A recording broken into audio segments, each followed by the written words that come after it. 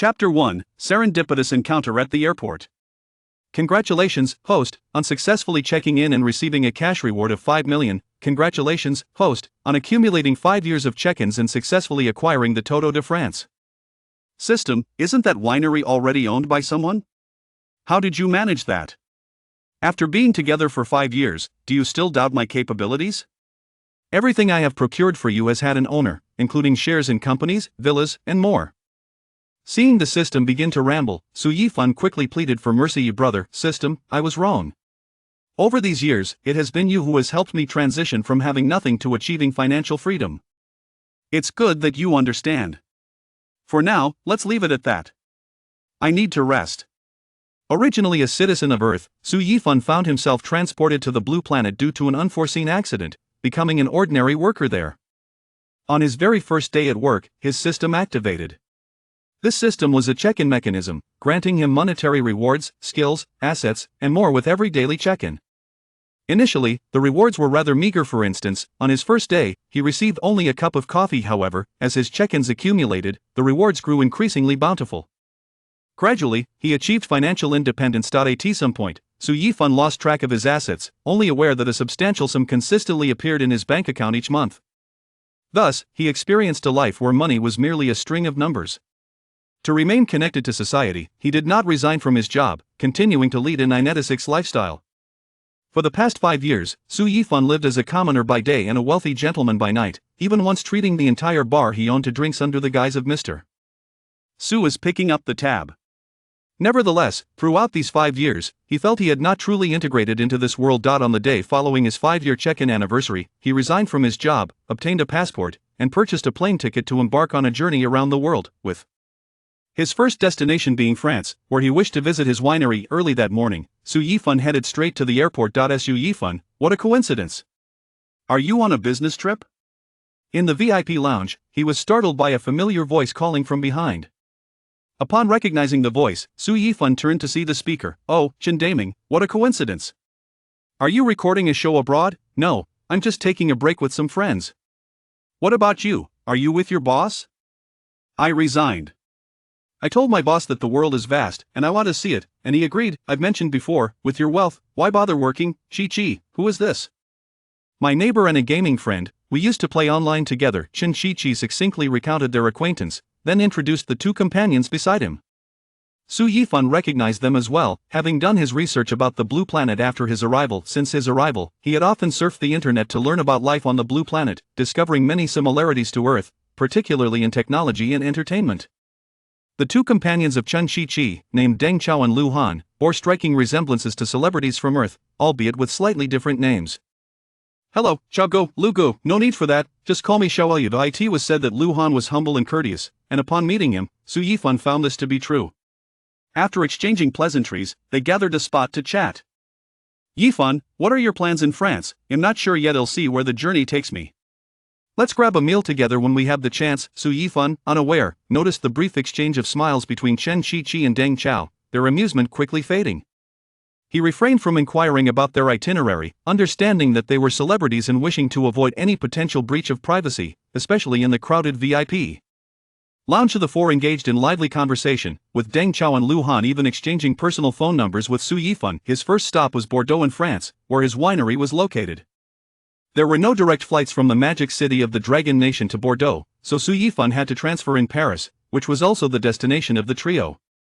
The 4 conversed animatedly until it was time to board. To their surprise, they discovered they had been seated in close proximity on the plane, allowing their discussions to continue until they gradually fell asleep. Upon arriving in France, the trio disembarked in Paris, leaving Yifan to continue his journey alone. Dragging his luggage, Yifan exited Bordeaux airport, inhaling the fresh air, filled with anticipation and excitement. He was about to meet his winery, a significant achievement in his 5-year journey with the check-in system. Yifan had already planned that his bar and hotel would prominently feature wines produced by the winery. Other brands could not assure quality, but he could. Prior to his arrival, he had researched, discovering that this winery was a national treasure of France, classified among the top estates as per the 1855 classification system. Welcome, owner. We are glad to have you. Due to a prior phone call, Su Yifan was greeted at the airport by a representative from the winery. The individual had thoughtfully brought a translator, anticipating that Su Yifan might struggle with the French language. However, 3 years prior, he had acquired a universal language skill pack, enabling him to communicate even in the most remote regions of Africa. As they drove towards the winery, the picturesque scenery unfolded before him, with vineyards stretching endlessly, sunlight glistening on the grape leaves like gold. Su Yifan couldn't help but reflect on the life he had always yearned for: freedom, comfort, and his own piece of paradise. "Owner, look over there, that is the iconic structure of our winery, originally a pigeon house, built between 1620 and 1630. The estate once housed a St. Maubert tower, but unfortunately, it has not survived to this day. Our winery spans a total of 65 hectares, including..." The representative diligently introduced Su Yifan to every detail of the estate. Upon entering the winery, Su Yifan explored the surroundings, absorbing the rich history and ambience. The staff greeted him respectfully, addressing him as owner. Evidently, they were aware of his arrival. Although they had never met him before, he was the only one being welcomed from the airport, unmistakably the new owner. Su Yifan smiled in response, filled with pride. Chapter 2, Recording 5H5. After spending an entire day at the winery, Su Yifan savored the estate's own wine, the rich flavor intoxicating him. He resolved to return annually to enjoy the exquisite lifestyle offered there. That evening, he hosted a celebratory banquet at the winery, inviting all the staff to partake. He expressed his gratitude for their hard work and shared in the joy of the occasion. The banquet was filled with laughter and a warm atmosphere. Meanwhile, on the streets of Paris, Chen Qiqi and her companions had rested for the afternoon before commencing the recording of their show, 5H5. "Welcome, everyone, to Shangno, the fashion capital of Paris." Director, did you just add content right at the beginning? Indeed. And where is the food in the fashion capital? The director inadvertently let slip a comment, leading to a playful round of banter from Deng Chao and Chen Qiqi. "Alright, let's record again. That last take was a bust. The main footage will still feature it, right? We've seen through your tricks." "Ahem, welcome everyone to the fashion capital, Paris. Here, take your task cards and read for yourselves." Chen Qiqi stepped forward and took the task card. He showcased it to the camera, stating, "Our current mission is to find the most fashionable passerby on the streets of Paris and take a photo with them performing a designated pose. The first to return will have the privilege of selecting tomorrow's activities. As for me, I don't need any activities, just a plane ticket back home will suffice." Upon hearing the task, the others lamented, "At this hour, where are we supposed to find the most stylish passerby, and in a foreign country, no less? I don't even speak French. Can we look for someone from our homeland here in France?" "Yes, indeed." Subsequently, each person drew their designated poses and dispersed, scouring the streets of Paris for fashionably attired individuals. Initially, Deng Chao contemplated exploiting a loophole in the production by asking the crew for a photo, but before he could voice it, the director swiftly closed that gap. Having experienced a full season of the program, the production team was well acquainted with the original trio of Deng Chao, Chen Qiqi, and Lu Han, as well as the later additions of Fan Ziyi, Dong Basher, and Wang Mian. They could anticipate their moves with minimal hints. They wandered through the streets of Paris, seeking the most fashionable passerby. As for the remaining two, the production team was still unfamiliar with the behavioral patterns of Gao Hanyu and Yi Jianlian, who had been retained from the fourth season's guest roster and were still in the process of being understood. Despite their loud complaints about wanting to return home, Chen Qiqi remained enthusiastic about completing the task. Suddenly, he spotted a uniquely dressed girl whose distinctive style captivated onlookers. "Look, that person seems very fashionable, let's approach her," he exclaimed, pointing at the girl.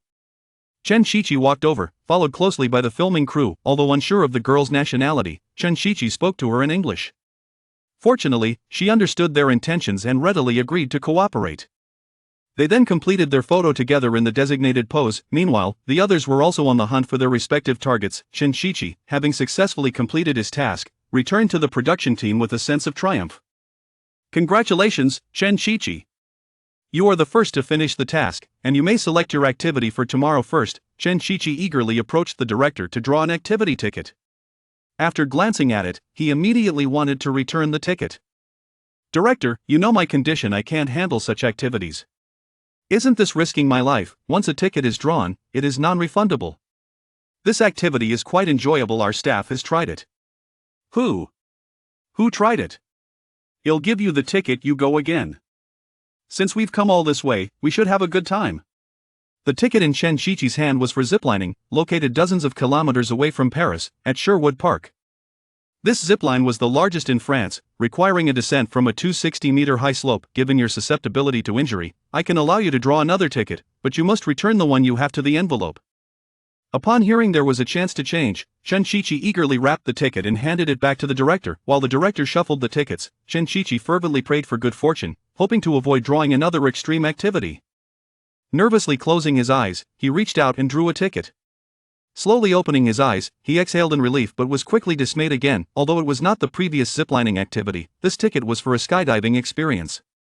Seeing the 3,000-meter altitude on the ticket, Chen Shiqi could only facepalm. Director, Ling Jia, if I want to withdraw, is it too late? This program is unmanageable. Allowing you to draw again is already a privilege for you, Miss Chen. Others do not enjoy such treatment. What if I swap this activity with someone else? While there are no specific regulations from the production team, in principle, you may switch with another if they agree. With the director's encouraging gaze, Chen Shiqi began contemplating who to approach for a swap. Just then, those who had gone out for photos started returning one by one. The first to return was General Fan. After listening to the director's introduction, he stepped forward to draw his exclusive activity. His activity involved water skiing on the Seine. Chen Shiqi, seizing the opportunity while Fan was distracted, took a peek and instantly fell in love with the activity. Chen Shiqi was quite fond of water activities. Big brother, shall we swap? What do you have? I have skydiving. How about trying it? Forget it, that activity poses no challenge for me. I'll stick with the water activity. Big brother, think about it, skydiving over Paris, how romantic. You can keep it for yourself, big brother. You know my condition, once I go up, I might not come back. Don't worry, your family and brothers will take good care of you. Big brother, you've gone bad. I've never been a good person since joining this show, you've made me worse. Chapter 3. During the recording of 5 Hot, Chen Shiqi, feeling utterly helpless, had no choice but to concede. Shortly after, Deng Chao returned. Having drawn a hot air balloon adventure, providing an aerial view of the entire Paris. Chen Shiqi's eyes brightened as he approached. Super brother, let us discuss something. Get lost. Deng Chao, well acquainted with his troublesome friend, recognized the insincere flattery and knew he was up to no good. Super, don't you want to challenge yourself? No. This hot air balloon is challenge enough for me. How about we switch? This hot air balloon isn't fun. Do you think I'm a fool? While I'm unaware of what other activities exist, this is the best one for me, and I'm not swapping. Super brother. You can't let me falter in this show, can you? With a failed scheme, Chen Shiqi conjured another plan, employing a tactic of self-pity. What else that you have? This is skydiving, 3,000 meters. Do you think I'll just perish up there? Who gave you the impression that I'm suited for this? You think I won team eat my end? Chen Shiqi faced rejection and continued to wait for the others to return. Soon enough, the remaining participants completed their tasks, each holding their project tickets and discussing the itinerary for the following day. Chen Shiqi inquired about their projects, eventually selecting candidates to persuade. Thus ensued a cycle of defeats and attempts until he spotted the last returning Yi Jianlian. Ah Lian, brother Lian, you're finally back. They're bullying me. What happened? Before Yi Jianlian could retrieve his own ticket, he was intercepted by Chen Shiqi. It's like this. The director just announced that we would draw activities based on our return order. I drew skydiving, and you know my physical condition, I simply can't handle it. Can we switch? But I don't even know what my project is. Doesn't matter, I'll switch for anything.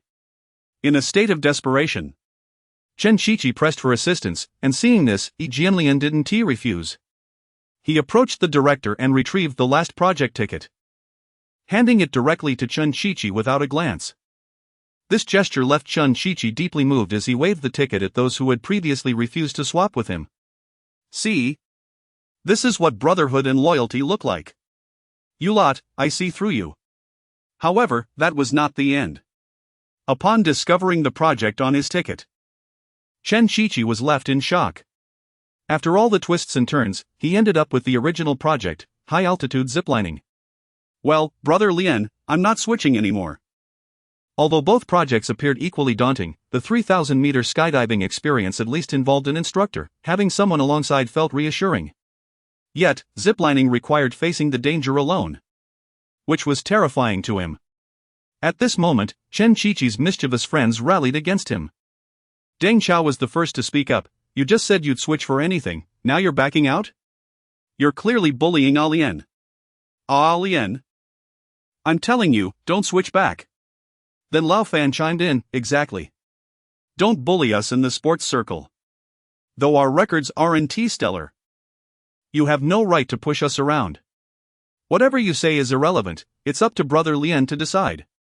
You choose, I'm fine with anything. Brother Lien. So righteous, so domineering. In the end, Chen He chose the 3,000-meter skydiving experience. With the project determined, the day's recording concluded. The next day, all members of 5Ha set off for their respective projects. With a heart full of trepidation, Chen Qiqi arrived at the skydiving base. He signed a series of agreements and, after much hesitation, mustered the courage to board the plane.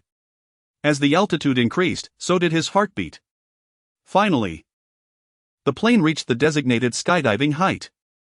Fear enveloped Chen Qiqi once more as he saw the instructor preparing to secure the safety equipment. Chen Qiqi vehemently protested, crying out, I'm not jumping. Let me down. Yet, it was too late. The instructor firmly bound him to himself and opened the hatch. Ah! Chen Qiqi screamed as his body involuntarily leaned outward. The wind howled in his ears, and he shut his eyes tightly, feeling as if his heart would leap from his throat. At that moment, he felt a hand on his shoulder, accompanied by the instructor's calm voice, Don't worry. You'll be fine. The safety rate here is 100%, there have been no incidents. If Chen Qiqi had maintained his composure, he would have retorted. That's obvious, if there had been an incident, you wouldn't be here now. But at that moment, all that occupied his mind was a singular word, ah. Chen Qiqi flailed in the air, completely losing control. The instructor gently patted his back, signaling him to open his eyes. Slowly, Chen Qiqi complied and found himself suspended above the clouds, sunlight bathing him, a uniquely marvelous sensation. Gradually overcoming his fear, he began to relish this skydiving adventure. The parachute deployed smoothly, and they descended steadily to the ground. Once safely back on solid ground, Chen Qiqi embraced the instructor warmly, exclaiming, Thank you. I never thought I could actually do it. This experience imbued Chen Qiqi with newfound courage. He realized that sometimes one must bravely take that first step to witness extraordinary vistas. As the scene shifted, the others were also enjoying their activities. Lao Fan was relishing the thrill of a water skiing project, while Deng Chao gleefully admired the entire Paris from his hot air balloon, even taking on the role of a commentator for the cameras. Yi Jianlian tackled the high-altitude ziplining alone, while Lao Zhou found himself lost in a certain escape room project. The other participants engaged in relatively ordinary activities that posed no significant challenges for them. Xiao Lu's project involved taking a helicopter tour of Paris, while Wang Mian experienced a virtual reality attraction, donning a jetpack and an HTC virtual reality headset, soaring over the Eiffel Tower, Notre Dame, the Arc de Triomphe, and the Louvre. Gao Hanyu's project was even simpler, a standard attraction at Disneyland Paris. After completing their individual segments, everyone reconvened for a new round of challenges. Meanwhile, Su Yifan leisurely enjoyed life at his winery. Seizing the opportunity, he explored the entire estate under the guidance of the estate manager. After touring the winery, he meandered through the village, akin to a local, casually strolling with a cup in hand and engaging in conversation with the villagers. Chapter 4, The Culinary Showdown. After the gathering of the 5Ha, their nightmare returned. Having engaged in a stimulating challenge early in the morning, Chen Qiqi anticipated a delightful feast upon their return, only to find that the recording venue did not present the delectable French cuisine he had eagerly expected. Before indulging in the meal, let us partake in a game to stimulate our appetites and enhance our digestive processes, allowing us to savor more later. Director. I just jumped from a height of 3,000 meters, and I could devour an entire cow right now, so I shall abstain from this game. Fine. If you choose not to participate, then you may forego lunch as well. I concur, with one less big eater, we shall have more to enjoy. Step aside. I am speaking with the director. What business do you have here, old Deng? As the two continued to bicker, the director swiftly intervened, stating that a single instance of such material was sufficient, and excess would be unnecessary. Now, let us return to the matter at hand. I shall explain the game rules. The coin-hugging game entails that the old ones represent a whole coin, while the young ones represent a 50-cent piece. When I announce a sum, you will select teammates to form a group. Any team with an incorrect amount will be eliminated, while teams with the correct amount will continue. Wait, could you repeat that? I did not quite understand, Chen-Chi interjected. I declare that old Deng is immediately eliminated. The game continues. Xiao Gu, it goes like this. Wang Mian, unable to bear the sight, kindly reiterated the rules to Deng Chao. Nianzi, I announce that I have formed an alliance with you. I shall join you shortly. Hey, Xiao Gu, no, I feel you still do not grasp the game rules. Wang Mian replied, this is not the outcome I desired. With no other recourse, he patiently explained the content to Deng Chao once more, ultimately asking, Xiao Gu, do you understand now? Understood, so easy.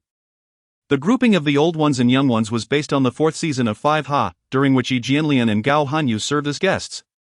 Thus, this game does not test combat prowess, otherwise, the young ones would have simply opted out, fresh memories of their previous defeats still vivid. Let us conduct a trial run. As the director's words faded, music began to play, and everyone swayed to the rhythm. Deng Chao recalled the previous favor Wang Mian had extended to him, remaining by his side throughout, ready to unite with Wang Mian at any moment.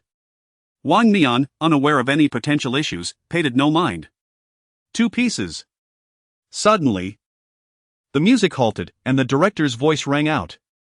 In the next moment, everyone sprang into action, seeking their respective partners. Fan Ziyi immediately seized Chen-Chi, and they quickly formed a team.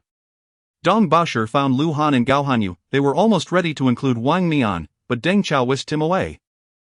Rushing towards Yi Jianlian. Do not come over, we are full. He called to Lu Han and the others approaching them. Wang Mian longed to slip away but was detained by Deng Chao. Nianzi, where are you going? We are a match. Wang Mian lamented, Xiao Gu, we concede. Eventually, he decided to abandon his struggle, realizing it was merely a trial run. All right, the trial is concluded. I declare Chen-Chi and Fan Ziyi victorious. The 2 winners exchanged high fives, and a self-satisfied Deng Chao exclaimed to the director, Director, what is the meaning of this? Are we not correct with our trio? Why did the winners not include us? Wang Mian, facepalming beside him, feigned ignorance of having ever explained the rules to Deng Chao. Of course, you were incorrect. The director replied, exasperatedly rubbing his forehead. I stated 2 pieces, while you 3 equated to 250, thus naturally, you were wrong. Deng Chao, bewildered, turned to Wang Mian and asked. Did you not inform me?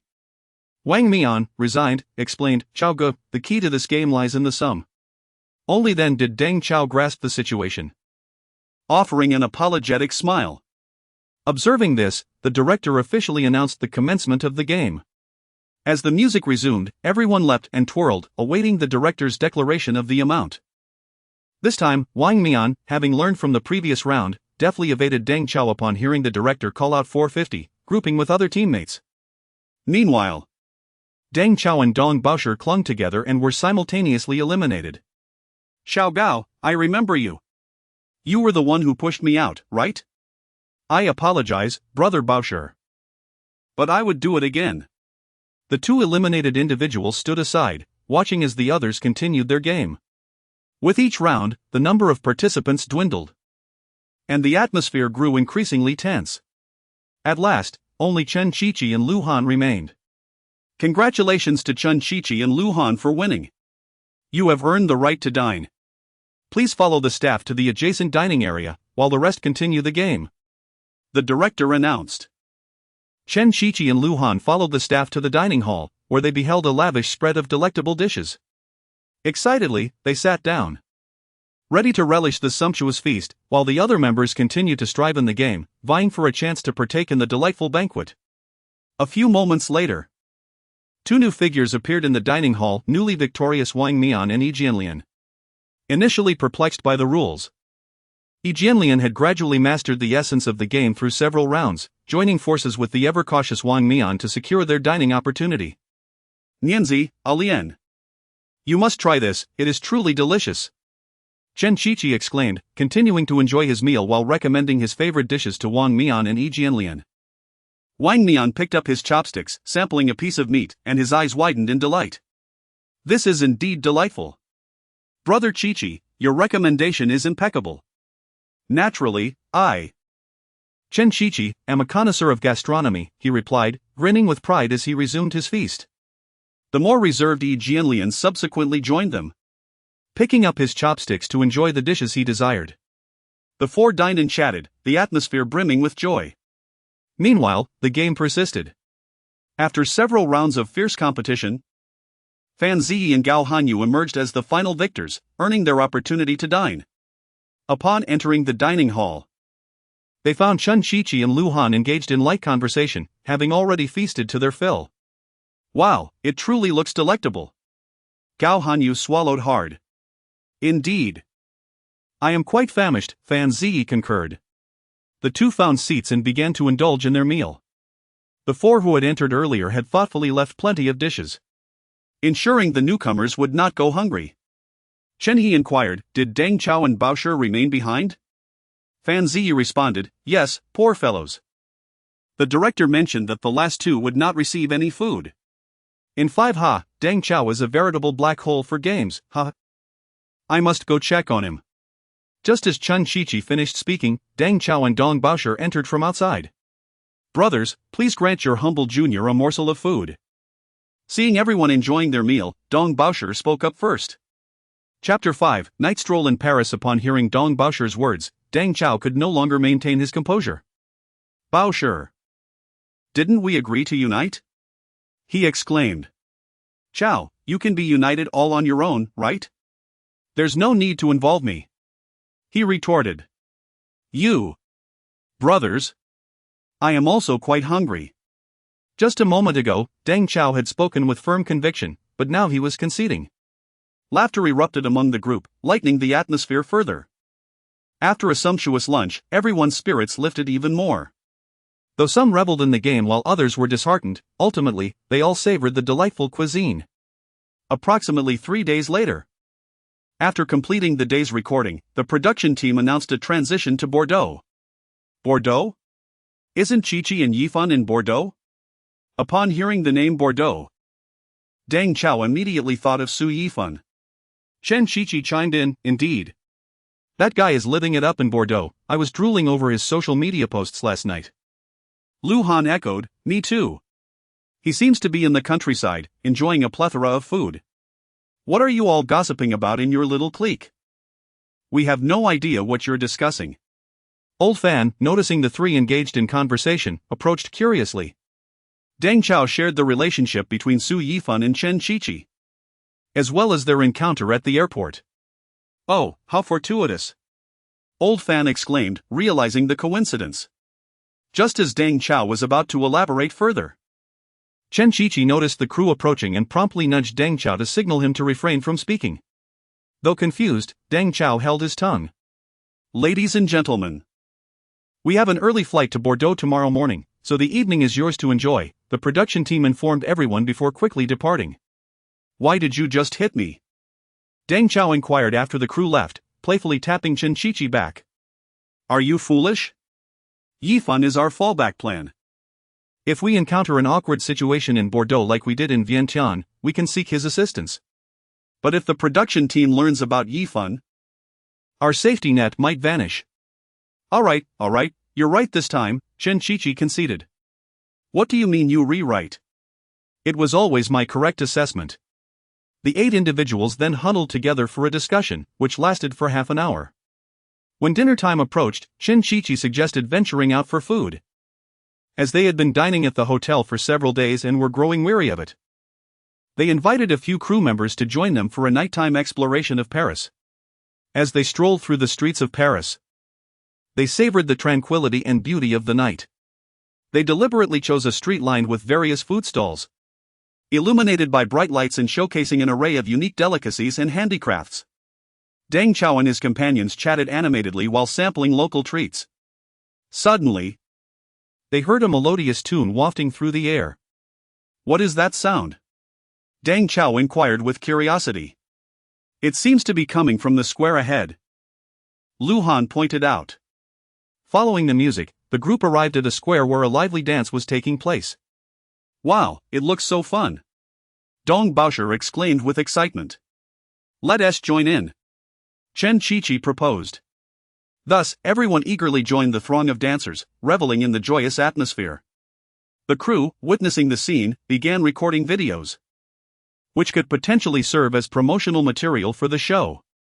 The dancing crowd welcomed their participation, and those singing in front even extended an invitation to them. Consequently, they pushed Lu Han and Old Jiu to the forefront. Old Jiu performed a rendition of Wild Wolf Disco, which, although the foreigners did not grasp the lyrics, the infectious rhythm energized the crowd. Following that, Lu Han took the stage to sing a classic English song, prompting applause and cheers from the audience. Not only the foreigners but also many compatriots from Longwo recognized the group. Some even pulled out their phones to take pictures. As the situation threatened to spiral into chaos, Deng Chao quickly approached the fans, clarifying their relationship and requesting them not to gather too closely to avoid unnecessary troubles. The crowd understood and refrained from crowding, opting instead to take photos with the stars. After fulfilling the fans' requests, the group seized an opportunity to slip away. On the way back to the hotel, they remained immersed in the joyous atmosphere of the evening. I had such a wonderful time today, Lu Han remarked. Indeed, but we are off to Bordeaux tomorrow. I wonder what awaits us there, Deng Chao mused. Regardless, let us retire early tonight, we can deal with everything in the morning, Chen Qiqi suggested with a smile. Upon returning to the hotel, everyone rested to prepare for the new challenges ahead. The next morning, Deng Chao and his companions rose early, packed their belongings, and readied themselves for their journey to Bordeaux. Upon their arrival, they were immediately enveloped by the rich culture of wine. Through the airport's glass, they glimpsed vineyards outside, and various types of red wine adorned the airport corridors. Deng Chao picked up a complimentary travel brochure that highlighted local attractions in multiple languages, with much content dedicated to various wineries. After exiting the airport, they boarded a bus arranged by the production team. Throughout the journey, they admired the scenic views outside the window, eagerly discussing their upcoming itinerary. Look, this brochure mentions many famous wineries in Bordeaux, we should visit them, Deng Chao said, handing the brochure to those nearby. Yes, and we can taste the local wines too, Chen Qiqi agreed. As the bus continued its journey, they gradually distanced themselves from the city and entered the vineyard region. Gazing at the sprawling grapevines, excitement bubbled within them. This place is truly beautiful, Dong Baosher exclaimed in admiration. Just then, the bus came to a halt. The production staff informed everyone that they had arrived at their destination, a historic winery. Everyone disembarked, and the crew had already set up the venue, awaiting their arrival. Welcome to Bordeaux. Along the way, we have observed the rich wine culture here, and we have arranged for you to gain a deeper understanding of wine through a renowned winery, the director announced. Just as everyone anticipated a wine tasting segment, especially athletes fan Ziyi and Yi Jianlian, who expressed their intention not to participate in the upcoming activities. The production team revealed that they would be experiencing the entire winemaking process. Chapter 6, The Escape Plan of Wuha, Part 1, What? We are to brew wine ourselves? Upon hearing this news, everyone displayed expressions of astonishment. Indeed, you shall be here from the very moment of grape harvesting to the completion of the winemaking process, explained the director's staff. Deng Chao, Chen Qiqi, Dong Baosher, and others exchanged glances, their hearts filled with both surprise and joy. Although they had tasted various wines in the past, the opportunity to participate in the winemaking process was a rarity. This is simply marvelous. I have always wished to understand how wine is crafted, Dong Baosher exclaimed with enthusiasm. I feel the same way. Though I know nothing about winemaking, the chance to experience it firsthand is truly wonderful, Chen Qiqi concurred. Fan Ziyi and Yi Jianlian, while not particularly interested in wine, recognized this as a rare opportunity and ceased their discussions about opting out. Under the guidance of the winery staff, everyone commenced the preparations for winemaking. In the Bordeaux region, grape harvesting is primarily performed by machines, which shake the vines to allow the grapes to fall into containers. Subsequently, the labor of the Wuha group commenced. The directors' team had pre-arranged the 8 participants into 4 groups, assigning them to various stages of the winemaking process. Deng Chao and Chen Shiqi were tasked with selecting the grapes, responsible for removing rotten or dried grapes and any remaining stems or leaves. Initially, the two were quite spirited as they selected suitable grapes, but gradually their pace slowed. They could hardly fathom how the women working beside them managed to endure the same task day after day. "Shiqi, I feel as though my fingers are about to break," Deng Chao complained while continuing his work. Chen Shiqi appeared equally fatigued, staring at the mountain of grapes before him, seemingly confronted by an endless workload. Indeed, this task appears simple, yet it is truly exhausting. Nevertheless, they did not give up. Meanwhile, Fan Ziyi and Wang Mian were assigned to the grape stomping process. After attending to personal hygiene, they joined the workers in a large fermentation vat, where the grapes, having undergone multiple selections, awaited them. Many winemaking processes have eliminated this step. But the winery they were in was one of the few that still retained it. The fermentation of red wine involves a skin maceration process, where the crushed grapes steep with the juice to extract the necessary pigments, tannins, and flavor compounds. The two followed the rhythm of the other workers, moving back and forth in the vat, their feet amidst heaps of grapes. Although their movements were somewhat clumsy, they endeavored to imitate the dexterous steps of the laborers. "Wow! This is truly labor-intensive," Wang Mian gasped as he caught his breath. Initially, he managed to keep pace with the others, but soon found it increasingly challenging. Fan Ziyi, having been a football player, was accustomed to footwork, and despite his retirement years ago, he maintained his fitness well enough to keep up with the workers. "Nianzi, if you can't hold on, just let me know, don't push yourself too hard." "It's fine, I can endure a little longer," he replied. Dong Baosher and Yi Jianlian were assigned to the crucial step of fermentation control. They needed to constantly monitor the temperature, humidity, and other parameters of the fermentation process to ensure the quality of the wine. This task appears to require great attention to detail, Dong Baosher remarked nervously as he observed the instruments. Initially, they thought it was merely a mental task, only to discover that it also demanded significant physical effort. To facilitate flavor extraction during maceration, selective operations such as cap punching and deliustage were necessary. The grape skins and pulp would rise to the surface due to the carbon dioxide produced during fermentation, forming a large accumulation known as the cap. Cap punching involves pressing these skins and pulp back down to enhance contact with the fermenting juice. Many places have begun to replace this manual labor with machines. Yet this winery still employ traditional methods. Thus, Yi Jianlian and Dong Baosher took turns performing this task. Additionally, to ensure thorough contact between the fermenting juice and the skins, they could also perform deliustage, where the liquid from the bottom of the fermentation tank is drawn off and poured back over the surface. These two tasks proved to be quite demanding, even for Yi Jianlian, an athlete, let alone for Dong Baosher. Lastly, Lu Han and Gao Hanyu were also assigned strenuous physical labor, responsible for the post-fermentation process. Due to time constraints, they were not handling the same batch of grapes. After the fermentation of the wine was complete, the remaining skins, seeds, and stems were placed into a press to extract further essential substances. They needed to transfer the fermented wine in batches to the press, which involved a laborious back-and-forth process. Lu Han and Gao Hanyu toiled to move barrel after barrel of fermented wine to the press, their clothes drenched in sweat, yet they persevered. "This is more exhausting than running a marathon," Gao Hanyu gasped. "Come on, we're almost done," Lu Han encouraged him. Each group relied on mutual encouragement to persist. Fortunately, the director's team was not overly merciless. Just as they were on the verge of exhaustion, all work was called to a halt, and the filming transitioned to the next segment. As everyone anticipated a hearty meal after their labor, they instead received a winery staff meal. Although this meal appeared decent, it was not what they had envisioned. However, they refrained from expressing discontent at the moment, quietly finishing their food. Upon returning to the hotel to rest, the group began to voice their grievances about the production team. "Considering it's the same winery food, why does it seem that Yifan's meals are far superior?" Deng Chao remarked. "You should omit 5 words," Chen Shiqi chimed in immediately. Then Lu Han added, "I had high hopes for today's dinner after seeing his social media posts, but alas. What is going on? Why are you 3 speaking in riddles?" While others were somewhat perplexed, only Fan Ziyi dared to confront the trio. Chapter 7, The Escape Plan of the Five Ha, Part 2, Big Brother, I'm getting anxious.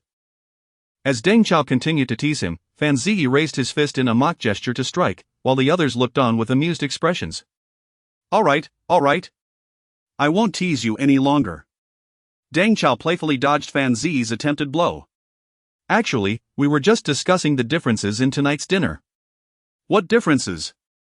Fan Ziyi inquired. It's about our neighbor, Su Yifan. He's currently at a vineyard and just posted pictures of a dinner gathering on his social media. Take a look. After viewing Su Yifan's posts, Fan Ziyi and the others fell into a contemplative silence. Deng Chao broke the stillness. I suddenly recalled something. Didn't Yifan mention at the airport that he wanted to treat us to a meal? Lu Han chimed in. He seemed to say something about having a meal together when he has the time, right?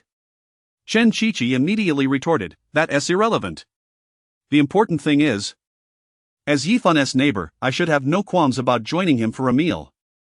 Upon hearing this, Deng Chao quickly raised his hand to high-five Chen Qiqi, adding, as Yifan's newly acquainted friend, I should also have no issue joining him for a meal. Well, fine, I'm also a newly acquainted friend of Yifan. Lu Han mused, opting to join in rather than be left out. What are your thoughts? Can we come along? Old Fan, after perusing the social media post, felt equally tempted. Ever since joining the Five Ha, he felt a bit assimilated by the trio. Yet he still lacked the audacity to dine at the home of someone he had never met before. At that moment, he looked at Chen Qiqi, hoping for a cue. Of course, it's no problem. Yifan isn't someone with a vast circle of friends, but he is quite generous. I often dropped by his place to borrow things.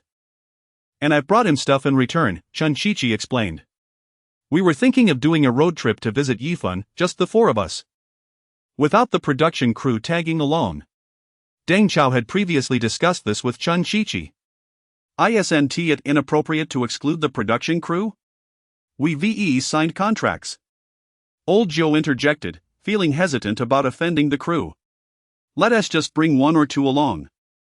We can tell them we're going shopping. And they can come along to capture some footage, Deng Chao suggested, noticing Old Joe and others looking troubled. The four of them, Deng Chao, Chen Qiqi, Lu Han, and Fan Ziyi, had no qualms, but the rest were somewhat apprehensive. Thus, he proactively proposed a solution. Should we bring luggage? Forget it. We'll be too conspicuous. I'll contact Yifan to help us sort things out. After finalizing their plans, the 8 dispersed. Deng Chao, Lu Han, and Fan Ziyi headed toward the director. While Chen He called Su Yifan. The remaining 4 sought out reliable members of the production crew to accompany them. Although they knew their plan would be discovered, they preferred not to reveal it too soon. Once the call connected, Chen Qiqi spoke into the phone. Hello, Yifan. Didn't you mention last time that we should have a meal together? Yes, you're in Bordeaux? Su Yifan immediately grasped the situation. Yes. I just arrived this morning and plan to visit you. Sounds good. I'll make arrangements for a barbecue. How many people will be joining? 8, no wait. Actually around 10, Chen Qiqi almost forgot to include the production team. No problem. Any special requests? It's getting late, so we won't be returning. Can you handle accommodations for us? Absolutely. Just bring yourselves, I'll arrange everything, Su Yifan replied graciously. Chen Qiqi felt honored. Since Su Yifan arrived in Blue Star, he had become one of the few friends with whom they frequently played games together. Su Yifan would gladly accommodate even if Chen Qiqi brought dozens of friends. Over the past few days, Su Yifan had thoroughly explored the vineyard's surroundings. The vineyard was located in Pauilac, a prestigious wine-producing area renowned worldwide, and home to some of the most esteemed wineries, including Ch. Lafite, Ch. Latour, and Ch. Mouton. The area not only flourished in viticulture but also boasted a wealth of commercial establishments, ranging from exquisite French restaurants to traditional CAFs, from chic boutiques to art-filled galleries. These amenities catered to both local residents and tourists, offering a plethora of shopping and entertainment options. This abundance of resources gave Su Yifan the confidence to assure Chen Qiqi that they only needed to show up. After hanging up the phone, Su Yifan summoned the vineyard manager to assist in arranging the necessary ingredients and equipment for the barbecue, as well as toiletries. Meanwhile, after completing the call, Chen Qiqi regrouped with the others in the parking lot. The director's team had communicated everything, with no further demands, just a request for them to return early. And they arranged for a translator for Deng Chao and his group. Deng Chao didn't mention anything about the filming arrangement to the director. Lu Han and the others covertly sought out 3 reliable crew members to accompany them. The 12 of them set off in 2 vehicles, heading straight for their destination, the To La Tour in Pawilac. Their hotel was conveniently located approximately 30 to 40 kilometers from the vineyard. Therefore, when they arrived at the vineyard's entrance, not much time had passed. At that moment, Su Yifan was already there to greet them. "Yifan, I heard you're treating us to dinner. Thank you so much for organizing this for us tonight." As the backbone of the group, Deng Chao rushed forward, arms wide open, and embraced Su Yifan. Chen Qiqi quickly pushed Deng Chao aside, exclaiming, "Have you no shame? Yifan is my friend. He is my friend too." Su Yifan chose to ignore their bickering and greeted the others. Those who were in the know eagerly approached Su Yifan, while the production crew members looked utterly bewildered. "Weren't we supposed to be going shopping?" Chapter 8, the first encounter between Wuha and Su Yifan upon witnessing the expressions of the 4 staff members. Deng Chao and Chen Qiqi exchanged a glance, swiftly delineating their respective tasks through silent communication. Deng Chao trailed behind Su Yifan as they ventured into the winery, while Chen Qiqi remained outside to clarify the situation to the 4 individuals. Fortunately, they had previously devised a plan, ensuring that the 4 were not in the same vehicle as Deng and Chen. "Indeed. We were just on our way to shop when I received a call from a friend, inviting us here for a barbecue. It was an offer too enticing to refuse. So we thought you might join us for a bite. There will be plenty of material to capture," Deng Chao explained. The 4 exchanged puzzled glances, each face etched with incredulity. Was this coincidence truly so fortuitous? However, with no better options at hand, they decided to go along with the flow, secretly contemplating notifying the director of the developments. Soon after, the 4 followed Chen Qiqi into the estate. Upon entering, they found a lively gathering already in full swing. Deng Chao, spotting their arrival, promptly handed them an opened bottle of wine, leaving them no time to decline. "Let us get this party started," he urged. The sounds of music, laughter, and the tantalizing aroma of grilled meats intertwined, enveloping the entire estate. As everyone indulged in drinks and conversation, relishing the carefree atmosphere, Deng Chao warmly welcomed the newcomers while Chen Qiqi dove into the already grilled skewers. Initially, the 4 felt somewhat reserved, but gradually, they succumbed to the infectious joy surrounding them. At that moment, Deng Chao seized the microphone and began to sing a classic tune, prompting enthusiastic applause from the crowd. His voice reverberated through the estate, elevating the ambience to exhilarating heights. As everyone sang along and danced with abandon, seemingly forgetting all their troubles, Su Yifan gave a thumbs up to the estate manager beside him. It was undeniable that the preparations were exceptionally thoughtful, featuring an array of wines, barbecue ingredients, and even a projection screen paired with an internet-connected computer. "Gabriel, why not stay and join us?" Su Yifan implored the estate manager, who was about to leave. However, Gabriel shook his head, replying, "No, Su, I'm rather old and in need of rest. You young folks enjoy yourselves. Rest assured." The noise won't disturb others in the estate. With that, Gabriel turned and departed. "Yifan, your execution is impressive. In such a short time, you've arranged all this. Who was that person?" Chen Qiqi approached Su Yifan once the outsider had left. "That was the estate manager, and he assisted in preparing all these provisions," Su Yifan replied. "Boss Su, you certainly have connections. I just noticed that this estate resembles To La Tour, doesn't it?" "Indeed. What is the story? Do you have a rapport with the estate owner?"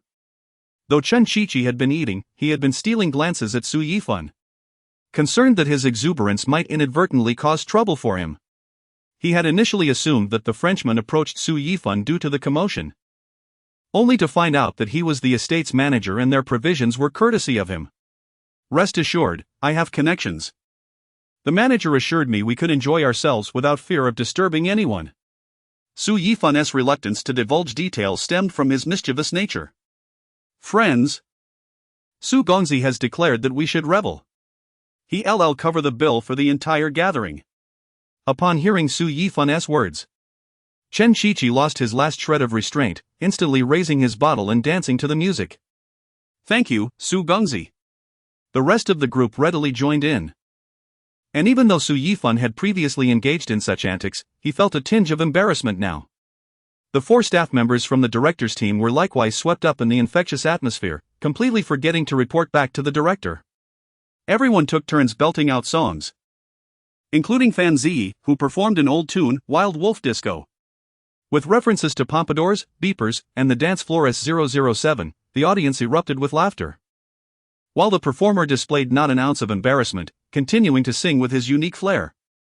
Despite the exhaustion from their daytime endeavors, even an athlete's physique could only withstand so much, and they hadn't expected to revel so heartily that evening, free from the burdens of recording. They were entirely at ease. However, both he and Yi Jianlian maintained their composure, abstaining from alcohol and opting for the estate's freshly squeezed grape juice, authentically pure and additive-free.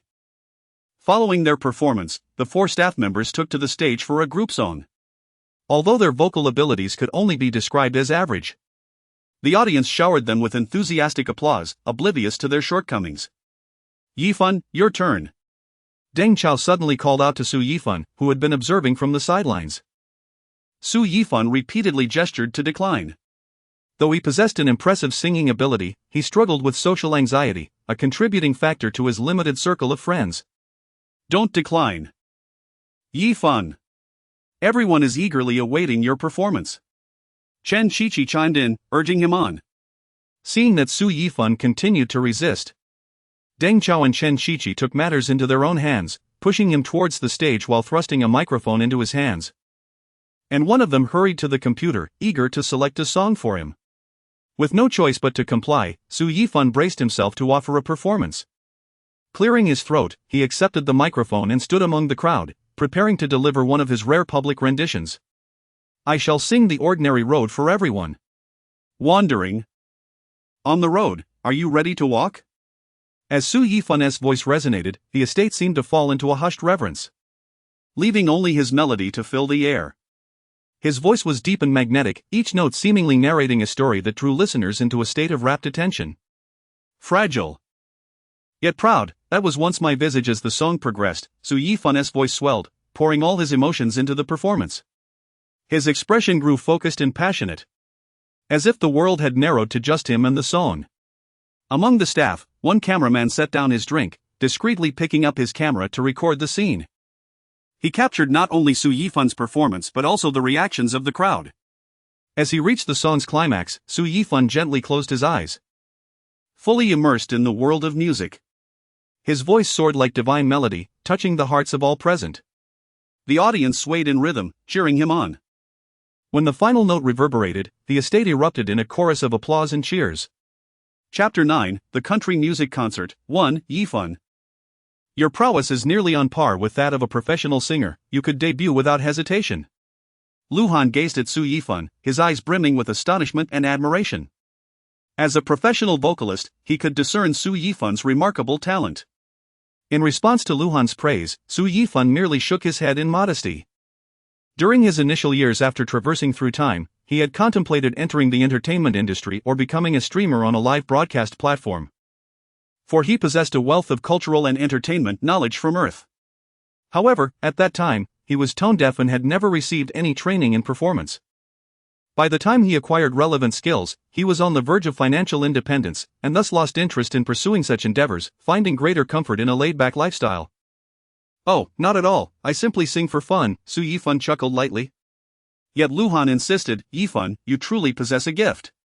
If you are willing, I can introduce you to some music producers. You could sign with my studio, and I shall handle everything else. Though Deng Chao was not well-versed in music, he understood Luhan's implication. Old Deng, why are you competing with me again? Chen Shiqi interjected, stepping forward protectively, having deep ties with his current company. Securing a talented singer would be advantageous, especially since Su Yifan was his friend. Please, let's not joke about this, Su Yifan exclaimed, alarmed. He had no intention of entering the entertainment realm. Having achieved financial freedom, he preferred to live a simple and unremarkable life. This is no jest. Your vocal talent deserves recognition, Luhan declared earnestly. I truly cannot, it is merely a hobby for me, singing is my way to unwind, Su Yifan promptly clarified. Seeing his persistent refusals, they ceased their persuasion. As the evening progressed, no one else took the stage to sing. And the group gathered to enjoy barbecue and engage in lively conversation, relishing the rare leisure time. As night deepened, stars twinkled overhead. And the flames danced merrily in the darkness, seemingly infusing the world with warmth. Amidst the chatter, yawns began to emerge. Shall we call it a night? Suggested Fan Z.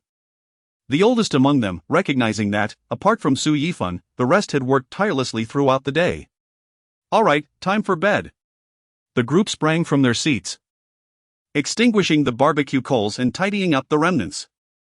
Su Yifan placed the remaining skewers in the refrigerator of a room adjacent to the courtyard before leading the group to their accommodations. Their hotel was situated near the vineyard, and they chose to walk rather than drive. After ensuring everyone was settled, Su Yifan departed, as he was staying at the vineyard for a few days. Once inside the hotel, several staff members retrieved their phones, only to be met with a long list of missed calls, causing a wave of panic among them. In unison, they rushed to find their companions for a discussion and soon convened in the hallway. All the missed calls were from the production team, and the others had similar call logs. However, the 8 of them, after glancing at their phones, chose to remain unresponsive, proceeding with their nightly routines and retiring to bed. Having initially escaped, they saw no need to explain themselves, they would simply pretend to be oblivious. After some deliberation, the 4 staff members decided to return the director's calls. What on earth have you been doing? We've been trying to reach you, worried enough to consider contacting the Bordeaux police. The director exclaimed. Well, we were just having a great time with a few guests and lost track of time, they replied. Where are you all? Are all the guests with you? We were at a vineyard. According to Chichi, it was his friend's place that called them over. Upon hearing the reassuring voice on the other end, the main leaders of the production team finally relaxed. Previously, the director had intended to gather a few guests to discuss upcoming program content, but to his surprise, none had returned. Consequently, he had attempted to reach each one, only to be met with silence. Initially, he thought it might be a prank, prompting others to call as well, yet to no avail. As anxiety mounted, especially since they were abroad and responsible for the guest's safety, the director summoned the key members of the team to his room, believing that 2 heads are better than 1. After much discussion, they struggled to find a suitable resolution. Some suggested contacting the police while others contemplated reaching out to the embassy, but ultimately they decided to wait. As the hours dragged on into the night and frustration grew, they finally received a return call. Acknowledging the situation, the higher-ups had no intention of assigning blame. They simply requested the group to return to the hotel the following morning so that filming could resume. After hanging up, one staff member suddenly recalled something and hurried back to his room to attend to it. About 10 minutes later, the director received a video in his email. Hey, director. I've sent you a video, you should take a look. The person in it is Chi-Chi's friend, and his singing ability rivals that of professionals. You should have seen Chow, Luhan, and Chi-Chi invite him to join the entertainment industry. Upon hearing this, the director immediately opened his computer to watch the video. After viewing it, an idea sparked in his mind. A short while later, the previously departed leaders of the production team were summoned back. Come, take a look at this video. The director instructed, remaining silent as they watched. What are your thoughts? I propose we host a country music concert at the vineyard. What do you think? Additionally, it seems that their vineyard is even larger than ours. Should we consider relocating the recording there? The group found the idea of a country music concert quite appealing. Having previously produced a country-themed film, the notion of a country music event felt refreshingly innovative. As for the potential venue change, they deemed further deliberation necessary. First, we must ensure that the vineyard is willing to cooperate with us for the recording. We also need to consider the safety and convenience of filming, the producer remarked. Perhaps we should send Xiao Zhang and the others to make inquiries. As for our current vineyard, we have nearly exhausted our filming content. And we were already slated to change locations tomorrow. Chapter 10, The Country Music Concert. 2. The Country Music Concert, as mentioned by director Wuha, was not merely an occasion to indulge in a genre of music, but rather a consequence of the fact that Su Yifan's vineyard was situated in the countryside of France. After a discussion among several leaders, the entire planning team was summoned to work overtime to deliberate on the specifics of the concert. The members of the planning team gathered enthusiastically, engaging in animated discussions. One suggested the idea of an open-air stage within the vineyard, allowing the audience to revel in the stunning rural scenery while enjoying the music. Another proposed inviting some domestic musicians or artists to participate, adding a touch of local flavor to the program. However, concerns arose regarding the timeline. If they waited for artists to arrive, they would have to shoot other content in the meantime, potentially stretching the episode in France into 2 or 3 installments, thereby disrupting their subsequent filming schedule. Why not check if there are any stars nearby in France or neighboring countries? Let us not focus solely on singers. After making this suggestion, he turned to the director. Aware that, aside from the producer, the director held the most authority in the planning team. I know of one. Zhao Liangliang seems to be doing a live cosmetic show in France recently, right? He was a guest on Extreme Challenge. Would it be appropriate to invite him to our program? The attention of the group quickly shifted to the director, who, rather decisively, responded, "What's the issue? It's all variety shows, there's no harm in mingling." With the director's approval, the planning team noted Zhao Liangliang as a potential invitee. I found another one. Zhou Yutong has an event in Paris. Let us add her too, though it's not guaranteed she'll be available. Zhou Jieluan is also in the vicinity. But I doubt we can afford him, director, what do you think? Indeed, while Zhou might not demand exorbitant fees, his stature would warrant a significant sum. If they offered less, the entire production team could face severe backlash from the audience. Thus, after much contemplation, they decided to forego that option. Hey, everyone! Feng Huan Legend is in Bordeaux. That essay must add. I've heard their songs are immensely popular worldwide. Their participation would surely create a significant impact. Before long, the planning team compiled a list of artists located in France and its neighboring countries. After a thorough discussion, they settled on inviting Feng Huan Legend, Zhao Liangliang, Zhou Yutong, and Wang Jier. Once the invitation list was confirmed, team members dispersed to contact the respective agents of the artists. Upon hearing that the Wuha program sought to host a concert in France, the agents of Zhao Liangliang and Zhou Yutong were initially inclined to decline, considering their clients primarily focused on acting rather than music. However, the director's team was not easily deterred. They cited examples such as Fan Zi, ultimately persuading the agents to agree to the invitation. Conversely, the agent for Feng Huan Legend exhibited great enthusiasm. Originally, Feng Huan Legend's presence in France was serendipitous, as they had completed their prior engagements and planned to return home the next day. However, upon learning of the country music concert, they immediately agreed to participate. For Feng Huan Legend, their commitment to music was earnest. Subsequently, the director's team successfully negotiated with Wang Jier's agent as well.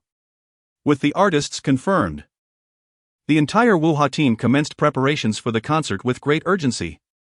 The director did not overlook the venue issue, promptly reaching out to Deng Chao and Chen Qiqi, hoping they could assist in securing the location. Given previous reports from the staff, the director believed that Chen Qiqi's acquaintance, Su Yifan, had a favorable relationship with the vineyard, which might facilitate the venue arrangements. Additionally, the director wished to involve Su Yifan in the recording of the concert. However, when the calls were made, neither Deng Chao nor Chen Qiqi answered. Thus, the director's team resorted to contacting the staff member who had previously reported the situation. Following directives from the leadership, the staff promptly got dressed and set out to locate Deng Chao and Chen Qiqi. Fortunately, both were just finishing their morning routines and were about to retire for the night. The staff conveyed the director's request, hoping they could connect with Su Yifan and discuss the use of the concert venue. Upon hearing this, Deng Chao and Chen Qiqi exchanged glances. However, they expressed considerable interest in the proposed country music concert and readily agreed to meet Su Yifan the following morning to discuss the matter. At this point, They were unaware that the vineyard belonged to Su Yifan and were concerned about the negotiation's outcome, prompting the director's team to prepare alternative plans. The team had also considered the vineyard they had previously worked at, which, while smaller than Su Yifan's, could serve as a backup if necessary. Early the next morning, four staff members hurriedly knocked on Deng Chao and Chen Qiqi's door. Many other arrangements had been urgently finalized, leaving only the venue undecided.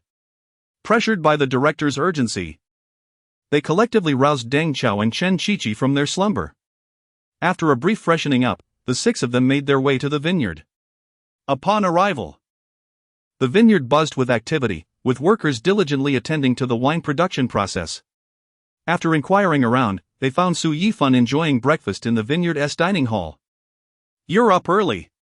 Aren't you here to mooch off my breakfast?" Seeing the variety of breakfast items before Su Yifan, Chen Qiqi unabashedly grabbed the youtiao and took a bite. "This tastes delightful. I can't believe such authentic youtiao exists here. Of course, when I make it, it must be authentic." Su Yifan, having personally prepared the youtiao, proudly gave a thumbs up to his culinary skills. Hearing this, Deng Chao also curiously picked one up to taste. "Wow, this is really good." Indeed. Before crossing over, Su Yifan was a food enthusiast and often made meals for himself. After his arrival, he acquired a culinary skill through a signing-in process, significantly enhancing his cooking abilities. As the two indulged in their breakfast and sidestepped the main topic of discussion, the four staff members grew anxious, knowing the director awaited their updates. One of them cleared his throat, attempting to remind Deng Chao and Chen Qiqi, but to no avail. The two were too engrossed in their meal, seemingly oblivious to the purpose of their visit. Chapter 11, The Country Music Concert, 3. In the end, it was Su Yifan who noticed the subtle gestures of the four individuals and took the initiative to inquire, "What's the matter? Would you like to sit down and have something to eat?" Previously, Su Yifan had fried a considerable amount of dough sticks, allowing the vineyard workers to sample some, with a portion still remaining on the table. "Well, Mr. Su, we wanted to ask if you are familiar with the owner of the vineyard?" one of the workers ventured. "Is there something you need?" "Ah, I see. Last night, I had already surmised that you were filming a variety show," Su Yifan replied. Before his journey here, he had watched a similar program, which featured three main hosts along with a celebrity serving as a guide, known as Ha Ha. "Indeed, I am quite acquainted with the owner. Lending you the venue is no trouble at all. However, I would appreciate it if the vineyard's red wine could feature in your program, just for this episode." Even though the Tour's wine was in high demand, Su Yifan saw this as a rare promotional opportunity worth seizing. While he had no intention of becoming a sponsor, it was entirely reasonable for their red wine to appear during the filming at the vineyard. However, inserting a wine advertisement during shoots at other locations would feel rather forced. The staff could not make a decision on their own and promptly contacted the director to discuss the matter. Upon hearing this, the director immediately agreed, surprised at how readily Su Yifan had acquiesced to their request. "Mr. Su, there is one more thing. Yesterday, while you were singing, I, out of professional habit, recorded a video and sent it to our director. I hope you don't mind?" The staff member looked apprehensive, fully aware that this was a unilateral decision, and feared the consequences if Su Yifan disapproved. "Not at all, I don't mind," Su Yifan replied with a smile. The staff member sighed in relief, profusely thanking him, and then mentioned another suggestion from the director. "I won't be participating in the concert, I'll just be an audience member." Upon hearing Su Yifan's gentle refusal, the four staff members did not press further and took their leave, leaving Deng Chao and Chen Qiqi still indulging in the feast. The conversation between Su Yifan and the staff did not in the slightest disturb the two. After about an hour, the main crew of the director's team arrived at Tour. By this time, many guests from the show had begun to wake up, with several lured by the aroma of the dough sticks. Chen Qiqi, while munching on food, did not forget to share pictures in their group chat. Just awakened, Fan Ziyi was tempted by the dough sticks, leaping out of bed without a second thought, hastily wiping his face as he rushed toward the vineyard. In his words, he had grown weary of French cuisine over the past few days. Aside from him, Dong Baoshi, Wang Mian, and others soon arrived, devouring every last dough stick that Su Yifan had prepared. Once the director noticed that all the guests had gathered, he seized the opportunity to hold a pre-shoot motivational meeting. Originally, Su Yifan intended to leave, feeling like an outsider, but the director insisted he stay, citing that he had facilitated the venue arrangement. In truth, the director sought to gauge Su Yifan's potential, having recognized that this striking young man with a melodious voice was a significant find during their trip to France. Although Su Yifan bore a slight resemblance to Lu Han, the director believed his presence could introduce a new spark to the episode. After the meeting concluded, everyone gradually departed to prepare, leaving only the director behind. He wished to meet the proprietor behind the vineyard, as Su Yifan's verbal agreement could not suffice. Should the recording be interrupted by the owner's return, he would have no ground to stand on. Reluctantly, Su Yifan revealed his identity as the vineyard owner. The director was taken aback, his jaw dropping in astonishment, as he never imagined that this youthful figure was the mastermind behind a national treasure winery in France. Once the director regained his composure, Su Yifan had the vineyard manager draw up a formal agreement. He also requested the director refrain from disclosing his identity to the guests. To articulate his sentiment, Su Yifan reflected on the pleasant interactions he'd had with the guests from the show, intending to maintain a friendly rapport even after returning home. Thus, he wished to engage with them as an ordinary individual. The director had initially contemplated having Su Yifan participate as a special guest in the country music concert but abandoned the idea upon discovering his true status. Recognizing that anyone who owned a vineyard like Ch Latour was undoubtedly extraordinary and likely disinterested in the entertainment industry. With a formal agreement in hand, the director and his crew energetically began setting up within the vineyard. Welcome to Bordeaux's Ch Latour. After yesterday's laborious efforts, you should now have a thorough understanding of the winemaking process. Today, we are excited to host a country music concert here, and we have invited several guests. Let's give them a warm welcome. As noon approached, the members of the 5Ha program, having finished their lunch, commenced the official recording. Prior to this, the invited guests began to arrive one by one. Come on, Sister Hua, Yutong, you stand in the middle. The appearance of female guests sparked immediate enthusiasm among the 5Ha members, while the remaining 3 male guests found themselves sidelined. Hey, shouldn't we, as a duo, stand together? Zhang Yi interjected. It's fine, Ego, you hardly have any lines, standing aside won't hinder you. If need be, I can cover for you. Deng Chao reassured him. That's excessive, old Deng. Ego has quite a few lines lately. You can't take on a role you aren't suited for. Sister Hua. What do you think of me?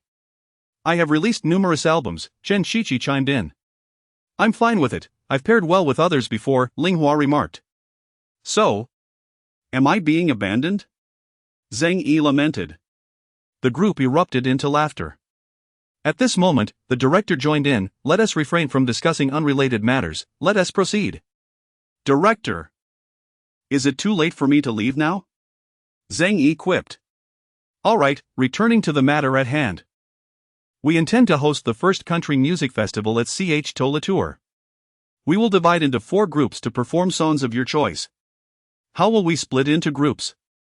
This was a pressing concern for everyone, and when Fan Zi raised the question, the gaze of the entire assembly turned toward the director. How about we draw lots to decide? Chapter 12, The Country Music Concert. 4. Director, I'm not recording anymore, you all can handle it. Upon hearing the director's words, Fan Zi turned to leave. Chen Qiqi hurriedly caught him. Brother, don't be like this. Fan Zi wore a reluctant expression. Don't persuade me. If it's a lottery and I end up in the same group as Alian, one plays basketball and the other plays soccer, even if we get a professional singer, it would just be a burden. If we get someone who can't sing, what can we do? We lose all face. Zhou Yutong chimed in. I agree. We shouldn't draw lots. The entire internet knows I'm the Huainan songstress. Deng Chao chuckled. Yutong, you're being self-deprecating now. I can't help it. It's just how I was born. I said I couldn't participate in such competitions, but unexpectedly, my manager negotiated with the show behind my back. Manager, the show assured me it was fine. Alright, let us designate the groups then.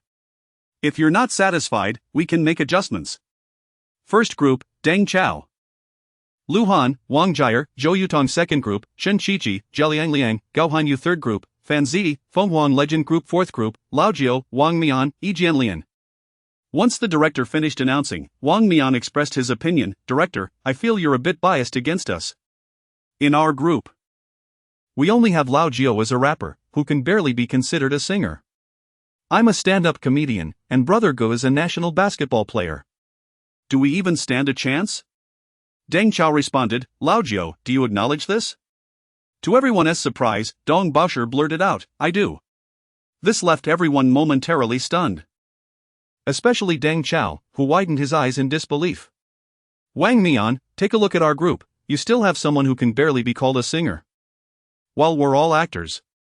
Brother Qiqi, aren't you claiming to have released an album? Lao Jiao can say he is not a singer. So what if I haven't released one?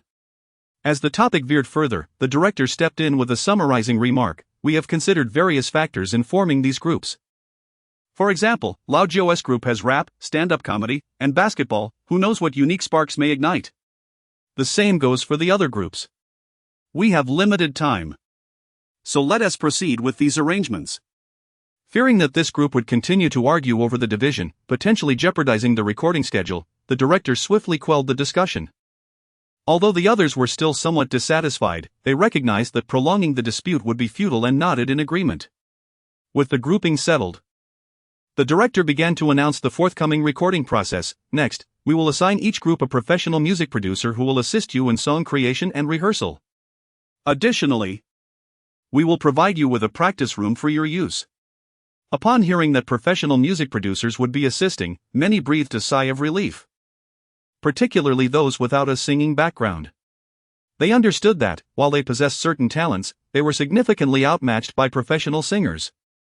The presence of a music producer would at least help them circumvent some obstacles. It must be said that the Wuha program team was quite fortunate, coincidentally. These professional music producers were attending an event in the UK. Otherwise, the groups without dedicated singers would have to rely solely on themselves. Subsequently, the director explained the competition rules. Each group must select a song to adapt and perform within a specified time frame. We have invited several judges from Bordeaux. Who will score your performances? The group with the highest score will win the competition. Upon hearing this, everyone grew eager, discussing their song choices and adaptation plans. As the captain of the first group, Deng Chao was the first to share his thoughts. I think we should choose a well-known song and then creatively adapt it.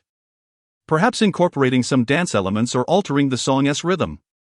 Wang Jier concurred, brother, you're right, we could try something new to showcase our differences to the audience. Deng Chao added, Jier, you might have to take the lead on the dance since we aren't professionals. Wang Jier responded, Chao, I watched last season's program. Your dance skills are quite impressive. Lu Han interjected, exactly, uncle and isn't even your match. Stop it. Deng Chao laughed, waving his hand before stating seriously, alright. Let us get back on track and finalize the song choice. Zhou Yutong chimed in, I think we should select a classic old song. It would resonate with the audience and showcase our strengths. Yes, Yutong, that is a splendid suggestion, Deng Chao nodded, looking at the others. What are your thoughts? Everyone expressed agreement and began discussing specific song choices. Meanwhile, the other groups were also in intense discussions. Chen Qiqi's group, lacking any professional singers, was particularly cautious in their selection. The three of them proposed several suggestions and ultimately decided on a cheerful song, making some simple adaptations. In Fan Z's group, thanks to the presence of Feng Huang legend, he found himself in the most relaxed position. Linghua and Zhang Yi ultimately selected a song that suited Fan Zi well, a lively tune with a straightforward melody. As a rapper, Lao Jiao proposed choosing a rap song and infusing it with some stand-up comedy elements to make it more engaging. Wang Mian suggested a bold idea. During the singing breaks, Yi Jianlian could showcase some basketball moves. Although somewhat outrageous, the other two felt it was worth a try. In the ensuing time, each group commenced their rigorous rehearsals. They continuously experimented, revised, and retried, striving to present the best performance to the audience. As night fell, the audience invited by the director began to arrive in succession. Time ticked away, heightening the tension within each group. When night descended and the time approached for the show to commence, The director's team set up a countdown on site. Dear audience and esteemed guests, welcome to the inaugural Wuha Country Music Festival. Tonight, we will witness 4 groups of guests who, through their hard work and talent, will deliver a spectacular musical feast for us. Now, let us anticipate their magnificent performances. As the director's voice fell, the stage lights gradually dimmed, leaving only a spotlight illuminating Deng Chao and his group. They were the first group to take the stage. And under Deng Chao's leadership, they stepped forward to commence their performance. Chapter 13, The Country Music Concert, 5, As the music commenced, Deng Chao and his companions ignited the atmosphere with their lively dance, instantly captivating the audience. They performed a classic old song, which, after innovative adaptation, resonated with a modern flair, eliciting waves of cheers from the crowd. Wang Jile's dance performance was particularly outstanding. Each of his movements was precise and powerful, perfectly synchronized with the rhythm of the song, showcasing his exceptional dance foundation. To help Zhou Yutong integrate into the performance, they thoughtfully incorporated simple rap into the lyrics. Zhou Yutong practiced diligently, aware of his vocal limitations, and sought guidance from his uncle Bao Shi regarding rap techniques, who generously imparted his wisdom. Lu Han, with his distinctive voice and charming appearance, drew the attention of many spectators. The quartet's seamless collaboration rendered their performance extraordinary, setting a high benchmark for the subsequent groups. After the conclusion of the first group's performance, the stage director took the spotlight. Well done, first group. Now, please welcome the second group of guests to the stage. And the third group, prepare yourselves. Subsequently, the stage lights dimmed, and a mysterious tune filled the air. The audience beheld a figure cloaked in black, gracefully ascending the stage. When the lights brightened once more, the spectators were delighted to discover that the magician-like figure was none other than Jia Liangliang. With a wand in hand, he smiled and gestured to the audience before commencing his act. Although his techniques lacked finesse, he still garnered much acclaim from the audience.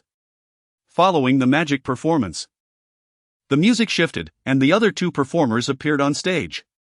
The trio presented a rendition of Magician by the singer Chen Baiqiang, opting to sing in the standard Mandarin of Longwei rather than the original Cantonese.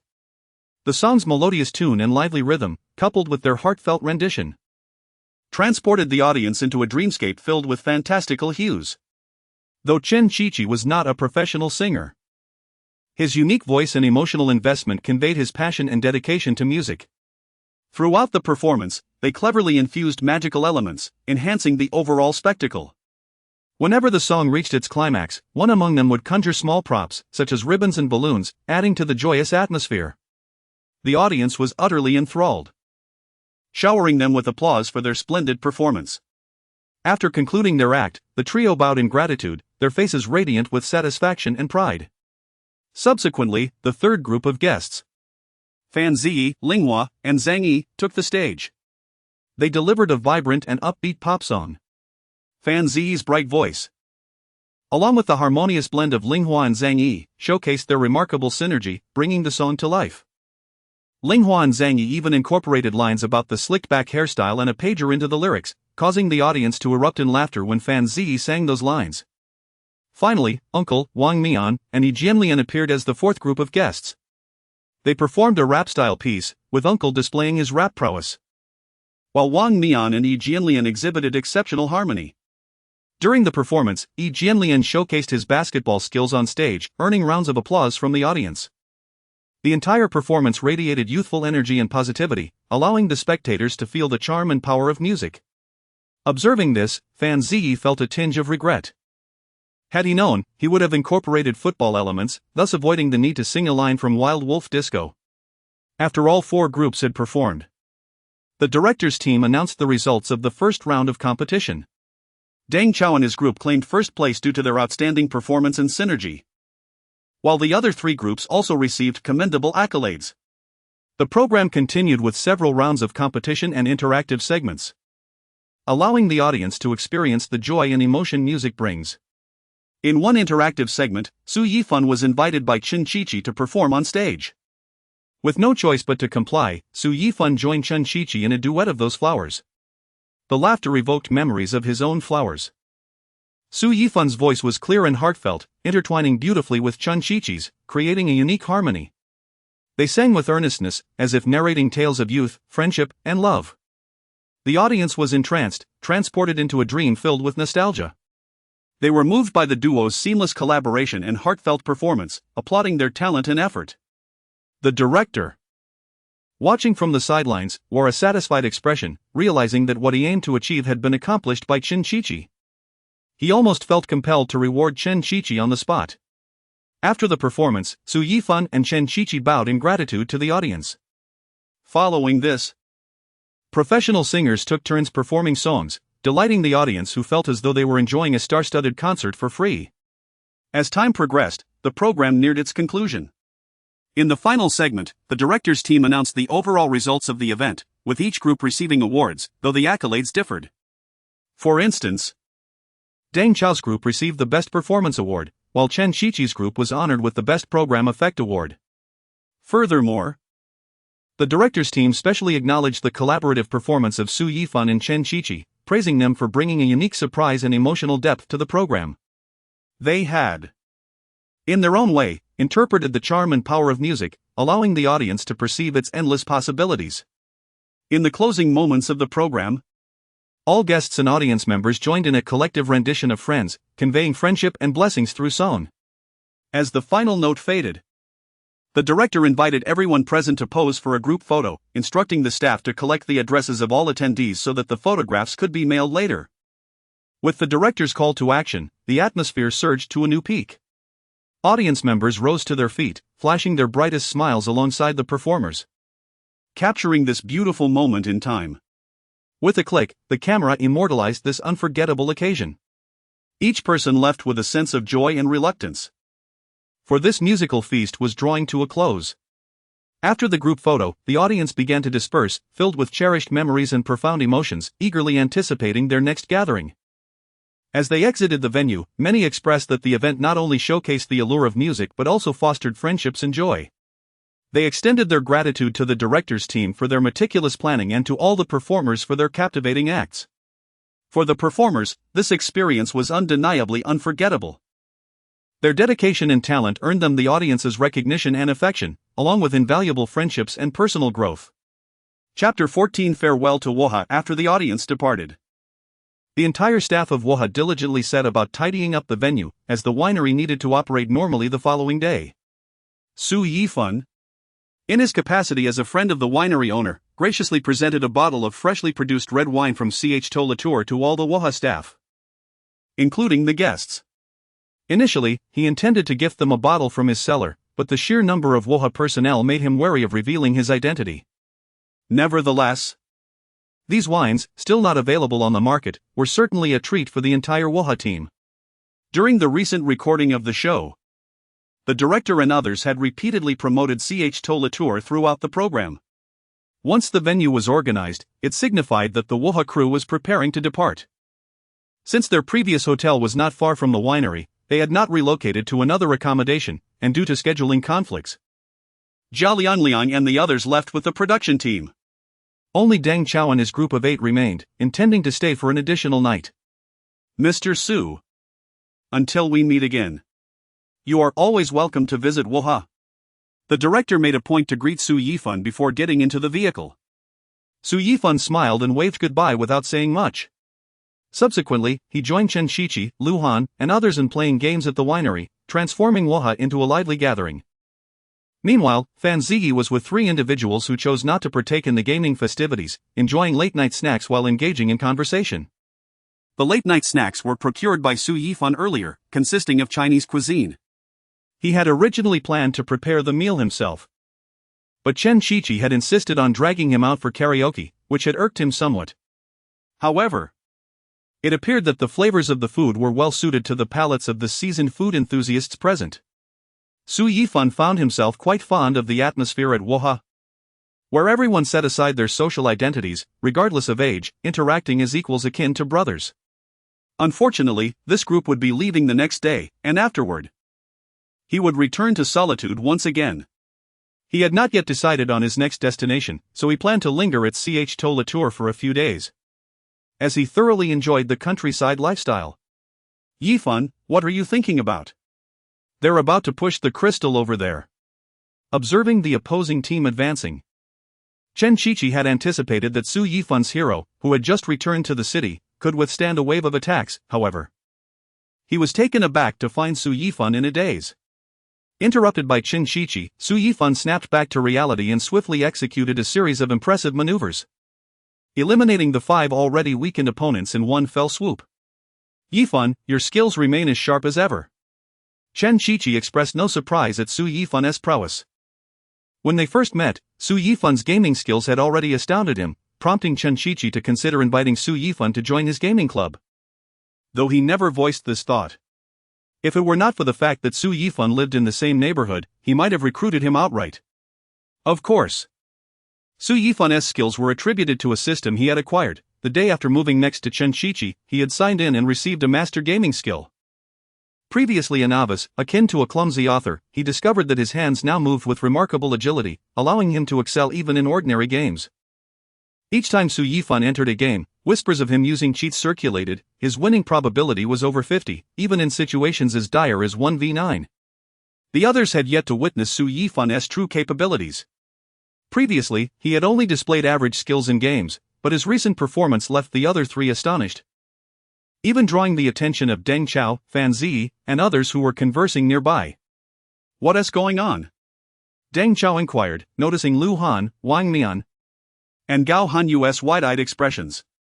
The only one still aware, Chen Qiqi handed his phone to Deng Chao, indicating he should take a look. As Su Yifan swiftly cleared the minion waves, he advanced towards the opposing side, while the enemy heroes began to resurrect one by one. Seeing Su Yifan's hero charging alone, the revived opponents rushed from their base to intercept him, but were swiftly dispatched by Su Yifan's character, Guan Yu. Initially, Chen Qiqi and the others intended to assist. But witnessing Su Yifan's remarkable performance, they chose to remain by their own fountain. Their choice proved wise, as one by one, the opposing heroes fell to Su Yifan's prowess. Subsequently, he single-handedly pushed towards the enemy's crystal. Brother Fan, teach me!" Wang Mian exclaimed, rushing to Su Yifan's side, tugging at his arm excitedly. "Listen, this is a gift. It's not something just anyone can learn," Chen Qiqi chimed in, recalling how he once wanted Su Yifan to teach the players at his club. Although Su Yifan had attended, he merely provided insights without detailed guidance. Nevertheless, the club members managed to glean some hero combination techniques under Su Yifan's influence, all thanks to his master gaming skill. "I want to learn, too." Gao Hanyu and Lu Han chimed in unison. "Hey, did you not hear what I said? I had the club members learn these techniques.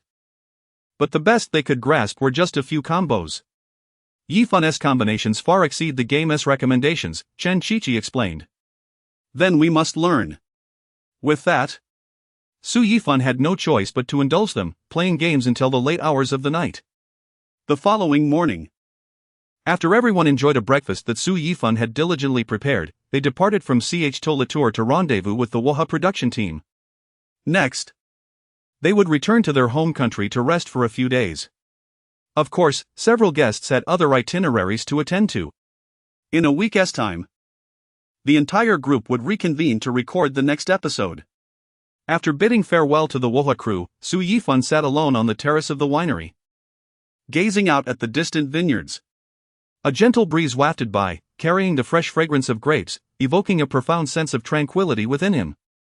He had already contemplated his next destination and arranged for someone to procure a map, which would guide his choice of where to venture next. Chapter 15. An encounter in the north. A week later, Su Yifan, burdened with his luggage, departed from the Latu winery and hastened towards the airport. His destination this time was the northern autonomous region of the country.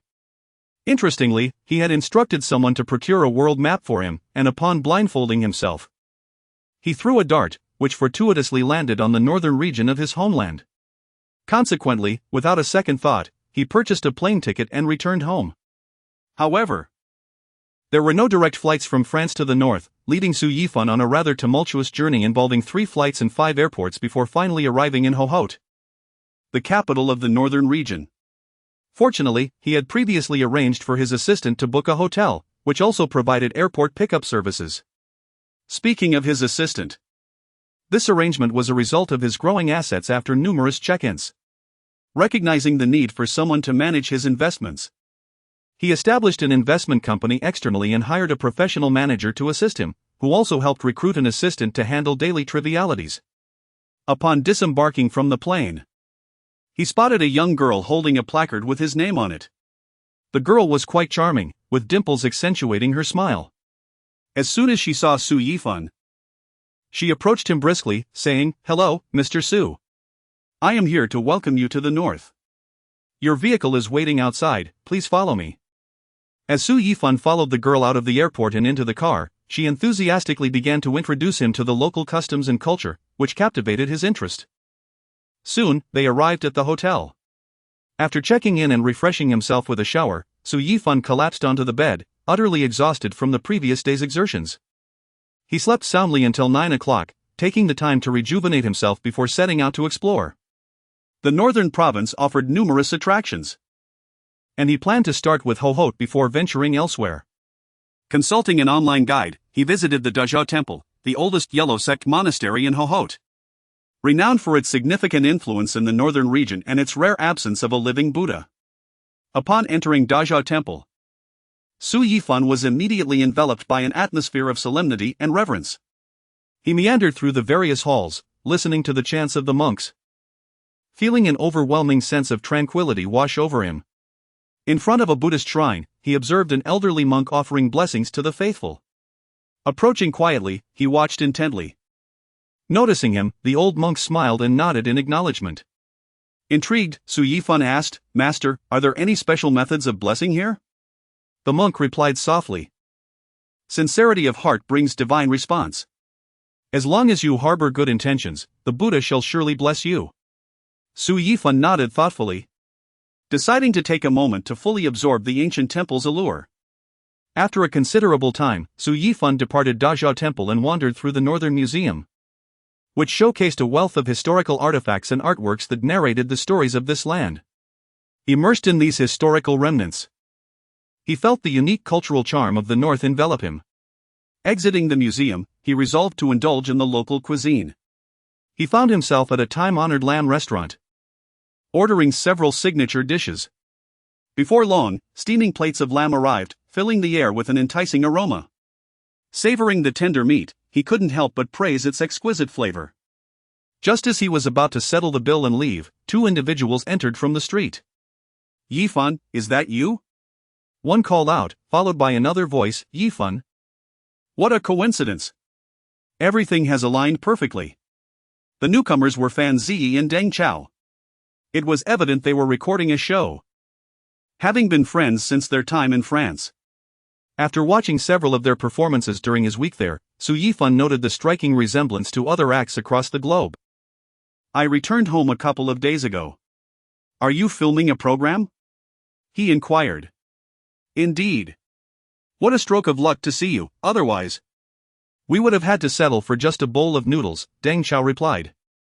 "Well, let us have a bowl then. Brothers together, right? I'll take my leave now." Knowing the purpose behind their presence, Su Yifan playfully teased the two older gentlemen, paying for his meal before turning to exit. The expressions on Fan Ziyi and Deng Chao's faces were utterly comical as they processed what just happened. "What on earth is going on?" Old Fan asked in a daze. "I don't know, wasn't everything fine when we left last week?" As they pondered, Su Yifan returned, grinning, and said, "Well, did you think I wouldn't make an appearance again? I was worried for you. Had you left, you could have faced a media storm."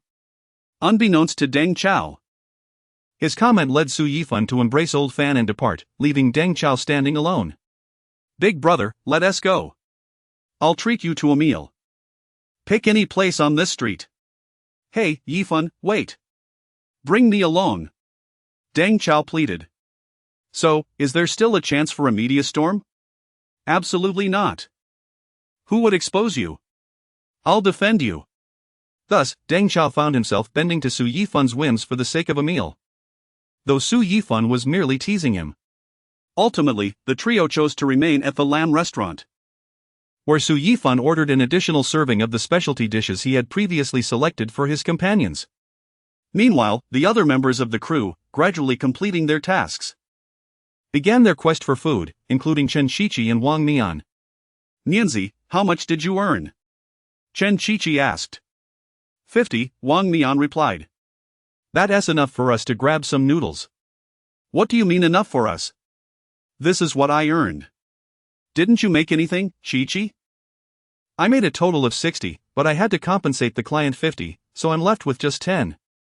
Wait, what did you do? Wang Nian asked. I was delivering packages, and one was late, so the client complained. The boss made me pay 50. I feel sorry for you for 3 seconds. But I still can't treat you. $10 is enough for a bowl of noodles, and there's a place right there. Alright, fine, Nianzi, I'll remember this. Realizing his scheme had failed, Chen Qiqi sought a new target, pulling out his phone to call Deng Chao. Hello, old Deng, are you off work yet? Not yet. Still painting the walls. I'll call you back later. Beep beep beep. Inside the lamb restaurant, Deng Chao, already dining, promptly hung up. Realizing that plastic friendships could not compare to the allure of lamb. Chen Qiqi, stunned at the abrupt end of the call, could hardly believe it. Is this for real? Chapter 16, Wang Nian's near miss with a lavish meal. Subsequently, Chen Qiqi pondered for a moment before dialing Fan Ziyi. Brother, where are you dining? I've just finished my meal, earned a mere 20 yuan, just grabbed a little snack from your area, a bowl of wontons and a portion of stir-fried vermicelli. What about you? Qiqi? Have you eaten? Not yet. I haven't earned any money today. In fact, I lost a bit for a client, so I only have 10 yuan in my pocket. Hoping someone might sponsor me a bit. Well, I can't be of help either. Perhaps you should just have a bowl of noodles to tide you over. That seems to be the only option. After hanging up, Chen Qiqi smiled at the camera, saying, Dear friends, I'm fortunate to have earned 60 in total, otherwise I would truly be scraping by at this moment. While delivering parcels, he indeed exceeded the time limit, yet the client bore no grudge and even warmly invited him in. Originally, he intended to mooch a meal from someone else to save his own funds. The production team had tasked them with earning money right from the start. And as the intellectual cornerstone of the group, he sensed that future segments would require financial resources, so he aimed to save up more for advantageous prospects. At this moment, he resolved not to seek assistance from others. He pulled a 20 yuan note from his pocket, intending to use it for lunch. Upon entering the lamb restaurant, he spotted Deng Chao and Fan Ziyi indulging in a feast. It struck him like a bolt from the blue how the tides of fortune had turned. Brother, didn't you say you were done eating? Upon hearing Chen Qiqi's inquiry, Fan Ziyi, without a hint of embarrassment, lifted his head and replied, Not quite. I just ran into someone here who insisted on treating us, so I picked up my chopsticks again. And you, just moments ago, mentioned you hadn't finished work yet suddenly found yourself dining here. Are you parachuting in? I wrapped up work, bumped into my brother. And he said that someone was treating us, so I came alone. Chen Qiqi remarked, had it not been for my phone call at the entrance, I might have believed you. At that moment, Su Yifan, with his back turned, recognized the voice but refrained from turning around. Feeling it was akin to entering a battlefield he wished to avoid. However, Chen Qiqi had no intention of letting him off the hook. Upon noticing Su Yifan's familiar silhouette, he approached and confirmed, Yifan, why didn't you invite me to join in their meal? I never said I was treating you. This table is on them. If you want to eat, you'll have to split the bill among the three of you. I didn't partake. So I'll take my leave. There's a fire burning at home. Once again, Su Yifan opted to depart, leaving Chen Qiqi momentarily dumbfounded. Why is it that I arrive just as you leave? Could it truly be as you claimed? Brother, old Deng, did you earn enough to cover this meal? Not nearly enough, your arrival is rather timely, answered Fan Ziyi, who had noticed Su Yifan peeking through the door. Prior to encountering Su Yifan, he and Deng Chao had genuinely intended to share just a bowl of lamb noodles, but to fill their stomachs, they would have had to pay the owner for extra noodles. The array of dishes before them was beyond their wildest dreams, and their pockets were insufficient to cover the costs. Upon hearing this, Chen Qiqi turned on his heel and strode towards the exit, pulling Su Yifan back from his hiding spot. Having known Su Yifan for several years, he understood him well. Yifan, my dear friend, would you treat me to a bite? I promise to repay you tenfold. No, just don't bother with me later, come sit down and eat. This meal is on me. To be frank, Su Yifan dreaded the thought of Chen Qiqi visiting his home. Many items had just arrived, and he hadn't even had the chance to unpack them, potentially losing his newly acquired PS5 and tablet to Chen Qiqi. Without hesitation, Chen Qiqi summoned the waiter for additional utensils and began to feast heartily. Seeing this, Deng Chao and Fan Ziyi quickly picked up their chopsticks to resume their meal. After the meal, Su Yifan intended to take his leave, but the three insisted he join them in seeking out others, particularly Chen Qiqi, who sought to provoke Wang Mian with Su Yifan's presence. Indeed, when Wang Mian beheld Su Yifan among the trio, it felt as though fate had struck him down. "Brother Fan, what brings you here?" "Wangzi, guess what? Just after you left, I happened upon Yifan in the lamb restaurant, and he treated me to a meal."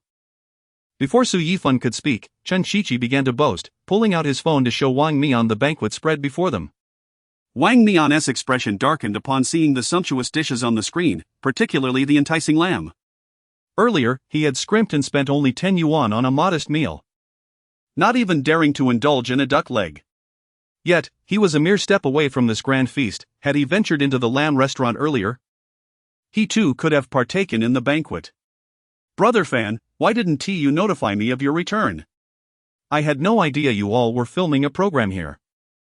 I had just finished my meal and was about to leave when I ran into my brother in Xiaogu, then Qiqi arrived." Observing Wang Mian's reaction, Su Yifan felt a twinge of helplessness. What could he do since he encountered these three? Well, at that moment, Wang Mian's expression of grievance elicited laughter from the others nearby. He perhaps had not anticipated that his frugality would render him the subject of jest among his peers. "Wangzi, your expression resembles that of someone who missed out on billions," Chen Qiqi teased, while prompting the nearby cameraman to capture a close-up of Wang Mian's face, intending to share this moment of mirth with the online audience post-broadcast. "Qiqi, I regret not treating you earlier. Had I done so, I might have had the chance to enjoy the feast," Wang Mian admitted, albeit reluctantly, recognizing the absurdity of the situation. At this juncture, the production team cleverly interjected with a reminder of their forthcoming task. It turned out that their next endeavor involved venturing to a marketplace, utilizing their funds to procure various items, followed by an inventive trading game. The game was structured around bartering. Each participant would purchase an item with their available cash and then seek to exchange it, with the objective of determining whose possession would yield the highest value after 3 hours. Chapter 17, Su Yifan Records for 5Ha, revised version. After several guests departed with laughter and cheer, the director retained Su Yifan, who had inadvertently wandered into 5Ha once more. "What do you think, Mr. Su? Would you care to join us on our show?"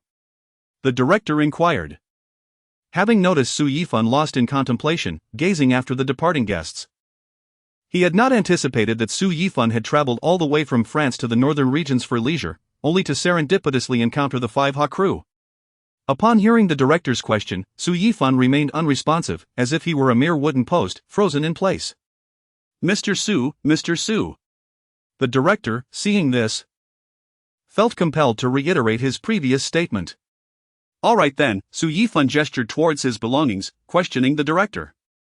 "No worries, we'll record a segment shortly." "You can hand over your wallet then," the director assured him. In truth, Su Yifan was reluctant to appear on the program, yet unexpectedly, the system that had never assigned him tasks before suddenly malfunctioned, issuing him his very first mission since its inception, to partake in this exchange game segment. The director's observation of Su Yifan's days was, in fact, a moment of communication between him and the system. System, come forth," he called. "Welcome, host. It is my pleasure to serve you," the system responded. "After 5 years, are you finally going to increase the intensity?" Over the past 5 years, Su Yifan had relied on sign-ins to accrue wealth from the system, and it was the first time the system had proposed a task. Thus, he realized that the system must have undergone some transformation, prompting him to summon it within his mind. "Indeed, host. Previously, the system deemed you not to be idle due to your employment. However, it appears you have no intention of returning to work now. Henceforth, the system has decided to abolish the previous sign-in method, opting instead for task assignments to aid you in planning your future. These tasks will be issued periodically, with varying rewards. Of course, the host could choose a life of leisure. With his current wealth, he could live comfortably even if he spent lavishly. However, that would mean bidding farewell to the system, which had other hosts awaiting its service. The system did not disclose to Su Yifan that, in recent days, he had been summoned for an upgrade, and now not only would he receive tasks but the system would also have performance metrics. Failure to meet these could result in a downgrade, and potentially a reset. Since their acquaintance and the years spent together, the system had gradually adapted to their dynamic, developing deep feelings for him. Thus, it was reluctant to part ways unless Su Yifan no longer required its assistance. Consequently, the system resolved to employ a new strategy to invigorate his ambition while simultaneously guiding him towards a path of long-term development. After careful consideration and weighing the pros and cons, Su Yifan ultimately chose to accept the task proposed by the system. In truth, he was not one to relish a life of ease, devoid of ambition. On the contrary, had he truly been so indolent, he would not have persevered in his job for 5 years, even with such a powerful tool at his disposal. Seeing Su Yifan acquiesce, the director promptly arranged for a contract to be prepared. Upon returning from France, he had immersed himself in the editing room and discovered that Su Yifan possessed a strong sense of camera presence and variety show appeal, perfectly aligning with their program. Consequently, all footage featuring Su Yifan was retained. Now, witnessing Su Yifan's willingness to engage in this game, the director instinctively felt compelled to formalize the arrangement with a contract. "Mr. Su, let us sign the contract first," he said cheerfully, extending a document. "Is it necessary to sign for just this segment?" Su Yifan inquired. "Come now, you've made the trip, why not enjoy a round?" The director's persuasive words led Su Yifan to reluctantly concede. "As for your remuneration, I will calculate it based on our flying guest rate for this episode, including the last one." No, there's no need for payment. I hardly contributed in the last episode, and I'm only joining midway this time. "In that case, we can consider 2.5 segments as one episode. You must accept the payment," the director insisted. Su Yifan, not one to shun financial gain, accepted the offered remuneration. "Very well, thank you, director," he replied, briefly reviewing the standard terms before signing his name. "Excellent, Mr. Su. We shall reconvene during the recording." The director secured the contract and quickly arranged for makeup artists to prepare Su Yifan, as he now qualified as a flying guest and could benefit from a touch-up. Stretching lazily, Su Yifan murmured to himself, "I hope this new task mode is not overly challenging." His natural good looks required little enhancement, allowing the makeup artist to work swiftly. "Alright, 3, 2, 1, and we are recording." The director remained close by, overseeing the entire process. "Now, for those who've watched the first episode, you'll know this gentleman is a friend of Chi-Chi, named Su Yifan." The director personally introduced him, hoping to mitigate any potential accusations of opportunism once the episode aired. Though uncertain of its efficacy, he felt compelled to clarify. He then collected Su Yifan's phone and wallet, providing him with a program phone and 80 yuan. Following this, a dedicated filming crew was assigned to accompany Su Yifan on his tasks. As a complete novice, he was granted access to the highest funds among all guests. After pondering briefly, he ventured into a stationery store, purchasing a sheet of rice paper and ink, then borrowing a vacant table outside to practice his calligraphy. Previously, he lacked the confidence to do so, but during the early morning sign-in, the system had bestowed upon him an advanced skill in calligraphy. Originally intending to seek an opportunity to test his abilities, he found himself utilizing them at this very moment. After some contemplation, Su Yifan inscribed the first character, Lun. Indeed, he was writing the renowned work Lantinggi Su by the calligraphy sage Wang Shiji. However, he did not intend to replicate the original, as he had never seen it. He could only draw from memory and employ his newfound calligraphy skills to compose the text. Chapter 18, Handwriting the Lantinggi Su. In the 9th year of Yonghe, during the early days of late spring, a gathering took place. Su Yifan silently recited the original text in his mind while inscribing the corresponding sentences onto paper. Observing this, the director of the follow-up filming immediately instructed the nearby cameraman to capture a close-up of Su Yifan. He felt that the earlier explanation provided by his director might have been superfluous, given Su Yifan's demonstrated skills. It was only a matter of time before numerous fans would congregate behind him. Setting aside the singing prowess Su Yifan had displayed in the previous episode, the calligraphy he was currently executing was evidently of profound mastery, even discernible to an untrained eye like his.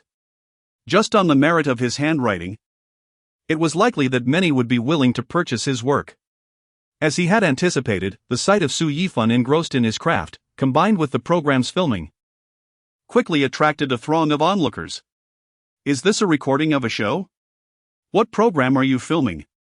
Su Yifan's sudden involvement, along with the hastily organized filming crew, resulted in a lack of any identifiable markings related to the program. Consequently, a flurry of inquiries erupted among the bystanders. The follow-up team, intent on avoiding any disturbances, refrained from responding. It was clear that, at this moment, Su Yifan lacked widespread recognition. Had anyone known him, security personnel would have had to intervene. In an effort to maintain a low profile and minimize attention, the follow-up director had brought security along, yet it was not yet time for them to take action. When the crew members remained silent, many onlookers glanced at Su Yifan, who was deeply focused on his writing, and eventually dispersed.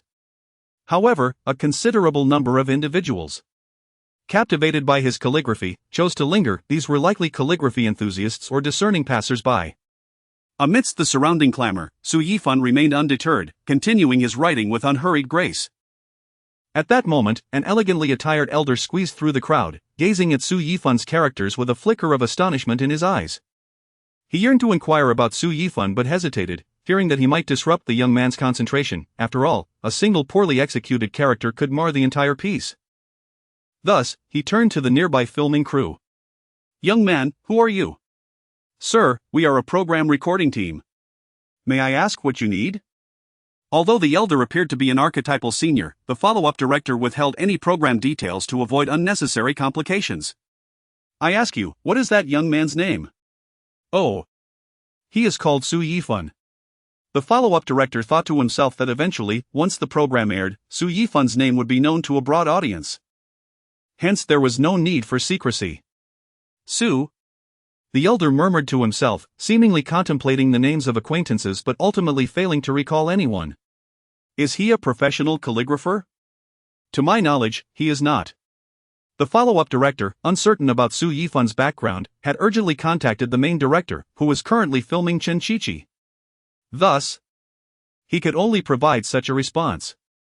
Meanwhile, Chen Qiqi was feeling quite vexed. Earlier at home, he had inquired about Su Yifan's interests, to which Su Yifan had mentioned calligraphy, even showcasing his skills at that time, albeit with a handwriting that resembled a dog's paw prints.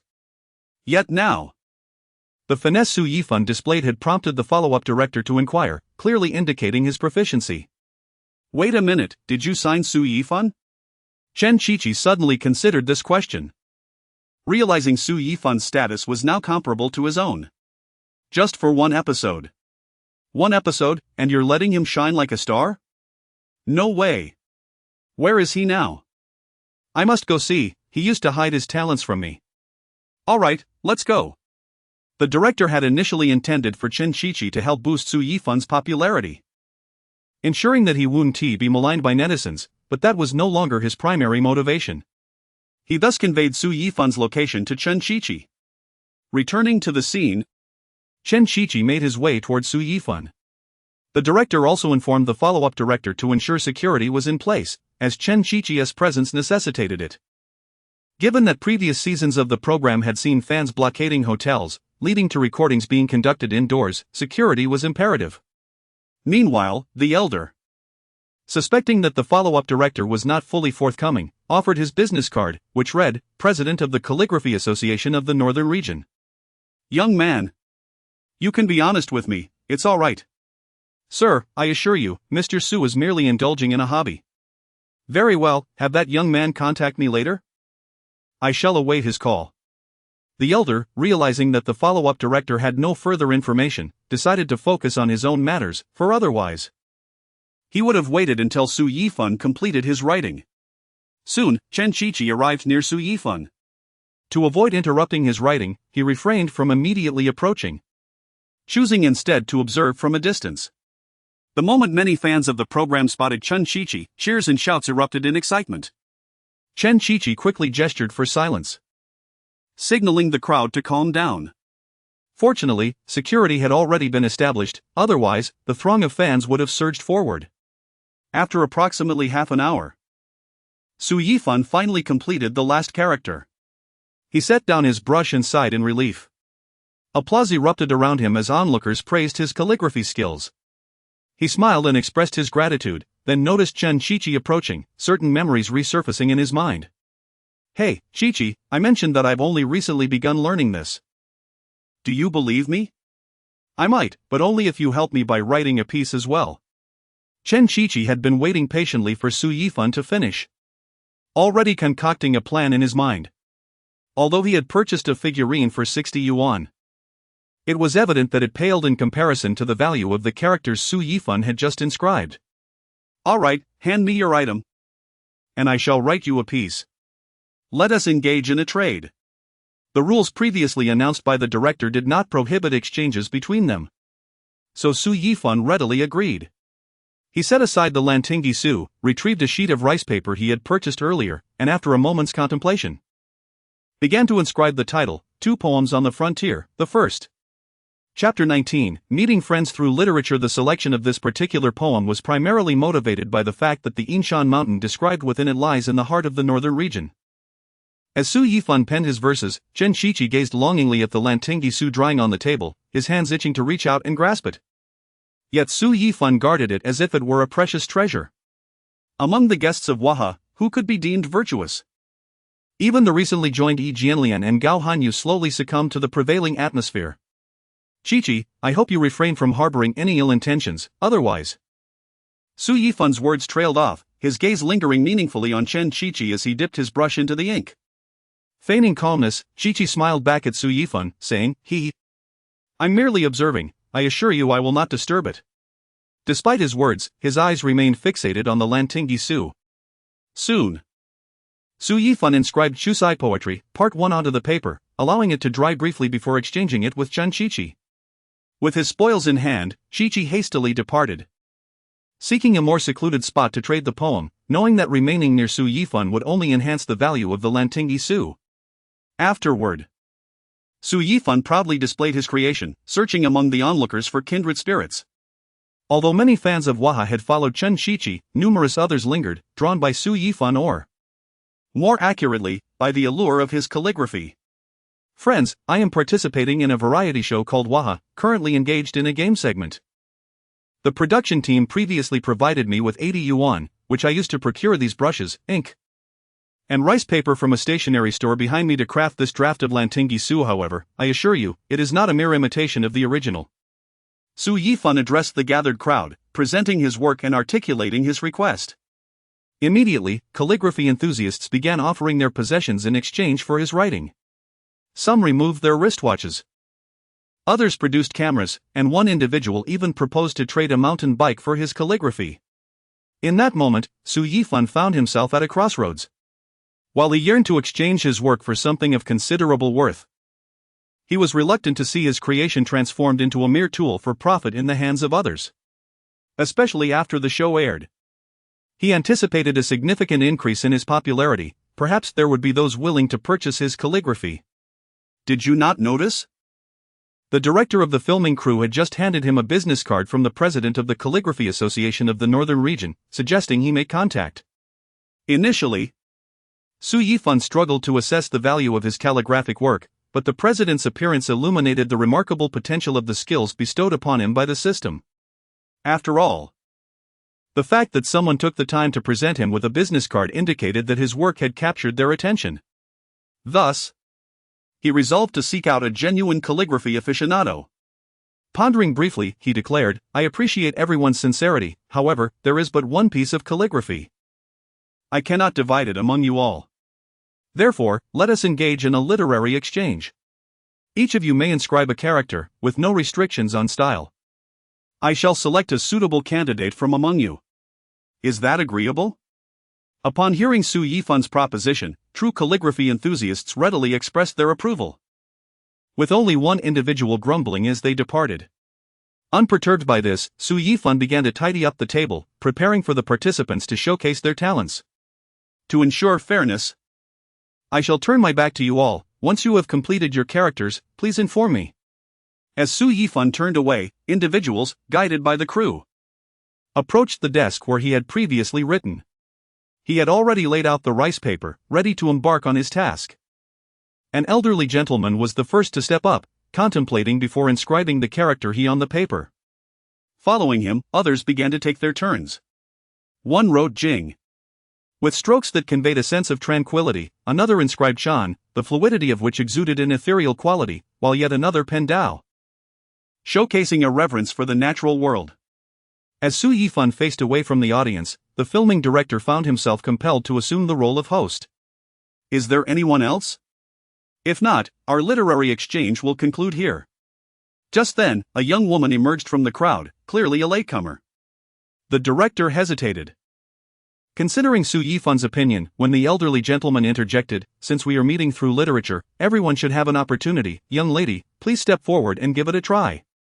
As the elder's words resonated, the surrounding crowd echoed their support, eager to grant the young woman a chance.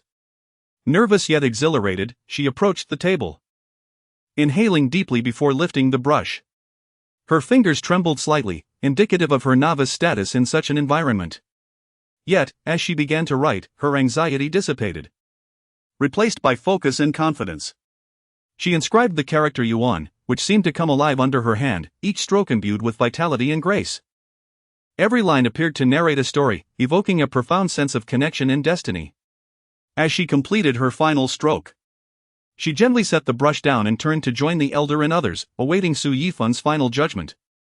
I hereby declare the Wuha literary exchange concluded. Once the young woman's work had dried, and no one else had approached, the filming director announced the end of the event. Simultaneously, he shuffled the order of all the pieces, allowing Su Yifan to turn around. Prior to turning, Su Yifan had coordinated with the system to assist in selecting the most fitting submissions. He possessed the ability to write, but lacked the skill to appraise art. As he turned to face the array of calligraphic works before him, a sense of trepidation washed over him. He understood that each piece represented the dedication and talent of its creator, necessitating a careful evaluation. Taking a deep breath, he began to scrutinize each work meticulously, his gaze lingering on each character, striving to perceive its essence and narrative. First, he noticed the character he, robustly written, exuding a beauty of harmony and balance. He nodded in approval of this piece.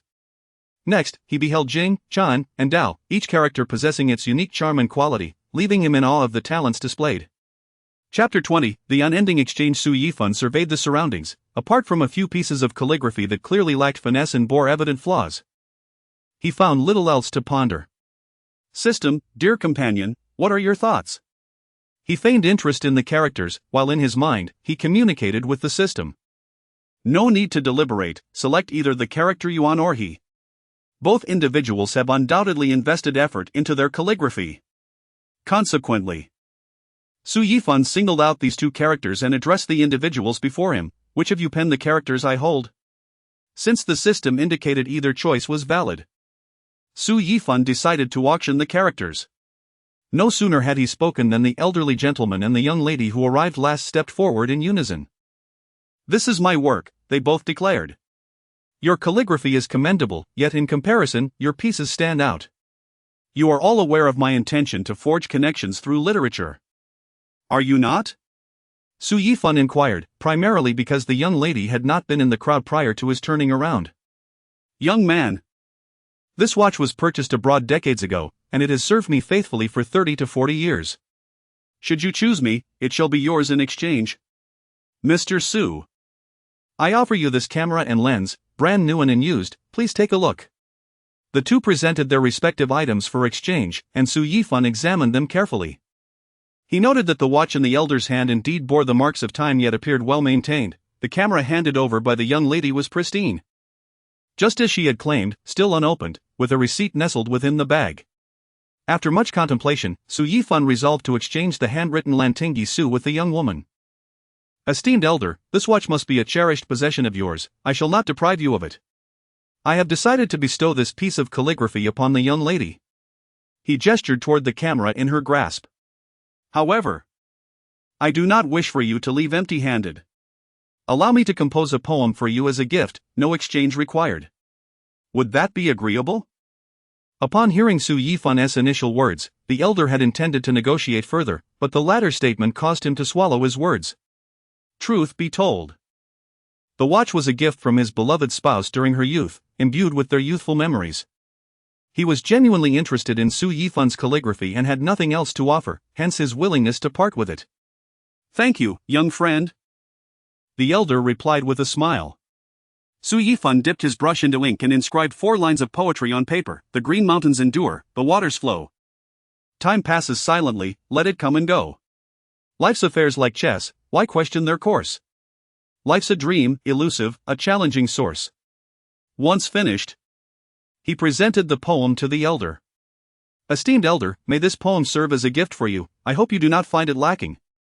The elder accepted the poem, perused it with care, and a satisfied smile graced his face. Young friend, your talent is remarkable, this poem is splendid. And I shall treasure it well. I appreciate your kind words, esteemed elder, Su Yifan replied with a smile, then turned to the young lady. This calligraphy is now yours. I hope it brings you joy. The young lady accepted the calligraphy with delight, carefully stowing it away. I adore it, thank you. Do not mention it. May our paths cross again, Su Yifan said. Indeed, she nodded and departed. Thus, the first gathering of the literary exchange concluded. While Su Yifan prepared to depart, let us turn our attention to Chen Qiqi, who ventured forth with the calligraphy in hand, embarking on a quest to seek out his desired individuals. After changing streets, he began his search for his targets. Qiqi, over here. Chen Qiqi had garnered quite a following. He greeted the assembled crowd before preparing to leave. Suddenly struck by a thought, he halted and inquired of the crowd, have you seen anyone else? Xiao Gu just passed by, and so did Lu Han. Realizing he could not catch up with Su Yifan, Chen Qiqi aimed to secure a second-place position, thus he needed to glean information about others' movements. Old Deng has left. I must pursue him. With that, Chen Qiqi hastened in the direction Old Deng had taken. As he ran, he scanned the area, eager to locate Old Deng swiftly. At last, he spotted Old Deng at a street corner. Chen Qiqi quickened his pace, reaching Old Deng's side. Old Deng, what treasure have you acquired? He panted. I have exchanged for a landscape painting, rich in meaning. Old Deng proudly displayed his newly acquired artwork. Where did you make the exchange? With one of my fans just now, she claimed to have painted it herself. Very good. And you? What did you obtain? I exchanged for a piece of calligraphy. Freshly written. In contrast to the exquisite landscape painting in Old Deng's possession, Chen Qiqi merely held a simple sheet of rice paper, prompting Old Deng to lose interest. Feeling secure in his position. After all, the calligraphy was just a recent gift from a fan, hardly worth hundreds or thousands. Yours is commendable as well. Old Deng aimed for first place, thus he engaged in minimal conversation with Chen Qiqi before departing alone, wary of any unsporting behavior from Chen Qiqi. Watching Old Deng's receding figure, Chen Qiqi felt a competitive spark igniting within him. He resolved to seek out more individuals for exchanges, determined to surpass Old Deng. Continuing along the street, he encountered a stall selling handcrafted items. Upon entering, he was captivated by a splendid wooden carving and began negotiating with the shopkeeper. Hello? What do you think of this piece of calligraphy? Could I exchange it for that wooden carving? Chen Qiqi unfurled the calligraphy before the shopkeeper. Apologies. But I must consult the owner. Is the owner in the shop? One moment, the owner is upstairs. Shortly thereafter, the shopkeeper summoned the owner from above. The owner examined the calligraphy, nodding in approval. This is quite well written, however, my wooden carving is handcrafted and somewhat pricey. Chen Qiqi quickly replied, I understand. I can add something else to sweeten the deal. How about this badge? If that doesn't suffice, I could take a photo with you. The badge was a remnant of leftover money from purchasing toys, which he had initially intended to keep for himself. The owner scrutinized the badge. Then glanced at Chen Qiqi's hopeful expression, ultimately agreeing to the exchange. After taking a commemorative photo with the owner, Chen Qiqi continued his journey of treasure hunting with the handcrafted wooden carving in hand. Meanwhile, the others roamed the streets and alleys of Hohhot, engaging in successive exchanges, elevating the value of their possessions with each transaction. Chapter 21. The fortuitous Chen Qiqi. As time progressed, the night gradually descended, and the streets of Hohhot began to shimmer with brilliant lights. Chen Qiqi navigated through the bustling crowd, tightly clutching a wooden carving, his heart brimming with anticipation and anxiety. He had exchanged a piece of calligraphy and a badge for this invaluable wooden sculpture, yet he was acutely aware that this was not his ultimate destination. His aspiration was to uncover even more precious treasures, striving for a commendable performance in this venture into the world. At that moment, his eyes brightened as he spotted an antique jade shop, steeped in old-world charm. A clever idea sparked within him, prompting him to venture inside for a stroke of luck. Upon entering the antique store, he was mesmerized by the myriad of jade artifacts, his senses overwhelmed by the splendor. His busy work life had never afforded him the opportunity to browse through an antique shop before. After a thorough exploration, he finally found his target. "Excuse me, shopkeeper. We are currently filming a program called Wuha." Before Chen Qiqi could finish, the shopkeeper exclaimed, "Wuha. I know you are Chen Qiqi, right?" Yes. That's me," Chen confirmed eagerly. "Thank you for welcoming us to your establishment." "Thank you. Well, I have something a bit awkward to ask," he continued. "Not a problem. Go ahead." "Well, we are in a segment where we trade items. I was wondering if I could exchange this wooden carving for a jade pendant?" Chen Qiqi gestured shyly towards a pendant showcased in the cabinet, his gaze intensifying as he awaited the shopkeeper's reaction. The shopkeeper smiled slightly, picking up the jade pendant and gently caressing it, as if savoring its historical essence. He raised his gaze to meet Chen Qiqi's eyes and said, "This jade pendant is the pride of our shop. Though I appreciate your wooden carving, I must." Before he could finish, Chen Qiqi grasped the implication. He didn't wish to impose, cognizant of the significant disparity in value between the wooden sculpture and the jade pendant, and thus he conceded. "Is there anything in your shop that is low in price but high in value?" A hint of reluctance colored Chen Qiqi's tone. He understood that to excel in this barter game, he must identify a treasure of greater worth. "How about this? I recently acquired a batch of uncut jade from Myanmar. The specific quality within is unknown, but if you're interested, you can select one in exchange for your wooden carving." The shopkeeper's proposition stirred excitement within Chen Qiqi. He understood that the value of jade hinged entirely on its internal quality, and uncut jade was akin to an enigma, full of infinite possibilities. Perhaps this gamble would elevate him to a position of triumph in this endeavor. "May I take a look at the jade?" Chen Qiqi requested, finding himself at a crossroads of decision.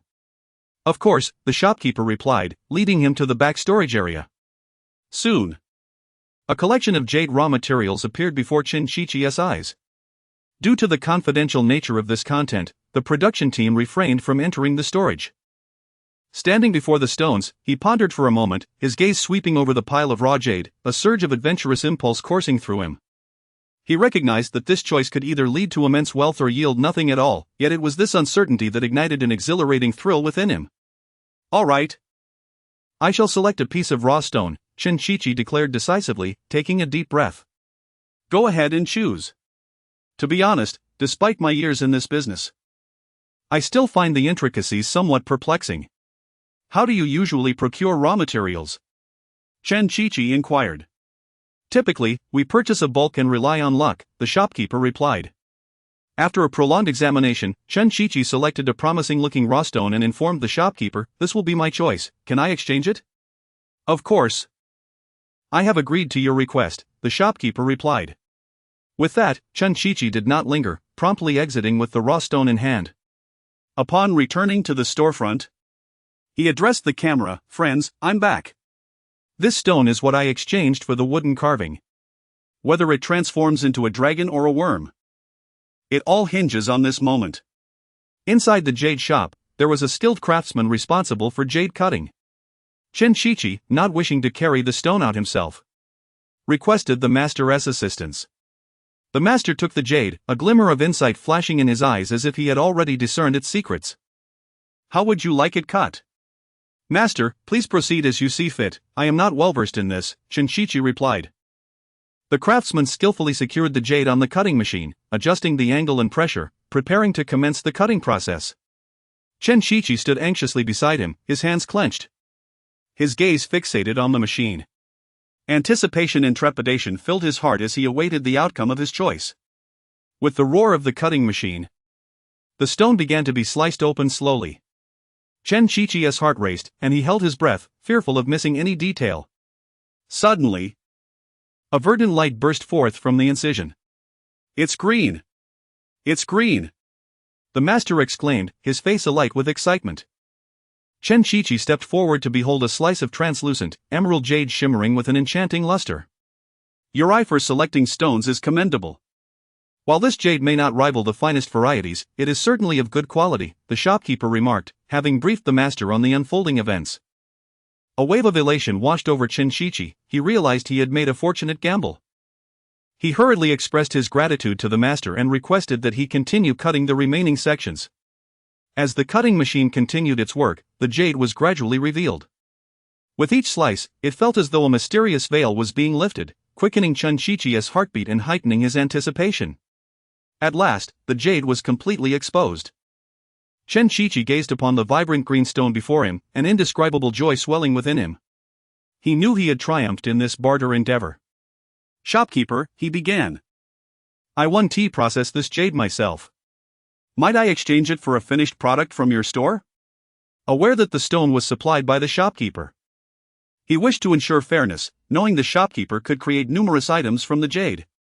Upon hearing this, a flicker of gratitude crossed the shopkeeper's eyes as he assessed the exquisite jade before him, already contemplating his options. "Young man, the quality of this jade is indeed commendable. Since you are willing to exchange for a finished product, I will ensure you do not leave empty-handed," the shopkeeper replied with a smile. Chapter 22. The competition approaches its conclusion at last. The proprietor bestowed upon Chen Shiqi the cherished gem he had previously examined.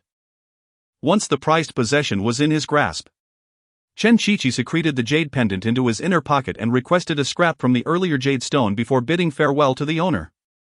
As he stepped out of the jade shop, a radiant smile of satisfaction and joy illuminated his face. His desire for a scrap was twofold, as a memento and as a prop to bamboozle others. With time still remaining before the conclusion of the barter competition, he knew he would inevitably encounter others, particularly Deng Chao, who was aware of his newfound treasure. Emerging onto the street, the lights cast a glow upon his visage, as if applauding his triumph. In that moment, he felt an urge to exclaim, "Who else?" but restrained himself, fully cognizant that, although he had struck gold this time, the competition was far from over, and he must not let hubris take hold. He continued his promenade, mulling over his upcoming plans. Before entering the jade shop, he had aimed for a second place, but now he aspired to seize the coveted first. If fortune permitted, he contemplated exchanging his jade pendant for something of even greater value, though he understood the likelihood of such an opportunity was slim. At this juncture, his primary concern lay with Su Yifan. He was uncertain what Su Yifan had acquired in exchange for his calligraphy and what subsequent trades had transpired. Nevertheless, as he wandered, he did not encounter Su Yifan, but rather crossed paths with Deng Chao. Upon seeing him, Deng Chao's eyes flickered with surprise, quickly returning to a facade of composure. "Shiqi, what do you have there? Have you secured something valuable?" Deng Chao inquired nonchalantly. Chen Shiqi smiled enigmatically, concealing the bag behind him. "Why don't you take a guess?" he teased, deliberately piquing Deng Chao's curiosity. Deng Chao's interest peaked, understanding that Chen Shiqi was not one to readily divulge his secrets. Yet he found himself unable to resist the urge to pry. "Let me see yours first, and then I shall reveal mine." Chen Shiqi feigned a negotiating stance, a sly grin curling at the corners of his mouth. Deng Chao hesitated briefly, then chuckled heartily, retrieving a small box from his backpack and presenting it to Chen Shiqi. "All right, take a look at mine first." Carefully, Chen Shiqi opened the box to reveal an ancient jade hairpin, its surface smooth and warm, intricately carved, as if imbued with the passage of time. A flicker of intrigue stirred within him. It was indeed a remarkable piece. Yet he knew he needed further appraisal to ascertain its true value. "This hairpin appears quite aged," he remarked, masking his intrigue as he closed the box and returned it to Deng Chao. To his surprise, Deng Xiao had also set his sights on jade artifacts and had successfully procured one. Momentarily, Chen Qiqi felt a pang of anxiety. He was no expert and could not determine whether the jade pendant he possessed was of greater worth than the hairpin. "Can I see what you've got now?" Deng Xiao pressed eagerly. With a slight smile, Chen Qiqi produced the scrap from his pocket and handed it to Deng Xiao. "Here it is." Deng Xiao examined the scrap closely, a hint of disappointment flitting across his features. "This is what you traded for? It doesn't seem particularly impressive." Internally triumphant, Chen Qiqi knew Deng Xiao could not fathom that this scrap had been cut from an invaluable jade stone. "Ah, you underestimate it, this is quite the treasure," he cryptically asserted, choosing not to elaborate further. "What is this? A mere scrap? No, you must be hiding something. It can't possibly be just a scrap, look closely. There's jade here. I obtained a raw stone from the owner and had it cut. When I saw the green, I instructed the craftsman to cease work, intending to take it home for further refinement." Chen Qiqi spun a tale so compelling that even he believed it. The scrap he had selected just happened to bear a hint of jade, and Deng Xiao was none the wiser. As Chen Qiqi had surmised, Deng Xiao seemed to buy into his story. "Qiqi, this is definitely promising, you've outdone yourself." After a brief exchange, they prepared to part ways, both determined to claim the top prize and eager for one last gamble. Just as Deng Xiao began to walk away, Chen Qiqi recalled something and called out to him. "Have you seen Su Yifan? What did he manage to trade for?" Deng Xiao shook his head in response. "No, I haven't seen him, so I can't say what he acquired. However, his discerning eye is typically reliable, he should have secured something worthwhile." Chen Qiqi nodded, his anticipation for Su Yifan's potential treasures growing. He recognized Su Yifan's exceptional taste among their group, and he eagerly awaited the surprises Su Yifan might unveil during the competition. After a brief further conversation, they parted ways to continue their barter adventures. As Chen Qiqi walked, a blend of excitement and anxiety coursed through him. Initially, he considered Su Yifan his sole rival, but now Deng Xiao, Lu Han, Wang Mian, and others also posed potential threats, each capable of acquiring remarkable items. He realized that this barter competition tested not only their discernment and fortune but also their strategy and mindset. Taking a deep breath, he clutched the jade pendant tightly, feeling its warmth and strength. He understood that this pendant was his trump card, his beacon of hope. He continued his journey along the street, seeking the next opportunity for exchange. Whenever he spotted a shop or stall, he instinctively paused to scrutinize the wares, contemplating whether any could serve as his next bargaining chip. As time ticked by, Chen Qiqi gradually discerned certain patterns. He noted that some individuals possessed seemingly inconspicuous items that concealed immense value, while others held flashy possessions that were, in reality, quite worthless. Throughout this process, he encountered challenges and setbacks. On several occasions, he nearly succumbed to despair, yet each time, the thought of the jade pendant reignited his determination. Thus, he persevered, pressing onward. Just then, a notification from the production team appeared in the group chat. There are only 30 minutes remaining in this barter event. Players are encouraged to seize the moment to acquire superior items. Of course, those with confidence may directly report to the Hohot Exhibition Center. Chapter 23, Su Yifan hits the jackpot. Upon receiving the notification from the production team, Su Yifan hastily hailed a cab to the final verification, feeling that he had already struck gold. The story begins after he exchanged items with a young lady. After acquiring the camera, Su Yifan returned the borrowed items to the stationery store, leaving behind a piece of his calligraphy as a token of gratitude. Unbeknownst to him, after the broadcast of the show, his calligraphy was critiqued by numerous renowned experts, causing a sudden surge in its popularity. His work was praised for its fluidity and depth, with some even dubbing him a rising star in the realm of calligraphy. Consequently, the value of his calligraphy skyrocketed, and media personnel flocked to the owners of his pieces, including the stationery store, which soon became the center of attention, but that is a tale for another time. After leaving the stationery store, Su Yifan commenced his search for the next treasure, much like Chen Qiqi, realizing the difficulty of finding items of greater value for exchange. Nevertheless, his discerning eye proved to be sharper than Chen Qiqi's. He understood that in this game, value is not solely determined by the object itself, but rather by the perceptions and needs of individuals. Additionally, equipped with a skill acquired through a sign-in reward that allows him to identify valuable items, he swiftly directed his focus towards antique shops, hoping to unearth hidden gems.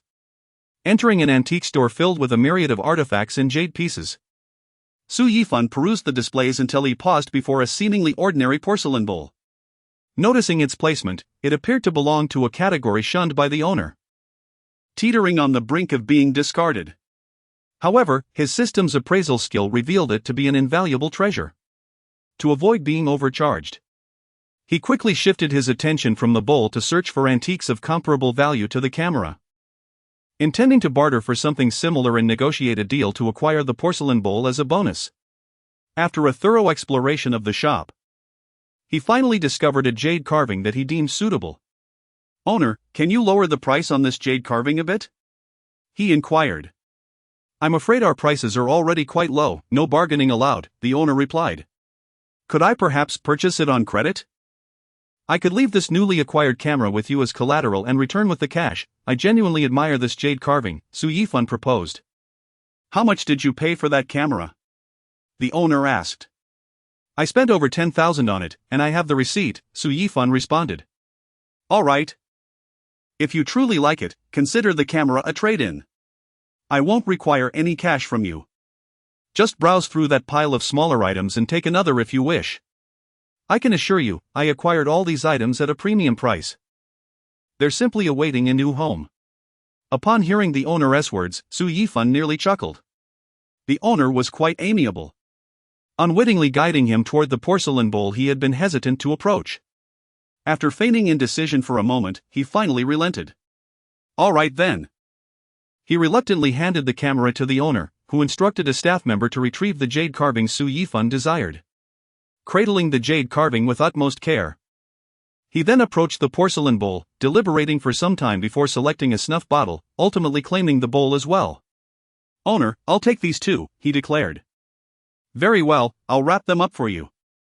The owner showed no particular interest in Su Yifan's selections, as those items were on the verge of being discarded should no one express interest. "Thank you, owner," Su Yifan smiled as he accepted the package, secretly elated. The snuff bottle was rather unremarkable, essentially a modern craft, but the porcelain bowl was another matter entirely. Though he was unaware of its era, the system's endorsement assured him of its significance. As he exited the antique store, Su Yifan felt a wave of tranquility wash over him. Strolling down the bustling street with his package in hand, he reveled in the lively atmosphere surrounding him, yet his heart remained serene. He recognized that this exchange not only granted him precious items but also allowed him to savor the joys and challenges of life. Soon after, Su Yifan hailed another cab, swiftly departing from the area. The documentary crew, astonished, wondered what he intended to do next. However, upon arriving at his next destination, the crew was left speechless. What they presumed to be an inconsequential porcelain bowl turned out to be a relic from the Qing dynasty. Had it not been for the random choice of the antique shop, they might have thought Su Yifan had orchestrated this entire scene. The shop owner was eager to offer 450,000 for the bowl. Observing the fervor in the antique shop owner's eyes, Su Yifan remained unfazed. He smiled and shook his head gently, carefully placing the porcelain bowl back in its package before standing upright. "Owner, this bowl holds significant meaning for me. I have no intention of selling it." The owner's expression flickered with disappointment at these words, but he quickly regained his enthusiastic demeanor.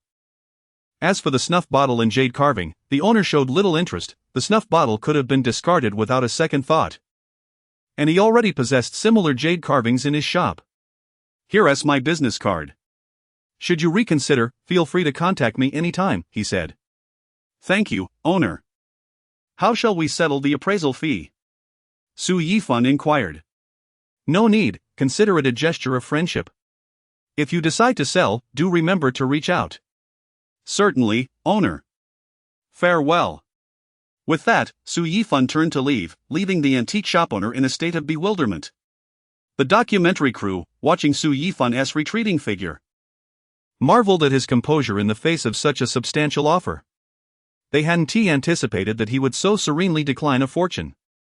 Yet, It soon dawned on them that Su Yifan was not motivated by financial gain in participating in this program. Had that been the case, he might have joined the group during the previous episode in France.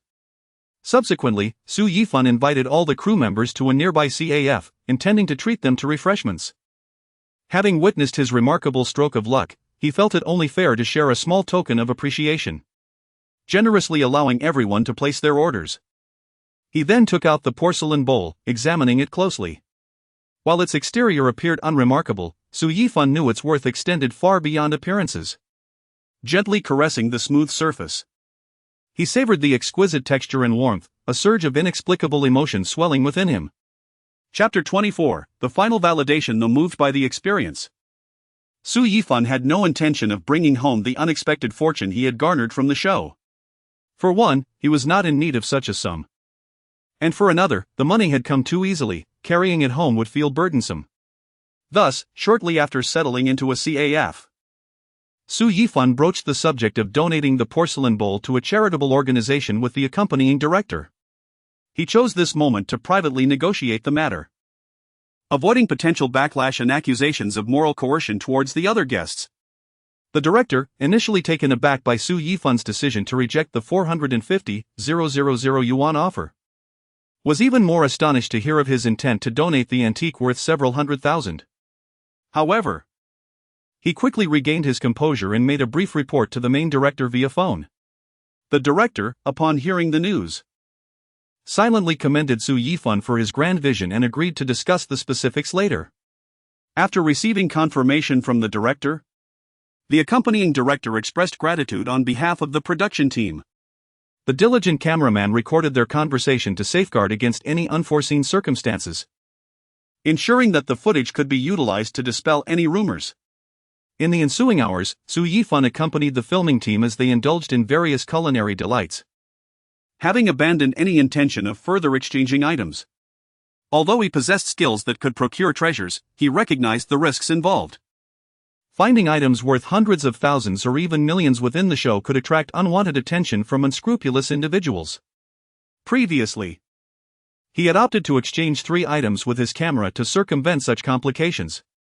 Throughout the recorded segments, it was evident that Su Yifan held the snuff bottle and jade carving in high regard, even taking time in the car to introduce the snuff bottle to the camera. Yet, the antique shop owner later dismissed the snuff bottle as commonplace, providing viewers with a clear impression that Su Yifan's find was merely a stroke of luck. Coupled with his decision to donate the porcelain bowl, he likely minimized any potential public scrutiny. Upon receiving a notification from the production team, Su Yifan hailed a cab and headed directly to the exhibition center in Wuha. Upon his arrival, the director awaited him. They discussed the details surrounding the donation, and Su Yifan signed a donation agreement. After signing, he exhaled a sigh of relief, a profound sense of fulfillment washing over him. This act not only affirmed his personal benevolence but also radiated positive energy to society. He understood that in this era of rampant materialism, maintaining one's original intent and influencing others through tangible actions was far more precious than any material gain. This was not Su Yifan's first foray into philanthropy. Once his personal wealth reached 8 digits, he established a charitable foundation focusing on aiding children in impoverished mountain regions with education and healthcare. Over the years, his foundation had donated over 100 million yuan, and Su Yifan ensured that proper oversight was in place, guaranteeing that the funds reached truly needy children. Meanwhile, the director observed Su Yifan with admiration and respect. He was aware of Su Yifan's ownership of a vineyard and speculated that he might possess other enterprises. Yet those finances remained outside his purview. Frankly, the value of the porcelain bowl far surpassed the remuneration the production team had allocated to Su Yifan. Director: "If the rankings are not to my favor, I would prefer not to participate," he stated, considering the hard-earned money of the other contestants, who had exchanged their labor for goods, while his funds came directly from the production team. The director, understanding his sentiment, smiled reassuringly and replied, "Whether or not you participate in the rankings is inconsequential, publicizing your donation is far more significant. Director, should the other guests refrain from mentioning this donation? I would prefer it remain undisclosed. However, if they all contribute, then it matters not." Su Yifan articulated his wishes. The director, comprehending his intent, nodded in agreement. Having finalized all arrangements, Su Yifan returned to the cameras, feigning the appearance of having just arrived at the final verification venue. "Director, am I early?" he inquired. "You are the first to arrive," the director responded, playing along with Su Yifan's act before directing him to the nearby resting area, where an array of refreshments awaited. As the recording resumed, other guests gradually arrived at the exhibition center. Some bore the joy of fruitful exchanges, while others appeared somewhat disheartened.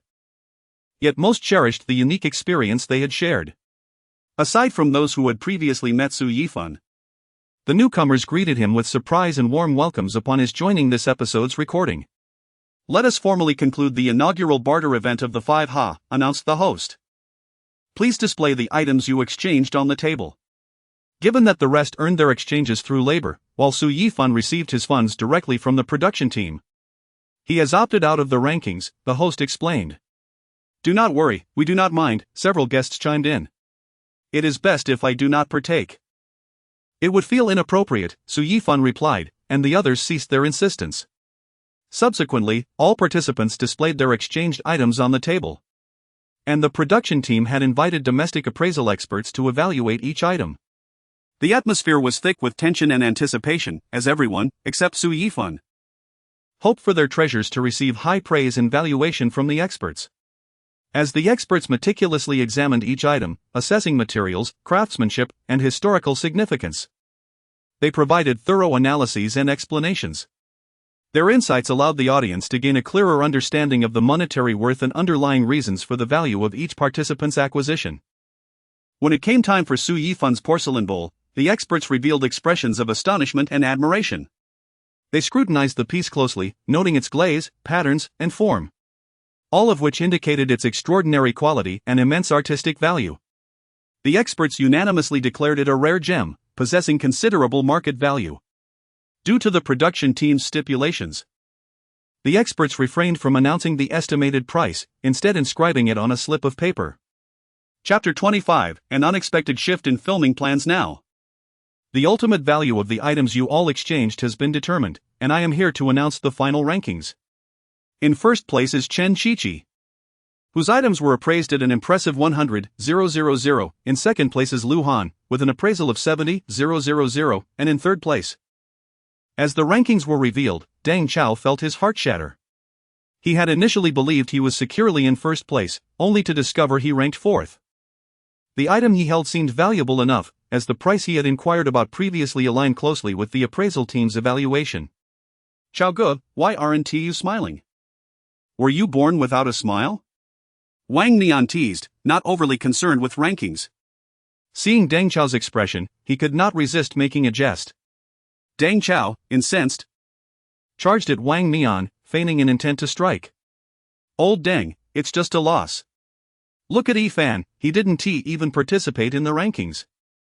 Hearing Chen Qiqi's words, Deng Chao's mind twisted with dark amusement. He was eager to see the value of Su Yifan's items. If Su Yifan's appraisal were lower than his own, he would take the opportunity to mock him. "Director, although Yifan didn't partake in the rankings, he was involved in the entire recording process. Shouldn't we respect his contributions and disclose the value of his items? Are you certain you want me to announce it?" "Of course, why not? Then let me reveal Su Yifan's final appraisal, 500,000. This figure represented the combined value of the three items in Su Yifan's possession. However, the appraisal team's estimates were slightly higher than those provided by the antique shop owner, as the latter had to consider resale. "How much?" The crowd echoed, eager for confirmation. 500,000. The room erupted in astonishment, and Deng Chao's expression was a spectacle to behold. He could scarcely believe his ears. "What? Old Deng, I'm coming for you." To assure himself he wasn't dreaming, Deng Chao pinched Chen Qiqi, who promptly retaliated, sparking a playful chase across the recording venue, much to the amusement of the others. "Big brother, Yifan, quick, help me catch old Deng." Chen Qiqi called out, unable to keep pace with Deng Chao, but his teammates feigned ignorance, completely disengaging from the chaos. Observing the fray, Su Yifan shook his head in exasperation. At that moment, the director interjected with a microphone. "All right, enough of the antics. This segment of recording has concluded, and we must proceed to the next location. Okay, Chi-Chi, I concede. I won't run anymore, just let me ask Yifan something. Seeing Deng Chao relent, Chen Chi-Chi seized the opportunity to deliver a light-hearted reprisal. Su Yifan initially assumed Deng Chao was going to inquire about the origins of his items. However, Deng Chao pulled him aside and whispered, "Yifan, what do you plan to do with these items?" Su Yifan, instead of answering directly, posed a counter-question, "Chao Guo, what do you all intend to do?" We discussed this among ourselves and intend to donate these items, as we are not in need of the money. If you wish to take them home, we won't mention it on the show. But before Deng Chao could finish, Su Yifan handed him the donation agreement he had previously tucked away. Excellent, it seems we are aligned in our thoughts. Deng Chao was initially taken aback. But recalling Chen Chi-Chi's earlier remarks about Su Yifan, he quickly found peace with the decision. Director, after unanimous agreement, we plan to donate these items to impoverished children in the northern region. We kindly ask the Director's team to assist in coordinating this. After concluding discussions with Su Yifan, Deng Chao returned to the director and shared their decision.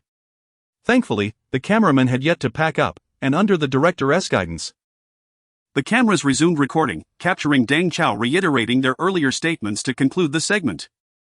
The director expressed gratitude for their decision and assured that he would swiftly contact the relevant organizations to facilitate the donation process. Subsequently, the group set off for the new filming location. On the journey, Deng Chao could not help but ask Su Yifan, "Yifan, what inspired you to consider donating these items?" Su Yifan replied with a smile, "I believe these items are merely material possessions to me. It is far better to give them to those who truly need them, allowing them to serve a greater purpose. Moreover, helping others brings joy. And since these items originated from the northern region, donating them is simply a return to where they came from." The others nodded in agreement, and Chen Chi-Chi laughed. "But you sly fellow, you secretly contacted the director without us. If we hadn't all decided this, you would have outdone us. You owe us a feast when we return, otherwise, this matter isn't settled. Sure, when we return to Shanghai, I'll treat everyone. If you happen to be working elsewhere, we can discuss it then." As the scenery outside the window shifted continuously, they journeyed forward, energized and ready for the next unknown challenge. Originally, the production team had planned to film at a restaurant featuring local northern cuisine, but unforeseen circumstances had caused the arrangements to be prematurely discovered. On their way to the restaurant, the director's team received a call from the on-site staff.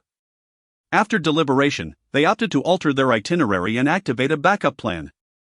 Due to the disruption of our original plan, our next filming location will be this residential area. Please pair up and visit the residents' homes for a meal, which may affect your accommodations for the night. Really? It's almost mealtime, and you want us to crash a meal? Is that appropriate?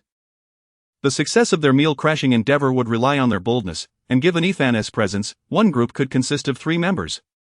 Director, may I request to be in a group by myself? I fear they might hinder my performance. Naturally, it was Deng Chao who instigated this commotion. That is permissible. The director had no objections to Deng Chao's request. Additional participants could yield more material for editing, a mutually beneficial arrangement. Subsequently, the remaining members drew lots to determine their teams: Chen Chi-Chi and Gao Hanyu, Wang Mian and Yi Jianlian, Lu Han and Su Yifan, and Fan Ziyi and Uncle Bao. Chapter 26, The Collective Dinner Invitation. Subsequently, the production team generously allocated each group a sum of 100 yuan to be spent on gifts for their hosts. Deng Chao, holding the 100 yuan bill, boasted with a hint of pride, "Look here, when divided between 2, each can only afford a gift worth 50 yuan. How presumptuous! Ha ha! Imagine the awkwardness of showing up alone for a meal." Before he could finish, Chen Chi-Chi interjected, "But isn't it equally awkward for 2 to show up uninvited? Negative multiplied by negative equals positive, hence no awkwardness. Enough of this chatter, I must prepare the gift." With a sly smile, Deng Chao embarked on his quest to find a family willing to host him, plotting how his wit and humor might turn him into the dark horse of this dining challenge. As he walked, he observed his surroundings, attempting to decipher from the residents' expressions and the decorations adorning their doors which household might be more inclined to accept an unexpected guest. He greeted passers-by along the way. "Good evening, sister. Hello, brother. Have you eaten yet? Oh, you have? Never mind then. Meanwhile, the duo of Lu Han and Su Yifan appeared warm and harmonious. Although their acquaintance had not been long, they shared a mutual talent for singing. While Su Yifan's gift was bestowed by the system, it did not hinder their rapport. They chatted amiably while searching for the perfect gift.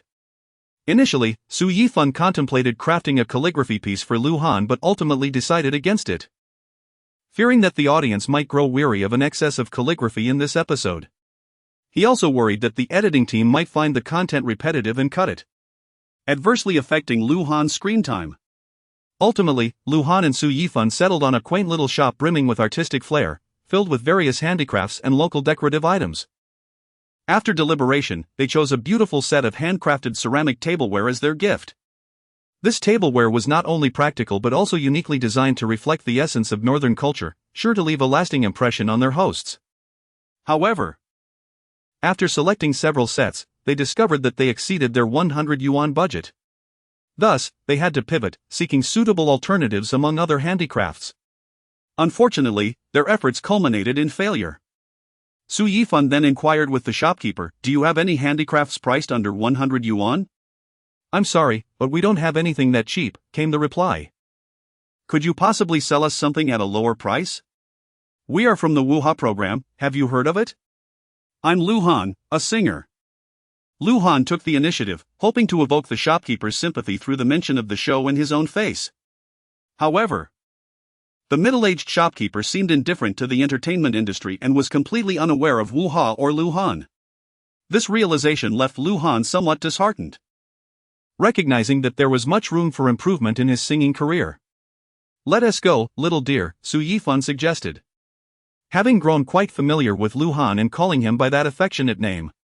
Just as they were about to leave the shop, Su Yifan noticed a collection of solid-colored handicrafts tucked away in a corner, and an idea sparked in his mind. "Excuse me, could we purchase those handicrafts?" Upon hearing Su Yifan's voice, the shopkeeper emerged from behind the counter and followed the direction of his finger, spotting the discarded items. "Yes. But these are items we couldn't sell. Are you sure you want them?" At this moment, Lu Han appeared somewhat puzzled, unsure of Su Yifan's intentions. Noticing his confusion, Su Yifan leaned in and whispered a brief explanation, illuminating Lu Han's understanding. They still had time to prepare before most families began their dinners. Ultimately, they purchased the discarded handicrafts for 70 yuan. They then acquired some paint from a neighboring shop and began their creative endeavor right on the street. With his painting skills, Su Yifan transformed a plain white porcelain vase into a vibrant masterpiece, much to Lu Han's astonishment. "You're incredible. Make one for me, and as for these, you handle them. With your skills, what do I need to contribute?" "Not at all. Perhaps some fans would love to have a piece crafted by you," Lu Han countered. "If I have fans, that would be even worse. I cannot afford to embarrass myself in front of them," Su Yifan replied. With that, Lu Han insisted, "Come on. Just sign your name." Lu Han complied readily, signing his name without hesitation. Once their artistic endeavors were complete, they carefully packaged the handicrafts into the gift boxes they had acquired from the crafts shop. "All set. Let us find our fortunate audience." Once everything was in order, Lu Han rose first, grasping several handicrafts as he moved forward, with Su Yifan closely behind. After observing their surroundings, they chose a charming, harmonious little courtyard adorned with hand-woven corn garlands, exuding a rich northern charm. Su Yifan gently knocked on the door, and light footsteps echoed from within. Soon, a warm and welcoming elderly lady opened the door. "Hello, ma'am. We are recording a program and are looking for a family to share a meal with. Would your home be available?" Lu Han politely explained their purpose, his eyes full of anticipation. Initially taken aback, the elderly lady was soon charmed by their sincerity and politeness, inviting them in with enthusiasm. "Oh, come in, come in. What's the inconvenience? We're just making lamb stew with potatoes, your timing couldn't be better." Exchanging a smile of gratitude, Su Yifan and Lu Han followed the lady into her home. The interior was tidy and inviting, adorned with paintings depicting the northern landscape, radiating warmth and coziness. Your home is so artistically inclined, Lu Han remarked. Ah, my husband used to teach at the art academy. After retiring, he spends his days painting at home, the lady replied. Wait here, I'll go fetch him. Without waiting for a response, she headed toward the study. Unbeknownst to her, the two young men exchanged knowing smiles, realizing that their gift choice was indeed fitting. Even if it might seem presumptuous to some, it was a gesture of their heartfelt intentions. Meanwhile, the other groups were also finding their designated families, some greeted with enthusiastic welcomes, while others faced minor awkwardness. Regardless, everyone was fully committed to completing this seemingly simple yet challenging task. Chen Shichi and Gao Hanyu, with their comedic talents, successfully entertained a young couple and secured a meal. Wang Mian and Yi Jian endeared themselves to an elderly lady through genuine conversation, not only gaining a meal but also learning traditional northern crafts. Fan Ziyi and Uncle Bao showcased their affability and social skills, enjoying a delightful dinner with a family of 3. Chapter 27, The Aftermath of the Dinner Invitation. After dinner, everyone gradually returned to the venue. Thanks to their individual renown, all managed to secure a meal, although some encountered more convoluted paths than others, such as Deng Chao, who embarked on a rather thrilling quest for a meal. The first household he approached appeared to be quite ordinary. With hopeful anticipation, he knocked on the door, only to be greeted by a middle-aged man. Upon hearing Deng Chao's intentions, the man promptly declined. Deng Chao attempted to leverage his fame, but the man had no inkling of who he was. Just as Deng Chao was about to say something further, the door was unceremoniously shut in his face. The second household was opened by an elderly lady. While she was warm and welcoming, her expression turned troubled upon learning of Deng Chao's desire to join them for dinner. She explained that they had already dined and that her husband required rest due to health issues. Faced with this situation, Deng Chao could only muster an awkward smile, express his gratitude, and depart. 2 consecutive rejections left Deng Chao feeling somewhat despondent, yet he refused to surrender. He continued his search for a prospective host family, secretly praying for one that would understand and support him. It was not until the 5th household that he finally glimpsed a glimmer of hope. Is that Brother Chao? Upon their first encounter, Deng Chao could tell this person was likely a fan, and he felt a surge of confidence. Yes, indeed. Are you familiar with our show, Wuha? Of course. Are you filming Wuha? Has Lu Han arrived? Deng Chao instantly realized he had misjudged the situation. The individual was a fan of Lu Han. Nevertheless, he found solace in the fact that he was at least somewhat recognized. Lu Han is currently elsewhere, I'm here for now. Our show has a dining segment, and I'm uncertain if you have already eaten. I've brought a small gift. We were just about to eat, Brother Chao. Please come in. Is it convenient for filming? Absolutely. Oh, Mom, I'm on television. Deng Chao watched as the delighted hostess exuded joy, and within him, a sense of exhilaration blossomed. At last, he could partake in a meal. The ensuing hours saw Deng Chao savoring a heartwarming experience with this family. The hosts graciously catered to him, not only serving him ample dishes but also engaging him in delightful conversation. Deng Chao revealed his humorous side, transforming the atmosphere into one of lightheartedness and joy. After dinner, he took a photograph with the family, expressing his heartfelt thanks for their warm hospitality. He understood that this meal transcended mere sustenance. It was a profound exchange of emotions and experiences. Upon returning to the recording site of Wuha, Deng Chao shared his dining escapade with the others. Brother Chao, you went solo? I must say, following Yifan truly is a stroke of luck. Hearing about Deng Chao's experiences, Lu Han eagerly recounted his own with Su Yifan. Flashback to when Lu Han and Su Yifan first entered a household. The matron called her husband from his study and introduced him to Lu Han and Su Yifan. Dear, these are the 2 young men I mentioned. Hello. Welcome. Please take a seat. My dear, pour us some tea. No, that's not necessary. Noticing the gentleman's politeness, Lu Han and Su Yifan quickly stood to address the departing matron. As guests in your home, we must respect your arrangements, right? They reluctantly acquiesced and presented their gift. This is a small token of our appreciation, we hope you like it. The elder opened the gift box, revealing a look of delight. "Oh, these hand-painted crafts are truly remarkable. You've gone to great lengths." "Not at all. Our production team is known for its limited budget. We simply acquired the plain crafts, and the paintings are our own humble doodles," Yifan modestly explained. The elder's eyes lit up. He had assumed these items were purchased from a nearby artisan shop he had frequented.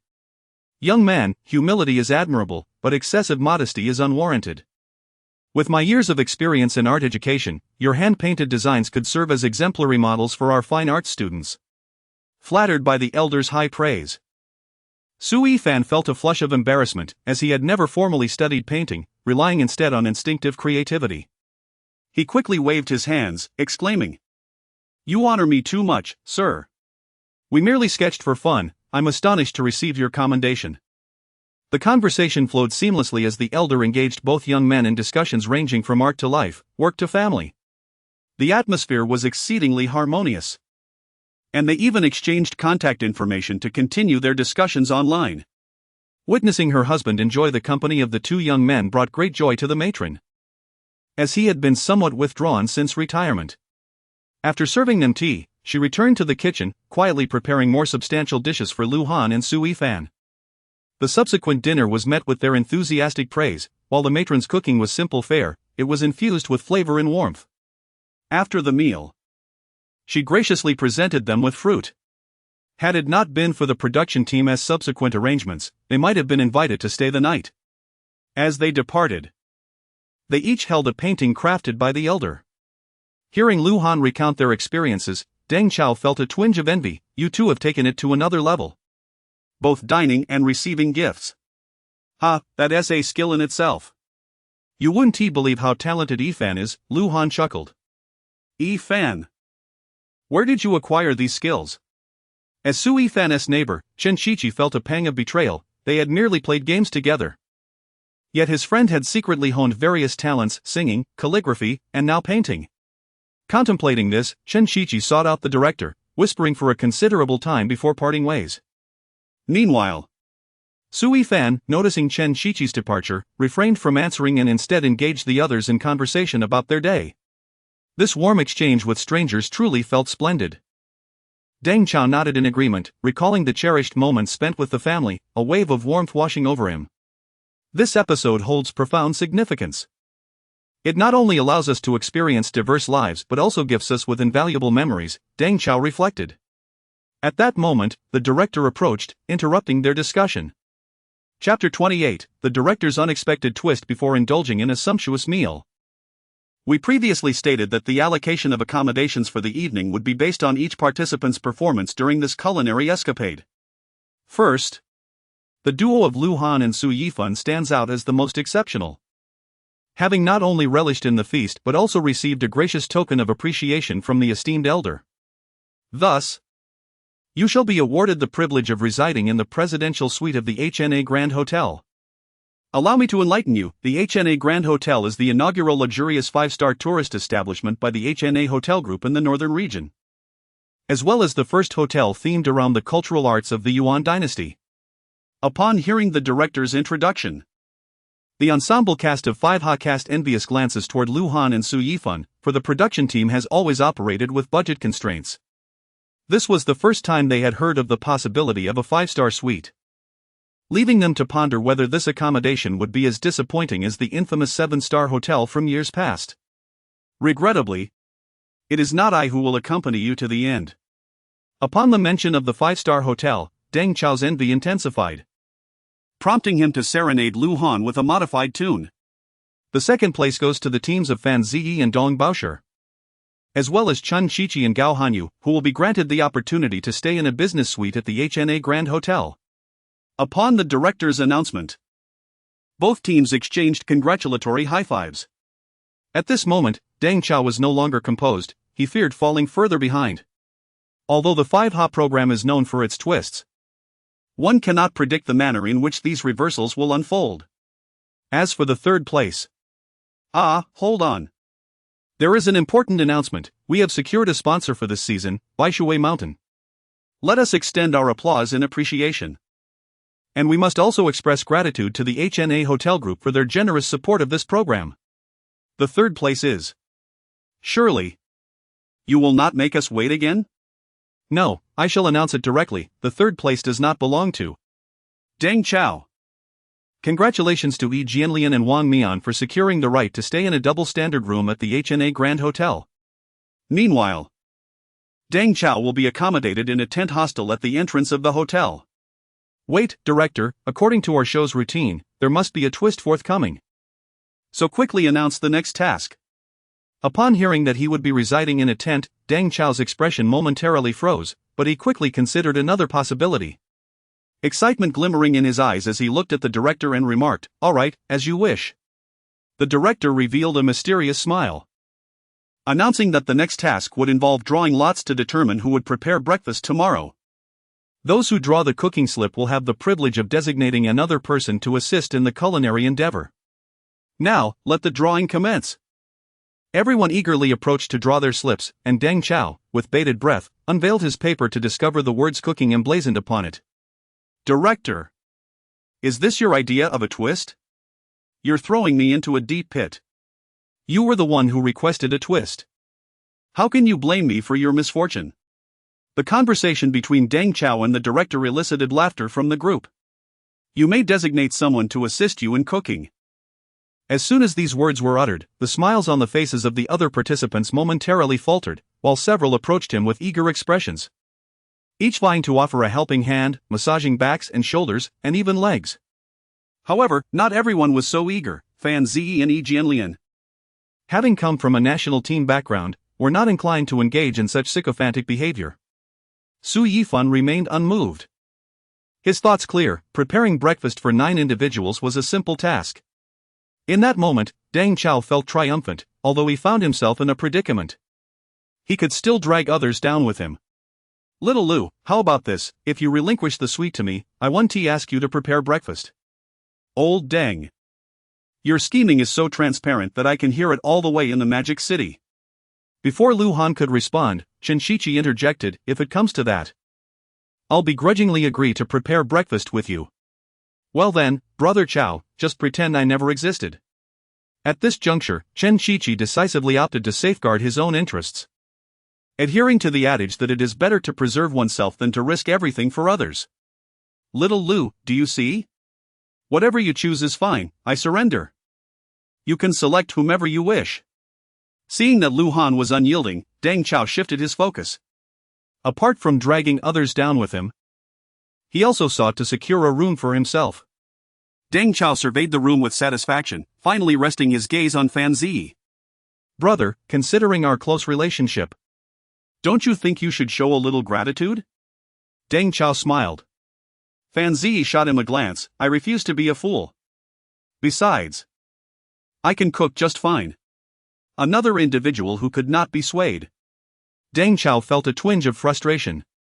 Su Yifan, observing the unfolding drama, was ready to pull Deng Chao down with him, having tasted the oil sticks Deng Chao had prepared in the past. After contemplating his options, Deng Chao turned his attention to Yi Jianlian. Lian, what do you think? Yi Jianlian quickly waved his hands. I would rather cook. Although he was not particularly skilled, he certainly did not wish to spend the night in a tent. The others, witnessing this, echoed their sentiments, expressing their preference to cook rather than be relegated to tent accommodations. Deng Chao sighed in exasperation. You all are truly lacking in camaraderie. Ultimately, Deng Chao chose Su Yifan, as his culinary skills far surpassed those of the others.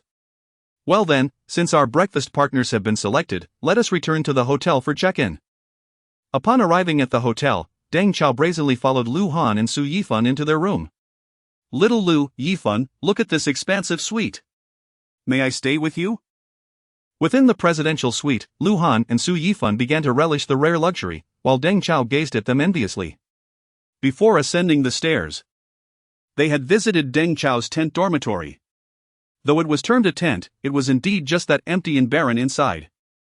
Save for a perimeter of isolation tape to prevent vehicles from encroaching upon the tent's territory. Brother Chao, we can't assist you, at most. We can allow you to linger longer with us, but for sleeping, you must return downstairs. To prevent anyone from sheltering Deng Chao, The director's team had imposed a strict rule: should anyone host Deng Chao overnight, all occupants of that room would suffer a downgrade in accommodations. Sharing in Deng Chao's tent life in the parking lot. With no option for overnight lodging, Deng Chao embarked on his journey of experiencing the presidential suite. A first for him on the 5Ha program. Ding ding ding. Just as Deng Chao was thoroughly enjoying his experience, the telephone in the room rang suddenly. Su Yifan, nearest to the phone, answered it, and the director's voice echoed from the other end, "I've heard you intend to host Deng Chao overnight?" No, director. Absolutely not. With half an hour remaining until midnight, should Deng Chao still be in your room past 12, he would successfully have stayed overnight. And either you or Lu Han will be replaced by Deng Chao as the occupant of the tent downstairs.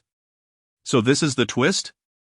Chapter 29, Deng Chao takes action. Upon hearing Su Yifan's inquiry, the director chose not to respond and abruptly ended the call. Simultaneously, Deng Chao received a text message from the production team, instructing him to remain in one of the other 4 guest rooms until after midnight. It was then that the true twist would unfold, and he would become the new occupant of that room, while one of the other 2 guests would replace him in the downstairs tent. Su Yifan also heard the notification sound of the message and immediately realized it was likely a communication from the production team. He quietly approached Lu Han and relayed the director's words.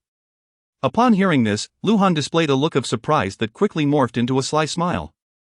If your guess is correct, Brother Chao probably remains unaware of this.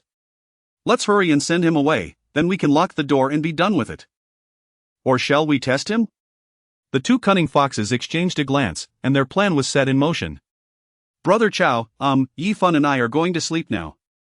So we kindly ask you to leave. Their intention to test was merely a way to probe and see if Deng Chao was aware of the situation. Not at all. You 2 go ahead and sleep. I won't disturb you, I'll just hang out here for a while, and I'll leave soon. Brother Chao.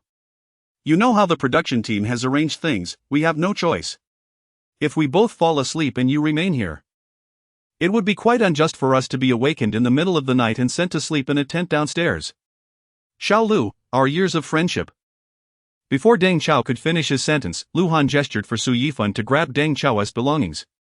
And together they easily pushed the compliant Deng Chao out the door. As he stood outside, Deng Chao pleaded, "Xiao Lu, Yifan. Can you really bear to leave an old man like me to spend the night in a tent downstairs? I truly cannot endure that environment. Brother Chao. Here's a suggestion, check your phone and look for someone else." Just before closing the door, Lu Han offered Deng Chao a friendly hint, having done all he could. The rest was up to Deng Chao's choice. So this is the kind of Xiao Lu you are? No, it's all their bad influence. Today, I'm just taking this opportunity to return the favor. What a pity we cannot see their side of things. Well, we cannot abandon our own foundation. Never mind. Let us team up and play some games. All right. After hearing Lu Han's words, Deng Chao took out his phone and saw the text from the production team. So that's how it is. How did Xiao Lu know? Deng Chao spoke to the camera, then turned to ring the doorbell. As someone who was not well versed in the game's rules, he needed to quickly grasp his situation. If everyone was aware of this, he would concede defeat, as a locked door would leave him with no options. However, the 2 who had already entered the game paid no attention to the doorbell, knowing without a doubt who was at the door. After waiting for quite some time without a response, Deng Chao resorted to calling Lu Han. This time, Lu Han answered. Xiao Lu, does everyone on your side know about the production team's arrangement? I'm not sure.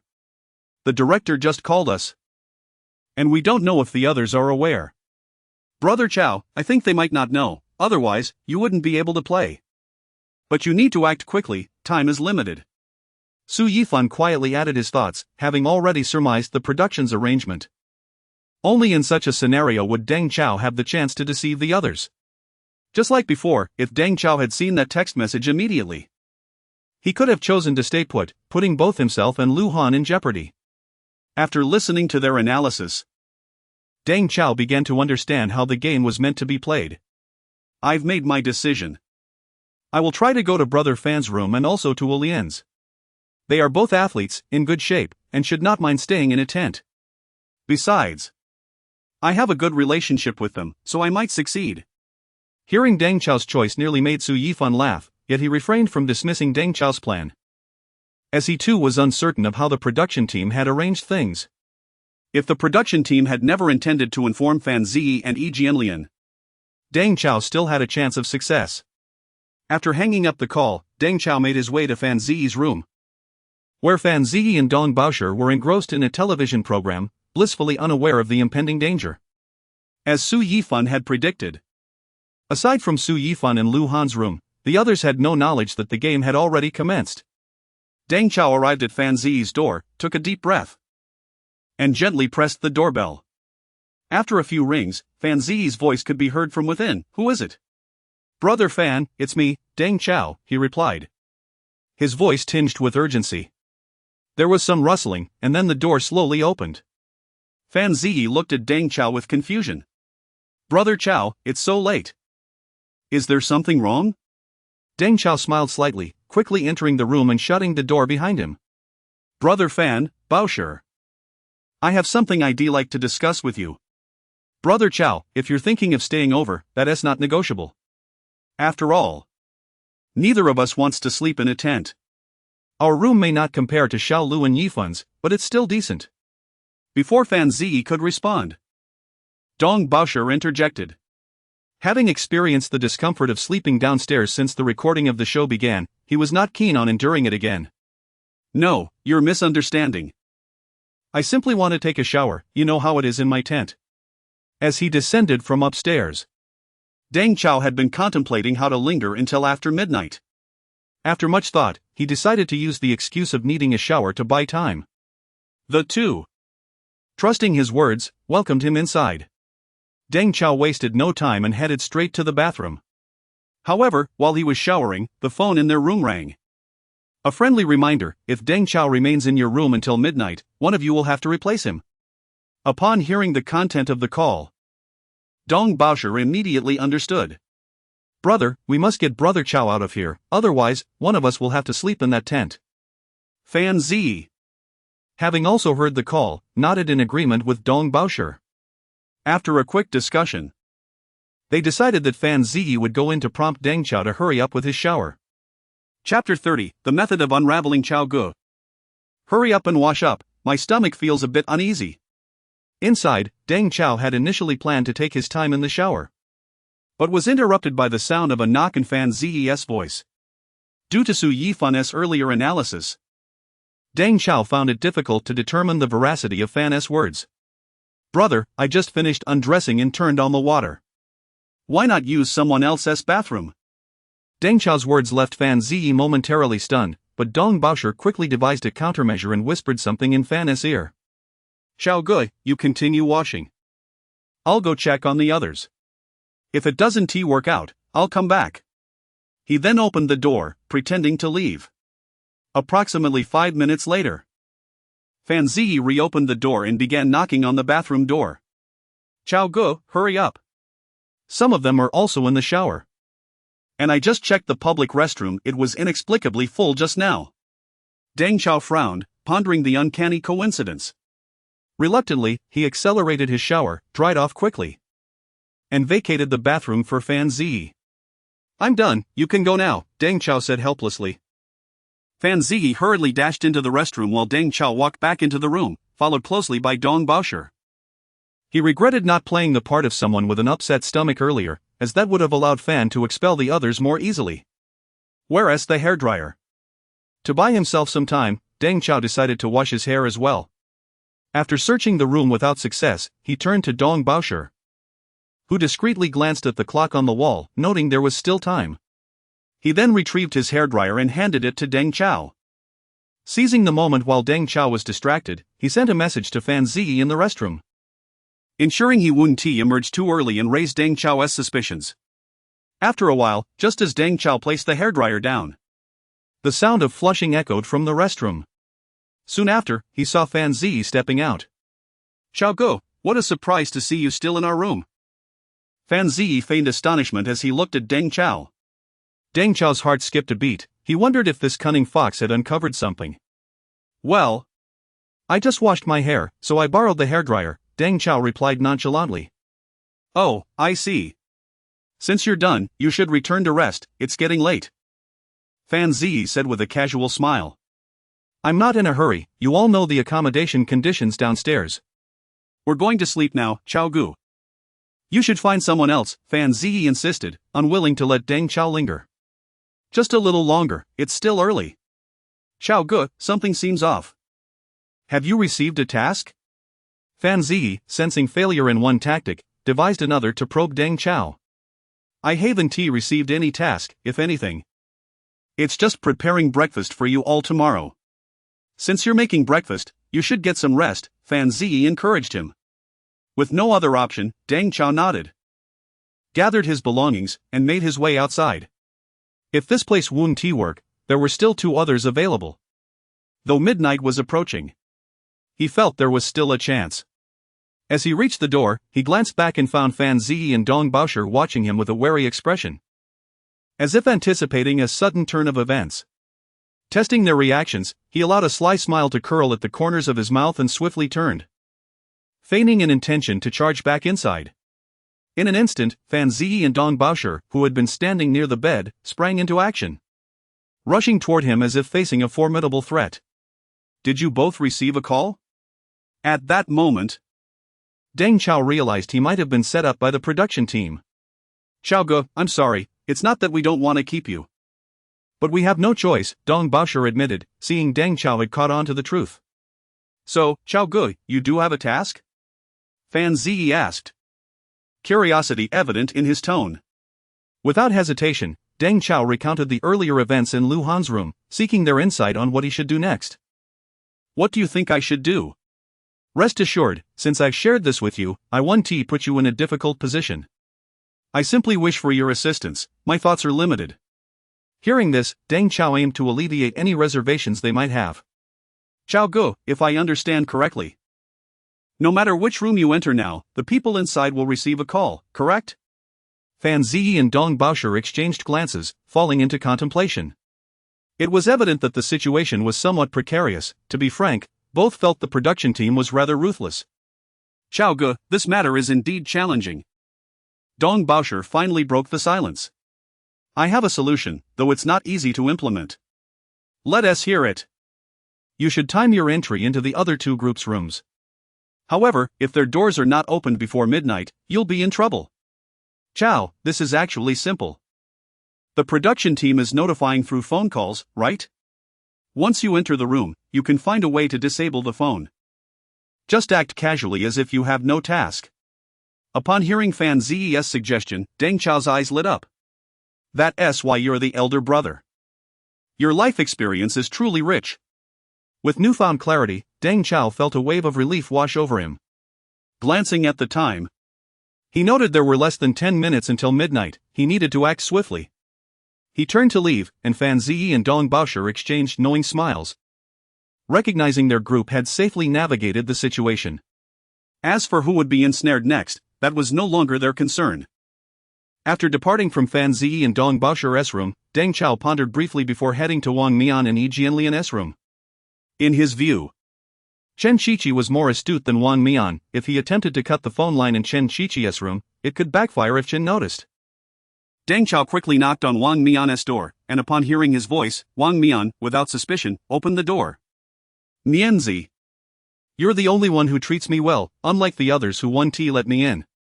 Don't worry, I won't linger too long, just a moment. Chapter 31, The Scapegoat King. When Wang Mian saw that Deng Chao had spoken to this extent, he naturally had no intention of blocking his entry and directly stepped aside to allow Deng Chao to walk in. Upon entering the room, Deng Chao discovered that Yi Jianlian was currently engaged in exercise. Lian, are you still working out at this late hour? It's merely a habit I've developed over time. As Deng Chao conversed, he searched for the location of the telephone. Judging by the timing of the previous 2 instances, he had little time left and needed to act swiftly. Soon, he spotted the phone at the foot of the 2 beds.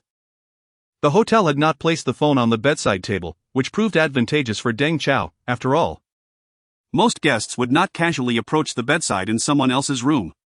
The moment he laid eyes on the telephone, Deng Chao felt a surge of joy in his heart, though his exterior remained composed. He feigned nonchalance while chatting with Wang Mian, casually sitting on the table where the phone was located, effectively concealing it with his body. Seizing the opportunity when neither of them was paying attention, he discreetly reached behind him and deftly disconnected the phone line. Deng Chao's actions went unnoticed by Wang Mian and Yi Jianlian, but the crew members of the production team observed everything clearly. They had installed cameras in the room, though sensitive areas were left out. Once all the guests settled down for the night, the cameras would cease operation. "Director, should we still make that call? You can get through? Isn't there still the phones of Lian Gu and Mian Gu? Repeat that for me, I want to record it. If Deng Chao causes trouble for the production team later, I'll have you take the blame." "Director, that seems rather inappropriate. Everyone can attest that it was you who sought to eliminate Deng Chao." Director, let us just pretend I never said that." Meanwhile, Deng Chao successfully severed the phone line in Yi Jianlian's room and breathed a sigh of relief. While he was uncertain whether the production team would notify the two via mobile phone, at least he had succeeded halfway, and now it was up to time. For the next few minutes, Deng Chao continued chatting with Wang Mian and Yi Jianlian, occasionally glancing at their phones. Wang Mian and Yi Jianlian remained blissfully unaware of the impending trouble. Yi Jianlian was still focused on his workout, and Wang Mian chatted amiably with Deng Chao, showing no signs of suspicion. Moments later, Deng Chao discreetly checked the time, 23:59. This meant he had only 1 minute left to succeed.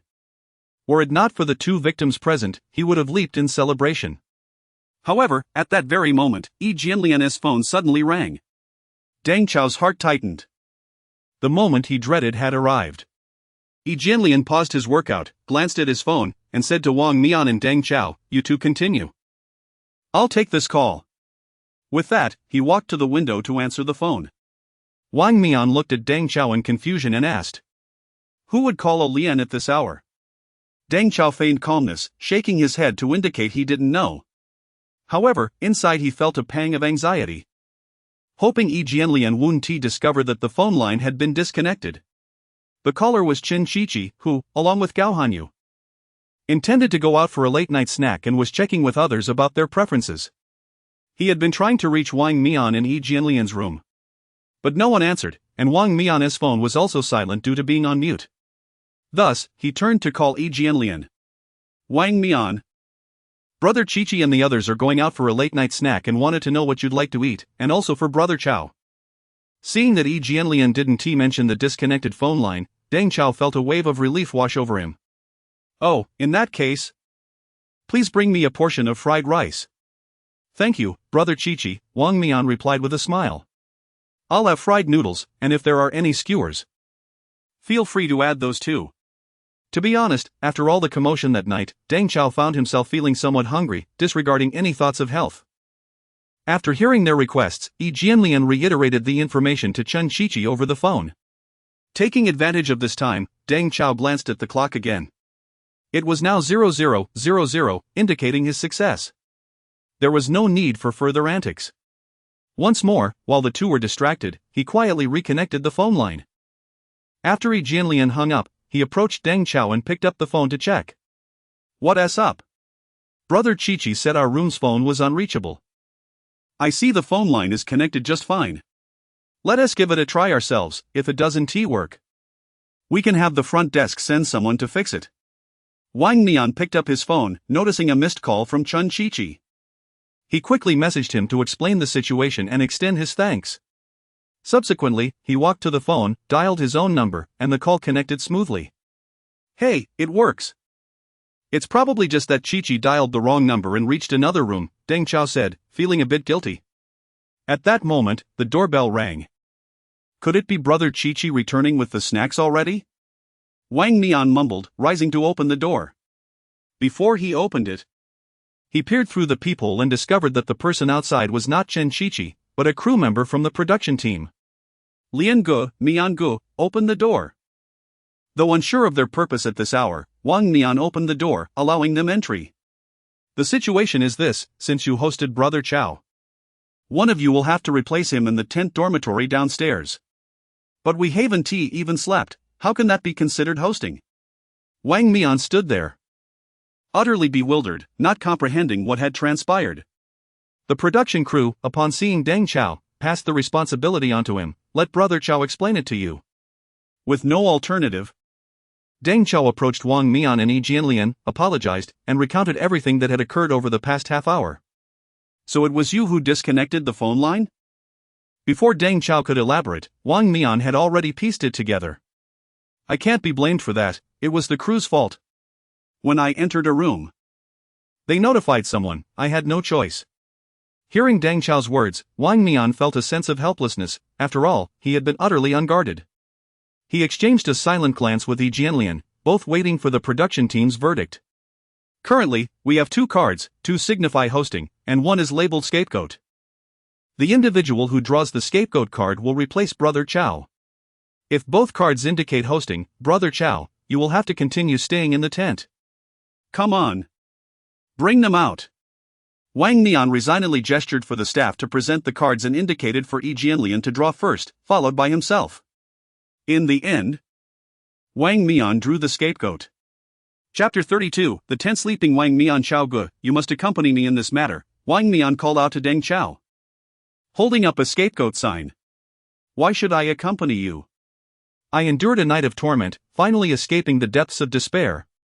And now you expect me to plunge back in? Wang Mian gazed at Deng Chao's innocent expression, a mix of laughter and tears on his face. He had never anticipated becoming a scapegoat, destined to inhabit the desolate tent dormitory on behalf of Deng Chao. However, he was reluctant to surrender just yet, after all.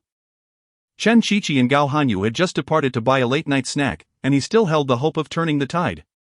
Yet, the production team's staff shook their heads. With filming scheduled for the following morning, they were unwilling to prolong the ordeal.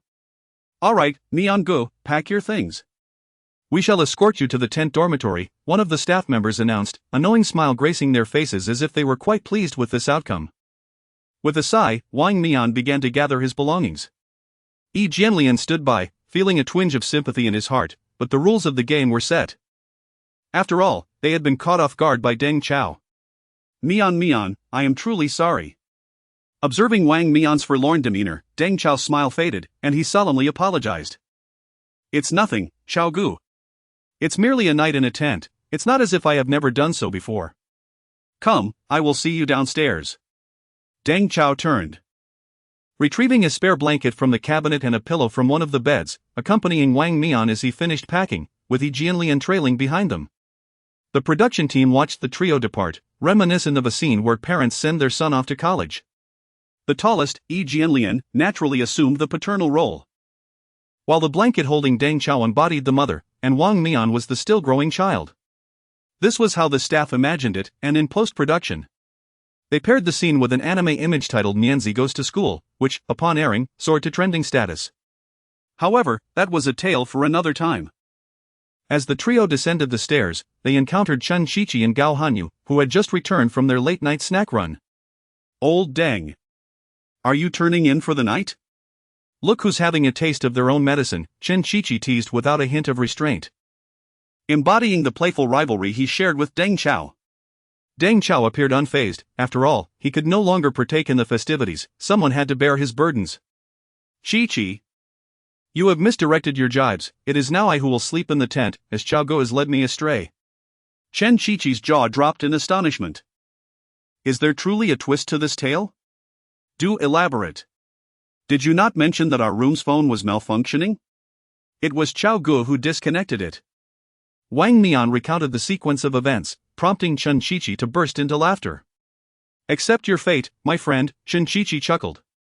But do be cautious tonight. I've heard there are many mosquitoes here. Wang Mian shot Chen Qiqi a helpless glance, thinking to himself how this fellow had a knack for bringing up the most inconvenient topics. Deng Chao patted Wang Mian on the shoulder, offering words of comfort. Fear not. I am here for you. I will check upstairs for any mosquito-repellent items. By the way, Lu Han and the others have a fully stocked room. I shall see what I can find. Chao Gu, you really are quite kind, Wang Mian replied with a smirk.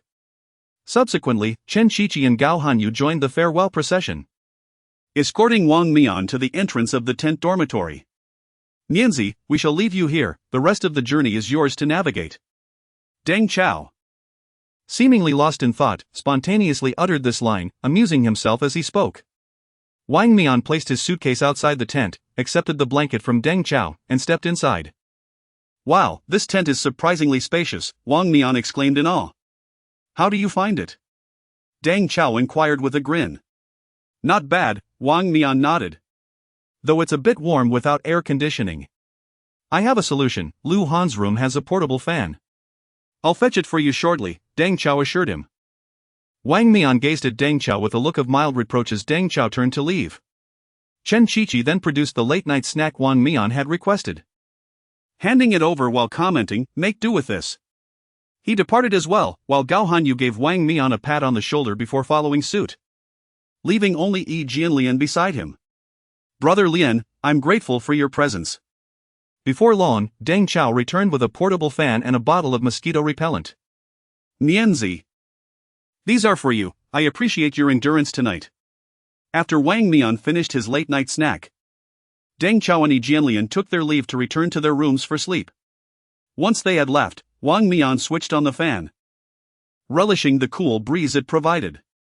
Lying on the bed, he reflected on the day's events and couldn't help but chuckle. Although he felt betrayed by Deng Chao, he considered this experience to be a rare adventure. Gradually, Wang Mian drifted into slumber. However, the night in the tent proved far less tranquil than he had envisioned. Despite the fan and mosquito repellent Deng Chao provided, the temperature remained uncomfortably high, and the unfamiliar surroundings rendered Wang Mian's sleep restless. In a haze, he sensed a persistent buzzing near his ear. Swatting at it proved futile as the sound lingered. In desperation, he opened his eyes and, illuminated by his phone's glow, spotted a mosquito freely flitting about the tent. Instantly, all drowsiness vanished. His eyes widened as he engaged in a fierce battle with the mosquito. In the end, the mosquito succumbed to Wang Mian's efforts. He exited the tent, returned to the hotel to wash his hands, and then re-entered the tent to attempt sleep once more. To ensure a peaceful night, he liberally sprayed the mosquito repellent in the corners of the tent before lying down again, wielding the small fan in a bid to reclaim his dreams. This endeavor persisted for over an hour. It was not until 2 o'clock in the morning that Wang Mian finally succumbed to sleep once again. Fortunately, this time he remained undisturbed until dawn. At 7 in the morning, the production team's staff, wielding a loudspeaker, commenced blaring songs outside Wang Mian's tent. "Trade rice, trade rice." Awakened by the infectious melody, Wang Mian emerged from the tent, his expression one of indignation. "What time is it?" he grumbled, stretching his limbs. "Mian Gu, please come to collect your task. Do you possess no humanity? I have yet to awaken fully. Do you comprehend the tribulations I endured throughout the night?" Chapter 33, Wake Up Service, 1. It is precisely because we are aware of your experiences that we have come to seek you out. You may first peruse the task card, and upon doing so, you will comprehend. The speaker was the director, who harbored a sense of amusement, relishing the unfolding drama, yet outwardly feigned concern for Wang Mian. Upon hearing the director's words, Wang Mian yawned and approached to take the task card. The card bore the following inscription: "Do you recall someone preparing breakfast for you? While you, the breakfast eater, have already risen, the one tasked with making breakfast has yet to awaken. Please choose to wake up Deng Chao or Su Yifan." "I choose Deng Chao. I still remember what transpired last night." "Thus, we shall proceed to Deng Chao's room and rouse him to prepare breakfast." Wang Mian was quite familiar with Deng Chao's room, for it belonged to him before midnight and was surrendered to Deng Chao thereafter. The group ascended the stairs to the door of the room, where the director instructed the staff to bring forth a spinning wheel. "Wang Mian, please select your method of awakening." Gazing at the peculiar options on the wheel, a chill ran down Wang Mian's spine. Fortunately, he was the first to awaken, otherwise, he would have been subjected to these methods himself. The options for awakening included herring water balloon, green plum essence, fermented bean curd spray, ice cube rain, horror music alarm, stinky sour bomb, and concentrated lemon juice. "Could you please show me the herring water balloon?" Wang Mian inquired. As soon as he spoke, a staff member appeared, holding a water-filled balloon. Before the staff member could approach, Wang Mian caught a whiff of its odor. All right, that's enough. Ugh. How about removing the ice cube rain and horror music alarm? I feel this lacks challenge." At this moment, Wang Mian felt fortunate to have slept in a tent. As everyone believed the previous night's events were the climax, the true twist was only just beginning. With a firm pull, the spinning wheel began to turn, finally coming to rest on the herring water balloon. The staff promptly delivered the prop to Wang Mian, who, suppressing the foul smell, used the director's room card to unlock the door. Although Wang Mian felt somewhat guilty towards Yi Jianlian, he had no choice, after all. The production team had assigned them to share a room. Gently, he pushed open the door, discovering Deng Chao still sound asleep, while Yi Jianlian appeared to be rising, seemingly preparing to exercise.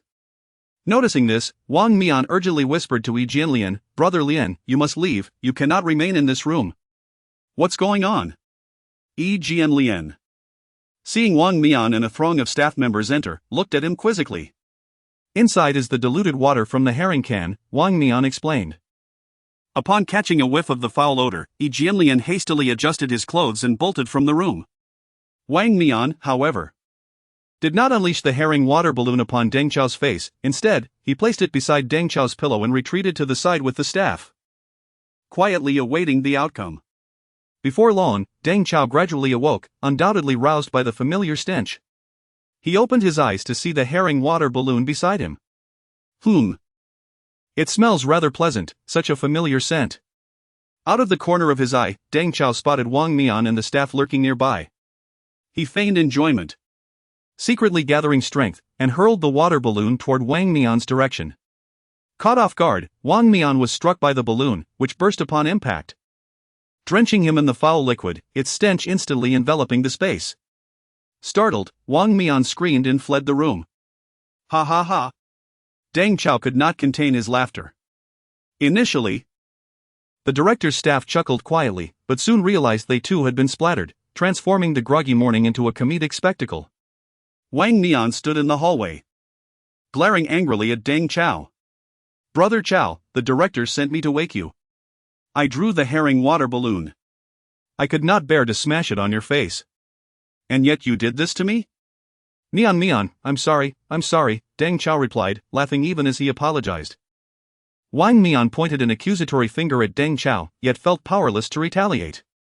At that moment, the director approached to mediate, saying, "All right, Wang Mian, your task is complete. Go wash up. Deng Chao, it is now your turn to awaken your breakfast partner. Please select your method for waking up Su Yifan via the spinning wheel." Upon hearing the director's words, Wang Mian and Deng Chao ceased their quarrel. Wang Mian, enduring the lingering stench, chose to stay, clearly eager to witness the fate of others. Perhaps such a spectacle would alleviate his own discomfort.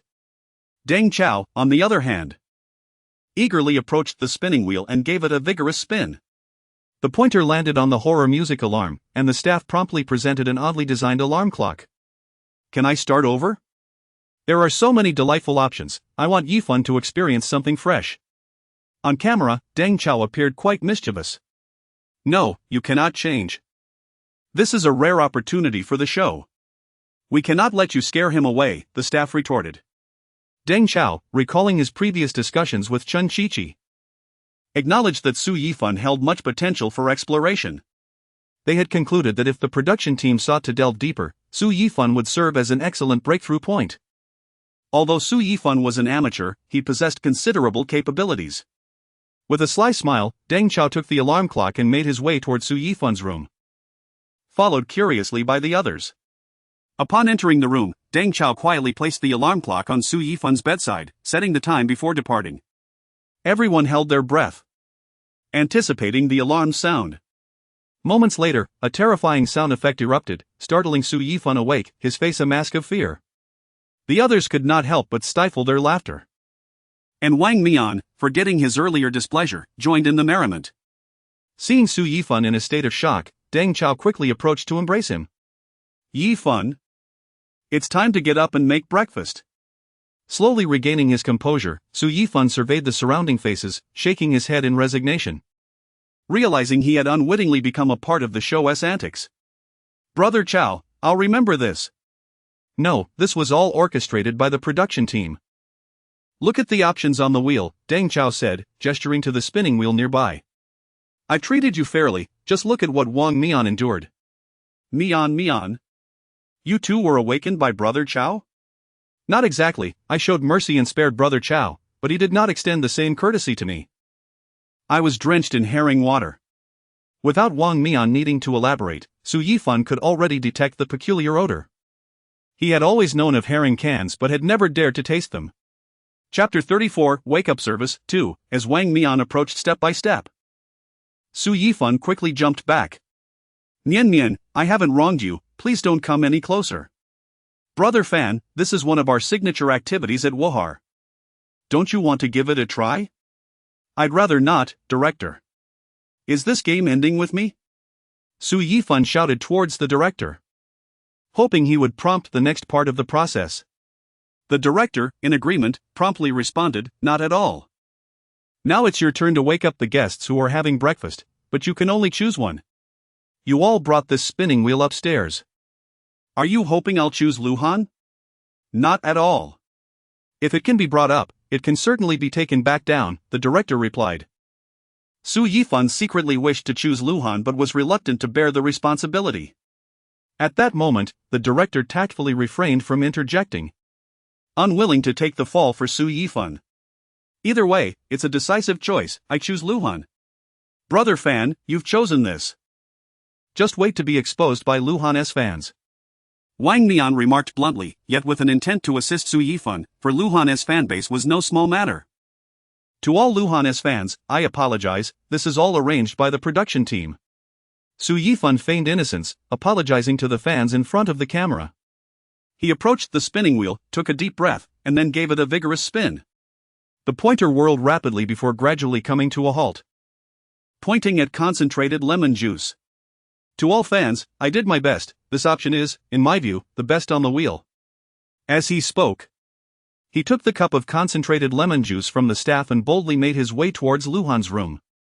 Indeed, as he had said. Compared to the other items on the wheel, though the lemon juice smelled quite sour, it was the mildest option. Luhan had not locked the door. And Su Yifan gently turned the handle and pushed the door open, followed by Deng Chao, Wang Mian, and a host of staff members. As for Yi Jianlian, he had long since gone out for a run. Holding the lemon juice, Su Yifan stepped towards the still slumbering Luhan. All eyes were on him, filled with both anticipation and tension. Reaching the bedside, he gazed at Luhan's tranquil and handsome face, feeling a twinge of hesitation. He had secretly caught a whiff of the lemon juice, though it appeared mild, it was indeed quite tangy, true to its concentrated nature. This could potentially be quite a surprise for the still dreaming Luhan. But now, the arrow was knocked, and it must be released. Originally, Su Yifan intended to pour a drop directly into Luhan's mouth, but after some thought, he decided to give Luhan a chance to choose. He gently shook Luhan's shoulder and whispered, "Luhan, it's time to wake up, drink some water." In a daze, Luhan accepted the cup from Su Yifan and took a sip.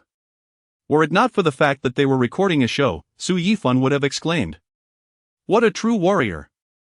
With a sudden reaction, Luhan spat out the lemon juice, his face contorting in sourness, his eyes wide open in shock. Clearly startled by this unexpected surprise. "What on earth is this? Why is it so sour?" Luhan complained, sticking out his tongue. Fortunately, Su Yifan had anticipated this and dodged Luhan's counterattack. Laughter erupted from the surrounding staff and Wang Mian and Deng Chao, who had not expected Luhan's reaction to be so amusing. Su Yifan laughed heartily but quickly composed himself, feigning innocence as he explained, "Little dear, you know me. I didn't want it to be this way." Luhan shot Su Yifan a glare but refrained from further comment, knowing they were recording. He grabbed a nearby bottle of mineral water and gulped down a few swigs to regain his composure. "All right, Luhan, now it's your turn to wake up your friends." The director interjected at the right moment, redirecting everyone's attention back to the program. "Who else is there? Besides us, Egu went out for a run. The others should still be asleep, right?" "I choose Shichichi," Luhan declared without hesitation. True friends engage in both love and rivalry. The classic actor-esque spinning wheel reappeared. And Luhan selected the stinky sour bomb.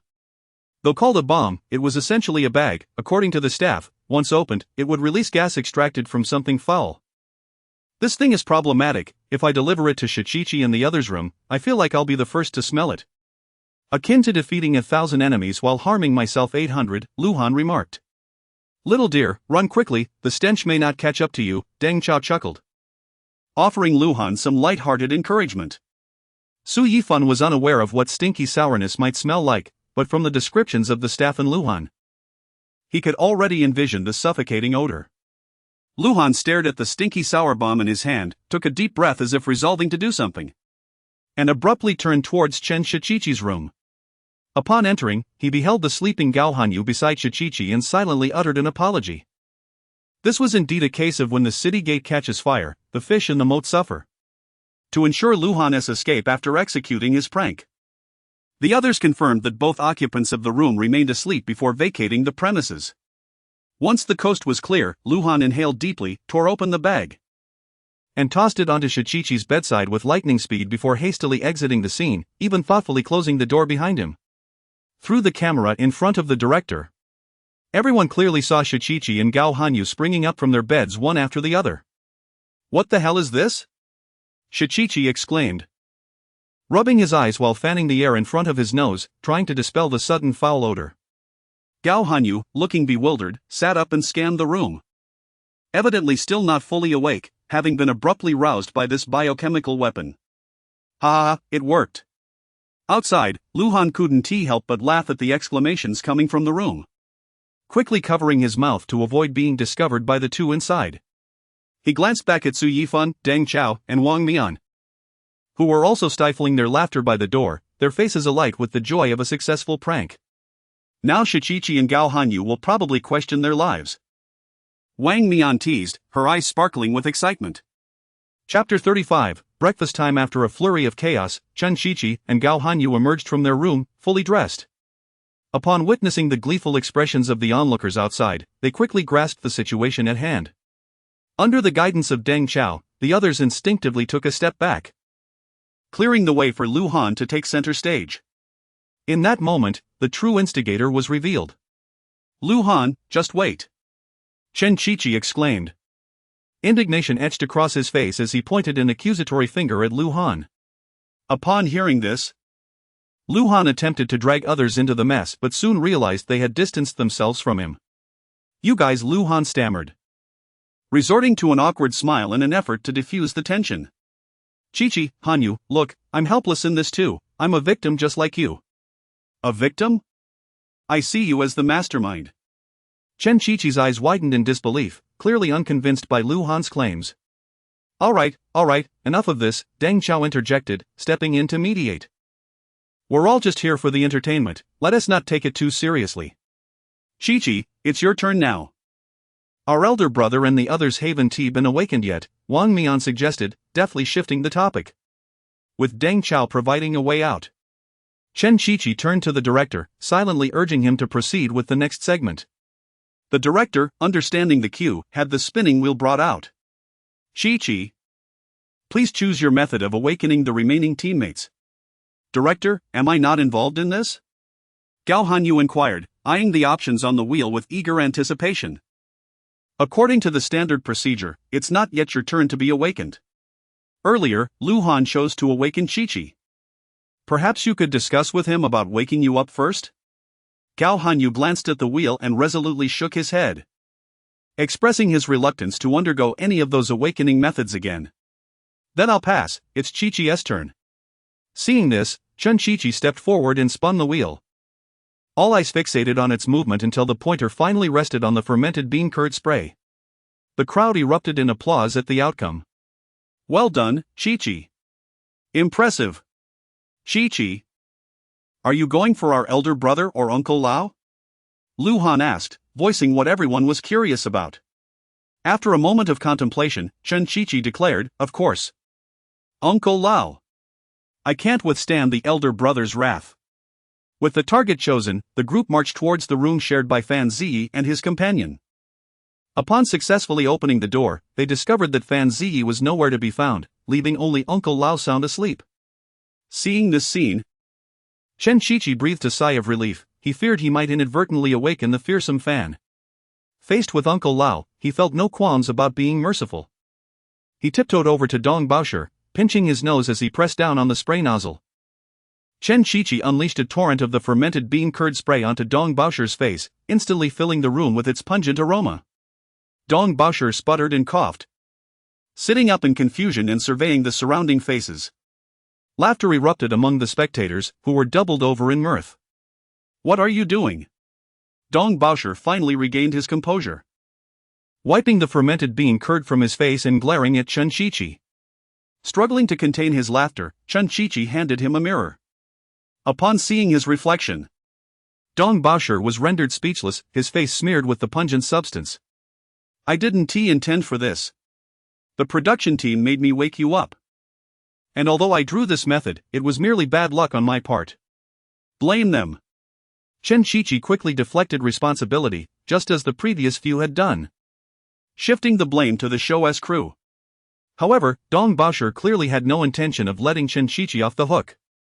Seizing a moment of distraction, he lunged at Chen Qiqi, smearing the fermented bean curd onto him in retaliation. Realizing what was happening, Chen Qiqi swiftly grabbed the spray and retaliated. A chaotic scuffle ensued, laughter and cheers erupting from the others as the scene devolved into a playful melee. Eventually, the director intervened, calling for an end to the commotion. All right, everyone. Breakfast time is approaching, please return to your rooms to tidy up and gather in the lobby. Upon hearing the director's words, the group dispersed, heading back to their respective rooms to wash up and change. Deng Chao and Su Yifan, having finished their showers and changed clothes, were the first to arrive in the lobby, as they belonged to the team responsible for preparing breakfast. To their surprise, upon reaching the makeshift breakfast station, they found it devoid of any ingredients. Director, how can we work without any ingredients? This is impossible. To ensure you receive more ingredients, the production team has set up a round of teamwork challenges. This will test both your culinary skills and your synergy as a team. The rules are simple, one of you will act out a dish while the other guesses. If you get 5 right, you pass. If it's too challenging, you may forfeit, but that will reduce the ingredients you receive. Deng Chao and Su Yifan exchanged confident glances, resolute in their abilities. This is too easy, director. Let us get started. The director nodded, flipping open the cue card, revealing the first dish, sweet and sour ribs. Su Yifan immediately struck a pose with his hands on his hips, emitting a sound of contemplation. Deng Chao quickly guessed, sweet and sour ribs. Congratulations, correct. Next. The next dish was mapo tofu. Upon seeing the term, Su Yifan scratched his head, momentarily at a loss for how to act it out. Pass. Su Yifan decisively opted to forfeit, prompting the director to reveal the next dish. After several rounds of guessing, the duo successfully completed the challenge. The director waved his hand, and the staff brought forth a lump of kneaded dough, a bowl of prepared meat filling, along with scallions, sesame seeds, and other ingredients. Now, it's your time to shine. After a brief discussion, they decided to make pan-fried buns.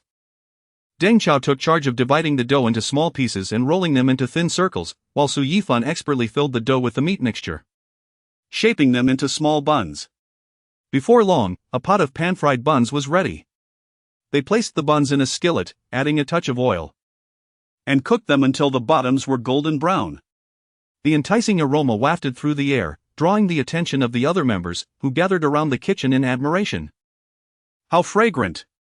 They look delicious.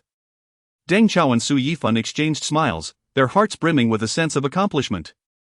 Chapter 36, The Battle of Pan-Fried Buns. Come, everyone. Savor our culinary skills. Su Yifan warmly beckoned the crowd, placing the freshly made pan-fried buns before them. Just then, the director spoke up. Ladies and gentlemen, have you laid your eyes upon the delicacies? Are you tempted to indulge? A group of people nodded foolishly, reluctantly admitting that Su Yifan's culinary prowess indeed rivaled that of a hotel chef. Desiring a taste? Then I invite you all to partake in a little challenge of synergy. Complete. Before the director could finish, Deng Chao, engrossed in his task, interjected. Director, must we play a game to determine whether we can eat the buns we've painstakingly prepared? You two may eat directly, the rest must engage in the challenge. Oh. Then that's settled. Deng Chao shamelessly took a plate of buns and found a seat, indulging without guilt, leaving the onlookers speechless. They had initially thought he was advocating for everyone, only to discover he was seeking personal benefit. Yifan, your skills are truly remarkable. It would be a shame not to sell breakfast. Alright, consider the previous batch a complimentary tasting. Please settle the payment for the remaining buns. Su Yifan's quick wit rendered Deng Chao momentarily speechless, provoking laughter from the crowd. Haha, old Deng, come pay me, Yifan is still busy, I'll collect for him. Chen Shichi pulled out his phone, feigning to scan a QR code for payment. After a moment's thought, he added, oh, I almost forgot, you probably can't use mobile payment. So please pay me in cash. Get lost. Witnessing Chen Shichi's smugness, Deng Chao devised a plan. Picking up a bun and taking a hearty bite in front of Chen Shichi. Absolutely delicious. Juicy, juicy, what a pity some people can't partake. You. Director. Hurry up and explain the game rules, I can't endure this insufferable person any longer. Delightful. Alright. Here are the game rules, apart from Deng Chao and Su Yifan, there are 7 of you left. You will pass a song through humming. Those not currently passing must wear headphones, and the last person will guess the lyrics. Once the director finished explaining the rules, the staff had already set up the game area. The 7-member team began discussing the order of passing. The consensus was to place Fan Ziyi first, reasoning that if he could not pass it correctly, the subsequent members would stand little chance. Chen Shichi was assigned second, as the group believed he could comprehend Fan Ziyi well. The subsequent order was established as follows: Uncle Bao, Yi Jianlian, Wang Mian, Gao Hanyu, and Lu Han. As the game commenced, Fan Ziyi quickly recognized the content on the staff's board, feeling reassured. Not for any other reason, but because this was a song he had learned during his time with the production team, generating significant buzz. Big Backhead, Beeper, 007 on the dance floor. Once ready, Fan Ziyi patted Chen Shichi on the shoulder, signaling him to turn around. However, due to his uniquely distinctive singing voice, Chen Shichi was left bewildered after listening. Noticing Chen Shichi's confusion, Fan Ziyi pointed to his mouth, implying that he had sung this song before. Unfortunately, Chen Shichi misconstrued this as a hint about the lyrics pertaining to the mouth, desperately racking his brain for songs related to lips. In a moment of inspiration, he recalled your smile at the corner of your mouth. Quickly, he relayed his interpretation of the lyrics to the next person, leading to a comical distortion of the original song as it was passed on through Uncle Bao, Yi Jianlian, Wang Mian, Gao Hanyu, and Lu Han. Ultimately, when Lu Han heard the final line, his eyes widened in confusion. He could only guess the title of a song. Laughter erupted in the room as everyone found the amusing relay process delightful. The director chuckled as he announced the outcome, which was predictably far from the mark. Ah! Since you have failed the challenge, you shall forfeit a plate of buns, which will now be claimed by our production team. The director harbored his own desire, having noticed Deng Chao relishing his meal. Director, why didn't you mention this earlier? Did I not? Check the playback. The playback feature has been malfunctioning for the past 2 days. Once it's repaired, you can review it. Yifan, could you prepare a bit more? Seeing the buns being whisked away from the table, the group turned their eyes toward Su Yifan, who was still cooking. I cannot. What remains in this pot is the last batch. If you wish for more ingredients, it will require your effort. Director. Indeed, if you successfully relay the song, the production team can provide new ingredients. Upon hearing the director's words, the group ignited with determination. They began strategizing anew, intent on winning the challenge and savoring the delectable buns. The next round commenced, with Fan Ziyi pouring his heart into the song, striving to convey the correct lyrics to his teammates. This time, Wang Mian took the second position, as the group deemed Chen Shichi somewhat unreliable after his previous performance. Each person listened intently to the information being passed, striving to relay it accurately to the next individual. However, an unforeseen mishap occurred. During the passing, someone inadvertently mispronounced a word, leading to a misunderstanding for those who followed. The song chosen by the director's group was Today You Will Marry Me, but it ultimately transformed into Tomorrow I Will Marry You by the time it reached the end. When the director announced the outcome, disappointment washed over the crowd. Meanwhile, The director's team erupted in cheers. Many had already tasted the previous plate of buns and were impressed by Su Yifan's culinary skills. Now, they were set to claim another plate. Watching his teammates fail repeatedly brought Deng Chao an inexplicable delight, a satisfaction rooted in his role as an observer. Just as he reveled in his good fortune, Chen Qiqi cast a glance his way, prompting Deng Chao to quickly mask his grin with an expression of feigned regret. Come on, brothers, there are still plenty of buns left. Soon, the third round began, and everyone approached it with heightened caution. Fan Ziyi exerted himself, employing exaggerated gestures and expressions to aid in his singing. Wang Nian lived up to expectations, successfully grasping his intent. However, when the turn arrived for Yi Jianlian, he suddenly hit a wall. Furrowing his brow, he pondered over the previous transmission. The others watched anxiously, fearing he might falter. Encouraged by their support, Yi Jianlian finally hummed the next line. Though somewhat strained, he managed to avoid error. The subsequent individuals also passed the song successfully. Finally, it was Lu Han's turn. He listened closely to the final line, clarity dawning upon him. Is it Little Dimples? Is it Little Dimples? Lu Han exclaimed excitedly. The production team confirmed the answer, and upon verification, announced their victory for this round. The crowd erupted in cheers, celebrating their collective efforts. Congratulations, this plate of pan-fried buns belongs to you, the director declared with a smile.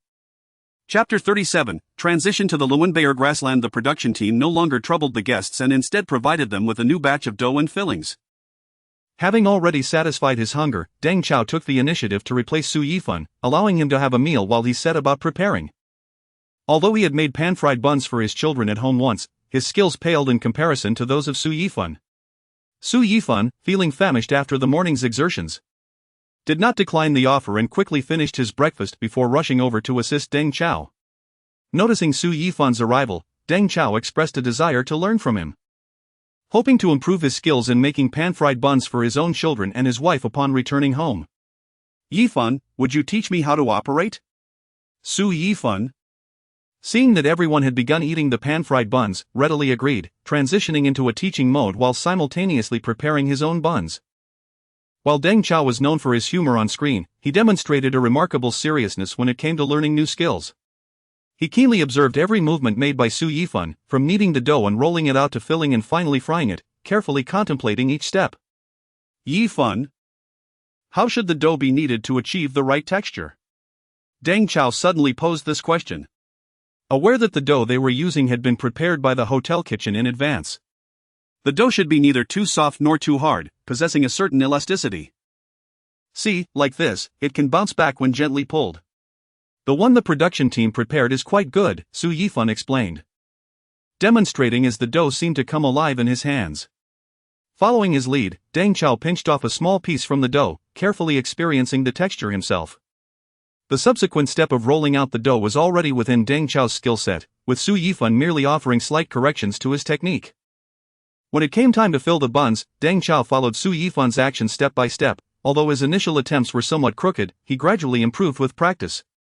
During the frying stage, Su Yifan elaborated on controlling heat and timing with great detail. Deng Chao listened intently, eager not to miss any crucial detail. Observing the dynamic of the teaching session, several guests, who were enjoying their meal, joined the audience. The director instructed the cameraman to capture this scene in its entirety. While it might not be used in the main footage, it could be included in member-exclusive content. After considerable effort, Deng Chao finally produced his first pan-fried bun. Though its appearance did not match the refinement of Su Yifan's, its flavor garnered unanimous praise from everyone. Wow, Chao Gu, yours is amazing. Lu Han was the first to taste it, showering accolades. Ah, of course. Just look at who taught me, Deng Chao replied with a proud smile, filled with gratitude towards Su Yifan. In the ensuing hours, Deng Chao and Su Yifan busied themselves making more pan-fried buns, chatting and working together in a relaxed and cheerful atmosphere. Soon, the guests were well fed, and seeing the group of eager staff before them, Deng Chao took the lead in serving the untouched buns to those who had not yet had a chance to try them. Thus, a breakfast gathering concluded in a jovial atmosphere. Following this, the production team of 5 Ha prepared to transition. They would soon be heading to the grassland for recording. According to the itinerary arranged by the team, they would take a flight from Wuha directly to Luanbayer City, where they would continue filming. Upon exiting the airport, the guests boarded the bus arranged by the production team. Inside, excitement filled the air as they discussed the upcoming adventure on the grassland, each face radiating anticipation and curiosity. Although many had visited the area before, most had come for leisure, and they speculated on the sparks that would fly when 5Ha collided with the grassland. The convoy finally arrived at the temporary camp set up on the grassland, where the production team had already prepared various challenge tasks. First, they were greeted by a unique treasure hunt on the grassland, requiring the guests to work in teams to locate treasures hidden deep within the plains based on clues. Due to the rapport established during their breakfast collaboration, Deng Chao eagerly chose to team up with Su Yifan. Although he had not fully grasped the new game rules, he felt confident that being with Su Yifan meant they would enjoy culinary delights. Other members soon formed teams, leaving Gao Hanyu without a partner. "What is going on, brothers? Don't you love me anymore?" Gao Hanyu exclaimed. "Alright, Gao Hanyu, you can choose to join one of the teams or, like Chao Gu, form your own." "I choose to join Chao Gu and Fan Ji's team." The reason Gao Hanyu opted for Deng Chao and Su Yifan was the allure of Su Yifan's pan-fried buns. Believing that being in their team might yield more culinary benefits and that their combined wisdom and strength could lead to success in the treasure hunt. "Welcome aboard, Hanyu. With the three of us together, we shall surely prevail." Deng Chao clapped Gao Hanyu on the shoulder with a smile. Su Yifan also nodded in welcome. Knowing that although Gao Hanyu often portrayed a comedic persona in variety shows, he was indeed clever and possessed a strong team spirit. Believing their combination would ignite a unique spark. As the directors signaled the start of the treasure hunt, Deng Chao, Su Yifan, and Gao Hanyu swiftly analyzed the clues in hand, deciding to follow the small stream across the grassland in search of leads. They walked while meticulously observing their surroundings, leaving no potential clue unexamined. "Look, there is a peculiar pile of stones over there. It seems to have some inscriptions." Gao Hanyu, with keen eyesight, spotted an anomaly in the distance. The three hastened their pace to the stone pile, where they discovered some vague guiding information etched into the stones, indicating a direction deeper into the grassland. "Wonderful, we've found the first clue," Deng Chao exclaimed with excitement. In the following moments, through their sharp observations and seamless teamwork, they continued to uncover more clues, gradually approaching the treasure's location. However, during the recording, they discovered that what the production team termed a treasure hunt was, in fact, a laborious task. When Su Yifan and the others arrived at the site indicated on their treasure map, they found themselves at a dairy farm. The farm's manager warmly welcomed them and promptly assigned them the task of milking cows. "If you can successfully milk a bucket of milk, I can provide you with ingredients for dinner." The three quickly grasped that the so-called treasure was likely the ingredients, which meant they would have to cook once more. Chapter 38, Treasure Hunt on the Prairie. The trio initially expected that someone at the dairy farm would instruct them on how to operate, but to their surprise, the person in charge merely handed them a bucket for milking and promptly departed. "Chao Gu, do you know how to do this?" "How could I possibly know?" "And you, Yifan?" Su Yifan glanced at Deng Chao and silently shook his head. He truly lacked this skill and had not acquired it from the system during sign-in. Upon recalling the system, Su Yifan suddenly remembered that he had participated in the recording of 5Ha due to a system task that he had completed. Yet he had not claimed his reward. With a mindset of trying anything in desperation, Su Yifan pretended to run to the side to observe the herd, but in reality, he was secretly communicating with the system. "System brother, I wish to claim the reward for my previous task." "Ding, the task reward has been claimed. The reward pool has been unlocked, and the host may draw rewards at any time." Eagerly, he opened the reward pool and immediately spotted the proficiency in milking as a specialized skill in the corner. He also noticed various assets, including buildings, equity, and an assortment of other skills. After seeing those items, Su Yifan promptly closed the system interface. He had no intention of trading a fleeting moment of extroversion for a lifetime of introversion. Skills applicable solely during the recording of the show could not compare to the value of those asset-based rewards. Thus, he decided to wait until the evening after taking a shower and changing clothes to draw his reward. After all, this was his first time claiming a system reward. Exiting the system interface, Su Yifan took out his phone and searched for milking tutorial videos on a short video platform. The current state of the internet was indeed impressive. He found a comprehensive milking tutorial video with little effort.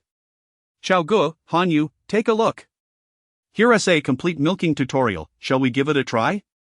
After watching the video, Deng Chao and Gao Hanyu felt confident and began following the instructions, first feeding the cows and then donning gloves to massage and relax the calves. To Su Yifan's eyes, they seemed to be doing it quite well. He stood by quietly, attentively observing the cows' movements to prevent any misfortunes. However, as Deng Chao and Gao Hanyu were milking, an unexpected incident occurred. A nearby cow suddenly became agitated, kicking its legs and trying to break free from the tether. Be careful! Su Yifan shouted. Startled, Deng Chao and Gao Hanyu hurriedly dodged, inadvertently knocking over the bucket meant for milking. Although Su Yifan rushed to salvage the situation, a significant amount of milk spilled onto the ground. Seeing that an unexpected situation had arisen during the recording, the dairy farm supervisor, who had been observing from a distance, hurried over. I apologize. I'll have someone take that cow away immediately. Are any of you injured? No, no injuries, they replied. After the staff led the troublesome cow away, they inspected the remaining cows before feeling assured enough to leave. The recording resumed, and Su Yifan took the initiative to handle the milking task, allowing the still shaken Deng Chao and Gao Hanyu a moment to rest. To expedite the milking process, Su Yifan attempted to mimic the skilled milkers by employing a simultaneous two-handed approach.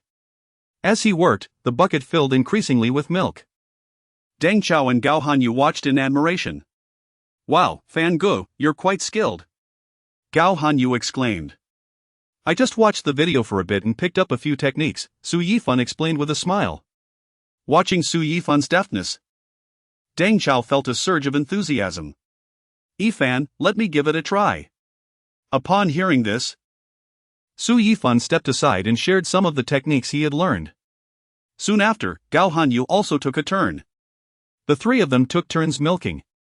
And before long, they filled the required iron bucket. At that moment, the dairy farm supervisor appeared before them at just the right time. He surveyed the full bucket of milk, nodding in satisfaction. Well done, young men. You've performed admirably, he commended. You may explore our farm and experience the beauty of nature. I'll arrange for someone to fetch some ingredients for you. Grateful, Su Yifan, Deng Chao. And Gao Hanyu thanked him and set down their tools to follow the supervisor on a tour of the dairy farm. This is our newly established automated milking workshop. We will gradually phase out manual labor, replacing it with mechanical methods for milking. After the tour, the trio felt somewhat awkward holding only 2 bottles of fresh milk. They had anticipated receiving a substantial reward for their efforts. Yet all they had were a few liters of milk, which was hardly enough to satiate their hunger. Noticing their expressions, the supervisor remarked, We have other tasks at the dairy farm. If you can complete them, we can provide you with additional ingredients. Upon hearing this, the three exchanged glances and unanimously agreed. The supervisor chuckled and led them to the cattle pen. There are some hay bales, you need to move them into the barn. He pointed to a small mountain of hay. Without hesitation, Su Yifan, Deng Chao, and Gao Hanyu sprang into action. After transporting the hay, they were left breathless and exhausted. Well done, young men, the supervisor said, handing them some fresh vegetables and fruits. This is your reward. The trio gratefully accepted the food, then inquired, Is there any other work we can do? Seeing their eagerness, the supervisor couldn't help but smile. You truly are diligent. However, today's tasks are complete. You may explore other areas. The other areas mentioned by the supervisor were bustling with activity.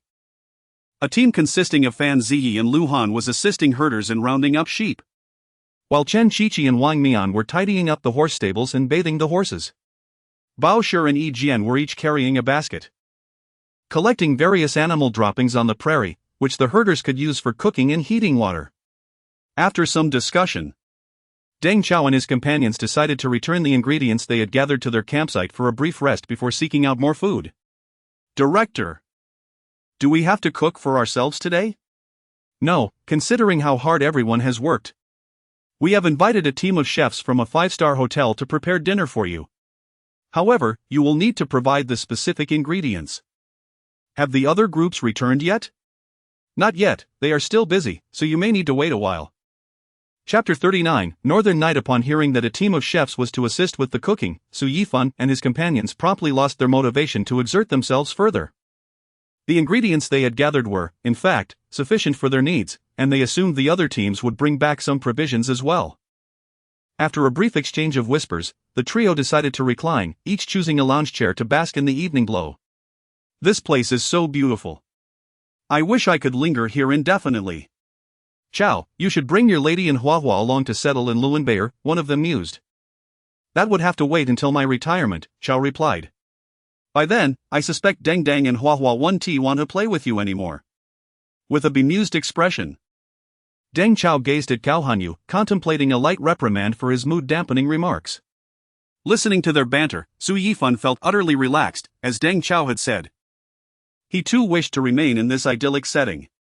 During the day, he could tend to cattle and horses, and by night, leisurely lie back while gazing at the stars overhead. This journey to the north had been fulfilling for him. Although he had deviated from the original itinerary to record a program with the 5Ha team, he felt he had immersed himself more deeply in the local customs, experiencing the tranquility and beauty of this land. Meanwhile, Fan Ziyi and Lu Han successfully herded the sheep back into the pen. Chen Qiqi and Wang Mian also completed their task of cleaning the stables. Bao Shi and Yi Jian each returned with a full basket of manure. The other 3 teams gradually finished their assigned tasks, bringing back the corresponding ingredients to the campsite. Lu Han and Fan Ziyi, having returned first, joined the trio as they began to recount their afternoon experiences. The 5-star hotel chef team had already commenced preparations with the ingredients they had collected. Yifan even made a special trip to the makeshift kitchen to order a dish of fried milk.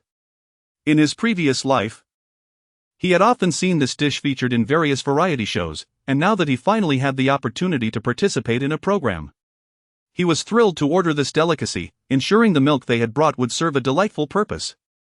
The chef readily agreed to Yifan's request, noting that the necessary ingredients were available from the production team, making the dish entirely feasible.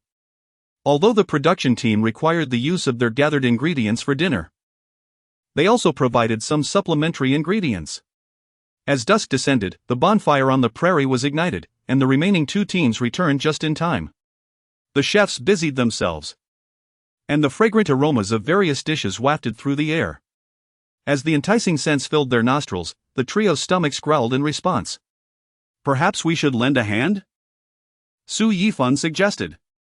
I think that's a splendid idea. While lying down is comfortable, it can also be rather dull, Deng Chao concurred. All right then. Let us go help out, Gao Hanyu declared, rising from his chair. Upon entering the kitchen, they beheld the chefs preparing a whole roasted lamb. A special reward from the production team for the 4 groups of guests who had successfully completed their respective tasks and uncovered the treasures of the prairie. The so-called treasures of the prairie were, in essence, the diligent labor and time-honored wisdom of its people. This vast, boundless green ocean had nurtured countless industrious herders who toiled on this land, crafting legends of the prairie with their hands and intellect. At dawn, as the first rays of sunlight graced the prairie, the herders began their day's work, herding their flocks in search of fresh pastures. Their eyes sparkled with anticipation and determination, for they understood that this prairie was the source of their livelihood, their very treasure. On this expansive land, herders were not merely grazers, they were guardians of the prairie. They knew how to judiciously utilize its resources, ensuring the flourishing of their livestock while preserving the ecological balance. They revered nature and held life in high regard, embodying the principle of harmonious coexistence between humanity and the natural world through their actions. Although the guests labored on the prairie for only an afternoon, they felt a profound connection to the warmth and richness of this land. They witnessed the herders' tireless efforts and experienced the vastness and beauty of the prairie. However, their offers to assist were politely declined by the chef team, leaving them to observe from the sidelines. Standing beside the roasting lamb, they were filled with admiration for the chefs, who, though not from this land, displayed exceptional culinary skills, paying tribute to both the prairie and its hard-working people. The aroma of the roasted lamb intensified, enveloping the campsite in an irresistible scent. Wow, it smells incredible! Su Yifan exclaimed. Indeed, the flavor is simply exquisite. Deng Chao nodded vigorously. I must indulge in a hearty portion later. Gao Hanyu licked his lips in anticipation. This afternoon's toil was truly worthwhile.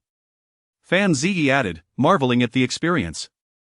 At last, the roasted lamb was served at the dining table. And everyone gathered around to savor this delectable feast. Su Yifan took a piece of lamb, savoring its tenderness and the perfect degree of roasting, silently praising the chefs for their skill. Gradually, other dishes were brought to the table, and lively conversation filled the air. As Su Yifan looked around at his friends, his heart swelled with gratitude. Thanks to the 5Ha team for adding a vibrant hue to my world, I am truly grateful to you all. Moved by the moment, Su Yifan raised his cup of milk tea in a toast, prompting the others to respond in kind. After dinner, everyone gathered around the bonfire, singing and dancing, fully immersing themselves in the beauty of the night. The flames flickered, illuminating the smiles on their faces. Just then, a shooting star streaked across the sky. Look!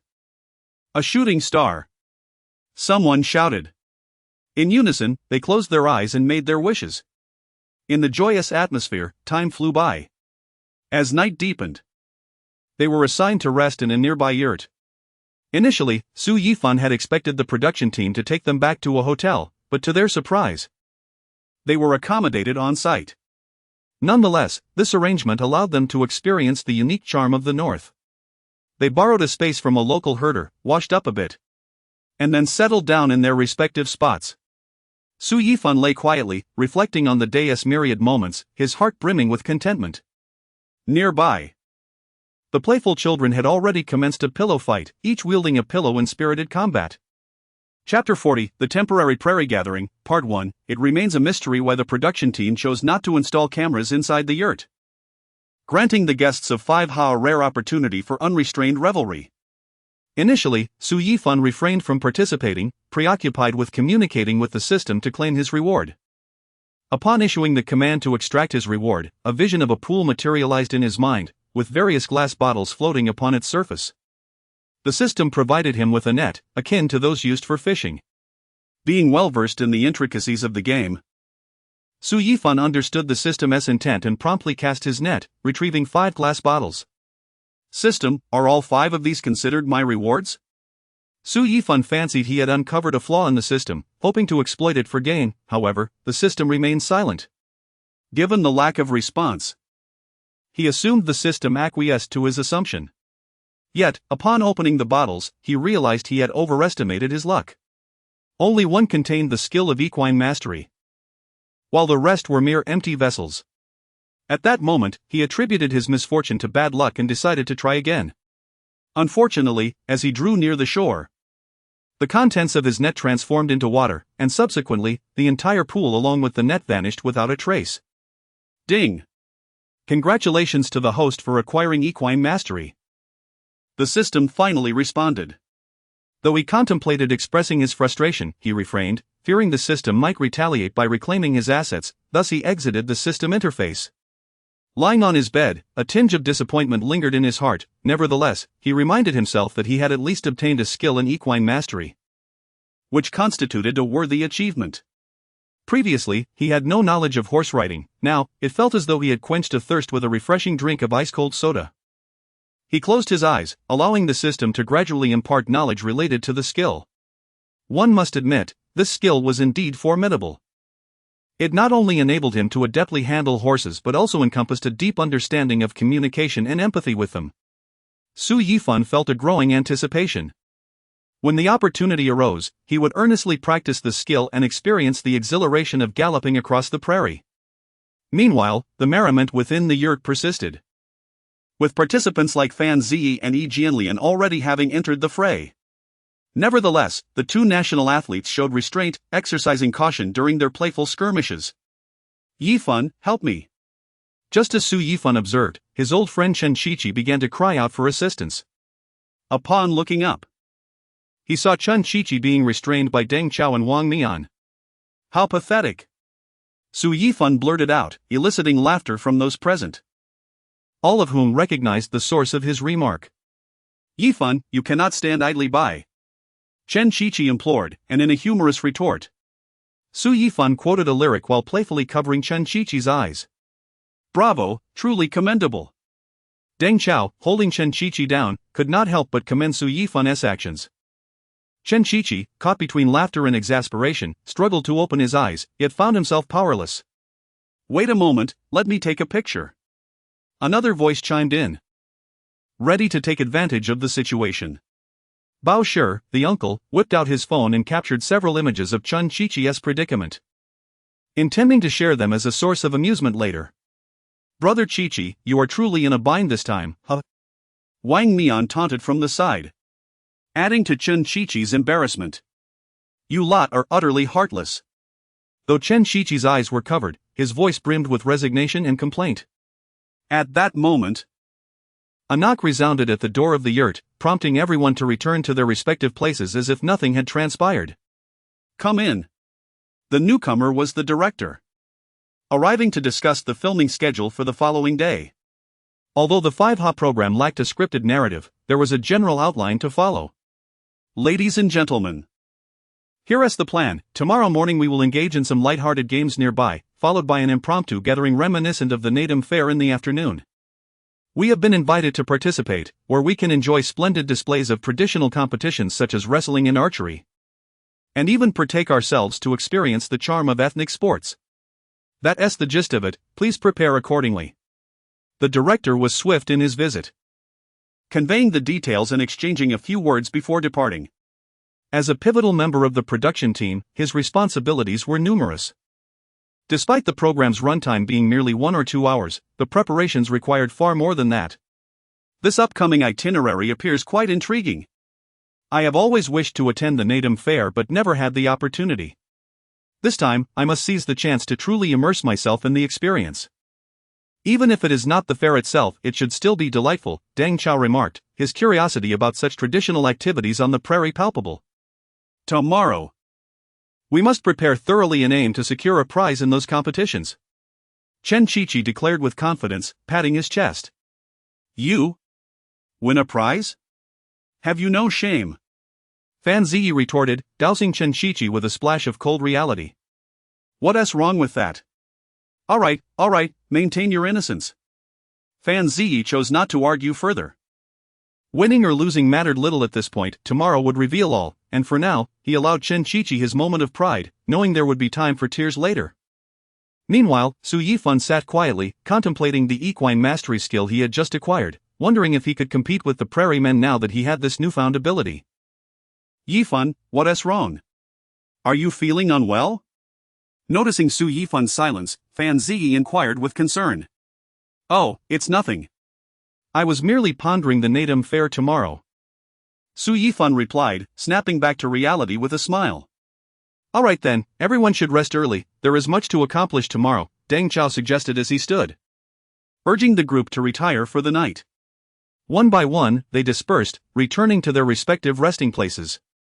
Had they not been informed of the schedule, they might have continued their lively banter into the night. However, with the director's itinerary in mind, they all sought to conserve their energy for the spontaneous gathering ahead.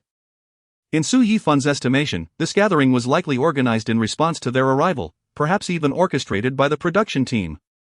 However, he soon found little time for idle speculation, as the sounds of rhythmic snoring began to fill the yurt, leaving him with no choice but to surrender to sleep.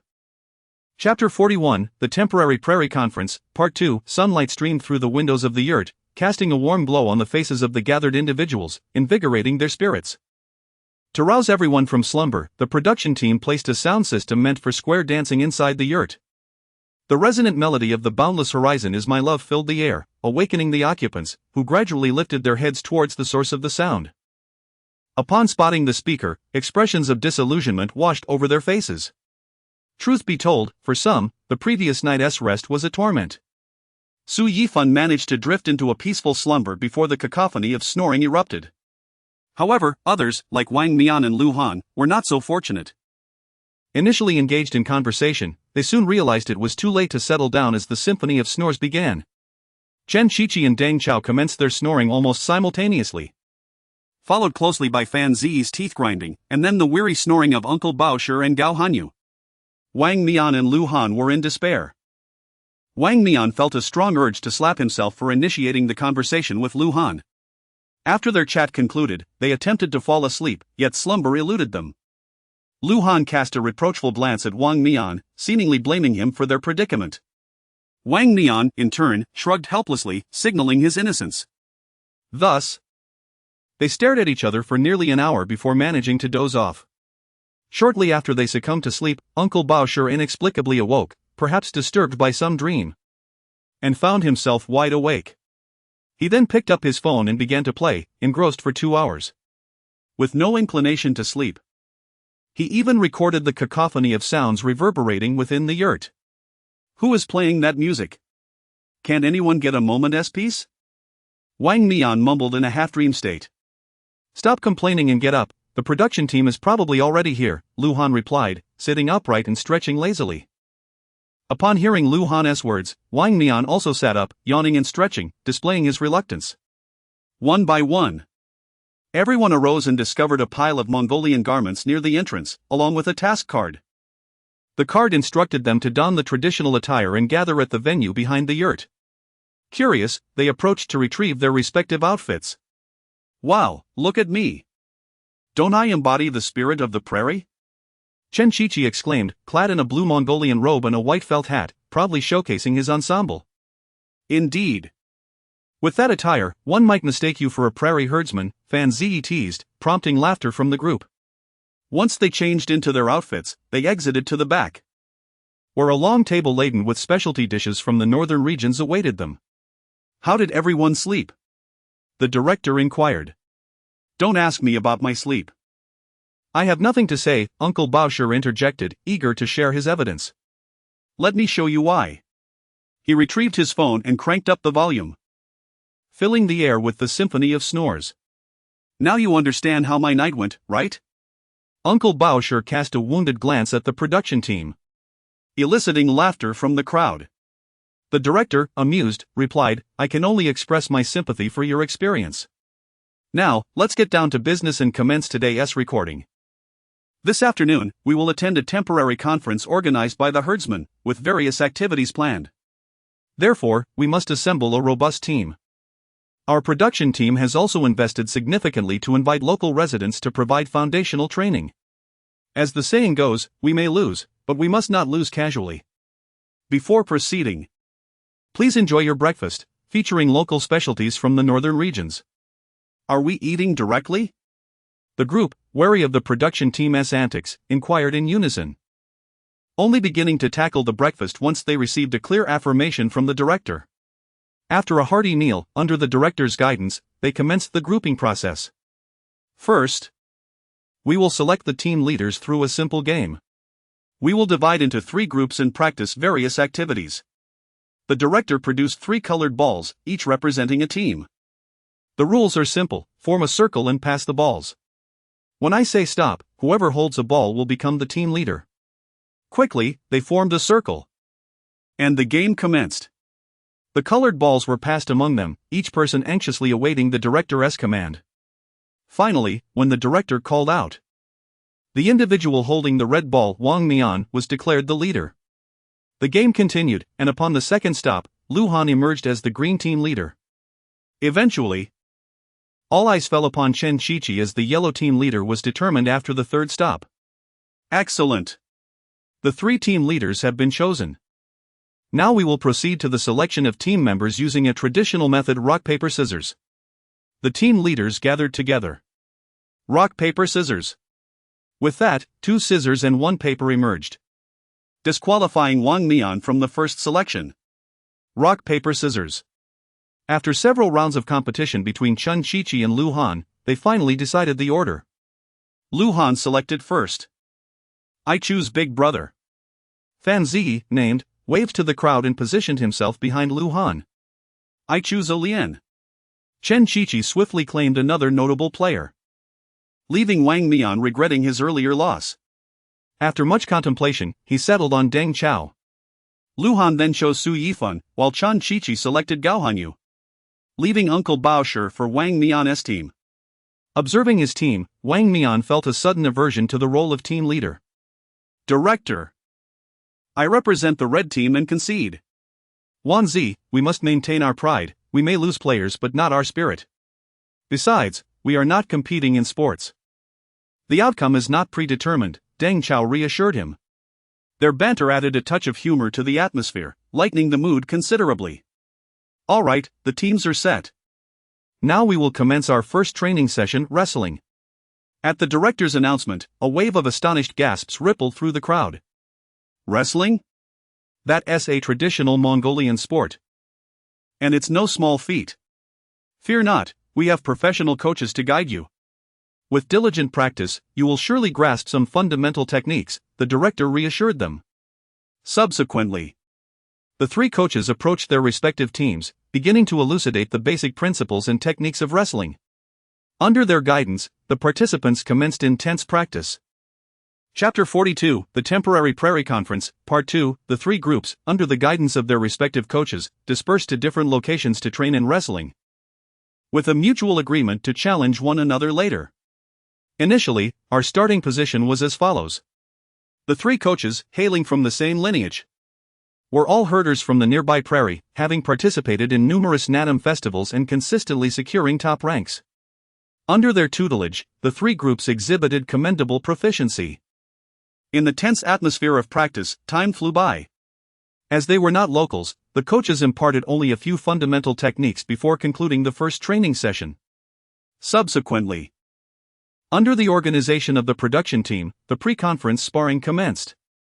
This was an informal competition, emphasizing moderation, especially for those prone to injury. Upon hearing this, Chen Shichi immediately sensed the director was hinting at him and became displeased. Director, step forward. Let us settle this one-on-one. Are you certain? To hedge against unforeseen circumstances. Our production team has been training longer than you, the director replied. Upon hearing this, Chen Shichi's bravado quickly dissipated. With a quick thought, he chuckled. I was merely jesting to lighten the mood. Don't back down, Shichi. Who are we afraid of? Teased his friend Deng Chao, eager to spur him on. All right. Back to business. Time is of the essence, let us have each team designate a member for the match. Discuss amongst yourselves. The director, not wishing to see the young lady Chen harmed, tactfully redirected the conversation. Lu Han, Fan Ziyi, and Su Yifan quickly decided to field the formidable Fan for the challenge. Isn't that a bit too much? How are we supposed to compete against that? Protested Wang Mian, overhearing the decision. Chen Shichi recognized this as his opportunity. Old Deng, quickly volunteered to battle. Take him down, don't be timid, we fear no one. He seized the moment to retort Deng Chao's earlier words, causing Deng to chuckle awkwardly and respond, what you just said was harmless, mine is lethal. However, Deng was reluctant to provoke Fan Ziyi, who had already proven his prowess. Yet, someone from Chen Shichi's team, Gao Hanyu, sought to challenge Fan Ziyi. This was not his first attempt. He had previously challenged him during the fourth season of 5 Ha in Tailan. With a determined stride, Gao Hanyu positioned himself in the center, locking eyes with Fan Ziyi, who appeared at ease, even beckoning Gao with a wave, as if to say, bring it on. The match commenced, with Gao Hanyu charging at Fan Ziyi like a tiger descending the mountain, attempting to overpower him.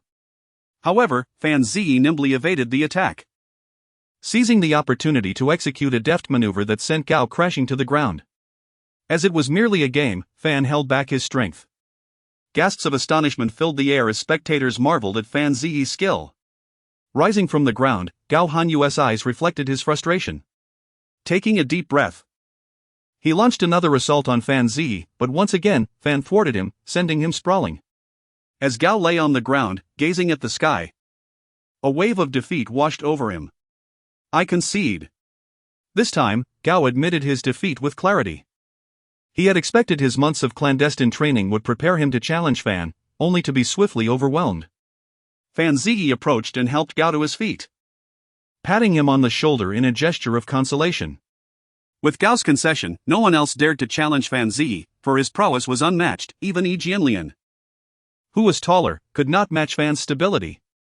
Observing this, the director announced the transition to the next training subject, horse racing. The members of 5 Ha were not novices to horse racing, having participated in a previous event during the second season in the Mushroom House, albeit with somewhat haphazard horses. Old Deng, do you recall our last horse race in 5Ha? Chen Qiqi mused. Deng Chao replied, some memories are best left unspoken. Given the high demands of horse racing, few in the 5Ha team possessed the requisite skills, and due to safety concerns, only Su Yifan was selected to compete. Originally, he had not planned to participate. But with his skills, he requested a chance from the director. After demonstrating several equestrian maneuvers, he surprised the three coaches, earning himself a brief opportunity for a gallop. Go! Go! Seizing this rare chance, Su Yifan mounted and sped away, prompting the production team to deploy drones for filming. Viewers were captivated by the sight of Su Yifan racing across the prairie, their eyes gleaming with envy. Eventually, the members of 5Ha took turns riding, relishing the joy of horseback riding nearby. In addition to horse racing, they also experienced archery and traditional board games under the instructor's guidance. By midday, the 5Ha team had a light meal before walking to the temporary prairie conference venue. Upon arrival, they were awestruck by the vibrant scene before them. A vast expanse of grass was adorned with fluttering banners, bustling with voices. Various ethnic competitions were in full swing: wrestling, archery, equestrian events, each drawing throngs of spectators. Amidst the lively atmosphere, the members of 5Ha eagerly joined in the competitions, showcasing their talents alongside local contestants. In the horse racing event, Su Yifan displayed remarkable skill, eliciting cheers from the crowd. As the race commenced, he swiftly wielded his whip, and the horse surged forward like an arrow released from a bow. Leaning low and parallel to the horse's back, he gripped the reins tightly, commanding the steed with all his might. Other competitors, unwilling to be outdone, closely followed. The sound of hooves echoing across the prairie, stirring up clouds of dust. The race was fiercely contested, with Su Yifan maintaining a lead.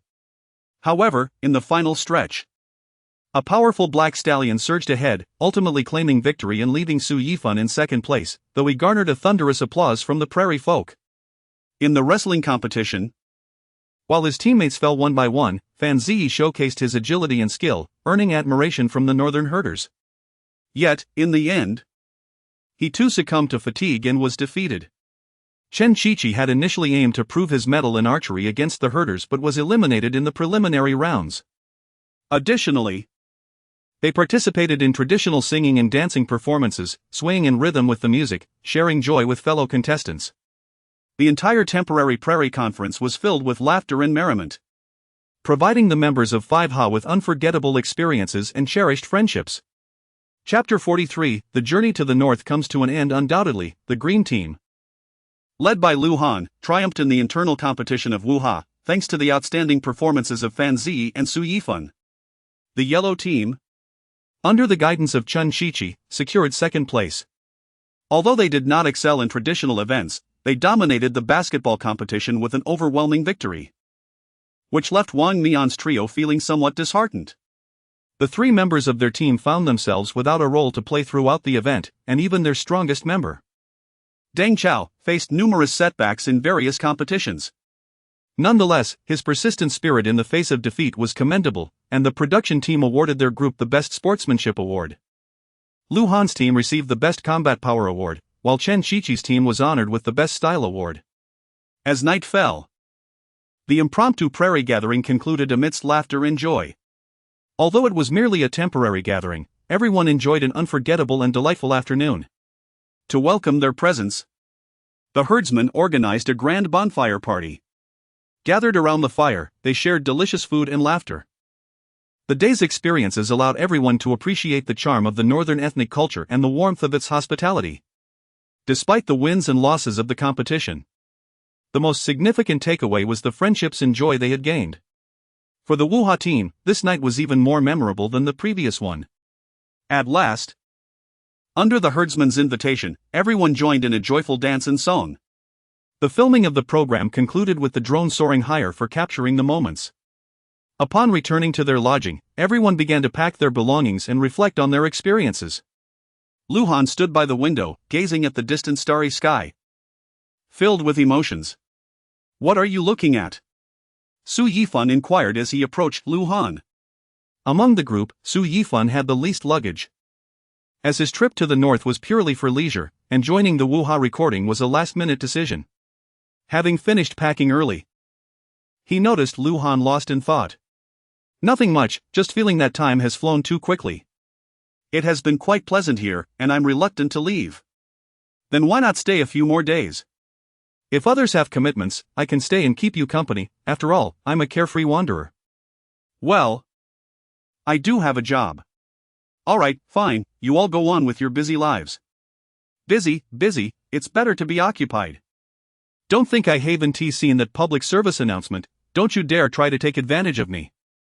Side note from the author, for those unfamiliar with this public service announcement, you may search for, which tells the story of an elderly woman waiting for her children to come home for dinner. Su Yifan initially thought Luhan was unaware of the advertisement and intended to tease him. But to his surprise, Luhan was familiar with it and immediately chased after him. Their playful banter echoed throughout the yurt, shattering the previous tranquility. The others paused their packing to glance at the duo. What is going on? The curious onlookers inquired. The instigator, Su Yifan, dared not speak, fearing a collective backlash. Nothing.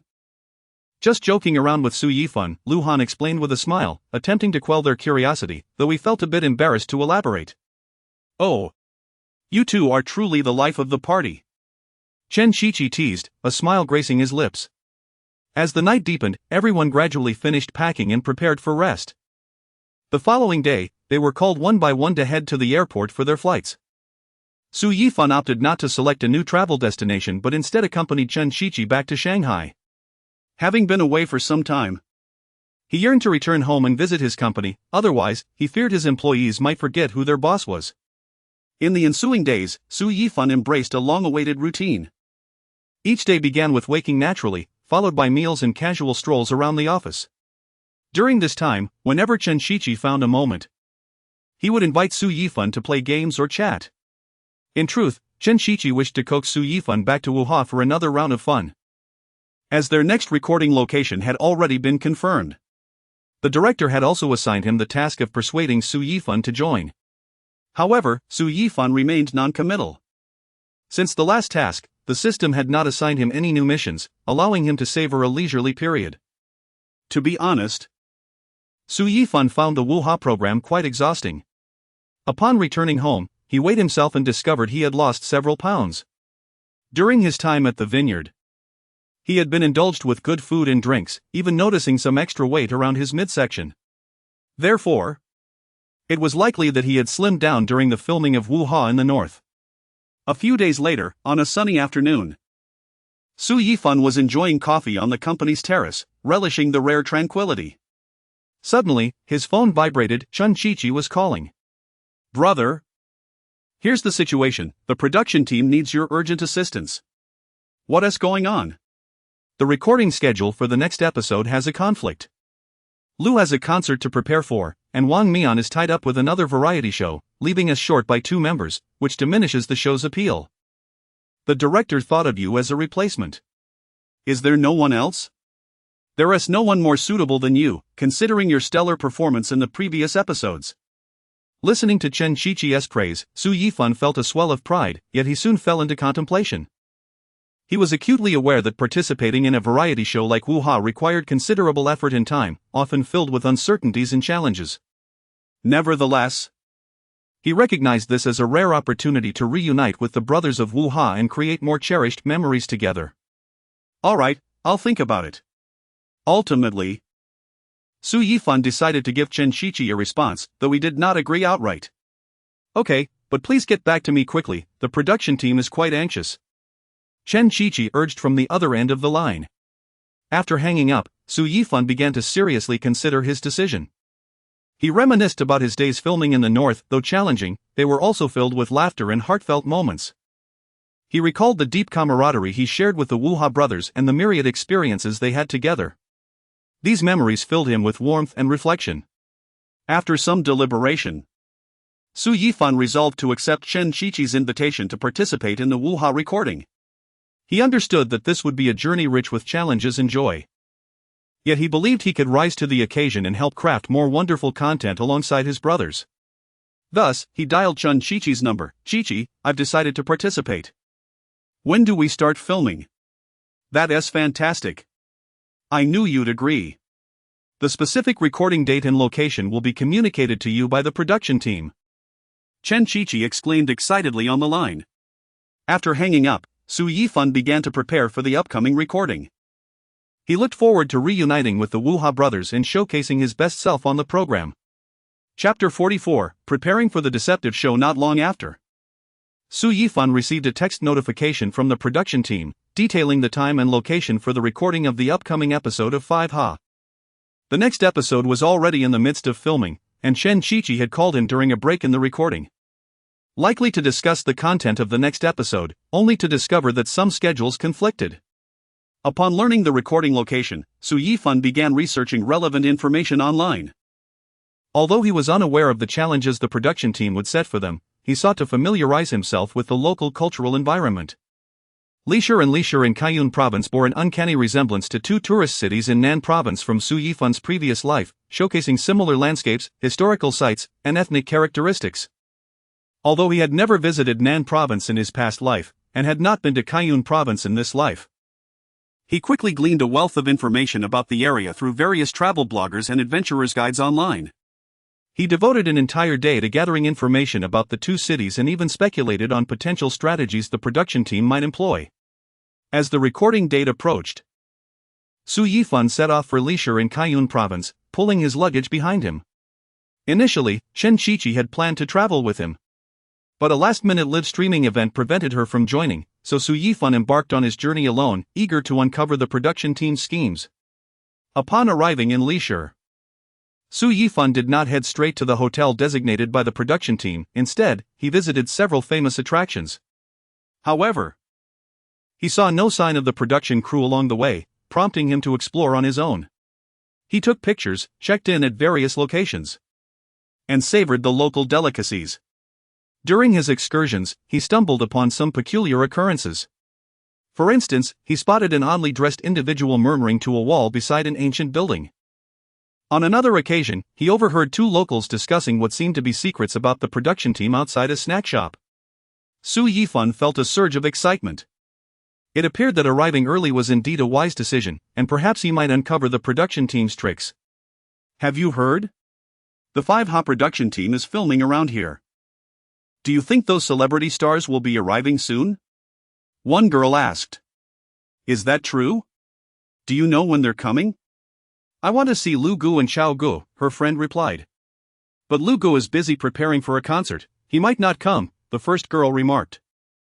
If he doesn't come, I'll just have to grab concert tickets to see him, the other girl retorted. Upon hearing their conversation, Su Yifan decisively found a seat nearby, ordered a dish of chickpea jelly, and perked up his ears to listen to their ongoing dialogue. Although it felt somewhat unethical, he could not resist the temptation to gather information about the production team after so much effort. But you have to be quick to get tickets. I envy those fans who flaunt their concert experiences, one girl lamented. Yes, Lu Gu is truly wonderful. I hope he can come to film 5 Ha, the other girl agreed. An idea sparked in Su Yifan's mind. After finishing his meal, he approached the two girls with a smile, saying, "Would you like to meet Lu Gu? I have a way to make that happen."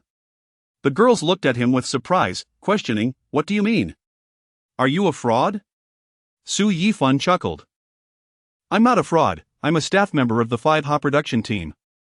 While I can't guarantee you'll meet Lu Han, I can certainly help you get a signed photo.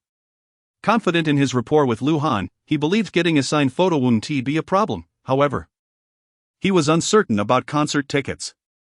To validate his identity, he pulled out a photo of himself with Lu Han from his phone gallery, along with his work ID for 5 Ha.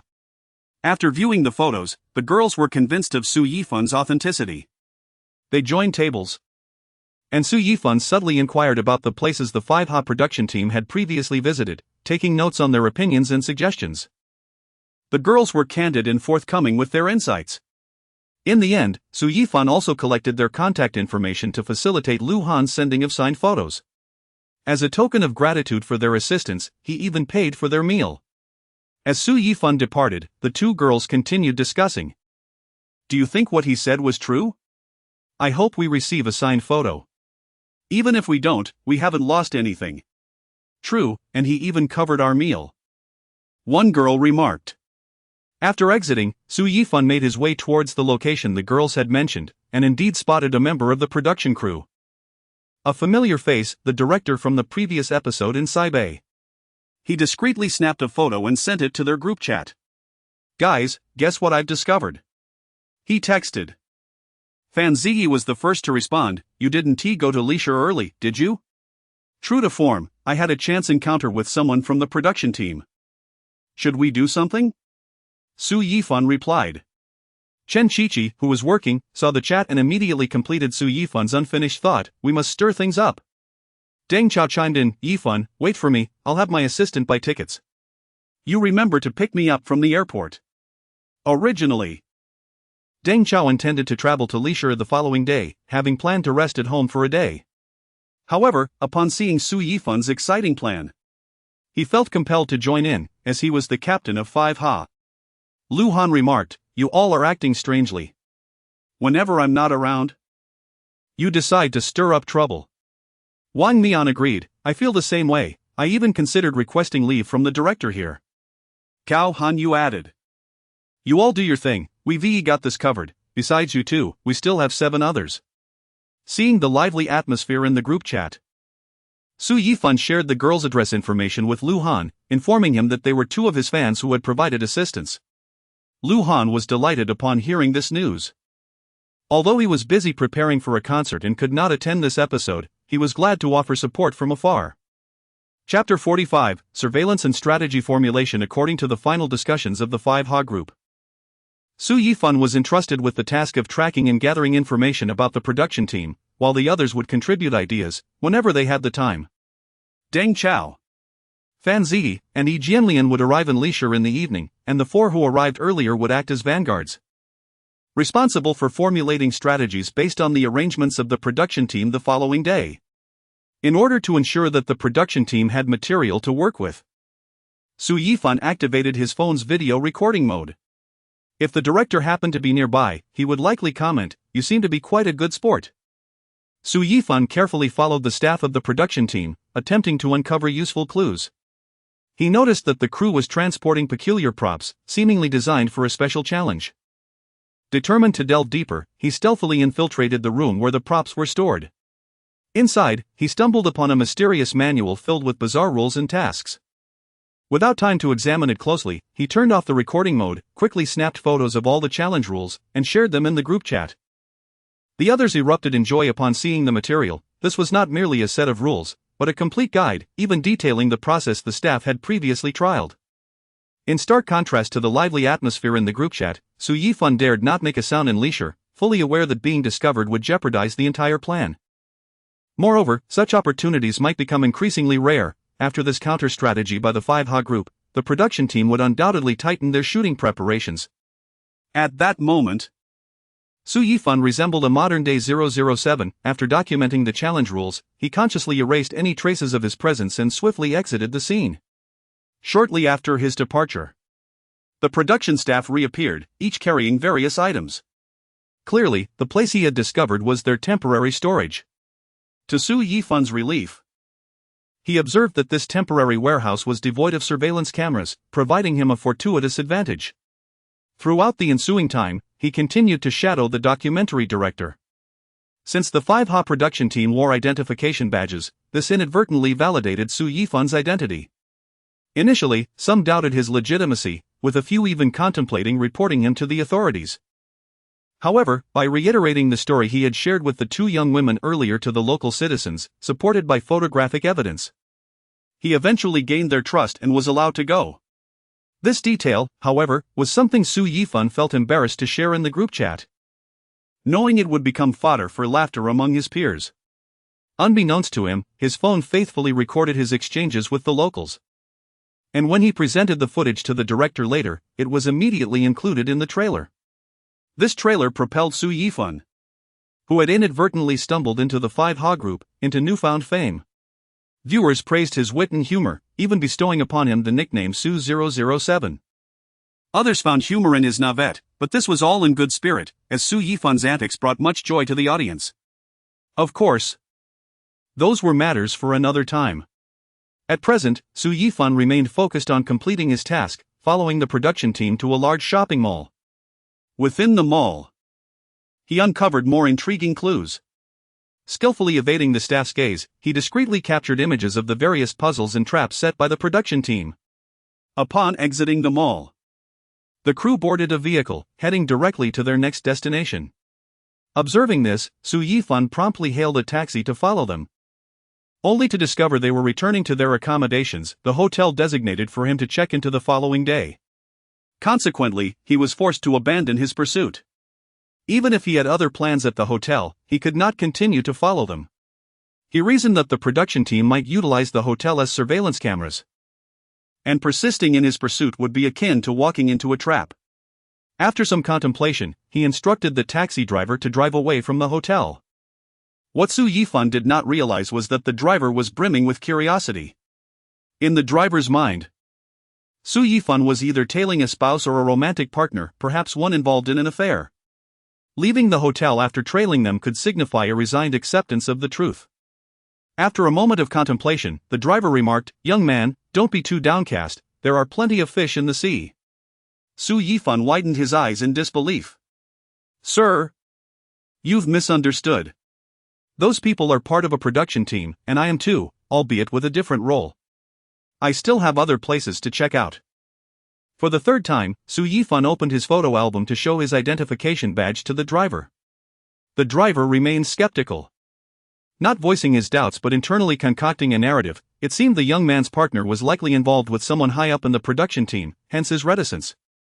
At that moment, the driver was filled with sympathy. Even when Su Yifan exited the vehicle, he refused to take any fare, simply wishing to ease the young man's burden. Nevertheless, Su Yifan was adamant about paying, tossing a 100 yuan bill through the window before quickly departing, leaving no time for change. Seeing Su Yifan's demeanor, the driver quietly murmured, "Ah, life is tough for everyone. I hope this young man can find peace and refrain from any rash decisions." Had Su Yifan been privy to the driver's musings, he would likely have demanded his change back. Subsequently, Su Yifan scoured the streets once more for 5Ha staff, but unfortunately, his luck had run dry. He was unable to unearth a single clue. With no other option, he returned to the hotel to discuss subsequent plans with the others. "Everyone, these are the clues we have. The group I was trailing returned to the hotel we're set to stay at tomorrow," he informed them. Deng Chao replied, "No worries. Take a break. We still have some time tomorrow to see if we can uncover more clues. I think we should search around the hotel, there might be additional leads," suggested Yi Jianlian. "I concur, and we should take this opportunity to analyze that mysterious manual," added Fan Zi. "These rules and tasks appear quite complex. We need to dissect them thoroughly," he continued. Thus, the group dedicated their time to studying the enigmatic manual, even those who were not present for the recording session, like Lu Han and Wang Mian, contributed numerous suggestions. After extensive discussions, they devised a preliminary plan. Chapter 46, A Gathering of Events as Night Fell. Su Yifan drove a rented vehicle and successfully picked up Deng Chao and his two companions. As for their accompanying staff, they had their own arrangements. "Yifan, shall we pay a visit to their hotel? What if they have special arrangements there?" "I think it's best not to." If they had special plans, they would have likely completed them early this morning. Deng Chao conceded that Su Yifan's reasoning was sound and did not press the matter further. The vehicle made its way to the hotel where Su Yifan had already secured accommodations for the three. "Brothers, Chao, Alian, please check in first. I'll take you out for dinner shortly." Although the three had dinner on the flight, Su Yifan surmised they might not have had enough, particularly since two of them were former athletes. He opted not to go upstairs, knowing his companions did not carry the burden of celebrity vanity and would not take long to prepare. Just as he expected, within 10 minutes, the three emerged. He then led them to a nearby restaurant, one that the hotel staff had recommended, renowned for its local delicacies. He had also checked online and found favorable reviews. Upon entering the restaurant, Su Yifan adeptly ordered several signature dishes. These are the dishes recommended by the hotel staff, and the reviews online are quite positive. The rest is up to you to select. "Isn't this restaurant associated with the hotel we're staying at?"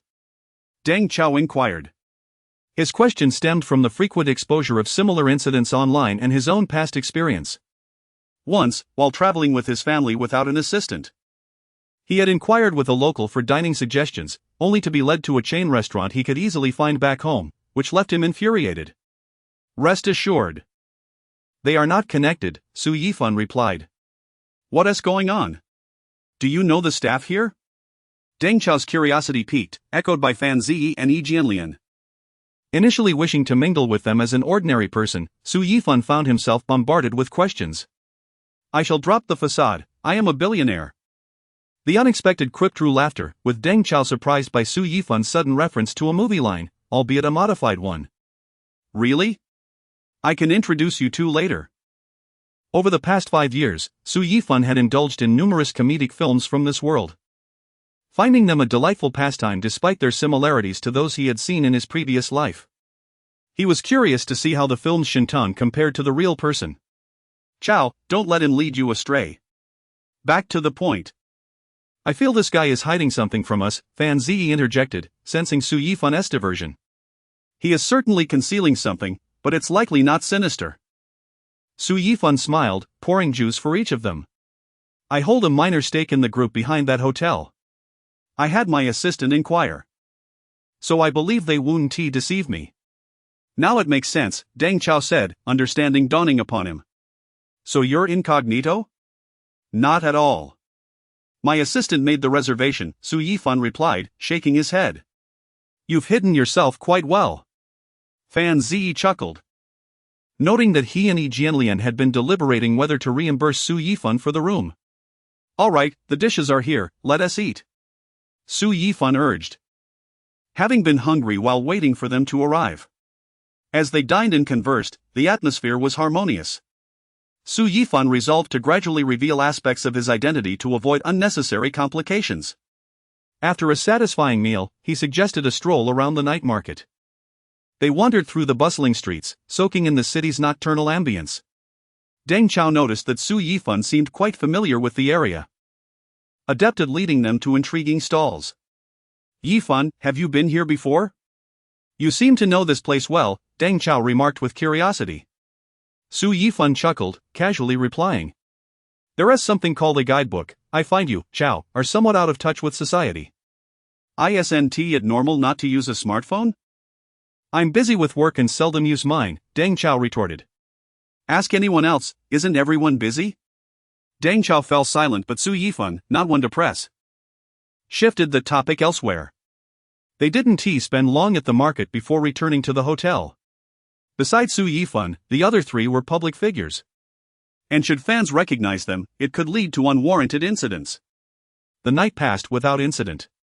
The following day, Su Yifan brought his companions to the location he had scouted the previous day, introducing them to each point of interest. They then entered a mode of preemptive decryption.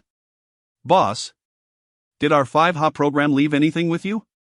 Can we collect it now? Weren't you supposed to record tomorrow? Recording is indeed tomorrow. But the program notified me to retrieve the items. Using facial recognition, Deng Chao swiftly navigated the situation, though the shopkeeper appeared puzzled. Deng Chao's presence made it difficult for them to refute. Thus, they managed to unearth the items hidden in several snack shops. In the span of the morning, they thoroughly dismantled the program's arrangements. Fortunately, Su Yifan had arrived late, missing much of the program's traces, otherwise, they might have had to resort to a backup plan. However, the director's team remained unaware of these developments. With everything proceeding smoothly, the four enjoyed a delightful meal before checking out and reporting to the 5Ha program, as if nothing had transpired previously. Subsequently, they did not create any disturbances, adhering to the program's directives. Thankfully, the production team had not orchestrated any covert operations in their respective rooms. As evening approached, Chen Shiqi, Bao Shi, and Gao Hanyu arrived at the hotel. The three quickly dropped off their belongings and rushed to Su Yifan's room to inquire about the progress. With a confident smile, Su Yifan recounted the morning's accomplishments. Excitement radiated from the trio as they applauded Su Yifan's efforts. Yifan, we owe you so much. The production team will never suspect we disrupted their plans, Chen Shiqi exclaimed, beaming. Heh, it's no trouble at all. But we must remain cautious, the program might have other tricks up its sleeve, Su Yifan cautioned. Indeed. We cannot afford to be complacent. Let us continue to follow the program's lead and see what else they devise, Bao Shi agreed. They exchanged knowing smiles. Filled with anticipation as the evening light streamed through the window, illuminating their faces with joy. Chapter 47, Performance Output. The next day, the program commenced promptly. Welcome, everyone. To Lishur, a city renowned for its historical and cultural significance, serving as a vital artery of the ancient Southern Silk Road and the Tea-Horse Road. Following a brief introduction to the city, the director addressed the day's main challenge. The first task for the 7 participants was to undertake a test of synergy. They were to take turns venturing into the nearby snack street to procure 7 distinct delicacies. Success was contingent upon this, or they would have to start anew. To prevent food wastage, all items purchased must be consumed. This particular game was already anticipated by Su Yifan and his team, as it was mentioned in the manual he had captured. The previous evening, he had assigned each member their respective items to acquire, ensuring that, provided no one acted foolishly, they could navigate this challenge with their eyes closed. To facilitate their success, several members received stern advisories, including Deng Chao, Fan Ziyi, and Bao Shileajiu. Chen Shiqi emphasized to the trio that they must refrain from improvisation and stick to the designated items. To thwart any potential disruptions from the production team that could alter their strategy, Fan Ziyi and his companions were designated to depart first, while Su Yifan and Chen Shiqi remained for the final leg. Fan Ziyi and the others swiftly returned with their assigned foods. From the perspective of the production team, the 5 displayed an unprecedented level of coordination, successfully bringing back entirely different snacks. Thus, they began to adjust their tactics. Just as Chen Shiqi was about to set off, the production team abruptly announced a change in the rules. Ah, it seems I overlooked a detail. You must procure a special treat known as dream pastry to obtain this delicacy. You must locate a person on the street, exchange a secret code, and inquire about the answer. While I mention just one, the answer provided by the other party may not be singular. Director, if there are multiple varieties of this item, and what we bought earlier is not among them, can we exchange it? Exchanging is permissible, as is retaining your purchases. Ultimately, the outcome requires that all items differ. Su Yifan and Chen Shiqi exchanged glances, fully anticipating the twist. The so-called dream pastry referred to 4 renowned delicacies from Lishur: Huangbing, Shuisu Bing, Nashimi cake, and Xianhua Bing. The enigmatic contact was none other than the proprietor of the first shop they had discovered the prior day, holding a note detailing the dream pastry. Such elements were strategically prepared by the production team, evidently believing that the members of Wuha Tuan would need to navigate several rounds to complete the synergy test. Upon setting off, Chen Shiqi first acquired an item they had previously discussed before feigning a search for individuals on the street. Hello, the king covers the tiger. The pagoda subdues the river demon. My apologies. The secret code given to him by the production team was the king covers the tiger, the kitten catches the mouse. Chen Shiqi playfully approached a few passers-by, who all responded with the pagoda subdues the river demon. Forget it, I give up. I'll leave this to Yifan. Feigning disappointment, he entertained his camera crew, who stifled laughter. Chen Shiqi was well aware of the contact's whereabouts. Had he taken just a few more steps, he would have encountered the shopkeeper, yet he chose to abandon the search. However, he believed that from the production team's standpoint, this was advantageous. When edited, the footage would clearly indicate his intended destination, providing comic relief to the segment. Resigned, Chen Shiqi returned with his purchased snacks to their assembly point and, with a guilty expression, said to Su Yifan, "Yifan, I'm sorry, I couldn't find that contact.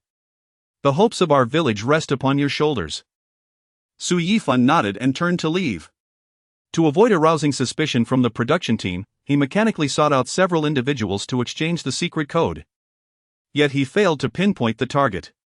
Although he knew who the individual was, he deliberately refrained from engaging, passing by the shop of the contact multiple times in the eyes of the filming crew. Eventually, in a fit of surrender, Su Yifan casually purchased all 4 varieties of pastries.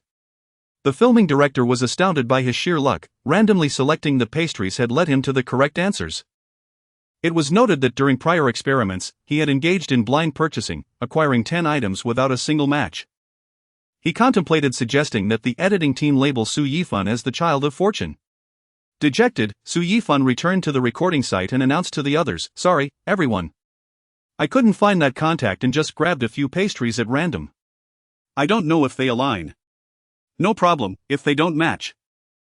"We can blame the director for withholding the information until the last moment," Deng Chao remarked, casting a challenging glance at the director. "All right, if you are prepared. Let us proceed to the final verification stage." Upon hearing Su Yifan's words, the director was eager to dive into the main event, impatiently anticipating the disappointment on their faces. Before Su Yifan's return, he had already instructed the nearby cameraman to focus intently on Su Yifan's expressions, planning to pair the footage with melancholic music should he fail to procure the correct items.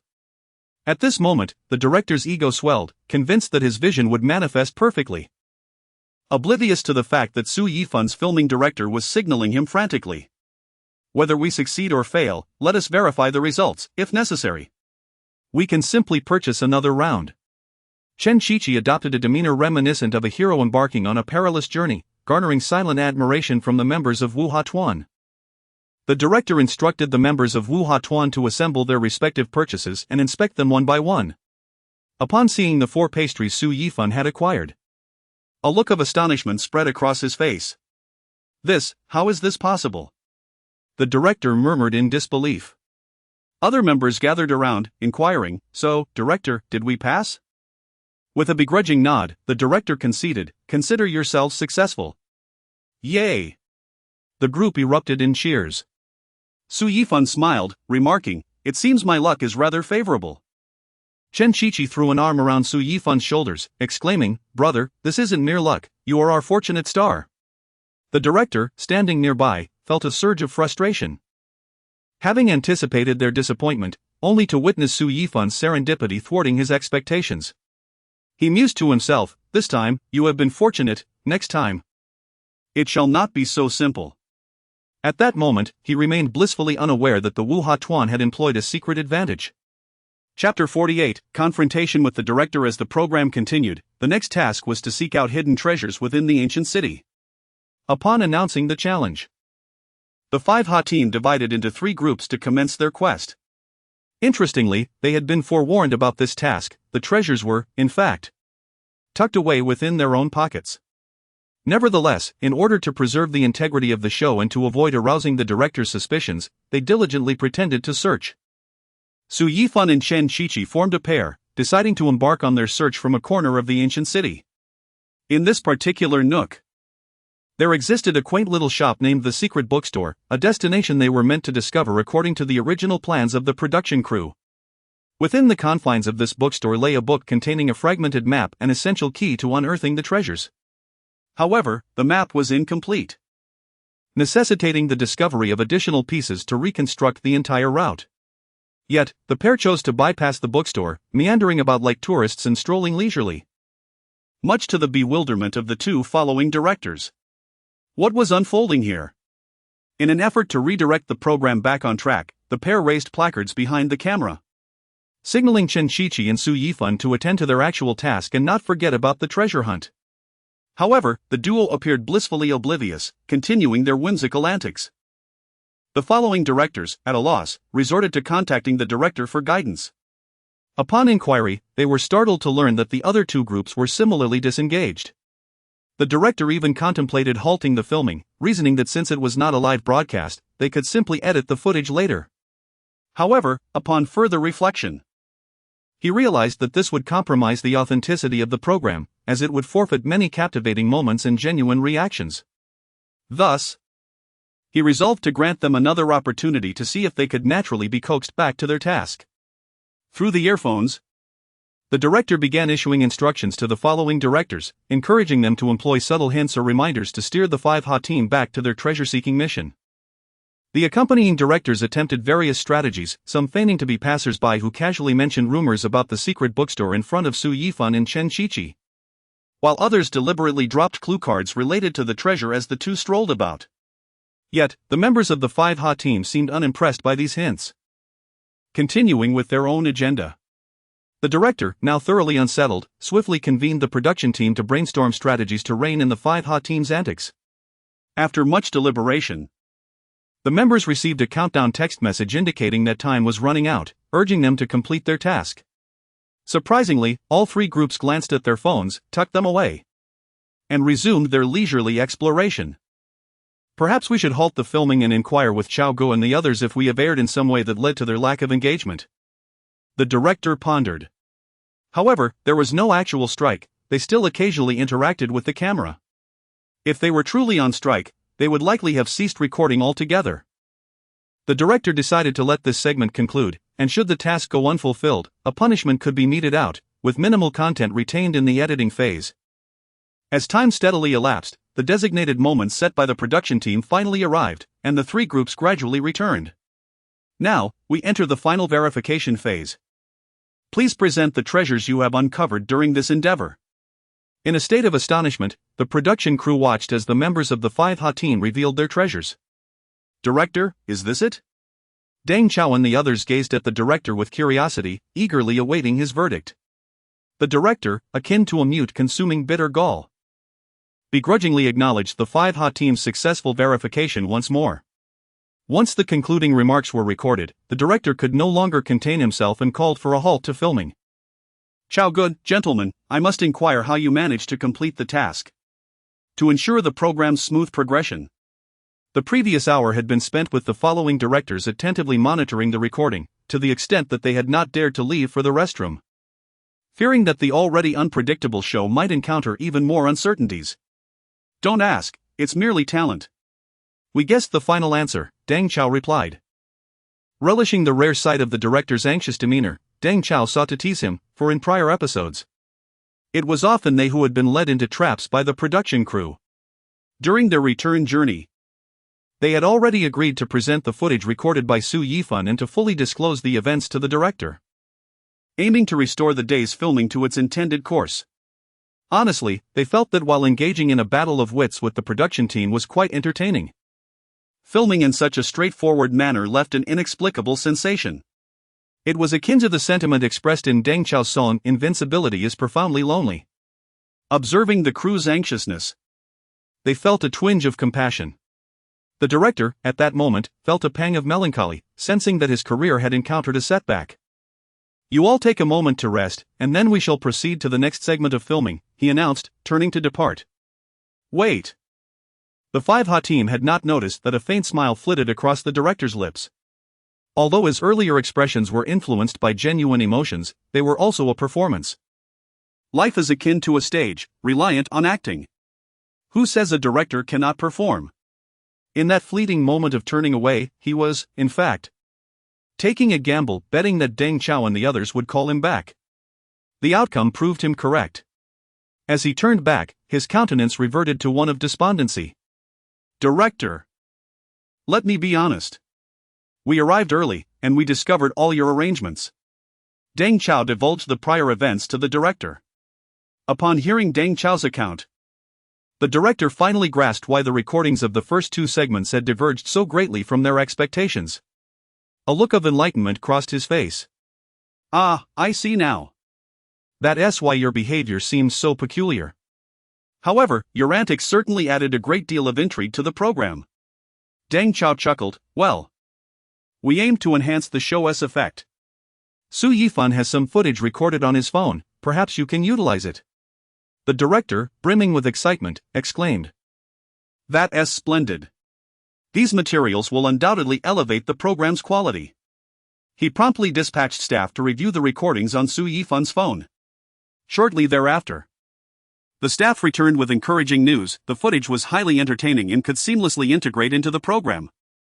The director clapped his hands in exhilaration. What a fortuitous turn of events. Initially fearing disaster, we have unexpectedly stumbled upon a highlight. Having recorded similar types of segments for an extended period, the director was apprehensive about potential viewer fatigue. Occasionally allowing the guests to engage in playful antics was indeed beneficial, serving as proof that their show was unscripted. The members of the 5Ha team exhaled in relief, knowing their efforts had not been in vain. The subsequent recording proceeded with remarkable fluidity, with everyone brimming with enthusiasm. Chapter 49, Arrival in Leisure. The director gazed at the enthusiastic crowd, secretly relieved. He resolved to incorporate more spontaneous elements into the program in the future. rendering it more authentic and entertaining. The members of the Wuha team also recognized that sometimes breaking the mold could yield unexpected results. They eagerly anticipated the next challenge, confident that future episodes would grow increasingly captivating. As the Wuha team frolicked and bantered, the production crew concluded their recording in Lisher and began packing their belongings for the next destination. Lisher, a county-level city in the Bai Autonomous Prefecture of Yunnan Province, served as the ancient capital of the Nanzhao and Lijiang kingdoms, flourishing as the political, economic, and cultural epicenter of the region for over 5 centuries. Previously, several guests from the Wuha team had visited this locale for recordings. Thus, this time, the director's team deliberated extensively before finalizing the recording plan. Upon arriving in Lisher, the director's team did not immediately commence filming. Instead, they escorted everyone to a distinctive restaurant to savor local delicacies. At the dining table, the director announced the theme of this episode, Traversing Time. All participants would assume the roles of princes from the Dali royal family, tasked with completing challenges throughout the streets to ultimately secure their claim to the throne. The announcement ignited excitement among the guests, who were filled with anticipation and eager to embark on their tasks. However, as it was already evening, outdoor recordings were deemed unsuitable. The competition among the Wuha team would commence the following day. The next morning, by the ancient city walls of Lisher, filming officially began. To everyone's astonishment, the production team had invited additional guests. Among them were Huang Bo, a veteran who had previously been humorously deceived on the show, and Xin Tang, who had been mentioned by Su Yifan. Dang Chao, why did you invite these 2 rough men? We need female guests, he exclaimed upon seeing the familiar faces. Huang Bo retorted, come on, Xin Tang, they don't want us here. Let's skip this dreadful show.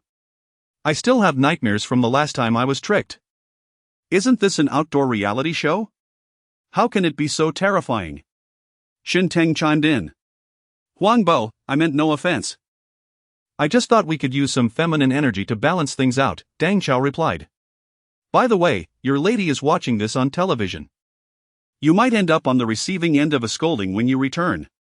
Everyone knows my standing at home, so it's no secret, Huang Bo countered. Their banter elicited laughter from the group, as Dang Chao's domestic status was common knowledge. The director interjected, all right, princes, let's get back on track. First, let's welcome Huang Bo and Xin Tang to our show. Huang Bo, this is your second appearance, while Xin Tang, this is your first, correct? Let me just say one thing, please spare me, Huang Bo quipped. No, you should be the one saying that. Last time you came, you used our funds to ship seafood home, a member retorted. After a round of jovial exchanges, the Wuha team members greeted Huang Bo and Xin Tang with handshakes and hugs. Su Yifan was introduced to both guests. Hello, esteemed teachers, I grew up watching your films. I knew this would happen. I remember you starred in a film related to Lisher with teacher Yuan Quan, right? He remarked. Yes, that was over a decade ago. Huang Bo replied. Speaking of films, let us discuss my works, Goodbye Mr. Loser, The Richest Man in Shihong City, and Grab the Doll, among others, Su Yifan said, feeling a bit overwhelmed by the playful competition. This isn't fair, you mentioned 3 of yours while I only mentioned 1. He added, realizing the humorous rivalry. Huang Bo responded. What about Crazy Stone and Killing? Aren't those films you grew up with? Each of us should mention 3 films to keep it balanced, otherwise, this show will revolve around just the 3 of us. I have a theme in mind, the films we chased in those years. Let us save the reminiscing for later and focus on our main task. Please come forward to collect your mission cards, the director announced. Chen Qiqi stepped forward, receiving the task card from the director and began reading. Today's mission is to locate the scattered fragments of the royal seal throughout the city. The first to gather them all will achieve victory today. You will each receive an initial funding amount, which varies. Who wishes to draw first? As the director's words concluded, everyone gradually approached to collect their red envelopes from the staff. The sight of the envelopes reminded them of past misadventures, particularly the infamous incident involving Chen Qiqi absconding with funds in the 4th season. Let us see what's inside. Show us the money. But no need to display the task card, one of the participants urged. Bao Shi Laojiu cautiously opened his envelope, revealing a red bill and a black task card, which he tucked away. Alright, Bao Shi Laojiu, you have 100 yuan, you may now set off to find the royal seal fragments. Standing beside him, Yi Jianlian opened his envelope, discovering a larger sum, 300 yuan. Yi Jianlian, you're also free to start. However, Bao Shi Laojiu hesitated, wanting to observe who had the largest initial funding before deciding to follow them, hoping for a strategic advantage. Yi Jianlian mirrored this strategy, waiting for the others to reveal their amounts. Subsequently, the initial funds were disclosed: Fan Ziyi 666 yuan, Dang Chao 66 yuan, Qin Qiqi 500 yuan, Su Yifan 1,200 yuan. Huang Bo 88 yuan, Xintang 2,000 yuan, Gao Hanyu 6 yuan. Director, the disparity between my amount and Xintang's is rather significant. Gao Hanyu exclaimed. That's beyond my control, after all, you drew your own amount, the director replied, prompting laughter from the others. Seeing Gao Hanyu's plight, Xintang generously offered to share some of his funds. However, the director intervened, stating that such actions violated the rules. Unless a prince chose to relinquish their claim to the throne, they could not share their initial funding. Reluctantly, the participants set off on their quest to locate the royal seal fragments. With a hefty sum in hand, Su Yifan contemplated how to leverage his resources for an advantage. He decided to explore the antique market in the city, hoping for a fruitful discovery. Meanwhile, the others ventured in various directions, igniting a fierce competition. Chapter 50, The Battle for Succession. 1. Yifan, where are you going to work? Just as Su Yifan was about to hail a cab to his destination, Qin Qiqi called out to him from behind. Work? Upon hearing Qin Qiqi's question, Su Yifan sensed something amiss. Weren't they in the midst of recording a show? Qin Qiqi, noticing the expression on Su Yifan's face, quickly realized what was happening and asked, have you forgotten to check your task card? At that moment, Su Yifan recalled that he had indeed neglected to look at his task card. To prevent Qin Qiqi from seeing the contents, Su Yifan sought refuge in a corner and pulled out the task card. It clearly indicated that he was to work at a restaurant as a temporary server, with the salary to be negotiated with the owner. Furthermore, he had the option to change positions but not the location of his work. Upon seeing the task card, Su Yifan sighed in resignation. His plans to quickly accumulate wealth through opportunistic means would have to be postponed. He needed to complete the work assignment before he could reconsider his financial strategies. Once he swiftly tucked the task card back into his pocket, he turned to Qin Qiqi and asked, Qiqi, where are you headed? I'm going to work as a radio host. It must be said that Qin Qiqi was fortunate. Although his primary profession did not entail this line of work, he had previously acted in a television drama that involved broadcasting, making him somewhat suited for the role. You're lucky, I have to work at a restaurant as a server. Su Yifan did not conceal this from Qin Qiqi, as there was no need to do so. According to the current wealth rankings, Xintang was first, Su Yifan second, Fan Ziyi third, and Qin Qiqi fourth. Su Yifan suspected that the assignments were likely based on initial funding. The greater the capital, the less favorable the job. To confirm his hypothesis, Su Yifan approached Xintang, who had just exited a room. Brother Tang, where are you going to work? Work? What work? It appeared that Xintang, like him, had not reviewed the task card. Your task card should specify your destination. Really? Show me yours. Brother Tang, you should check your own, everyone's is different. Su Yifan realized that those participating in the show were not particularly trustworthy. Their task cards contained not only their work locations but also descriptions of their identities. He had initially hoped to glean Xintang's identity from this opportunity, but instead found Xintang eager to see his task card. Although Xintang often appeared lethargic in various variety shows, he had done some research on 5Ha.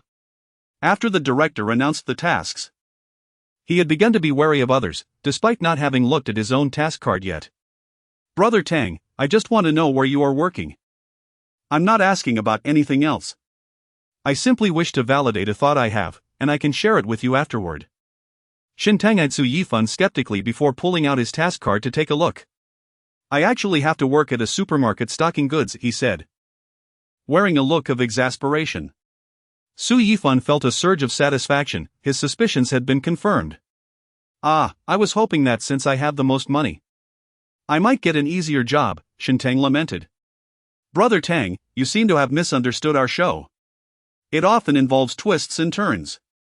From my analysis, the more capital we have, the worse the jobs we receive. We should just focus on working diligently, Su Yifan urged. The two then parted ways, each heading in their own direction.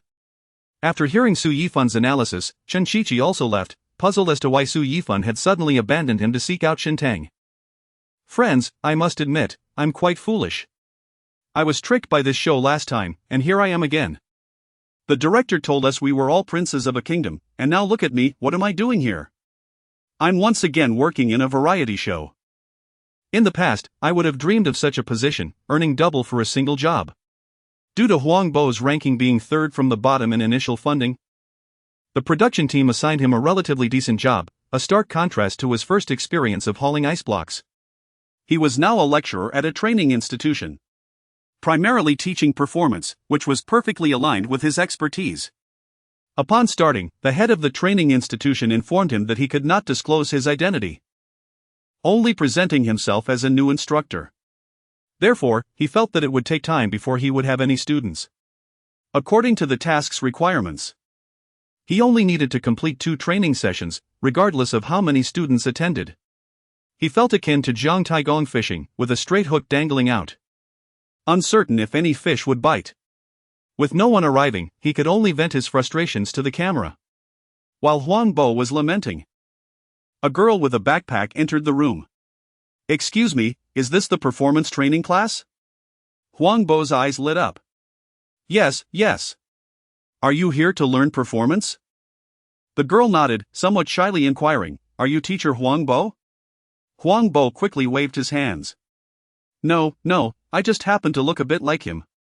Inside, he was overjoyed, never expecting a student to arrive so quickly. Upon learning that the class was free, the girl seemed tempted. Alright then, I'll give it a try.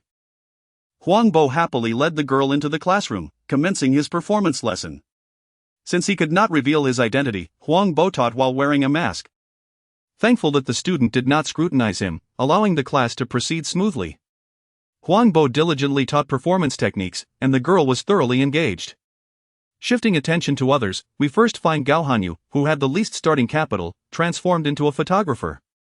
Similarly, he could not reveal his identity and had to wander the streets with his camera in search of clients. Next, we see Deng Chao, who had 66 yuan in hand, live streaming by the seaside, also in a mask. The director's notes on his task card stated, salary calculated based on live streaming duration, must complete a minimum of 1 hour. If identity is discovered, the stream ends immediately. Furthermore, he was required to switch accounts to fulfill the streaming time, to minimize exposure risks. Deng Chao even had his hair styled simply. Originally, he had intended to be a travel blogger, but upon arriving at the seaside, he noticed a significant amount of litter. He then realized he could do something more meaningful, thus, he began live streaming while collecting trash along the shore. At that moment, he had completely forgotten his original job, focusing solely on promoting this behavior to raise awareness and encourage others to join in. Chapter 51, The Struggle for Succession, 2, as Deng Chao's live stream progressed, an increasing number of viewers flocked to the broadcast, even drawing official recommendations. Friends, behold, this is Irsi, a sanctuary for the soul. However, look around. Some have left their waste here, disturbing this serene haven, Deng Chao remarked as he picked up litter from the ground, placing it into his portable trash bag. At that moment, a figure appeared on screen, a senior in sanitation attire, quietly clearing debris along the shores of Irsi with a pair of tongs. Deng Chao handed his streaming equipment to the accompanying director, requesting assistance, and approached the elderly man to engage in conversation. Through their dialogue, Deng Chao learned that the elder worked as a sanitation worker near Irsi, diligently cleaning the area daily. Inspired, Deng Chao extended an invitation for the elder to join his livestream, to which the man pondered briefly before agreeing. He had been silently observing Deng Chao for some time. Many had come to stream here in recent years, yet few were as unperturbed by dirt and toil as Deng Chao. In the ensuing hours, Deng Chao and the elder collaborated to clear litter from around Irsi while educating viewers about environmental protection. The audience responded enthusiastically, expressing their desire to partake in the conservation effort. Unbeknownst to Deng Chao, it would not be long before a throng of volunteers donned in red vests appeared along the shores. Baosher Laojiu has now taken on the role of a shopping companion, a profession that entails accompanying individuals on shopping excursions, recommending attire, cosmetics, and accessories, thereby assisting them in enhancing their outward appearances. Though he typically has assistance in selecting his outfits, as a rap artist, he possesses his own understanding of fashion. Therefore, while the job presents its challenges, it is not insurmountable for him. Yijian Lian, the tallest man in the Wuha Tuan, was assigned to work at a basketball court, tasked with teaching shooting techniques. Originally, his assignment was to serve as a commentator at the zoo. Dressed in a mask and various disguises, he was quickly recognized by visitors. Consequently, the accompanying director had to consult with the main director for a reassignment. Standing on the basketball court, Yijian Lian gazed at the children before him, reminiscent of his own childhood practice sessions. Taking a deep breath, he picked up a basketball and demonstrated various shooting techniques to the eager children, who watched with rapt attention and applauded excitedly. Yijian Lian taught with utmost seriousness, imparting not only skills but also fostering a spirit of teamwork among the children. By the end of the session, the children's basketball abilities had markedly improved, and Yijian Lian garnered their adoration. Due to the fixed number of participants in the basketball training session, Yijian Lian felt no need to conceal his identity, much to the delight of the children upon recognizing him. "Welcome to your moon, my heart." "Oh, pardon me, welcome to the midday sports news." Today's headlines include: Chen Shiqi was one of the two individuals in the Wuha Tuan not wearing a mask, as the radio studio contained only him and the original host of the program. In this episode, Chen Shiqi took on the role of host, while the original host acted as a sidekick, assisting him in ensuring nothing was overlooked. To present himself in the best light, Chen Shiqi began practicing as soon as he entered the studio, yet the familiarity of the setting evoked memories of a well-known phrase. Meanwhile, Fan Ji was driving a rideshare vehicle. He picked up a young female passenger, greeting her with a smile. Upon entering, the girl remained engrossed in her phone. Midway through the journey, she suddenly looked up and asked, "Driver, do you believe in love at first sight?" Fan Ji paused for a moment before responding with a smile, "Perhaps." The girl giggled and shared, "I just encountered a guy, and at the moment our eyes met, I felt my heart race. But I didn't dare to strike up a conversation." Listening to her recounting, Fan Ji couldn't help but think of his own daughter, noting the similarity in their ages. He secretly marveled at the wonder of love. Upon reaching her destination, the girl exited the vehicle, and Fan Ji couldn't resist saying, "If you truly like him, be brave and pursue it." However, as an adult, some matters require your own careful consideration. The girl glanced back at him with gratitude before walking away. Yifan worked at a bustling restaurant. Upon witnessing the frenzied activity in the kitchen, he swallowed his earlier thoughts of switching positions. Although he possessed culinary skills, the hectic kitchen environment deterred him. He decided to dutifully serve as a waiter until the required hours for the program concluded. Donning his uniform, Yifan began attending to customers with a warm smile and enthusiastic demeanor, quickly earning their praise. "Oh my, I'm exhausted. I never expected this program to be like this. Had I known, I wouldn't have come even if you paid me." Similarly, Shintang, who also earned his living through physical labor, began lamenting to the camera after moving just a few boxes. Who would have imagined that the once leisurely Shintang from previous variety shows would be hauling goods in the Wuha program? His sporadic work was met with comments from numerous netizens, likening it to Tango acting out my workday. As time passed, the members of Wuha Tuan gradually concluded their respective tasks. The production team adjusted real-time rankings based on each member's earnings. Originally in first place, Shintang's total earnings amounted to 30 yuan, with a set hourly wage of 20 yuan. However, he failed to meet his task requirements, resulting in a deduction of 10 yuan by the supermarket manager. Since meals were provided, Shintang incurred no additional expenses, leaving him with a final balance of 2,030 yuan. Yifan worked at the restaurant for 2 hours, earning 50 yuan with meals included, resulting in a balance of 1,250 yuan. Fan Ji drove for 2 hours, earning a total of 85 yuan, with a meal expense of 15 yuan for a bread roll and a bottle of water, leaving him with 736 yuan. Chen Qiqi streamed for 2 hours, earning 200 yuan. Although the radio station's meals were not complimentary, they were reasonably priced, and he spent only 15 yuan, yielding a balance of 685 yuan. Yi Jianlian's training earned him 300 yuan, with meals also provided by the training organization, leaving him with 600 yuan. Baoshi Laojiu's wage totaled 600 yuan, plus a performance bonus of 200 yuan, culminating in an overall income of 800 yuan after a 50 yuan meal expense, resulting in a final balance of 850 yuan. Huang Bo earned 600 yuan with a bonus of 100 yuan, attracting 10 students from his first class. With meals covered by the training organization, concluding with a remaining balance of 788 yuan. Deng Chao streamed for 2 hours, earning 200 yuan, but with additional tips. His live stream garnered nearly 100,000 yuan in donations, resulting in a commission of 1,500 yuan. After a 100 yuan meal expense for the sanitation worker, he intended to gift the entirety of his donation earnings to the elder, but the man graciously declined. His final balance stood at 1,766 yuan, propelling him ahead of many, securing the second position in the rankings. The remaining member, Gao Hanyu, earned 700 yuan with a performance bonus of 100 yuan, resulting in a total of 776 yuan after a meal expense of 30 yuan.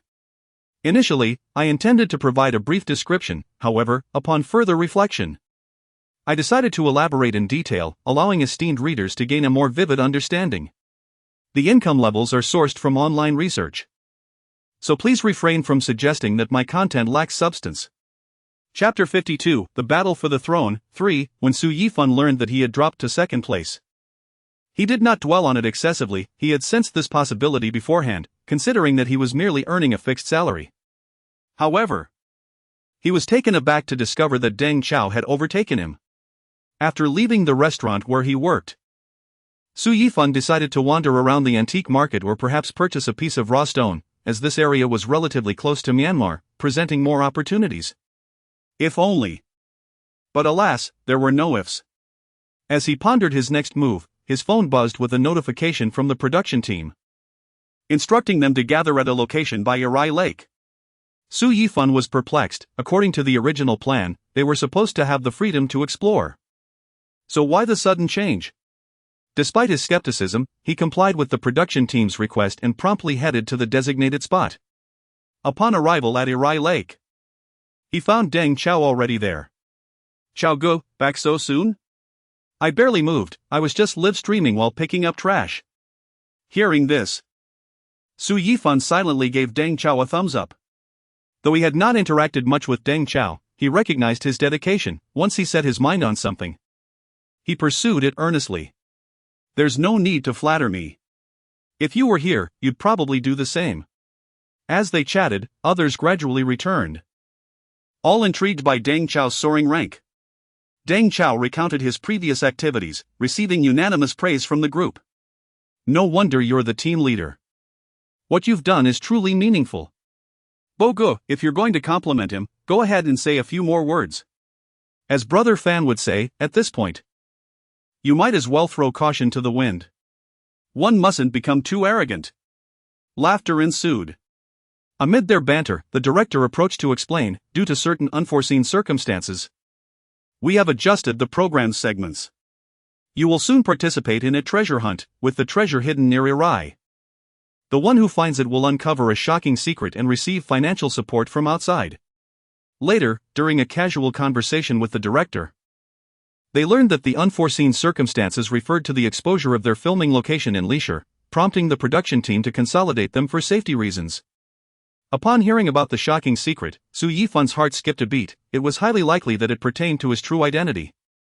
Rewinding to the moment when Chen Qiqi approached him to inquire about his job, Su Yifan opened the red envelope in his hand, revealing troubling information about his identity.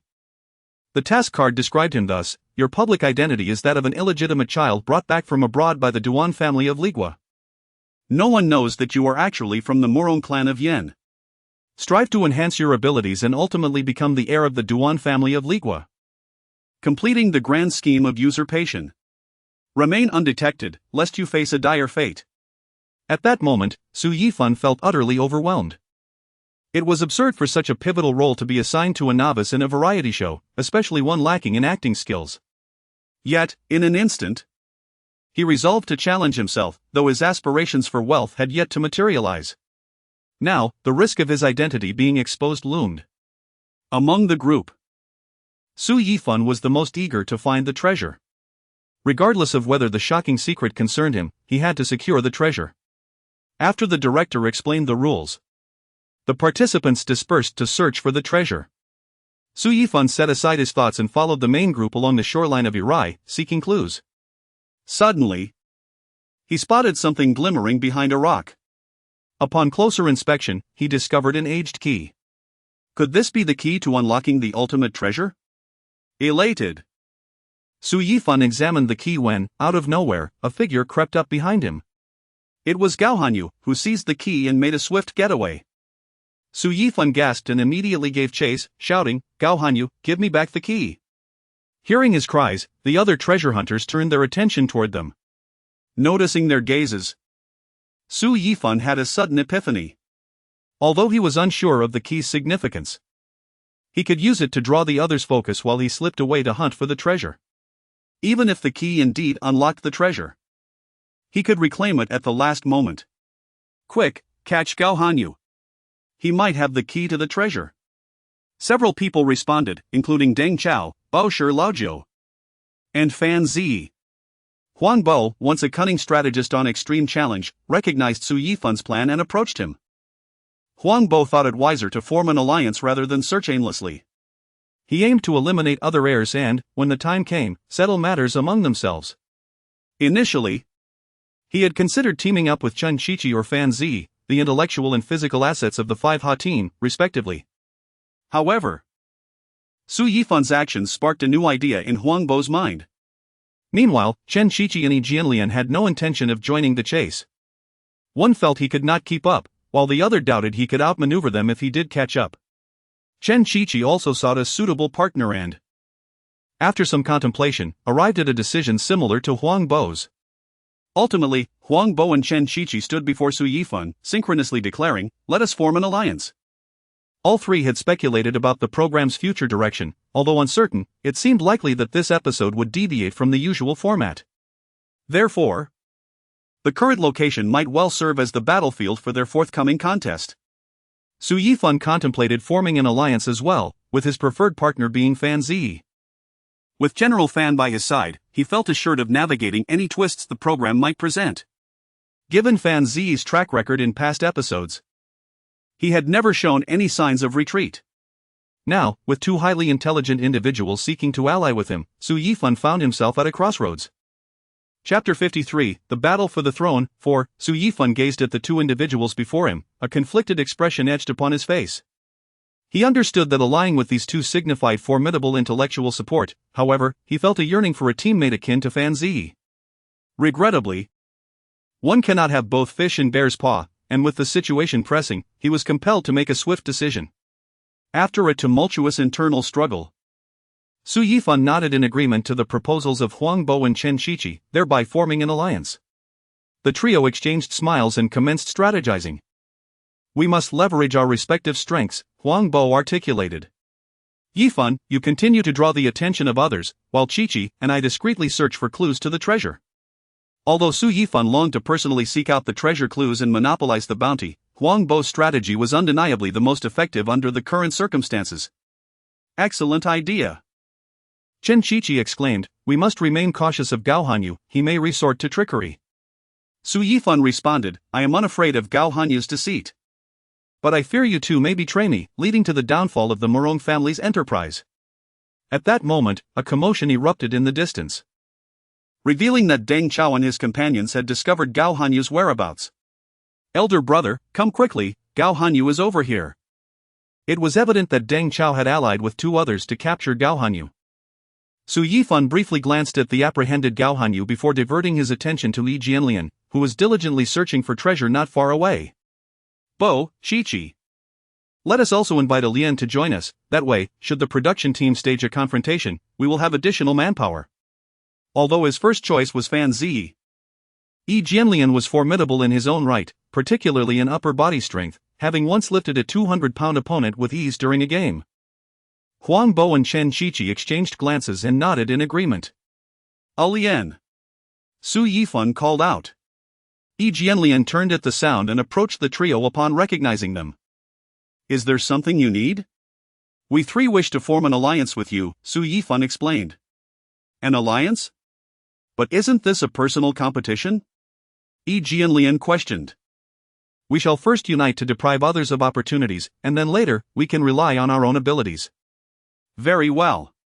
Yi Jianlian readily acquiesced without hesitation. Thus, the quartet was officially formed, ready to collaborate in the quest for treasure and compete against other adversaries. Then let us divide our tasks, Su Yifan proposed. Lian and I will attract the attention of others, while you two search for clues to the treasure. Notify us immediately upon any discoveries. Though Su Yifan harbored doubts about whether the duo would inform him of their findings, he had no alternative. It was certainly preferable to facing 8 opponents alone. Huang Bo and Chen Qiqi nodded in agreement before stealthily departing the scene. Gao Hanyu, return my key. Su Yifan shouted, subsequently joining the pursuit led by Yi Jianlian. Just moments ago, Gao Hanyu had managed to escape from Deng Chao's grasp before Fan Ziyi's arrival. Meanwhile, Huang Bo and Chen Qiqi initiated their search. There appears to be something here, Chen Qiqi remarked, noticing an anomaly in a corner. Approaching the area for a closer inspection, he discovered a slab of stone that seemed somewhat loose, accompanied by a camera from the production team. According to the show's setup, it was highly likely that something was hidden there. Upon gently pushing aside the slab, he uncovered a concealed box. Bo, do you think this could be the so-called treasure? Chen Qiqi inquired excitedly. Quite possibly. There is a lock on it, we must unlock it. Then we need to return and seize that key. No need. Huang Bo interjected, retrieving a stone from the nearby underbrush. He aimed accurately and struck the lock, which shattered upon impact. My friends, how pure I was in my youth. It was only through extreme challenges that I became like this, Huang Bo remarked as he justified his actions after smashing the lock. Upon opening the box, they discovered merely a blank card inside. When did the production team become so generous? A flimsy card locked away? Huang Bo mused. Is it possible that the production team did not anticipate your propensity for violence? Chen Qiqi speculated. I did this to save time. You must call Yifan and instruct him to hurry over. Perhaps that key of theirs can also unlock a box containing a blank card. We cannot afford to waste time over there. Alright, I will contact him. On the other side, Su Yifan was engaged in blocking Gao Hanyu alongside Deng Chao when his phone rang. Yifan, we have discovered something, bring Lian and hurry over here. We are at. As soon as Su Yifan answered, he heard Chen Qiqi's voice. After ending the call, Su Yifan discreetly pulled Yi Jianlian away. And they made their way towards Chen Qiqi and Huang Bo's location. Deng Chao, observing the two depart, wore a skeptical expression, however, seeing Gao Hanyu cornered by Fan Ziyi. He did not dwell on it further. Upon their arrival, they found Huang Bo and Chen Qiqi standing beside an opened box, their faces contorted in confusion. What is this? Su Yifan approached and picked up the blank card. We thought this was the treasure, only to find it was merely a blank card. Thus, we surmised that the key over there might not unlock anything worthwhile, which is why we called you both over. We need to search for more boxes, Chen Qiqi explained. Sounding exasperated. Have you found the key? Su Yifan inquired. In response, Chen Qiqi pointed to Huang Bo. Upon noticing Su Yifan's gaze, Huang Bo introduced the stone he had discarded on the roadside. I tell you, in this world, speed conquers all. A simple lock can be easily shattered with a swift strike. Behind the camera, several directors exchanged glances, having forgotten Huang Bo's combat prowess. Otherwise, they would not have bothered with locks at all. Ah, Brother Bo, your method is truly remarkable. Su Yifan chuckled. Both in admiration of Huang Bo's cleverness and in bemusement at the unexpected turn of events for his team. Given the production team's approach, they needed to act swiftly, as Deng Chao and his group would likely catch on soon. Let us hasten to search for more boxes, Su Yifan declared, beginning to survey the area. Yi Jianlian, meanwhile, pondered the blank card, contemplating its potential significance. Perhaps this card held more value than it appeared. Huang Bo and Chen Qiqi concurred with Yi Jianlian's insight, and the four of them commenced their search for possible hiding places for additional boxes. Before long, Yi Jianlian discovered a hidden cave beneath a large tree. "Look! It seems there may be something here." The group hurried over, and indeed, within the cave lay a locked box. "It appears the key lies in locating the correct box," Su Yifan remarked, glancing at Huang Bo and signaling for him to demonstrate his skill once more. With a smile, Huang Bo picked up a stone and approached the box. Chapter 54, The Battle for the Throne. 5. Their luck seemed to hold, for the second chest was not empty. From within, they retrieved an investment card worth 500. After some discussion, they decided to divide the money. Su Yifan, the wealthiest among them, claimed 50, while the other three split the remainder, each receiving 150. Once the funds were allocated, they resolved to split up and search for more chests, planning to reconvene and share their findings, as working together had proven inefficient. Each of them took a suitably sized stone and set off. The idea had originated with Su Yifan, who recalled that at the beginning of the program, the director mentioned fragments of a royal seal. They had not encountered any during their earlier tasks, leading him to speculate that the treasure might indeed be these fragments. Shortly thereafter, Su Yifan stumbled upon a suspicious sight: a dilapidated wooden cabin. Inside, he discovered a locked chest nestled in the rafters. With a decisive strike of his stone, he smashed it open and was greeted by the sight of the coveted fragment of the royal seal. It resembled a blank card, yet the inscriptions differed. Upon flipping it over, he found a detailed description of the royal seal fragment. There were a total of 10 fragments, each capable of being exchanged for out-of-game funds. A single fragment could be redeemed for 1,000, and before the event concluded, the heir with the highest funds would directly inherit the throne. The genuine royal seal held the same power.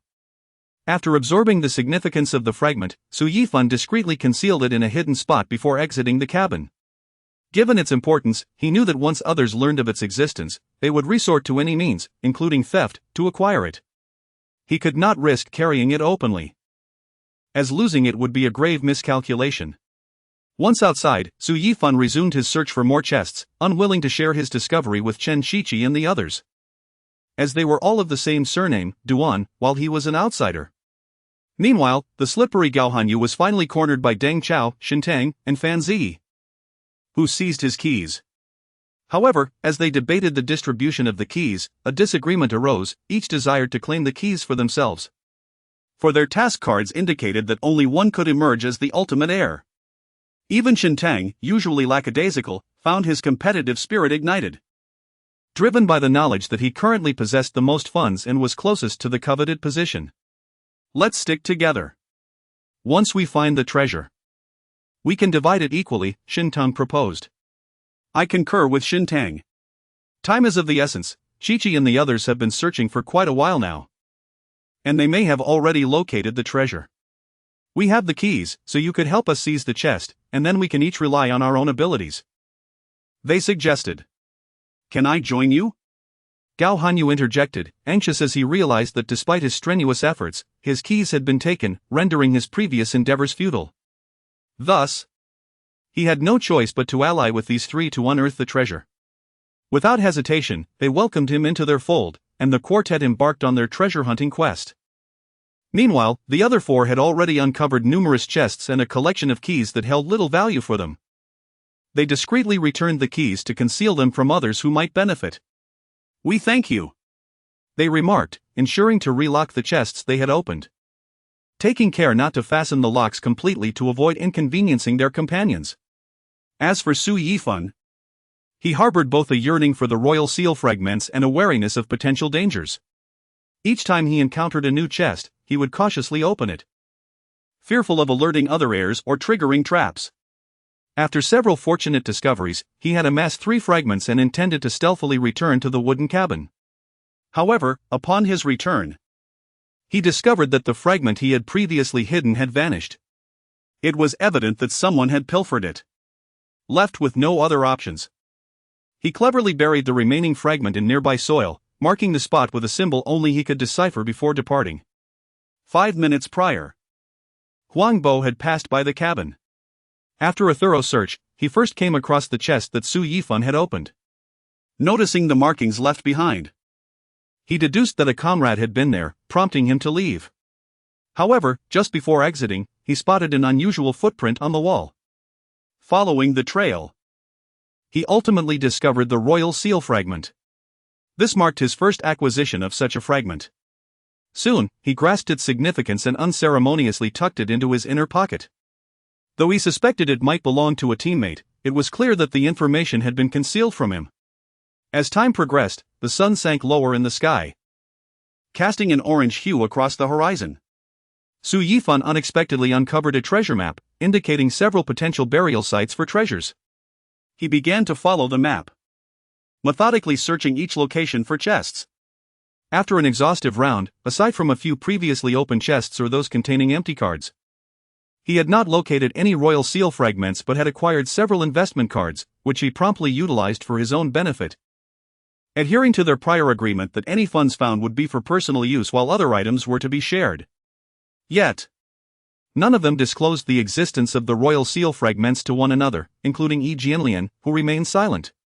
Yi Jianlian had found one fragment, while Chen Shiqi discovered two, and Huang Bo, after locating one of Su Yifan's, managed to find another, totaling two in his possession. Aside from the 3 fragments Su Yifan had hidden, 2 more remained unaccounted for. Meanwhile, a few moments later, the delayed Deng Chao and his trio were attempting to unlock chests with their gathered keys, only to find nothing of value. This doesn't seem right. I feel as though all these locks we've opened were previously accessed and merely reset, Fan Ziyi remarked, finally noticing the peculiarities in the seemingly tampered chests. Chapter 55, The Battle for the Throne, 6. As Fan Ziyi's voice faded, Deng Chao interjected, I have also noticed that these boxes seem to have been deliberately placed here. Hearing this, Gao Hanyu and Xin Tang's expressions darkened. Could it be that someone arrived here before us? Xin Tang muttered. It is certainly a possibility. Those who come to our show are seldom virtuous, it could very well be a trap set by the 4 of them, Deng Chao replied, his brow furrowed in contemplation. Does this mean our efforts have been in vain? Gao Hanyu anxiously inquired. Deng Chao paused momentarily before responding, let us not be hasty, we should continue searching. There may be other overlooked boxes. With that, the 4 resumed their search in the vicinity. Meanwhile, Su Yifan's treasure map guided him to the location of Deng Chao and his companions. As he gazed at the map, a secret thrill surged within him. Following its directions, he arrived at what appeared to be an inconspicuous corner. Just as he prepared to dig, he heard a voice nearby. Found it. There's another box. It was Deng Chao's voice. Startled, Su Yifan quickly concealed himself. He stealthily observed Deng Chao and the others, who were excitedly retrieving a bundle of keys, intent on opening the box. Finally, this journey wasn't in vain, Deng Chao remarked with a smile. Su Yifan chuckled inwardly, bemused by their rudimentary method of unlocking. Deng Chao then quipped, I'll give you one more chance to clarify who is truly primitive. This time, luck was on Deng Chao's side. Upon opening the box, they discovered not only fragments of a royal seal but also an outside investment card. Quick-witted Gao Hanyu wasted no time in emptying the box's contents before making a hasty retreat. The others, seeing this, were unwilling to let him escape. Especially the formidable Fan Ziyi, who charged after Gao Hanyu. Fan Ziyi was swift, nearly catching up to Gao Hanyu. However, Gao Hanyu suddenly veered into a side path, unaware that Su Yifan was hidden there, watching the unfolding drama. When enemies meet, tempers flare, seizing the opportunity while Gao Hanyu was distracted. Su Yifan swiftly took him down into the grass by the roadside and snatched the royal seal fragment, leaving the investment card in Gao Hanyu's possession, helplessly on the ground. Gao Hanyu could only watch as Su Yifan absconded with a card, barely having had the chance to discern what it was. Taking advantage of Fan Ziyi's absence, Su Yifan fled the scene. To evade capture, he dared not pause, employing the parkour skills he had acquired earlier to leap and bound, successfully shaking off the pursuing camera crew. The director, witnessing this spectacle, instructed the cameraman to capture close-up shots of Su Yifan's agile movements. Subsequently, he summoned the emergency team to pursue Su Yifan's last known location. Su Yifan ran tirelessly until he felt safe enough to stop. Breathing heavily, he triumphantly retrieved the royal seal fragment from his pocket. Ha! This could lead to fortune, he thought, delighted. With the 3 fragments he had previously hidden, he now possessed 4 in total. On the other side, having passed Gao Hanyu, Fan Ziyi quickly turned back and blocked the path of the still recovering Gao Hanyu. What happened? Did you fall? Fan Ziyi asked with concern as he noticed Gao Hanyu's disheveled state. Brother, woe is me! Gao Hanyu exclaimed, rushing towards Fan Ziyi, seeking sympathy. However, Fan Ziyi was not swayed by his theatrics. Speak your mind, there is no need for theatrics. Brother, I was robbed. Just as I was running here. Su Yifan was hiding nearby. He caught me off guard, took the card right from my hands. Gao Hanyu cunningly concealed the outside investment card in the grass, shifting the blame entirely onto Su Yifan. Listening to Gao Hanyu's account, Fan Ziyi regarded him with skepticism. In his mind, Su Yifan did not fit the mold of a thief, rather, it was Gao Hanyu who seemed more inclined to such behavior. Having previously taken keys from Su Yifan and now their spoils. Moreover, if Su Yifan had indeed been present, he wouldn't have left so swiftly. Had Fan Ziyi known about Su Yifan's parkour skills, his thoughts might have been different. After a moment of contemplation, Fan Ziyi resolved to search for additional clues. As he did so, he stumbled upon the card Gao Hanyu had carelessly hidden. Xiao Gao, you have done well, Fan Ziyi said coldly, scrutinizing him. Gao Hanyu's heart raced, and he stammered, brother, let me explain. Fan Ziyi interrupted, no need for explanations, I have seen enough. I truly underestimated you. With that, he abandoned Gao Hanyu and walked away alone. Frustrated, Gao Hanyu hurried after Fan Ziyi, determined to recount the events truthfully. Brother, I swear I'm not lying this time. Su Yifan really took a card from me. I suspect that card is far more significant than this outside investment card. I will give you one more chance, Fan Ziyi replied, half convinced by Gao Hanyu's earnestness. He intended to seek out Deng Chao and Shin Tang before making further plans. Just then, Deng Chao and Shin Tang approached. Brother, guess what we found? Deng Chao exclaimed. Noticing Gao Hanyu trailing behind Fan Ziyi and disregarding their earlier discussions about the cards, he proudly presented the object in his hand to Fan Ziyi. Is that the royal seal fragment? Where did you find it? Fan Ziyi inquired, intrigued. Right near that spot we saw you chasing Gao Hanyu. Thinking we couldn't assist, we searched nearby for boxes and, fortunately, had the key to one. Brother, I believe I know what card Su Yifan took, it must be this royal seal fragment. Gao Hanyu interjected. Upon seeing the card in Deng Chao's hand, he recalled that it bore a striking resemblance to the one Su Yifan had stolen from him. At that moment, all their phones received a text message, all royal seal fragments have been found. All members of the Wuha group are requested to gather at the previous recording location.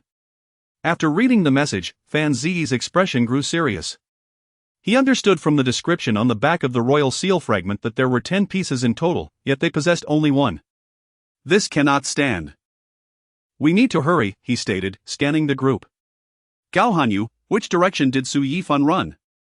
Chapter 56, The Battle for the Throne, 7, Fan Ziyi aimed to capture Su Yifan. Since he had only seized a fragment of the imperial seal, it was evident that he understood its significance, implying he possessed at least one more piece.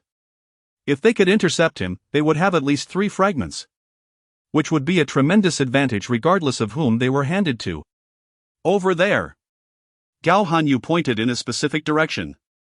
We should split up. Fan Ziyi swiftly made a decision, Gao Hanyu and I will search for Su Yifan. Deng Chao and Shin Tang, you return to the recording location and assess the situation. Understood, brother. The two nodded and hurried towards the recording site, while Fan Ziyi and Gao Hanyu pursued Su Yifan's escape route. They diligently searched for any traces of him along the way.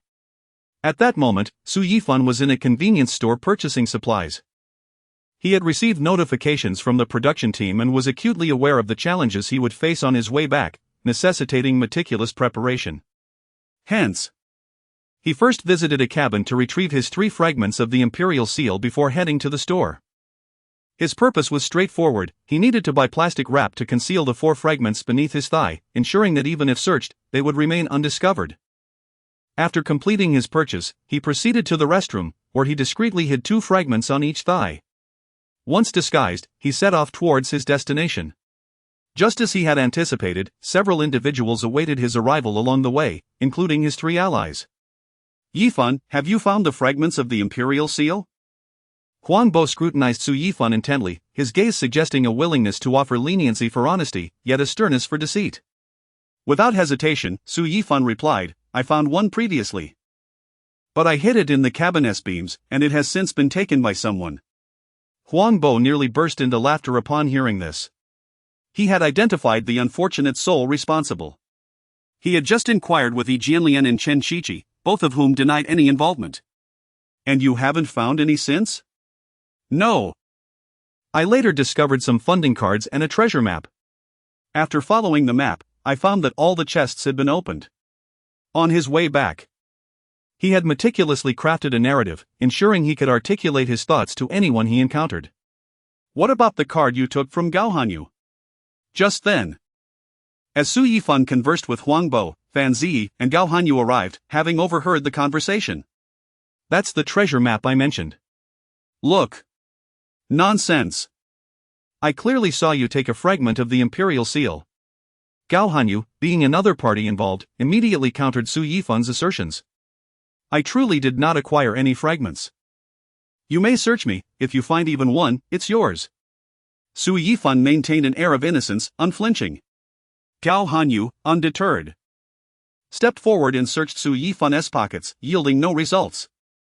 Given the context of the recording, he could not be overly aggressive, although his search was somewhat hasty. He covered all critical areas. Fan Ziyi furrowed his brow, harboring doubts about Su Yifan's claims. Yet, the facts were laid bare before him. He pondered either Gao Hanyu had misjudged or Su Yifan had hidden the fragments elsewhere. He leaned towards the latter and decided to let Su Yifan be for now, intending to reap the rewards once Su Yifan retrieved the items. His gaze then shifted to Huang Bo, Chen Shiqi, and Yi Jianlian, believing that they too possessed fragments. Noticing Fan Ziyi's menacing stare, the trio quickly turned and fled, providing him no opportunity to react, each choosing a different escape route. Fan Ziyi, seeing this, promptly beckoned Gao Hanyu to pursue Huang Bo while he followed Chen Shiqi.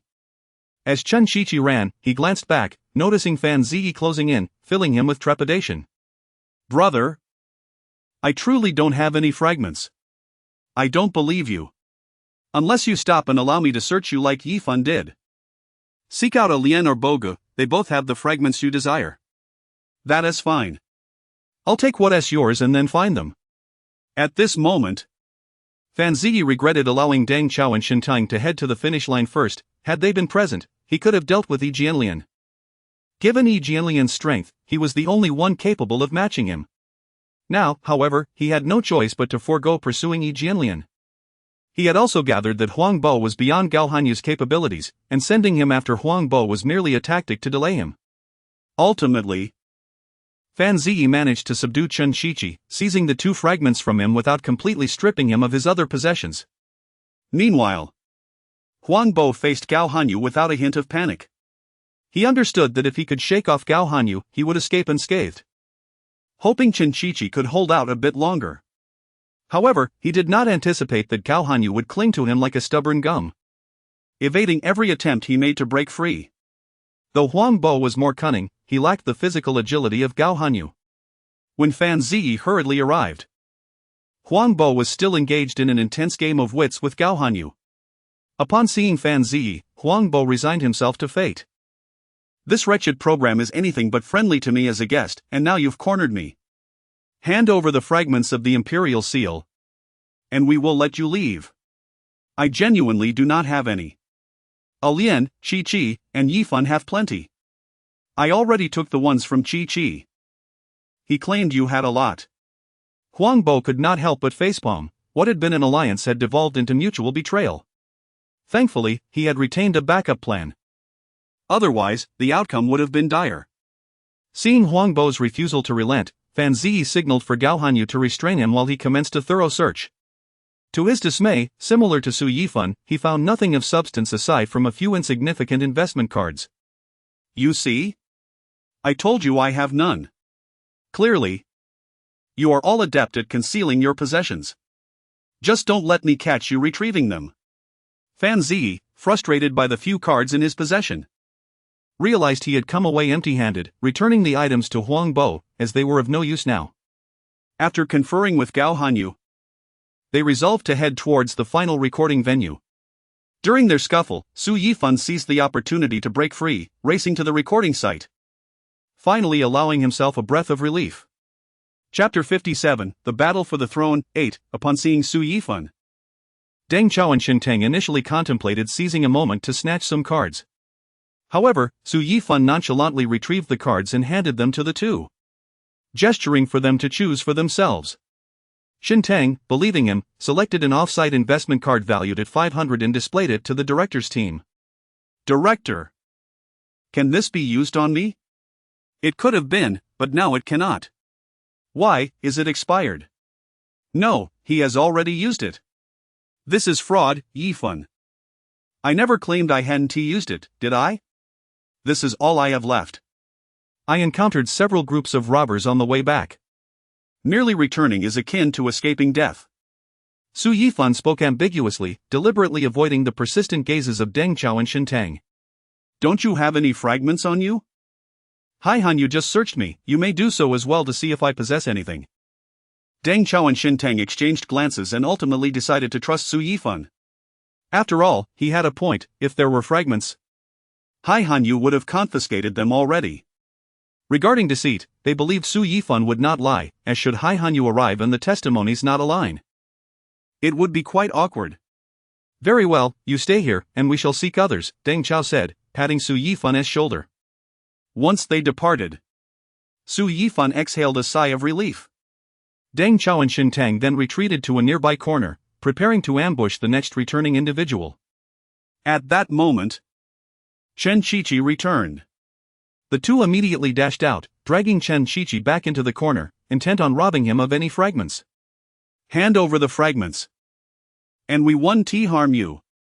I've already lost all my fragments to my brother, you're too late. Chen Qiqi helplessly spread his hands, affirming his emptiness. Deng Chao and Xinteng began to search him, but found nothing. Strange, could it be true there is nothing? Xinteng pondered. Impossible. They had been searching for treasure chests for quite some time, how could there be no fragments? Deng Chao mused. I told you, my fragments were taken by my brother. Chao Go, why not call your brother and inquire? Deng Chao then dialed Fan Zi, ultimately confirming that Chen Qiqi had indeed been completely robbed. Let us go. Let us go, poor child. Deng Chao comfortingly patted Chen Qiqi on the shoulder before releasing him. With a forlorn glance, Chen Qiqi turned and left. What now? Xinteng inquired. What else can we do? We continue to lie in wait, Deng Chao responded resignedly. The two resumed their vigil, observing the surroundings. Just then, a commotion arose from a distance, as several guests seemed to be approaching. Deng Chao and Xinteng exchanged sly glances, swiftly repositioning themselves, ready to enact their robbery once more. Returning were the already plundered Huang Bo and the spared Yi Jianlian. Chao, shall we go for it? Seeing Yi Jianlian's stature, Xinteng felt a twinge of apprehension. Let us go, we won't target Jianlian, just Huang Bo. After deliberation, the two rushed towards Huang Bo and Yi Jianlian. Attempting to seize Huang Bo forewarned, Huang Bo swiftly hid behind Yi Jianlian and said, Jianlian, you must help me. Yi Jianlian did not decline and immediately took a defensive stance, shielding Huang Bo like a hen protecting its chick. Observing this, Xinteng's eyes glinted with mischief. He exaggeratedly sighed and said to Yi Jianlian, Jianlian, you put us in quite a predicament. If we cannot rob Huang Bo, we must then rob you. I can't let you rob either, we have formed an alliance. Jianlian, the wisest decision I made today was to ally with you. As a seasoned participant in variety shows, he was genuinely touched by Yi Jianlian's sincerity, reminiscent of the innocence of Zhang Yifan from years past.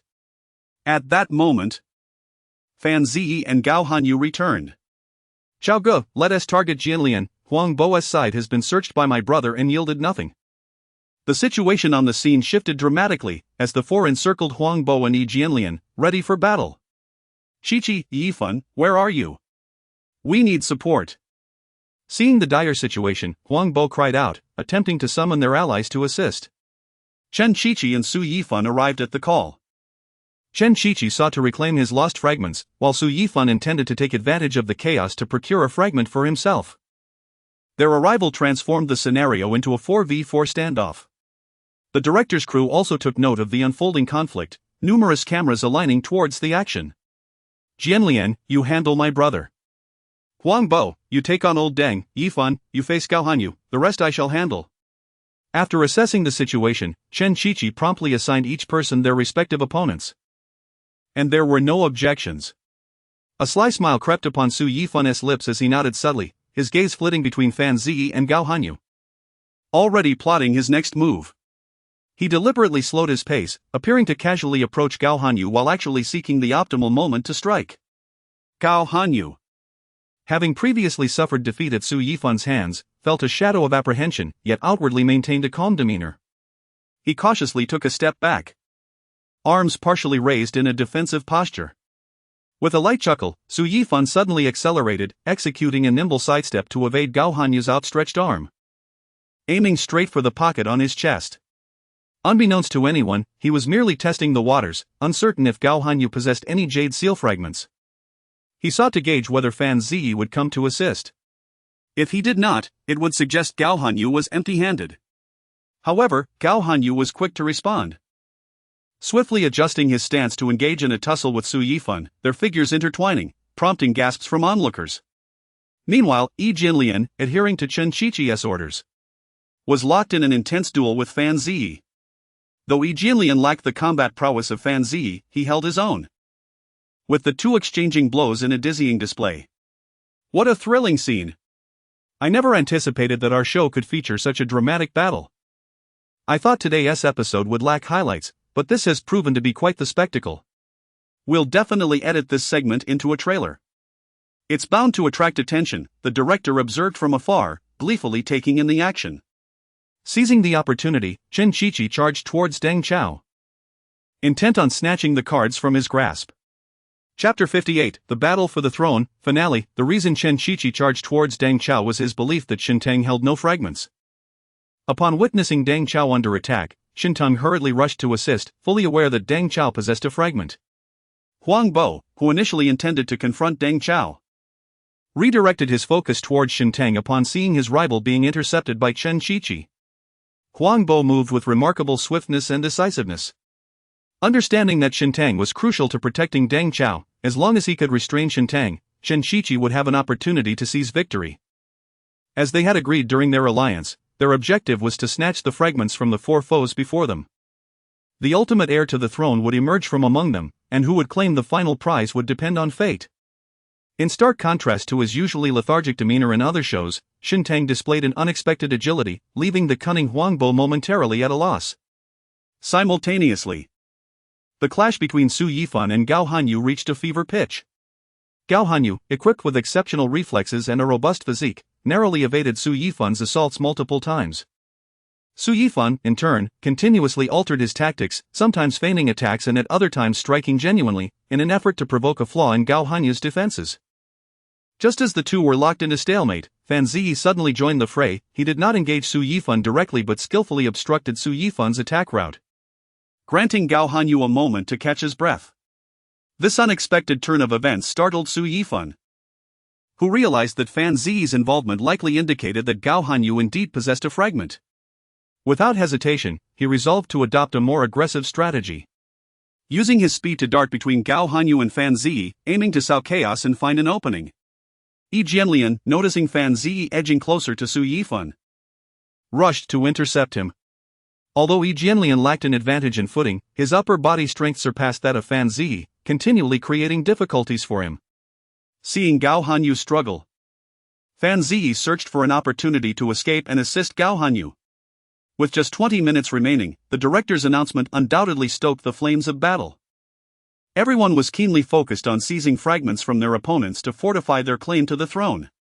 As Su Yifan observed Fan Ziyi's approach, he delivered a swift kick towards Fan Ziyi, who sidestepped, unaware that this was merely a feint. Su Yifan's true aim was Gao Hanyu. In a flash, Su Yifan appeared like a specter behind Gao Hanyu, knocking him to the ground and swiftly extracting the card from his pocket. Gao Hanyu, realizing the loss, quickly scrambled to reclaim the card. It was vital to him, as it held the only fragment he possessed, the jade seal fragment that Fan Ziyi had previously snatched from Chen Shiqi. In his bout with Huang Bo, Gao Hanyu had demonstrated remarkable tenacity, which had earned him Fan Ziyi's admiration. "Hand it back!" Gao Hanyu shouted, exerting all his strength to seize Su Yifan. Unexpectedly, Su Yifan retreated a few steps, stabilized himself, and fled. Meanwhile, others began to notice the unfolding situation. Chen Shiqi accelerated his assault on Deng Chao. Huang Bo abandoned his engagement with Xin Tang and lunged toward Deng Chao. Observing Su Yifan's retreat, Gao Hanyu turned and allied with Fan Ziyi to confront Yi Jianlian. As Yi Jianlian came under attack, Su Yifan discreetly tucked the previously acquired card into his trousers before rushing to assist, plunging the situation back into a stalemate. At that moment, Huang Bo, who had been besieging Deng Chao alongside Chen Shiqi, suddenly launched an offensive, seizing hold of Deng Chao. Xin Tang, witnessing this scene, was momentarily paralyzed with shock, his mind racing with thoughts of how he could assist. This was utterly terrifying. Seizing the opportunity presented by Xin Tang's distraction, Chen Shiqi rummaged through Deng Chao's pockets, absconding with all the cards within, leaving the unfortunate Deng Chao ensnared and defenseless. "Boj, let go. We've succeeded. Let us split it 5 ways, Chen Shiqi urged, eager to divide the spoils even before the battle had truly concluded. Huang Bo, grinning slyly at this suggestion, gradually released Deng Chao, his eyes gleaming with the triumph of a victor.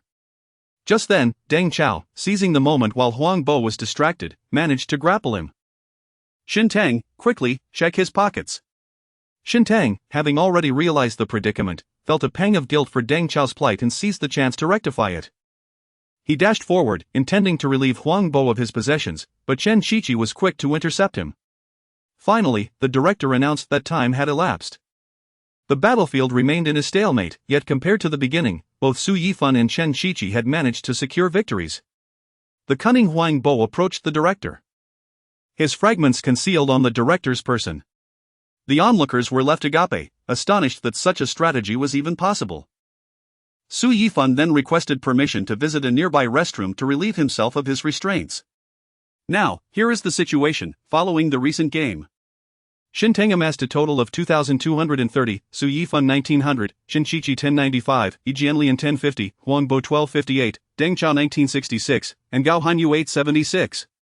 Additionally, because of a scheduling conflict with a music festival, Baosher Laojiu had to conclude the recording abruptly, leaving his final score at 850. Now, I ask all guests holding jade seal fragments to reveal your cards. Su Yifan, like a newly rich individual, displayed his 5 jade seal fragments. The audience was left dumbfounded, particularly Deng Chao and Gao Hanyu, who had searched him previously.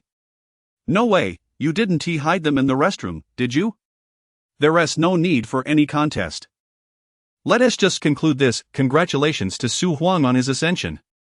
Old Deng, are you now Su Huang's chief eunuch? You're the eunuch, not me. Alright, everyone else, show your cards. Before long, Yi Jianlian, Fan Ziyi, Huang Bo, and others revealed their respective jade seal fragments. Yi Jianlian held 1, Fan Ziyi 1, Huang Bo 2. And Chen Shiqi 1. Boj, I want to share my fragment with you, you already have 2. Why argue? Yifan is undoubtedly first. You all should consider whether to use these fragments for yourselves. It doesn't make a difference now. The director interjected, this question is primarily directed at Yifan. After a moment of contemplation, Su Yifan nodded affirmatively, let us use them for myself. Let us congratulate Moron Yifan on claiming the final inheritance to the throne. What? Moron? Director, are you trying to add your own twist to the story? Upon hearing the director's proclamation, everyone immediately turned their gaze towards him, with Deng Chao being particularly scornful. I won't explain this, let Yifan speak for himself. To all the Duan brothers, I apologize, but I am of the Moron clan. With that declaration, Su Yifan swiftly fled, fearing that the others might pursue him. Finally completed. Initially, I aimed to write about 5 pages, but as I continued, I couldn't stop. For those who felt my previous writings lacked detail, I hope this meets your expectations. Chapter 59, the broadcast of 5 Ha before the director could speak. A multitude of cameramen swiftly turned their lenses to capture the scene of the group pursuing Su Yifan, which became the final shot of the recording. After the recording concluded, Su Yifan learned from Deng Chao and others that the first episode of 5Ha was about to air, signifying his official entrance into the public eye, where he would be both recognized by many and subjected to scrutiny. Nonetheless, he held no regrets. During his time on 5Ha, he found considerable joy and forged genuine friendships, including with the recently acquainted Shin Tang and Huang Bo, who were exceedingly kind to this newcomer in the entertainment industry. A shared understanding confirmed they were the friends he sought. He firmly believed in a principle: true friendship is not measured by quantity but by quality. Over the 5 years since his transformation, he had encountered many colleagues, yet only one had truly become his friend. At one point, he had been sincere to this friend, only for their relationship to sour over a loan dispute. This friend had borrowed 5,000 yuan from him with a promise to repay it within a week. At that time, Su Yifan paid little heed to it, as the existence of the system had ensured his financial stability. However, when the week passed without repayment, the friend instead asked for another 10,000 yuan. Sensing something amiss, Su Yifan contemplated inquiring about the purpose of the loan.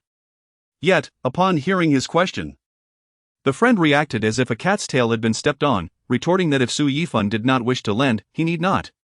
Thereafter, they drifted apart. And it was only through a serendipitous encounter that Su Yifan learned his former friend had taken to gambling. Upon discovering this, he attempted to counsel him, but the friend was unreceptive. As the saying goes, wise words are often lost on the reckless, and compassion may lead to one's own demise. Su Yifan ceased his efforts, considering the 5,000 yuan a lesson in discerning true character. Later, after moving next to Chen Shiqi, he quickly developed a friendship with her. Through his time with Chen Shiqi, Su Yifan realized that authentic friendship is built on mutual understanding and respect, rather than financial transactions or fleeting interests. His encounter with Chen Shiqi redefined his perception of true camaraderie. Moreover, through her influence, he entered the 5Ha program, leading to further connections within the industry. Su Yifan understood that sincere friendships in the entertainment realm are indeed rare, prompting him to cherish these new relationships and nurture them earnestly. Shortly thereafter, the first episode of 5Ha aired as scheduled. On that day, Su Yifan and the unemployed Chen Shiqi gathered to watch the show together. As they observed the group's antics in Paris, Su Yifan found himself thoroughly entertained. Although he had not participated, he still relished the joy emanating from the screen. This show is truly a trap. I'm fortunate I didn't get involved from the start. Indeed, and had you participated, how would we have managed your escape? Did the first episode feature such scenes? Certainly not, but knowing the production team, they will likely include a teaser for the next episode. Very well. The content of the broadcast aligned with Chen Shiqi's predictions. Only at the end did a brief scene appear of a few individuals driving to seek refuge with Su Yifan, humorously captioned with the phrase elopement of the 5Ha group. Ha, elopement. Upon reading those words, Su Yifan burst into laughter. What are you laughing at? You'll appear in tomorrow's episode. Due to promotional considerations, the first episode was set to air twice a week, transitioning to a weekly format thereafter. I suppose my appearance in the second episode will be brief? You'll find out tomorrow. I heard from the director that you have quite a few segments. But prepare yourself. After tomorrow, some may attempt to dig into your background, and there will be those who suspect I'm trying to promote you. That is fine. I'm ready for it. I'm not afraid of any exposure. If anyone provokes me, I'll simply issue a lawyer's warning. Our company collaborates with internationally renowned law firms. Since Su Yifan's prior contracts involved both domestic and international affairs, he established connections with distinguished law firms to secure a collaborative agreement. Ha, it seems you are genuinely prepared. Now I am at ease. Chen Shiqi patted Su Yifan's shoulder, her eyes filled with approval. Although the entertainment industry is complex, with your talent and calm demeanor, you will surely go far. Chen Shiqi had intentionally set aside time to watch the show with Su Yifan, partly due to her concern for him and to provide a precautionary warning. Besides Chen Shiqi, Deng Chao and others also called, and Su Yifan reassured them all. He had yet to employ one strategy, revealing his identity as the owner of a winery, which would clarify many matters. However, he acknowledged that some would still harbor envy towards the wealthy. The next day, the second episode of 5Ha aired as anticipated. And indeed, Su Yifan's presence exceeded expectations. He made his official debut as the group fled to the winery, introduced as Chun Chi-Chi's friend. On camera, he displayed a fair amount of humor and his kind-hearted nature. The audience witnessed a Su Yifan who was both authentic and engaging, radiating positivity. His appearance sparked curiosity among viewers, leading to a flurry of online discussions about Chun Chi-Chi's ordinary friend and Su Yifan's debut. His singing voice captivated many, prompting them to consider him a worthy idol. This attention, coupled with endorsements from Lu Han and Deng Chao, further solidified his favorable reception among the audience. Of course, some skepticism and criticism arose. As Chun Chi-Chi had anticipated, inquiries into his background began, with some attempting to uncover evidence of his rise to fame, even launching unfriendly rhetoric online. Su Yifan, well prepared for this, had discussed it with Chun Chi-Chi and assigned his assistant the task of gathering information on detractors, determining whether to pursue legal action based on the findings. After the episode aired, his assistant S-Team quickly set to work. The following day, Su Yifan visited the company, and upon receiving a thick stack of documents from his assistant, he felt overwhelmed. Is all of this against me? Chapter 60, Establishing an Entertainment Company. Not at all, boss. The world isn't that malicious towards you, it's a 50-50 scenario. The other half is the online community urging you to debut. Debut? What on earth are you talking about? Are you suggesting I switch bosses? Not at all. You've been doing splendidly with the 5Ha troupe. Haven't you recorded several programs recently? As Su Yifan's assistant, he was well aware that his employer had participated in numerous shows. Given that he had purchased all of Su Yifan's flight tickets, that doesn't mean I'm set to debut. I'm quite content as the owner of this investment company. Why would I change fields? However, we could certainly establish an entertainment company to explore projects in that realm. What do you think? This notion arose because his system had bestowed upon him a new task, a series of tasks, with the first being the establishment of an entertainment company. Upon hearing his boss's words, the assistant promptly noted down the requirements.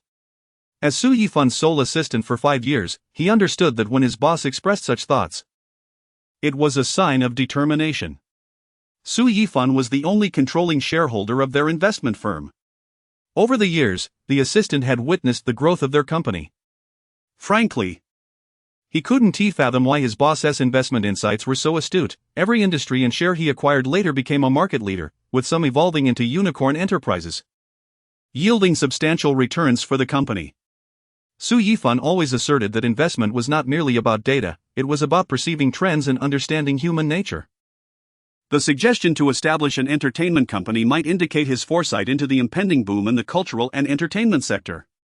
The assistant speculated on the reason behind his boss's involvement in the recording of 5Ha. Perhaps it was all for the future development of their company. Boss, this idea is truly remarkable. Our investment projects have predominantly leaned towards traditional industries and the internet. If we venture into the entertainment sector, not only will it diversify our business portfolio, but we can also leverage your influence in the industry to secure a foothold swiftly. The assistant analyzed with excitement, his eyes shimmering with visions of the future. Su Yifan nodded with a smile, his own eyes alight with a similar glimmer, a spark of curiosity and anticipation for the unknown challenges ahead. In recent years, the entertainment industry has faced numerous hardships, with many established enterprises teetering on the brink of collapse. Nonetheless, Su Yifan believed that since the system had guided him towards this direction, it must have its own strategy. Perhaps he could carve out a distinctive path in the entertainment landscape under its guidance. Look into the market to see if there are suitable entertainment companies available for acquisition. If we can acquire one, let us proceed. If not, we can establish our own. Isn't there an empty office on one of the floors in this building? Boss, currently there are no available offices as they have all been rented out.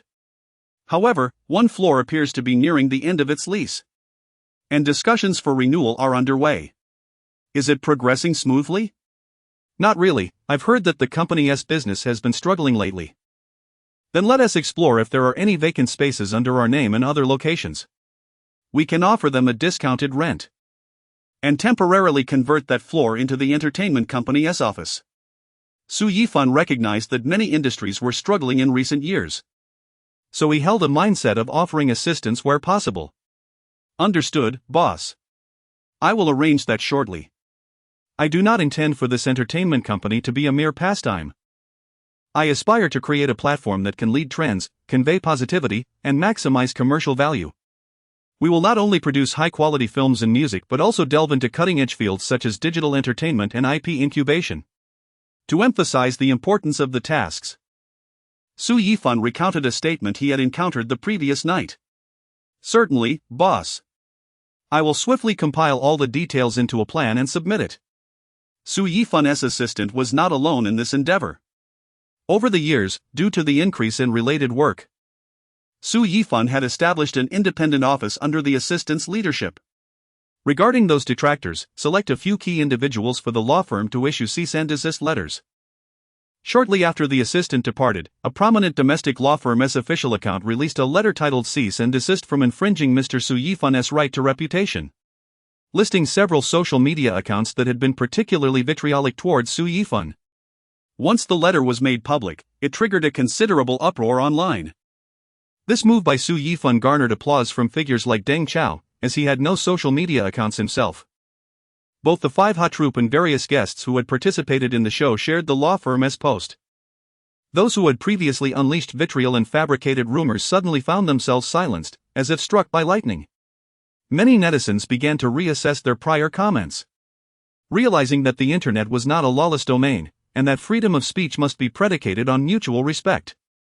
This operation is exceptionally bold. Su Yifan is confronting them head-on. This should have been done long ago. It serves as a reminder to keyboard warriors that the internet is not their playground. Support him. Utilizing legal means to protect oneself is such a positive move. As public sentiment intensified, even those who had previously adopted a wait-and-see stance began to rally behind Su Yifan, expressing their support. Meanwhile, the targeted detractors hurried to delete their remarks and apologize, though some remained obstinate, prompting Su Yifan to instruct his assistant to notify the law firm to proceed with litigation. Simultaneously, preparations for the entertainment company were progressing at a rapid pace. The assistant, leading his team, conducted thorough market research and analysis in accordance with Su Yifan's directives, ultimately determining the company's development direction. After reviewing the proposal submitted by the assistant, Su Yifan granted immediate approval. According to their established plan, the newly formed entertainment company would acquire a company in Korea and subsequently relocate its operations to Shanghai, terminating all contracts with its existing artists. As Su Yifan held little faith in them, they seemed all too similar to him. The company boasted multiple production teams with extensive experience, which would serve as the driving force for the successful launch of Su Yifan's newly established entertainment venture. With the involvement of the investment company's external investment department, the acquisition of the Korean entertainment firm proceeded smoothly. Following this, Su Yifan dispatched his assistant to Korea to oversee the subsequent operations personally. Upon arrival, the assistant quickly immersed himself in the rigorous yet orderly tasks at hand. He first engaged in comprehensive discussions with the management of the Korean entertainment company to gain a detailed understanding of its financial health, personnel structure, project status, and existing contracts and copyright situations. Through a series of efficient meetings and negotiations, the assistant ensured the seamless transition of all handover processes. Chapter 61, A Tour of the New Company with Chen Shichi. As Su Yifan advanced the establishment of his entertainment company, the third season of 5Ha also aired. Following the strong stance Su Yifan took after the broadcast of the second season, while some detractors remained active online, their previous arrogance had diminished significantly. As for these minor figures, Su Yifan chose not to pay them much heed. Under the official 5Ha account, numerous fans of Su Yifan left comments urging the production team to make him a permanent guest. However, the production team did not respond. It was not due to a lack of desire to keep Su Yifan, but rather an inability to do so. The director was well aware of Su Yifan's stature, as owning such a grand estate as the Franz Winery was not a feat for just anyone. Their only recourse was to rely on Chen Shichi's connections. On this particular day, as Su Yifan intended to visit his yet-to-be-established entertainment company, Chen Shichi appeared at his door.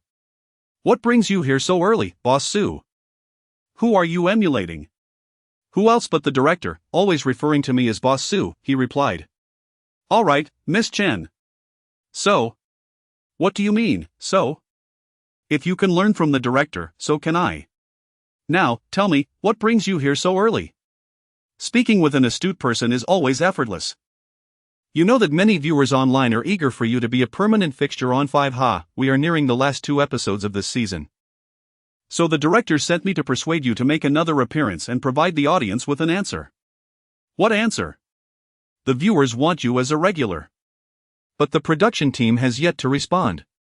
But there are still 2 episodes featuring me that Haven T aired, right? Ah, it's about having a complete arc.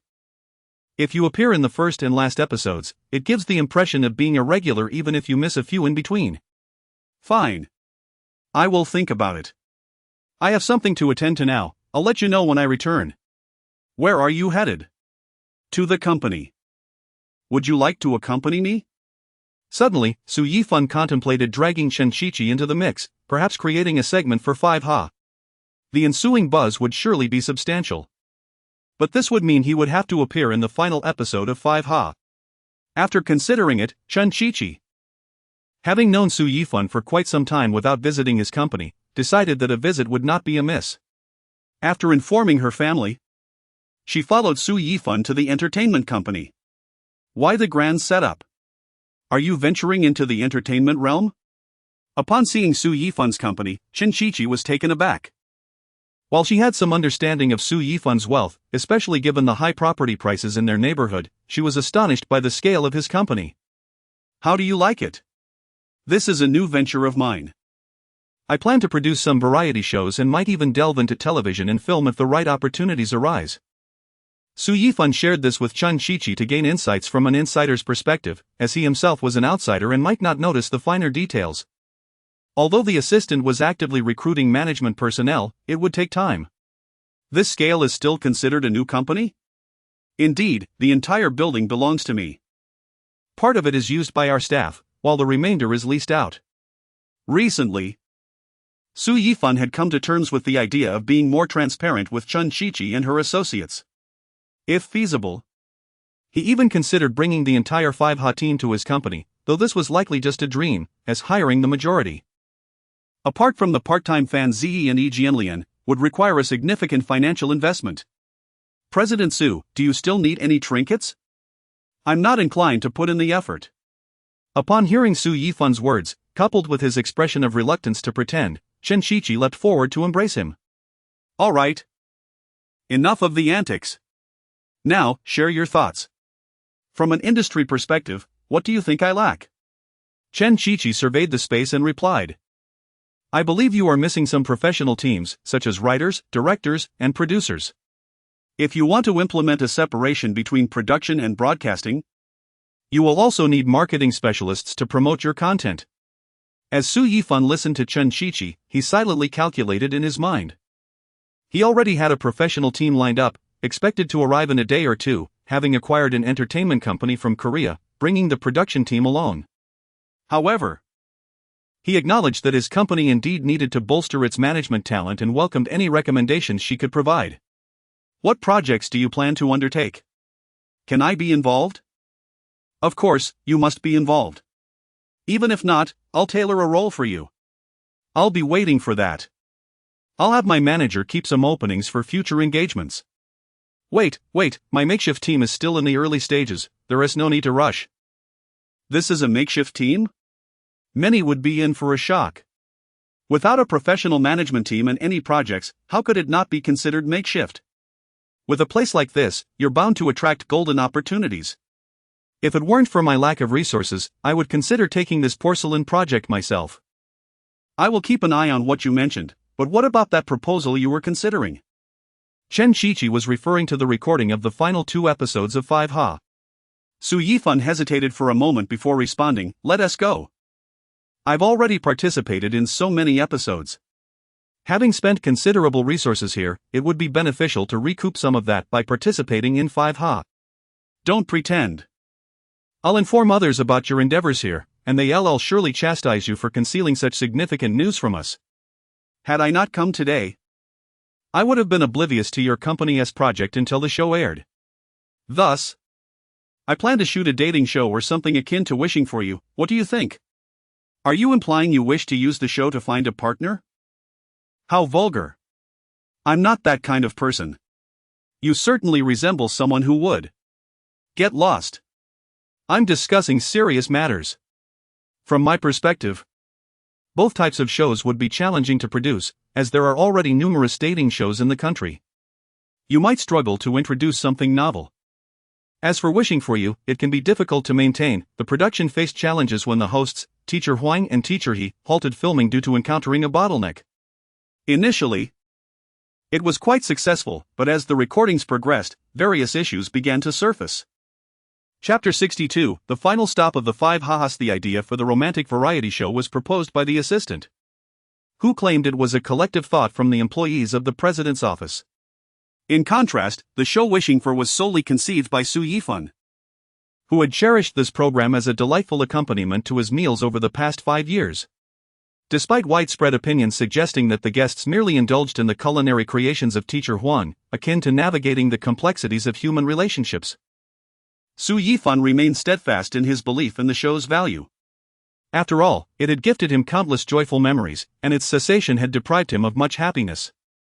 Su Yifan once harbored dreams of purchasing a quaint cottage in the countryside, finding a loving partner, and raising a pair of children, envisioning a life of simplicity and elegance. This rural existence, he believed, could be filled with refinement, where friends could be entertained or, in their absence, the family of 4 could revel in their own company.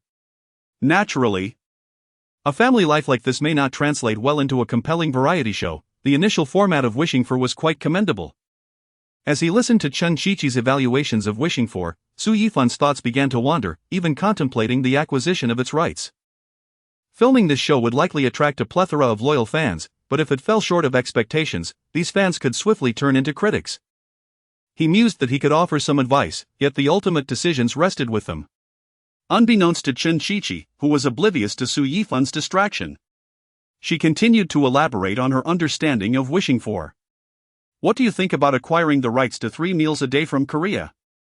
That show has ceased airing, and I could create a domestic version of it. 3 meals a day? I thought it was 3 times a day? Su Yifan remarked, bemused. No wonder I struggled to find the program online. Regardless, that detail is inconsequential. Do you believe it feasible? Many viewers had expressed that Wishing for bore a striking resemblance to this program, which led to Chen Qiqi's tentative response. However, Su Yifan grasped her implications. After a moment of contemplation, he smiled and declared, "What does it matter if the resemblance is high? As long as we execute it better. Moreover, I can infuse innovative elements into the original concept, crafting our unique identity." Determined to acquire the rights, he prepared to embark on this ambitious project with unwavering confidence.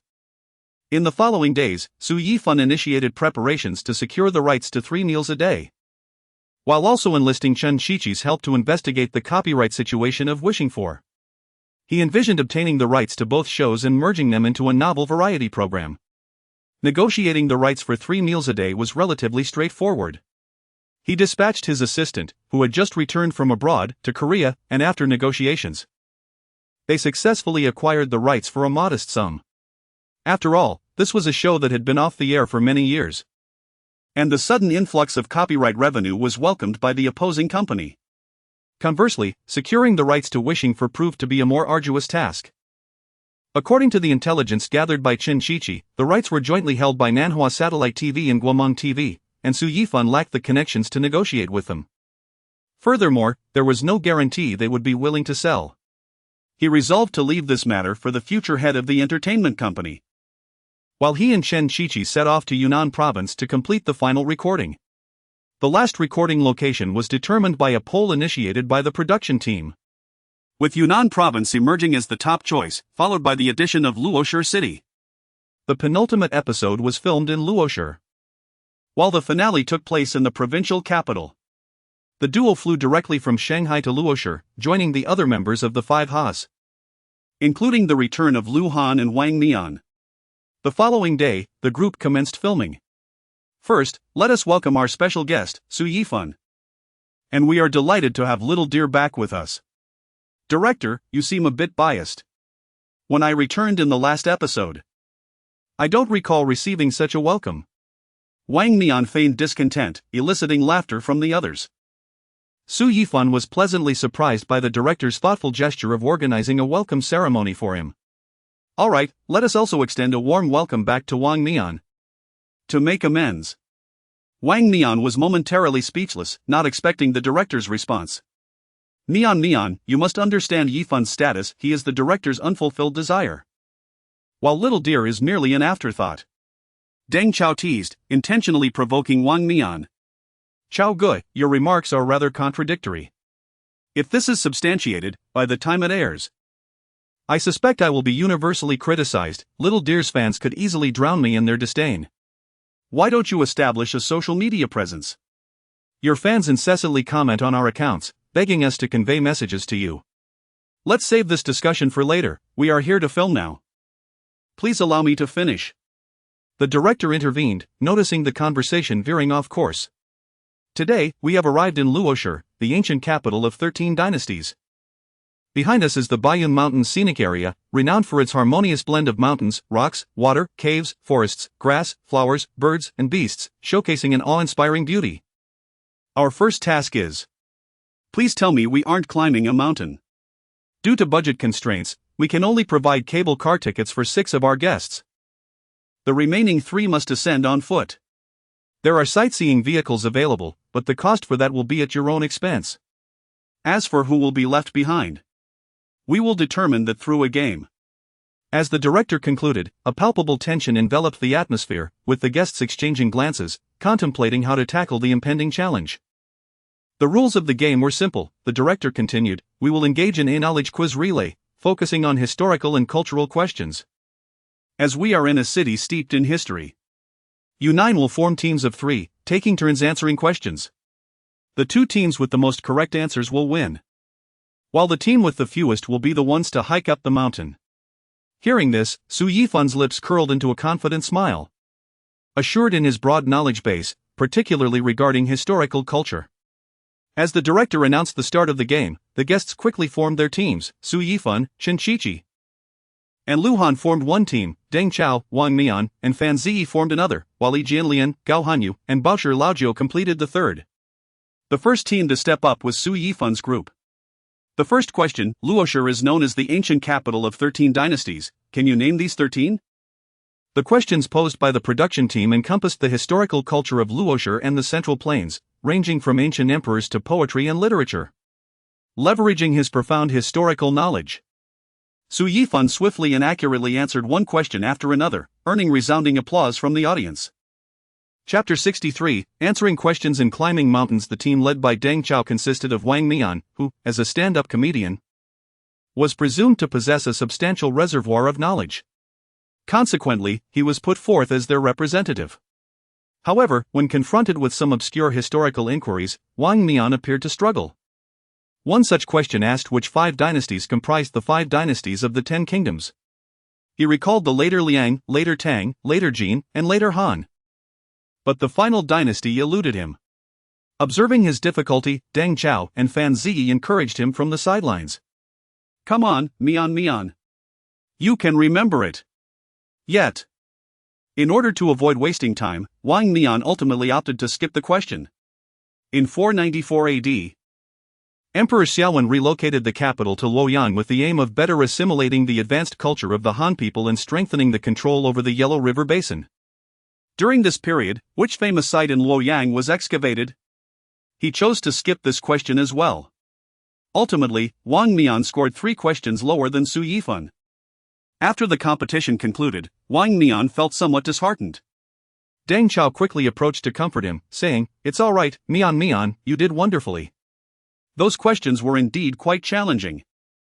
And remember, there are still others to compete against, we might not necessarily lose." Fan Ziyi added, "Think of it this way, Mianzi, if worse comes to worst, we can always run up the mountain." Brother, considering the ascent from here, I think that's a bad idea. I previously read that the peak of Baiyun Mountain, Yuwangding, is over 200 meters high. Wang Nian remarked. Director, are we heading to Yuwangding? Upon hearing Wang Nian's question, Deng Chao promptly turned to the director, who merely nodded in response. Then we must win, he declared. As they approached the third group, the tension rose, having heard the questions posed to the first two groups. The third group was beginning to feel anxious. When the director called for them to compete, none of the three had decided who would take the lead. Gao Hanyu said, "Brothers, I haven't attended university, this is on you." "Well then, that leaves just the two of us," replied Lin Gu. "I majored in marketing. And my historical knowledge isn't great either. I did attend university, but I've been focused on basketball since then, so I've forgotten most of what I learned." They were not shirking their responsibilities, merely lacking confidence, as this would determine how they would ascend the mountain. And they too had heard about the daunting altitude Wang Mian mentioned. "How about this, let's decide by rock paper scissors," Deng Chao suggested, believing it to be a fair and swift method that wouldn't waste time. "All right, let's do it." Lin Gu agreed, calling his teammates to join the game. Gao Hanyu quickly opted out, fearing he might inadvertently hinder the others. Ultimately, Lin Gu faced off against Yi Jianlian. After several rounds of rapid rock-paper-scissors, Yi Jianlian emerged victorious by a narrow margin, and Lin Gu accepted the task of competing with a resigned smile. "Come on, director, pose the questions," Yi Jianlian urged. "All right. Let's start with a question from your field of expertise. Who was the earliest rap artist in ancient China?" "What? There were rappers in ancient times? You don't know?" "Director. Just reveal the answer, I truly don't know." The director explained, the earliest rap artist in ancient China was the drum-singing figurine from the Eastern Han Dynasty, also referred to as Paiyu.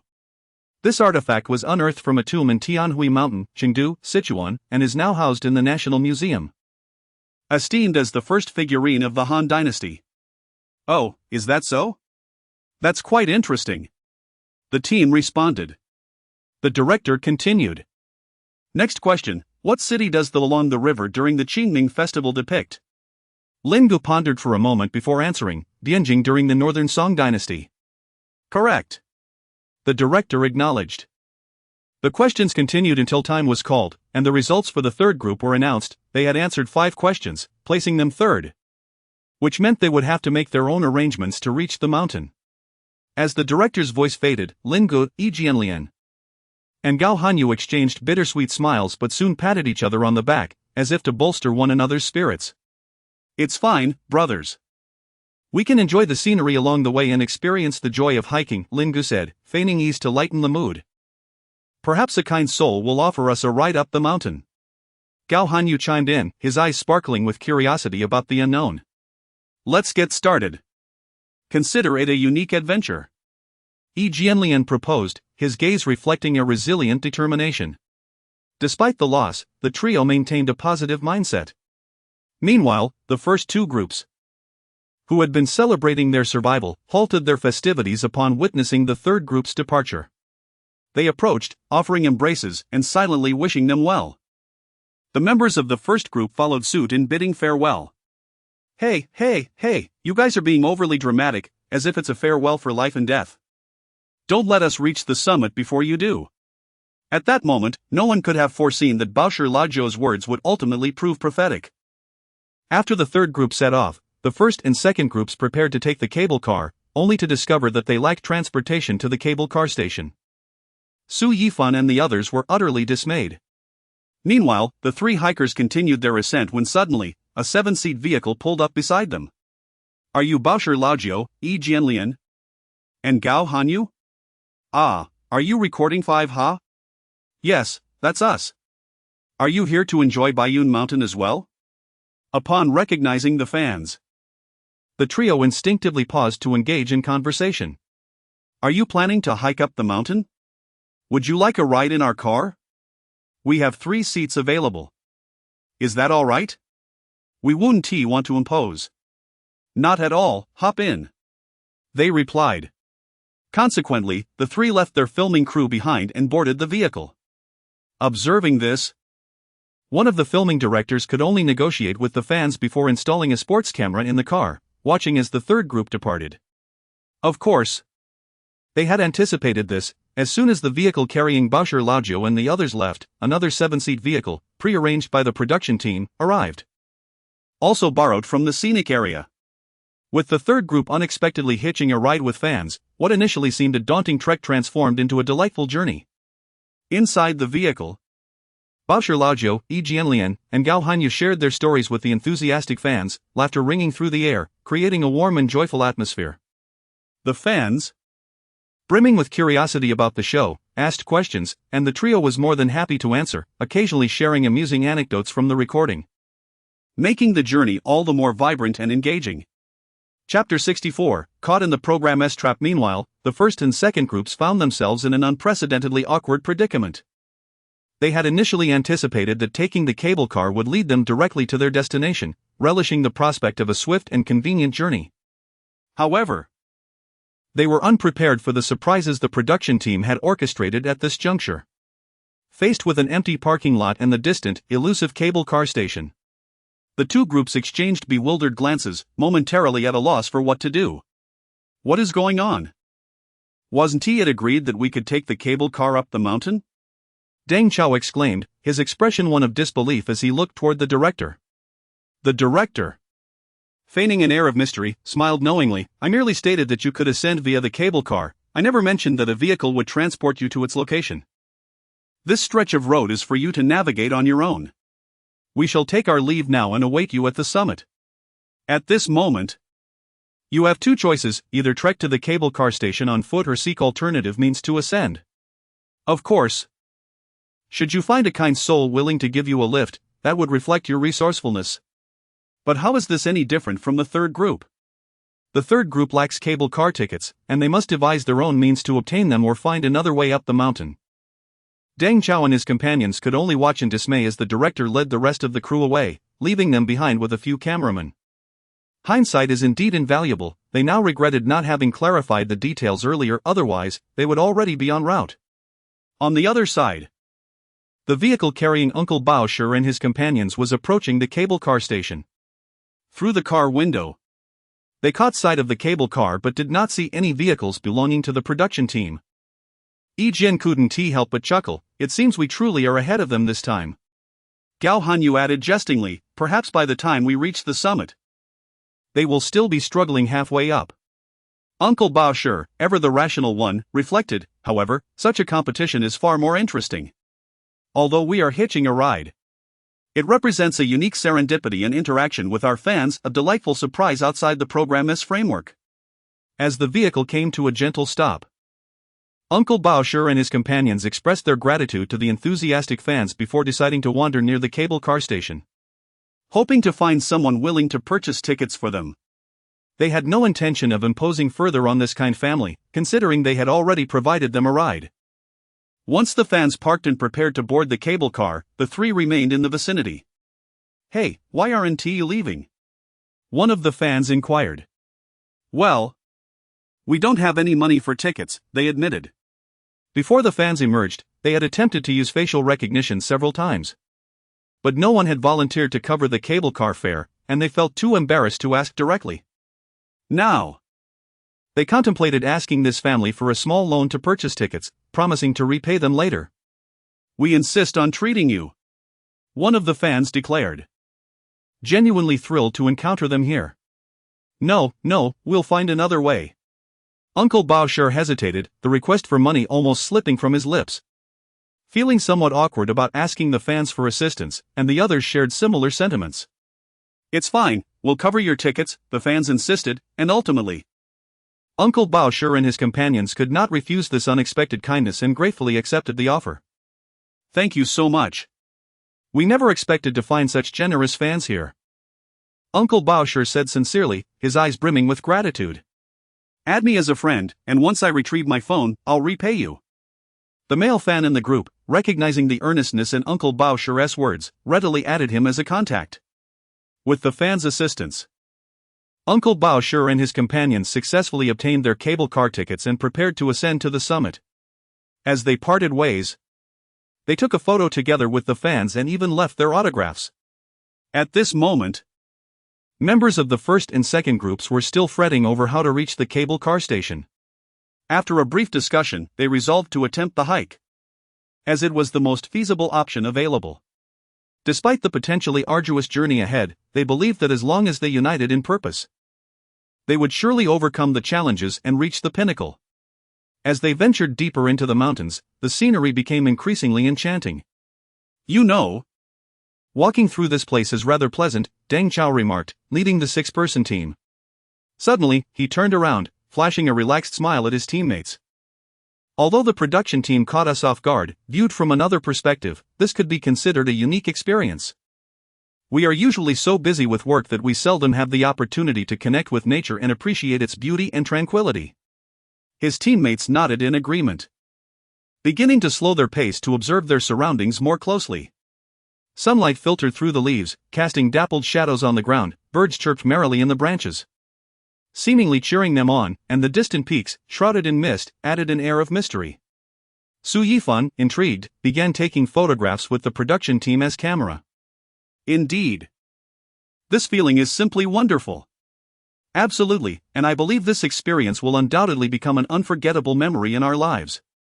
Just then, a vehicle approached, a 5-seater private car, evidently filled with other tourists. The group, who had just been reflecting on their surroundings, instantly transformed into hopeful hitchhikers, their eyes gleaming with anticipation. However, the camaraderie between the two groups had dissipated, as they noted that only 3 seats remained available in the car. "Hello, miss. Are you heading to Yuhuang Peak?" Deng Chao eagerly stepped in front of the halted vehicle. "Are you Deng Chao?"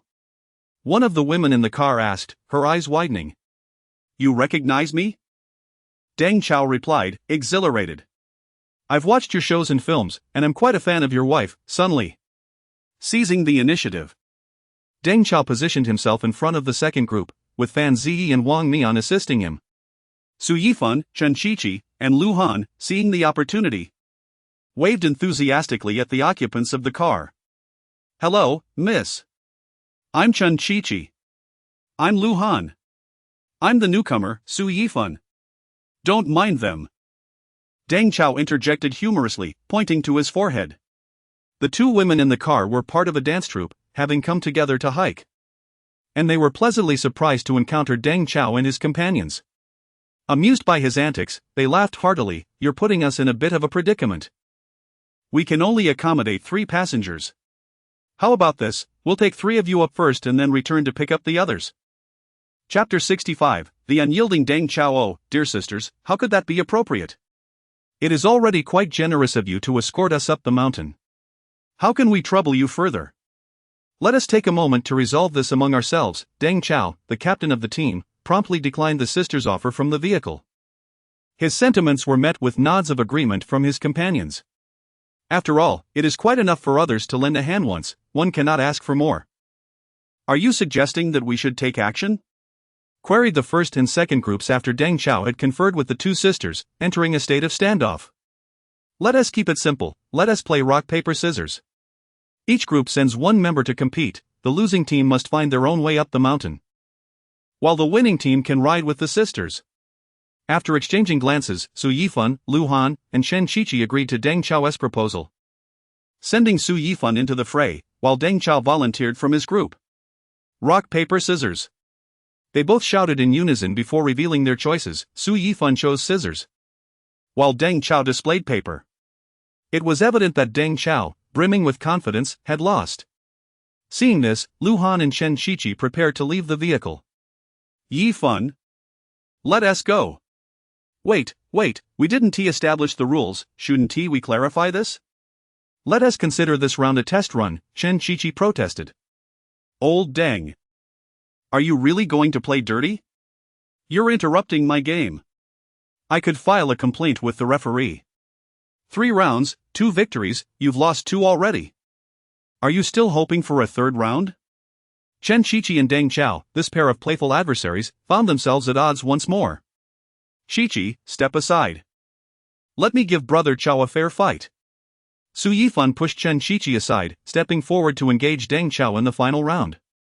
Their playful banter at the foot of the mountain had already provided ample material for the show, but the 2 sisters in the vehicle had come to genuinely enjoy themselves, and it was uncertain how long the 2 would continue their antics. "Brother Chao, let us go." Rock paper scissors.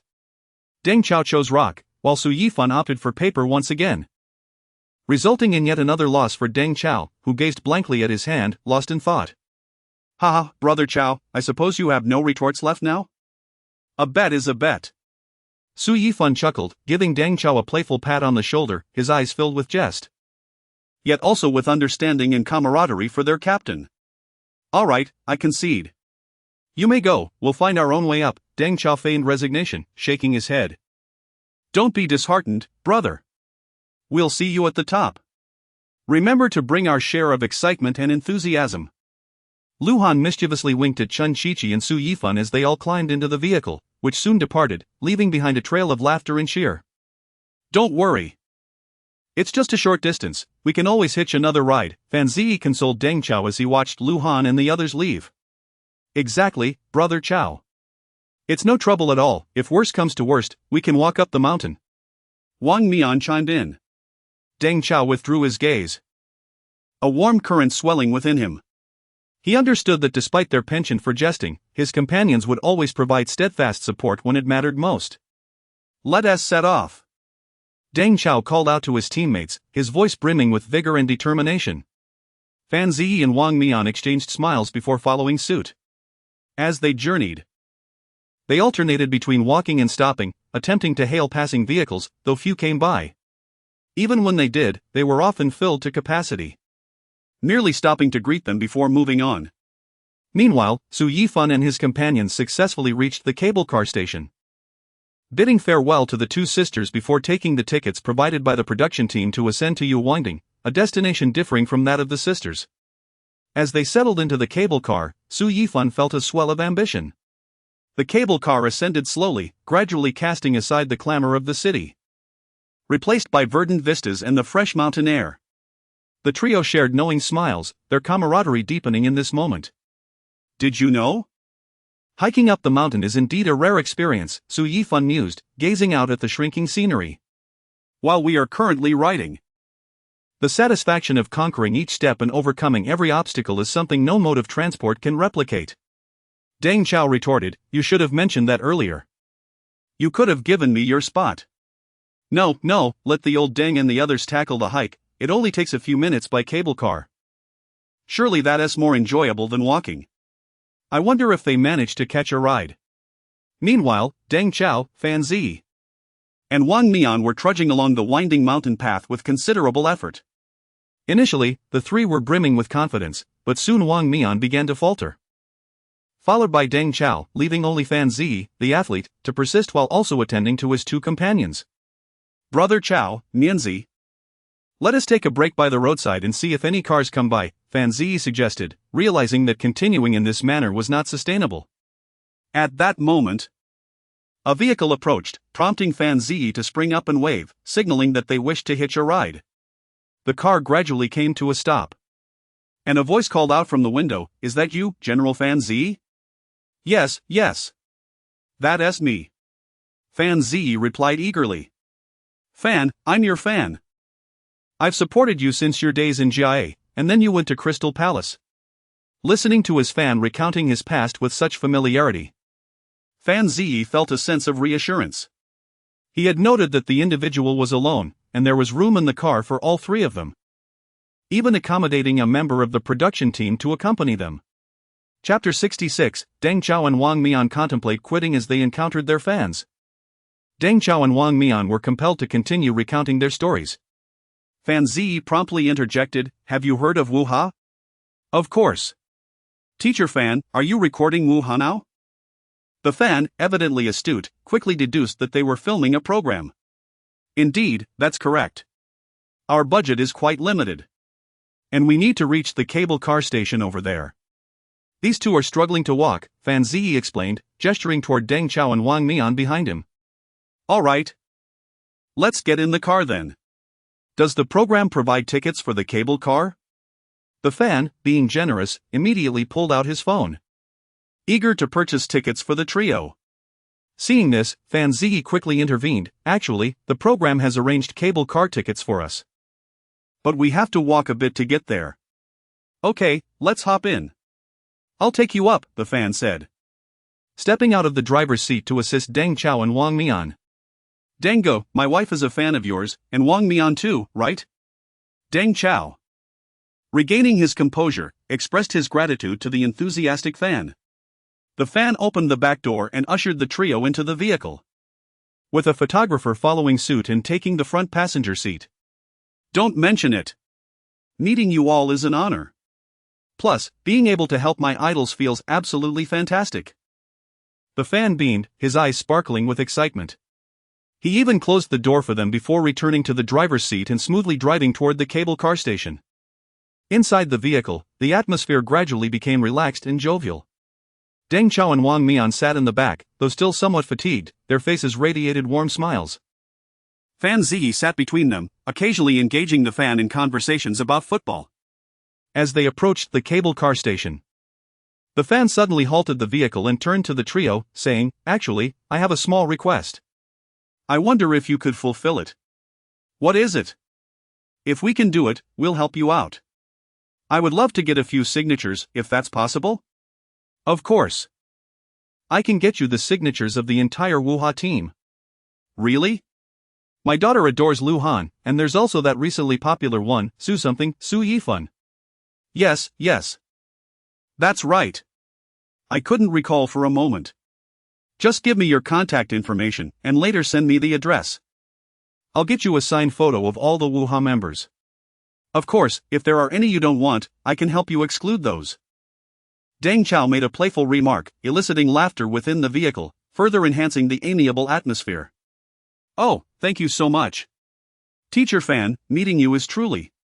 I don't even know what to say." "Now, hold on, brother, that's not quite fair. I agreed to this, and you're thanking someone else?" Deng Chao feigned jealousy, reminiscent of a girlfriend wanting her boyfriend to appease her. "Deng, please let me explain." The fan quickly waved his hands, laughing as he clarified.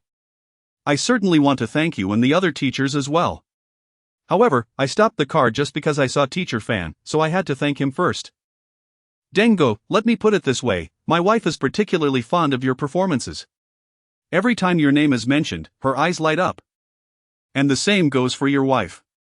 Meeting you and receiving your signature is undoubtedly the greatest surprise for her this year. For her birthday, I won't need to prepare any other gifts. Does your wife watch our program? If she does, I suggest you retract that statement."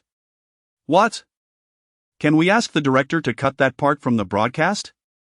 "Congratulations. Typically, when you say that, it will definitely be aired." Deng Chao chuckled without a hint of loyalty. However, he had no intention of playing tricks on the fan and quickly explained in front of the camera, "Sister-in-law, this brother is a good person. Just look at this road, without him, I reckon I'd be utterly exhausted." The vehicle continued onward and soon arrived at the cable car station. The fan parked the car and personally opened the door for the trio, escorting them to the cable car entrance. As they parted ways, he reluctantly shook hands with Fan Ziyi, Deng Chao, and Wang Mian, his eyes filled with reluctance. "Thank you. Meeting you today truly feels like a stroke of luck. I hope your program continues to thrive. I will always support you." "Thank you. And I wish you and your family happiness and health. I hope we can meet again." Fan Ziyi smiled in response, quietly cherishing the warmth and support from the fan. As the cable car ascended slowly, the trio gazed out at the shrinking scenery, filled with a sense of reflection. They had finally overcome this challenge. Unbeknownst to them, another trial awaited them ahead. Meanwhile, the advance party consisting of Baoshi Laojiu, Yi Jianlian, and Gao Hanyu had already completed the majority of their climb and were nearing the summit of Yuhuangding. At that moment, they stood in a spot with a broad view, gazing at the endless mountain ranges and the distant vistas, their hearts brimming with a sense of accomplishment and pride. Baoshi Laojiu wiped the sweat from his forehead and remarked, "This view is worth it. Although our journey has been arduous, seeing such scenery makes all fatigue vanish." Gao Hanyu nodded in agreement, pulling out his phone to capture the magnificent landscape while also sending a message to their teammates waiting far below. "Brothers, we're almost at Yuhuangding, the scenery up here is breathtaking. Keep pushing." Upon receiving the message, Su Yifan, Lu Han, and Chen Qiqi were diligently making their way upward. It appears that old Jiu was indeed correct. It seems they are about to reach the summit, while we still have quite a distance to cover, Chen Qiqi remarked. Fortunately, Chen Shiqi had been regularly hitting the gym lately, so he was holding up well on the mountain trail, and their pace was decent. On the other hand, as the cable car neared its destination, Fan Ziyi, Deng Chao, and Wang Mian were about to embark on a new journey. The staff at the cable car station had been waiting and warmly greeted them, saying, "Welcome to the Yuhuangding cable car station. From here, you can enjoy even more stunning views." How much longer do we have to walk? About 40 minutes to an hour, depending on your physical condition and walking speed. Oh no, I'm not recording anymore, I want to go back down. Seeing the seemingly distant Yuhuangding, Deng Chao felt like giving up. Like everyone else. He had assumed that the end of the cable car ride would be the summit, but to his dismay, they still had to continue climbing. "Brother, you go ahead. I'll stay here with Chao Gu to record the program. When you all come down, we can walk together." Similarly, Wang Mian was also contemplating quitting. Chapter 67, another test of understanding the strike actions of Deng Chao and Wang Mian were swiftly curtailed by a single remark from the filming director.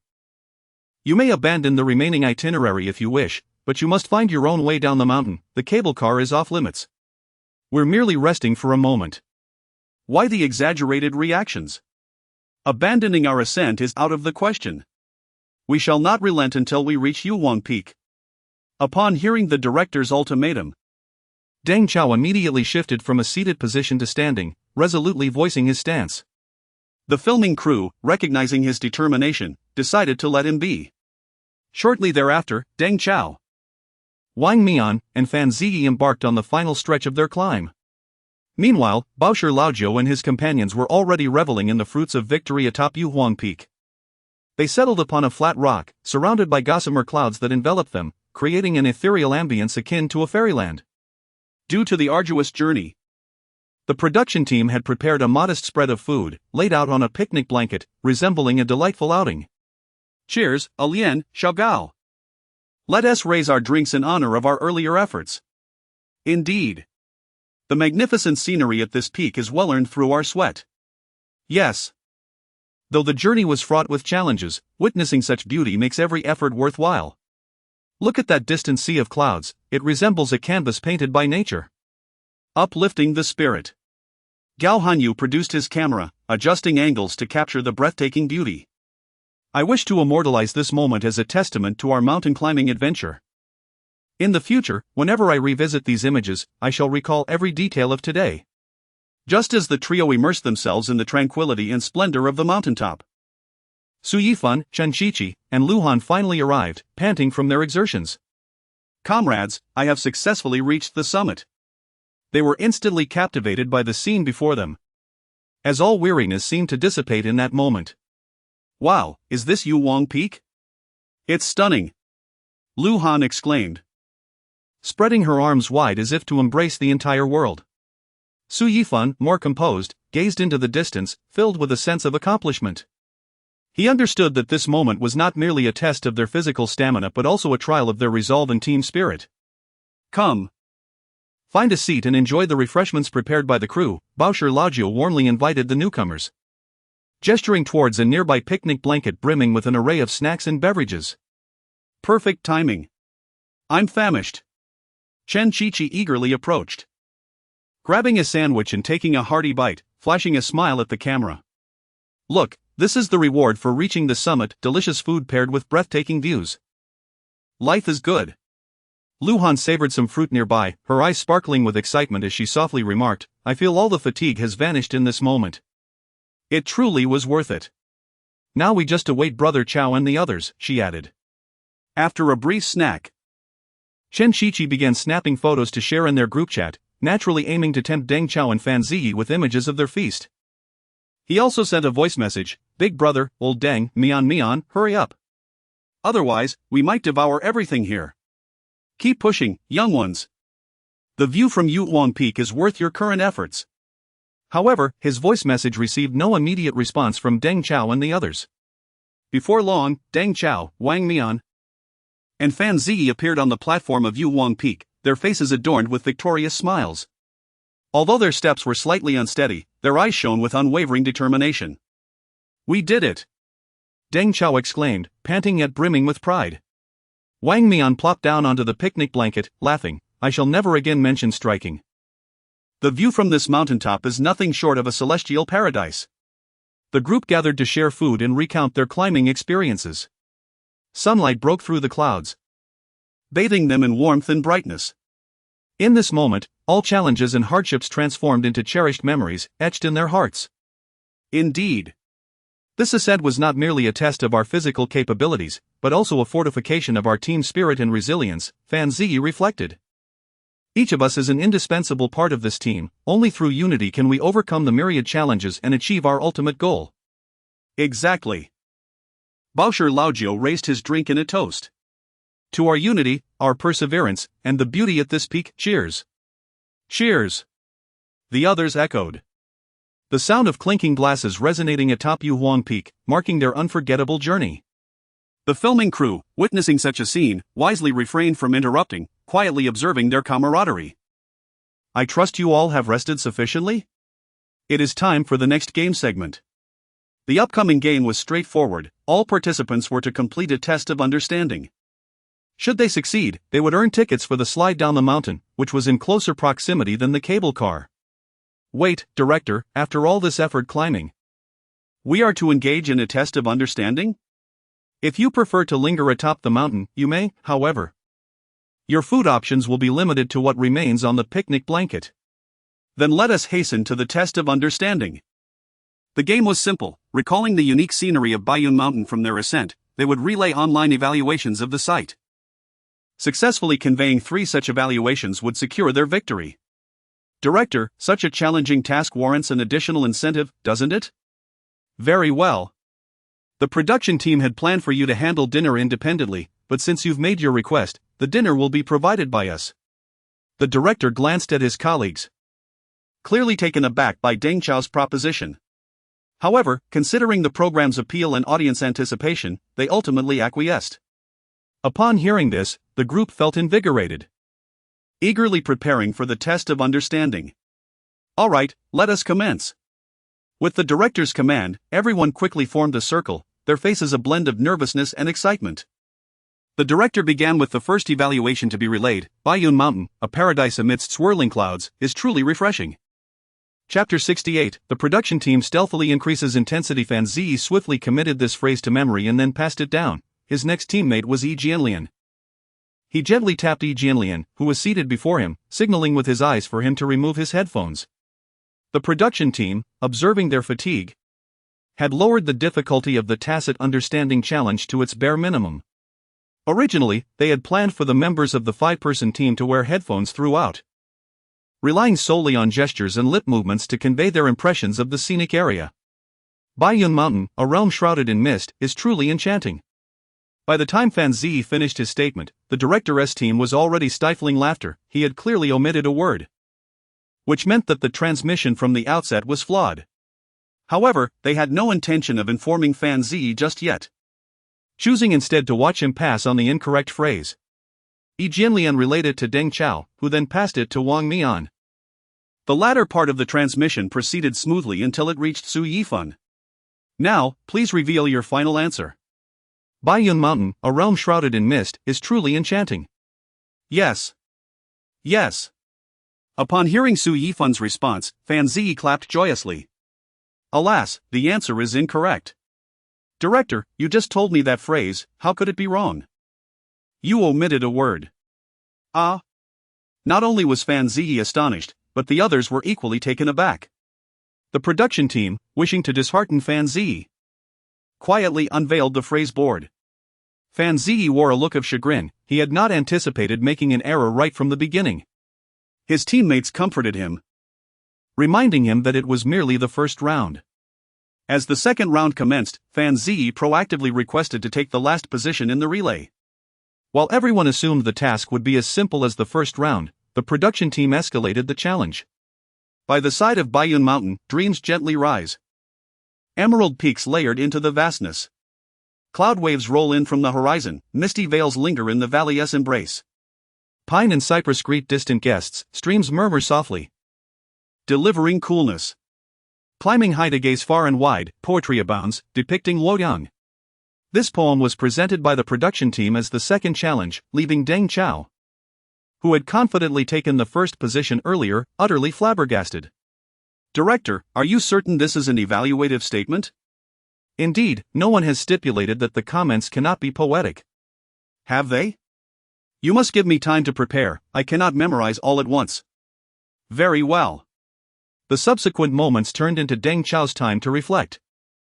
And his teammates began to grow anxious, especially Wang Mian, who waited impatiently for Deng Chao to call on him.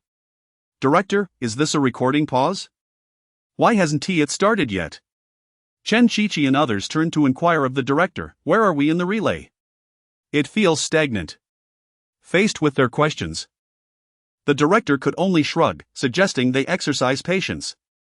Finally, after a considerable wait, Deng Chao turned around and tapped Wang Mian's shoulder. Xiao Ge, you finally made it. If you take any longer, I'll have to forfeit. What can I do? The production team's prompt is too lengthy, I simply cannot remember it. How many words? Don't ask me such futile questions, or I might forget. The first line is by the side of Baiyun Mountain, dreams gently rise. Emerald peaks layered into the vastness, and the second line is. As Deng Chao recited these two lines, Wang Mian, fearing he would forget, hastily turned to relay it to the next teammate, Lu Han. However, Deng Chao swiftly grasped him, exclaiming, "Not yet, where do you think you're going? ISNT at 4 lines? That was only 2, there are still 2 more. Xiao Ge, start over, I've forgotten the lines you just recited." How could you be so foolish? Deng Chao lamented Wang Mian's ineptitude. By the side of Baiyun Mountain, dreams gently rise, emerald peaks layered. Xiao Ge, are you really complaining about me? I had it memorized perfectly until you disrupted my thoughts. Director, may I have another chance to memorize it? You may choose to forfeit and restart the game, or you can discuss and rearrange your positions. The director, evidently anxious about the segment dragging on, subtly lowered the difficulty. After some deliberation, Wang Mian and Deng Chao decided to forfeit the round. We forfeit, let us start anew, Deng Chao declared. The others, initially waiting for the relay to progress, were taken aback to hear that Deng Chao had chosen to forfeit. Old Deng, what is going on? You haven't even passed it yet, and you're forfeiting? Is a single line so difficult to remember? What single line? There are 4 lines of poetry in total. Xiao Ge, you should mention 8 lines, based on what you relayed to me, there are already 4. Wang Mian chimed in. Old Deng, you should take the second to last position. Right before the leader, that way, you can also compare the lines you memorized. Since the production team had relaxed their requirements, they naturally accepted the adjustment without hesitation. Deng Chao was promptly reassigned to the second to last position to reduce the likelihood of errors and perhaps fill in any gaps. Wang Mian was also moved up 1 position ahead of Deng Chao, with Chen Qiqi now taking the lead. Once everyone was seated in order, Chen Qiqi requested the production team to reveal the prompt. Upon seeing the poem, Chen Qiqi understood why Deng Chao had struggled with memorization. It was indeed quite lengthy, however. He felt it was still worth the challenge. He quickly perused the lines, closed his eyes, and silently repeated them several times in his mind to ensure he could convey them accurately to the next participant. Opening his eyes, he gently tapped Su Yifan's shoulder, signaling him to be prepared. Remember this, there are a total of 8 lines. The first line, by the side of Baiyun Mountain, dreams gently rise, and the rest is. After a systematic transformation, Su Yifan's memory had improved significantly, he had nearly memorized the lines by the time Chen Qiqi finished reciting them. He did not require Chen Qiqi to repeat himself and confidently turned to relay the information to the next teammate, Lu Han. Did you memorize it? Yes, the first line. Initially skeptical of Su Yifan's demeanor, Chen Qiqi was soon convinced when Su Yifan flawlessly recited the entire poem. He had not anticipated that Su Yifan possessed such a remarkable auditory memory. Su Yifan accurately transmitted the poem to the third participant, Lu Han. And to ensure Lu Han could retain it, he recited it twice. Lu Han, upon hearing Su Yifan's recitation, was initially taken aback. He had not expected the production team to be so stringent this time. However, he quickly steeled himself, understanding the importance of conveying accurate information to his teammates. Taking a deep breath, Lu Han endeavored to engrave each word of the poem into his memory, as if engaging in a silent duel. Finally, feeling adequately prepared, He gently tapped the shoulder of the next teammate, Yi Jianlian. Chapter 69, The Echo of Uncle's Song. Brother Lian, are you ready? Listen to me. Lu Han began to recite the poem word by word, and with each line he spoke, it felt as though he was shedding a heavy burden from his shoulders. Yi Jianlian listened intently, fearful of missing even a single word. His eyes were fixed on Lu Han's lips, striving to deepen his memory through every subtle movement. Before long, Yi Jianlian also committed the entire poem to memory in his own unique manner, then turned to convey it to the next participant, Uncle Bao Shi. to memorize the lines, Uncle Bao Shi imagined them as lyrics to his own song, complete with an accompanying melody. By the time he passed it on, he was singing to Gao Hanyu. With such a smooth transfer, the earlier participants, Chen Shiqi, Lu Han, and others, felt elated, particularly Chen Shiqi, who glanced towards the director's team, seemingly implying, who else is there? However, when Gao Hanyu transmitted it to Wang Mian, a mistake occurred. Chen Shiqi, who had been so confident, Suddenly buried his head in his hands, exclaiming, "Ah! I feel so distressed." Chen Shiqi turned to Lu Han and Su Yifan, lamenting, that feeling of almost winning, only to lose it all by a careless mistake, is truly unbearable. Su Yifan, having noticed the glance Chen Shiqi had cast at the director, remarked, "That look you gave was like popping open champagne at halftime. I never thought our formidable opponents could falter like this." Who would have imagined Uncle would turn it into a song, and Gao Hanyu, a former boy band member, would get it wrong? It's alright, it's alright. The sun hasn't set just yet, we still have a chance. Besides, we have Chao Go at the back, perhaps he remembered everything. The director's team had not set a specific time limit, but it was assumed that this round would conclude before sunset, considering the uncertain operation of the slide after dusk. Due to the presence of Deng Chao, the initial participants tacitly refrained from halting the transmission, placing their hopes on him. However, to their disappointment, Deng Chao indeed expressed doubts about the transmitted lines, yet he ultimately relayed exactly what Wang Mian had passed to him. When Fan Ziyi loudly announced the final result to the director, it was, unsurprisingly, incorrect. A perplexed Fan Ziyi was utterly bewildered, convinced that his rendition was correct, as he had recited the poem smoothly. You and you. You are the culprits of this round. Before the director could speak, Chen Shiqi approached Gao Hanyu and Deng Chao, instructing them to step aside for 5 laps as a penalty. Both felt unjustly accused, asserting that they had made no errors in their transmission. Even if we must face the consequences, at least let us understand why. Deng Chao retorted defiantly. Uncle, please recite what you transmitted.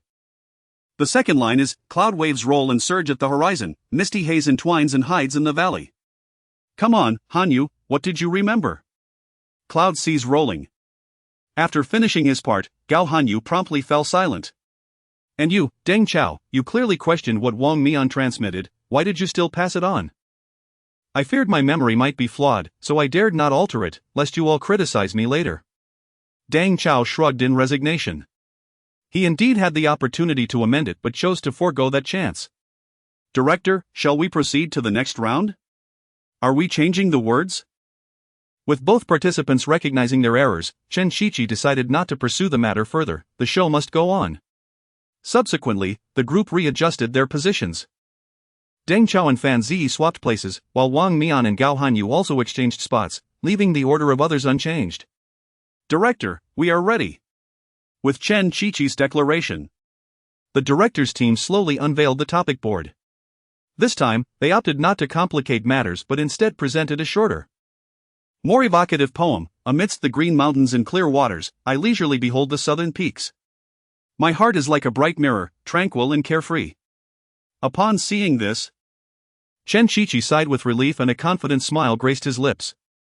The transmission proceeded even more smoothly than the previous round, swiftly reaching Wang Mian as he conveyed it to Gao Hanyu. Observing Wang Mian successfully pass the short poem to Gao Hanyu without error, all eyes turned to Gao Hanyu. This time, he did not falter and smoothly transmitted it to Fan Ziyi, who then related to Deng Chao. Amidst the green mountains and clear waters, tranquil and carefree. As Deng Chao uttered the final word, the director had yet to announce the result, but the earlier participants had already begun to celebrate. If one were to assign a background score to this moment, it might well have been "We are the champions." Deng Chao initially awaited the director's announcement. but soon joined in the jubilant celebration. Alright, you answered this question correctly. There's one last evaluation, and then you may descend the mountain to enjoy the slide.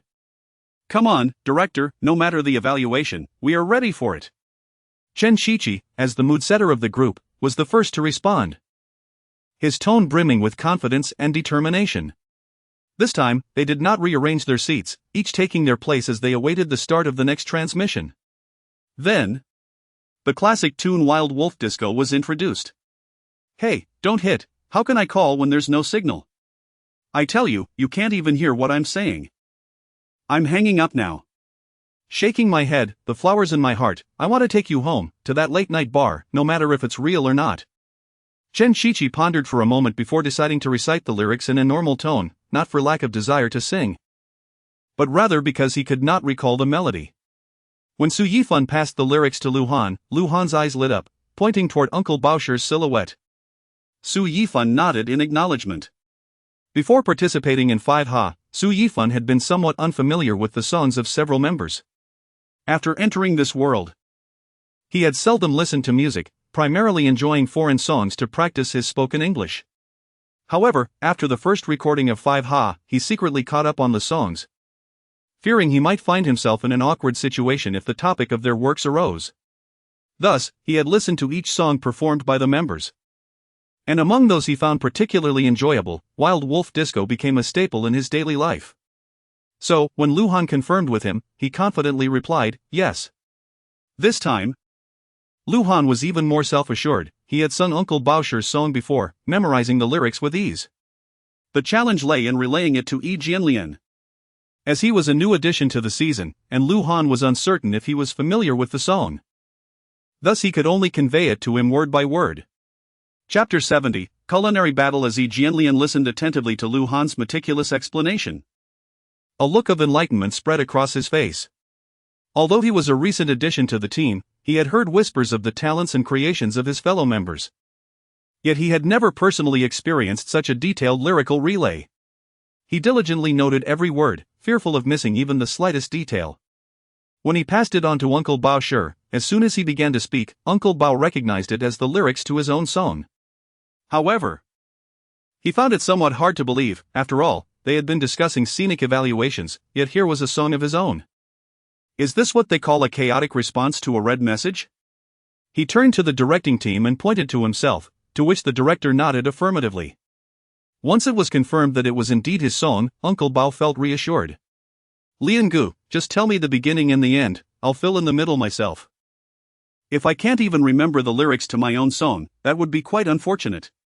Witnessing Uncle Bao's confidence, Yi Jianlian decided to go along with it.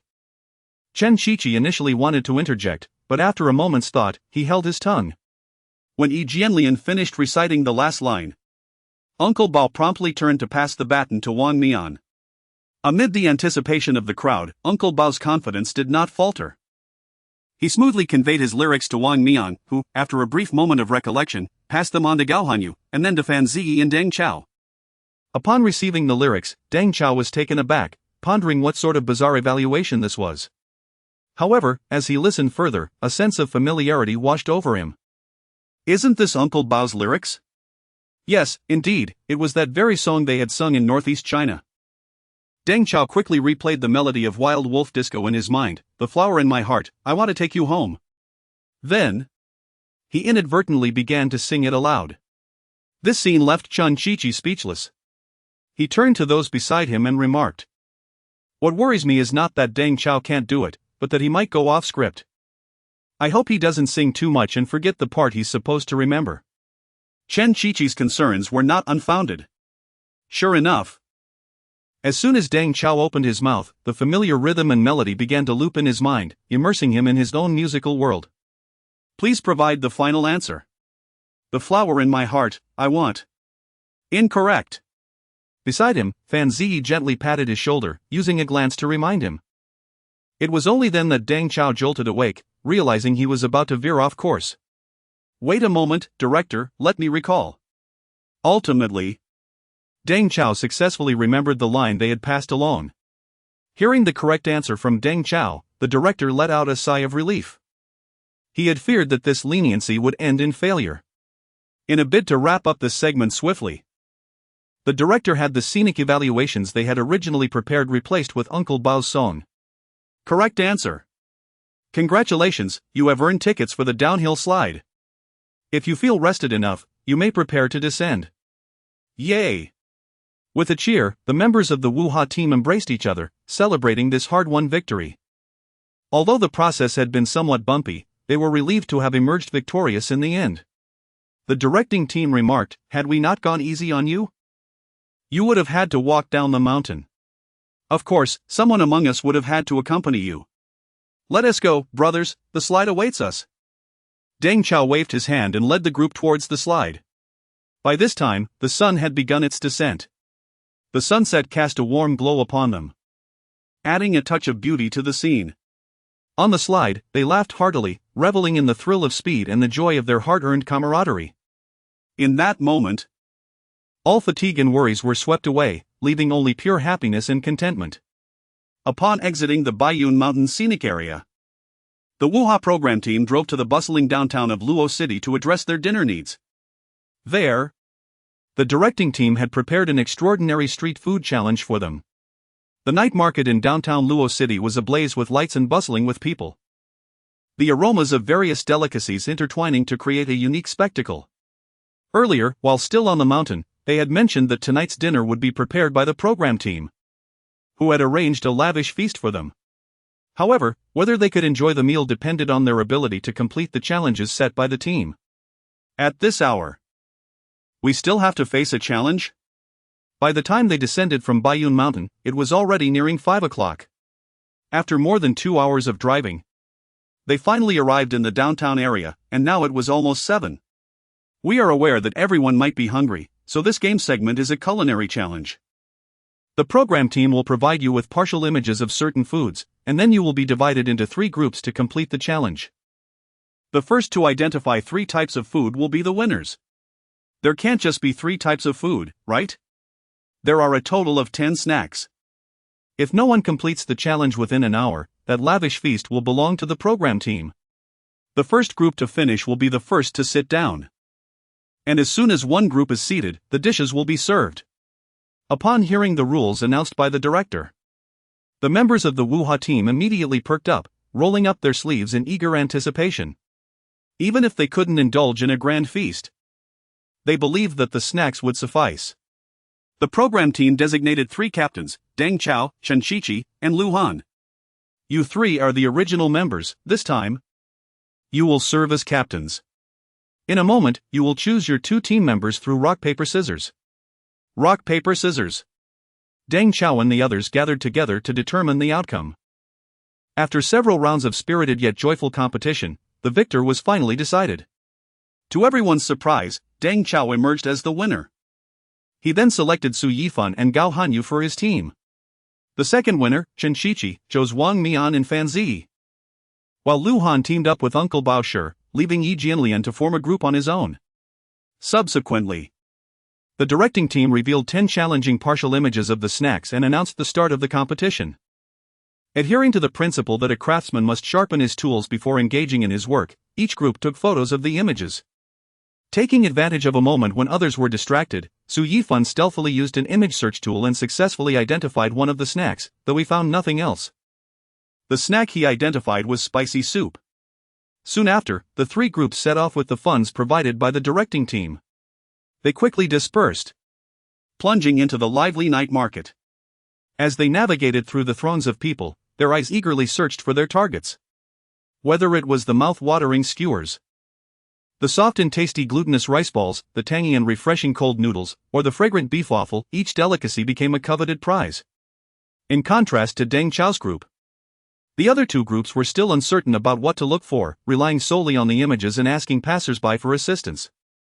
Chapter 71, an early victory thanks to Su Yifan's astute search. Deng Chao's team had successfully identified their first target, spicy hot soup. They hurried towards a renowned vendor of this delicacy, where a throng of patrons reveled in the bustling atmosphere of the night market. After confirming the dish with the proprietor by showing a picture on his phone, the trio swiftly placed their order and returned to the program's designated spot with their takeout. Following the director's verification, they had successfully completed the validation of 1 snack. in a bid to avoid wastage. The director requested that they finish their meal before proceeding to acquire the next dish. At that moment, Deng Chao felt fortunate. He had initially intended to purchase a large serving of hot soup, but Su Yifan, having seen many similar gaming segments in his past life, promptly intervened and opted for a smaller portion instead. "Well done, Yifan." Deng Chao patted Su Yifan on the shoulder, a satisfied smile gracing his face, not only because Su Yifan had adeptly located the first food item but also due to his insight into the program's underlying logic. Gao Hanyu chimed in excitedly, "What a great start! We must seize the momentum." Just as they finished their small servings of hot soup, Chen Shiqi and Wang Mian arrived, holding a large portion of the same dish. Clearly, this team had been clever, as they not only fulfilled the validation process but also left someone behind to continue searching for the next food item. However, the program's rules did not align with their strategy. The verification phase required all three members to be present simultaneously. Amid laughter, Deng Chao was the one who found the situation most amusing. They had initially planned to leave, but upon seeing the large bowl of hot soup in Chen Shiqi's hands, he felt tempted to partake in the second team's misfortune. They had been contemplating whether to adopt a similar tactic as the second team, sending one person back for verification while the other two searched, but hearing the director announce the rules for the second group extinguished that idea. Meanwhile, Fan Ziyi was perspiring profusely as he navigated through the crowd. Although he encountered numerous well-meaning passers-by, the answers he received were often varied and perplexing, leaving them in a quandary. Just as he was about to purchase one of the potential food items, Chen Shiqi called him back to complete the verification. On the other hand, Lu Han's team appeared more leisurely, strolling and chatting while enjoying the night market's ambience. They occasionally paused to inquire about food, but their progress was evidently slower than the other two teams. After a fruitless circuit, they realized they needed a new strategy. As the team leader, Lu Han contemplated and decided to change tactics. He looked to Bao Shi Laojiu and Yi Jianlian, who both nodded in agreement. "Indeed, we should utilize the resources available here, such as asking these vendors. They surely know where the snacks are located." Thus, Lu Han's team began actively engaging with the vendors, and their efficiency increased remarkably, soon pinpointing the location of one snack. Meanwhile, upon Fan Ziyi's return, Chen Shiqi's team conducted their verification of the first food item. The result, however, was evidently a failure. "The food you possess has already been validated by Deng Chao's team, rendering your verification invalid. Nonetheless, you cannot waste food. You must finish this bowl of hot soup before continuing the game." Upon witnessing their desired outcome, Deng Chao, Su Yifan, and Gao Hanyu departed triumphantly. "Director, you could have informed me earlier. We could have finished eating by now," Chen Shiqi protested, to which the director retorted, "How could I disclose the answer when you hadn't completed the verification?" With no choice but to concede, Chen Shiqi and her team began to consume their hot soup. Just then, Lu Han returned with his two teammates, having successfully completed their verification. The director quickly announced the result: Luosher pot stickers successfully validated. Chen Shiqi's team noted this answer, intending to pass on that target food and shift their attention to others. Soon, both teams finished their respective food items and set off once more. Time ticked away, and the night market's lively atmosphere grew even more vibrant. The three teams raced along their paths, striving for a sumptuous dinner and the honor of their teams.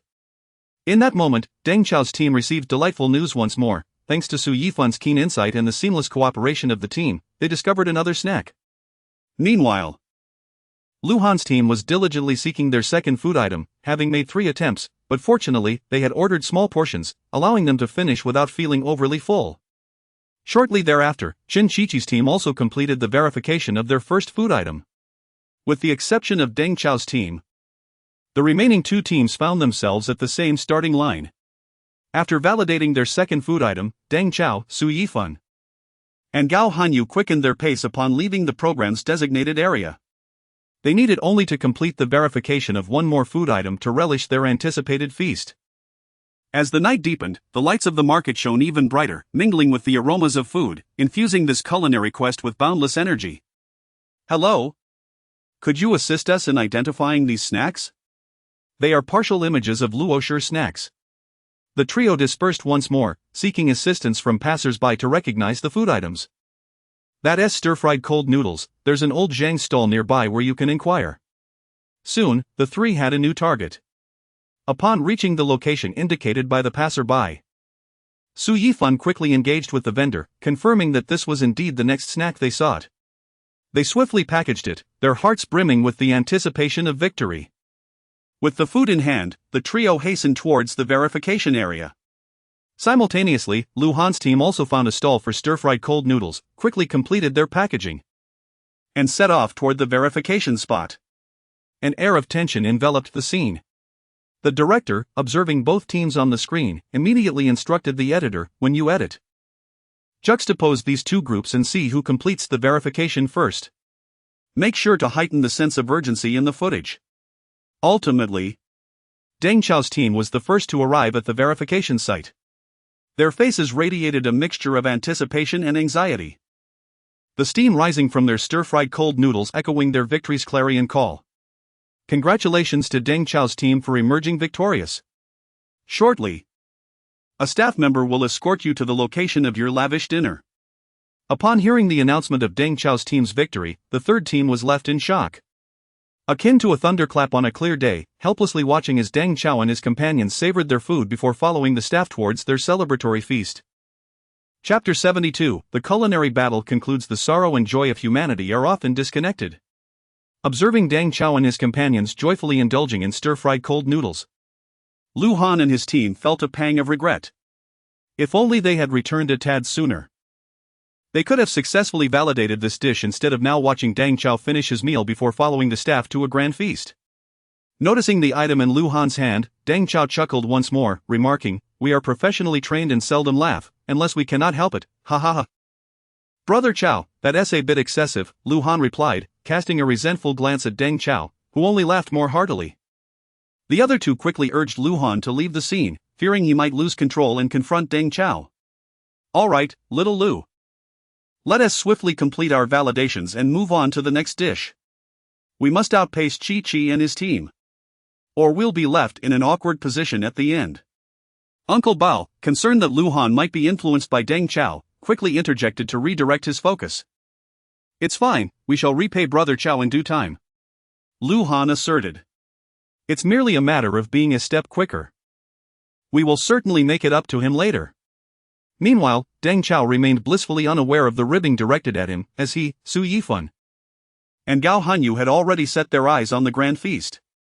Upon catching sight of the lavish spread, the trio did not immediately indulge themselves. Instead, they reserved portions for others. "Hey, brothers, although we have the privilege of enjoying these delicacies first, we must not forget our team spirit. I've set aside some servings for Lu Han and the others to savor when they return.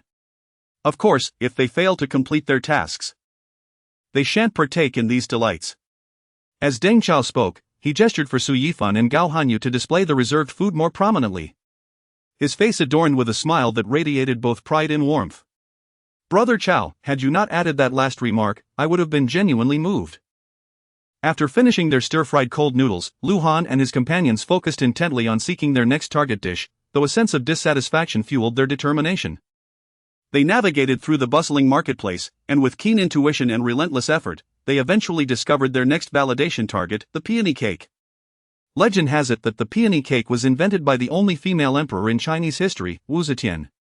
It is said that during a winter garden stroll, she noticed the flowers withering, save for the proud peony. Consequently, she commanded the flowers to bloom overnight, but the peony defied her decree and remained closed, leading to its banishment to Luoyang.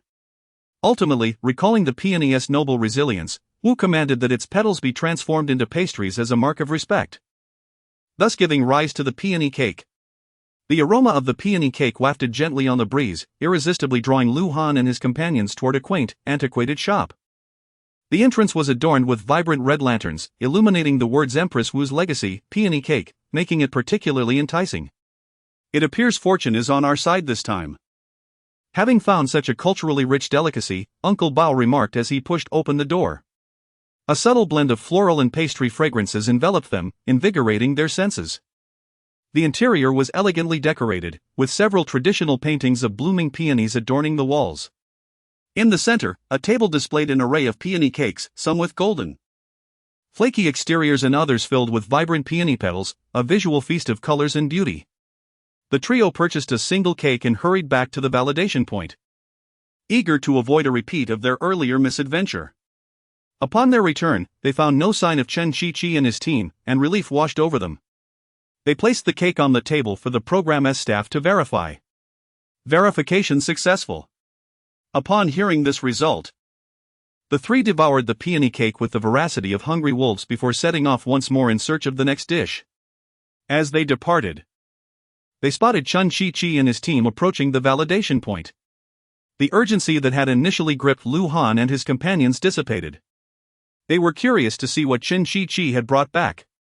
Chen Chi-Chi's team returned with deep-fried silverfish, which also passed the program's verification, bringing their team back to a level playing field with Lu Han's group.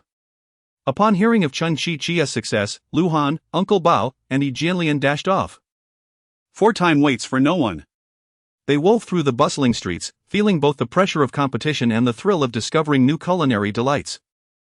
A resolute light sparkled in Lu Han's eyes. He understood that in this race against time, every second wasted could lead to failure. They each pulled out their phones to inquire with passers-by about specific images of the snacks and their locations.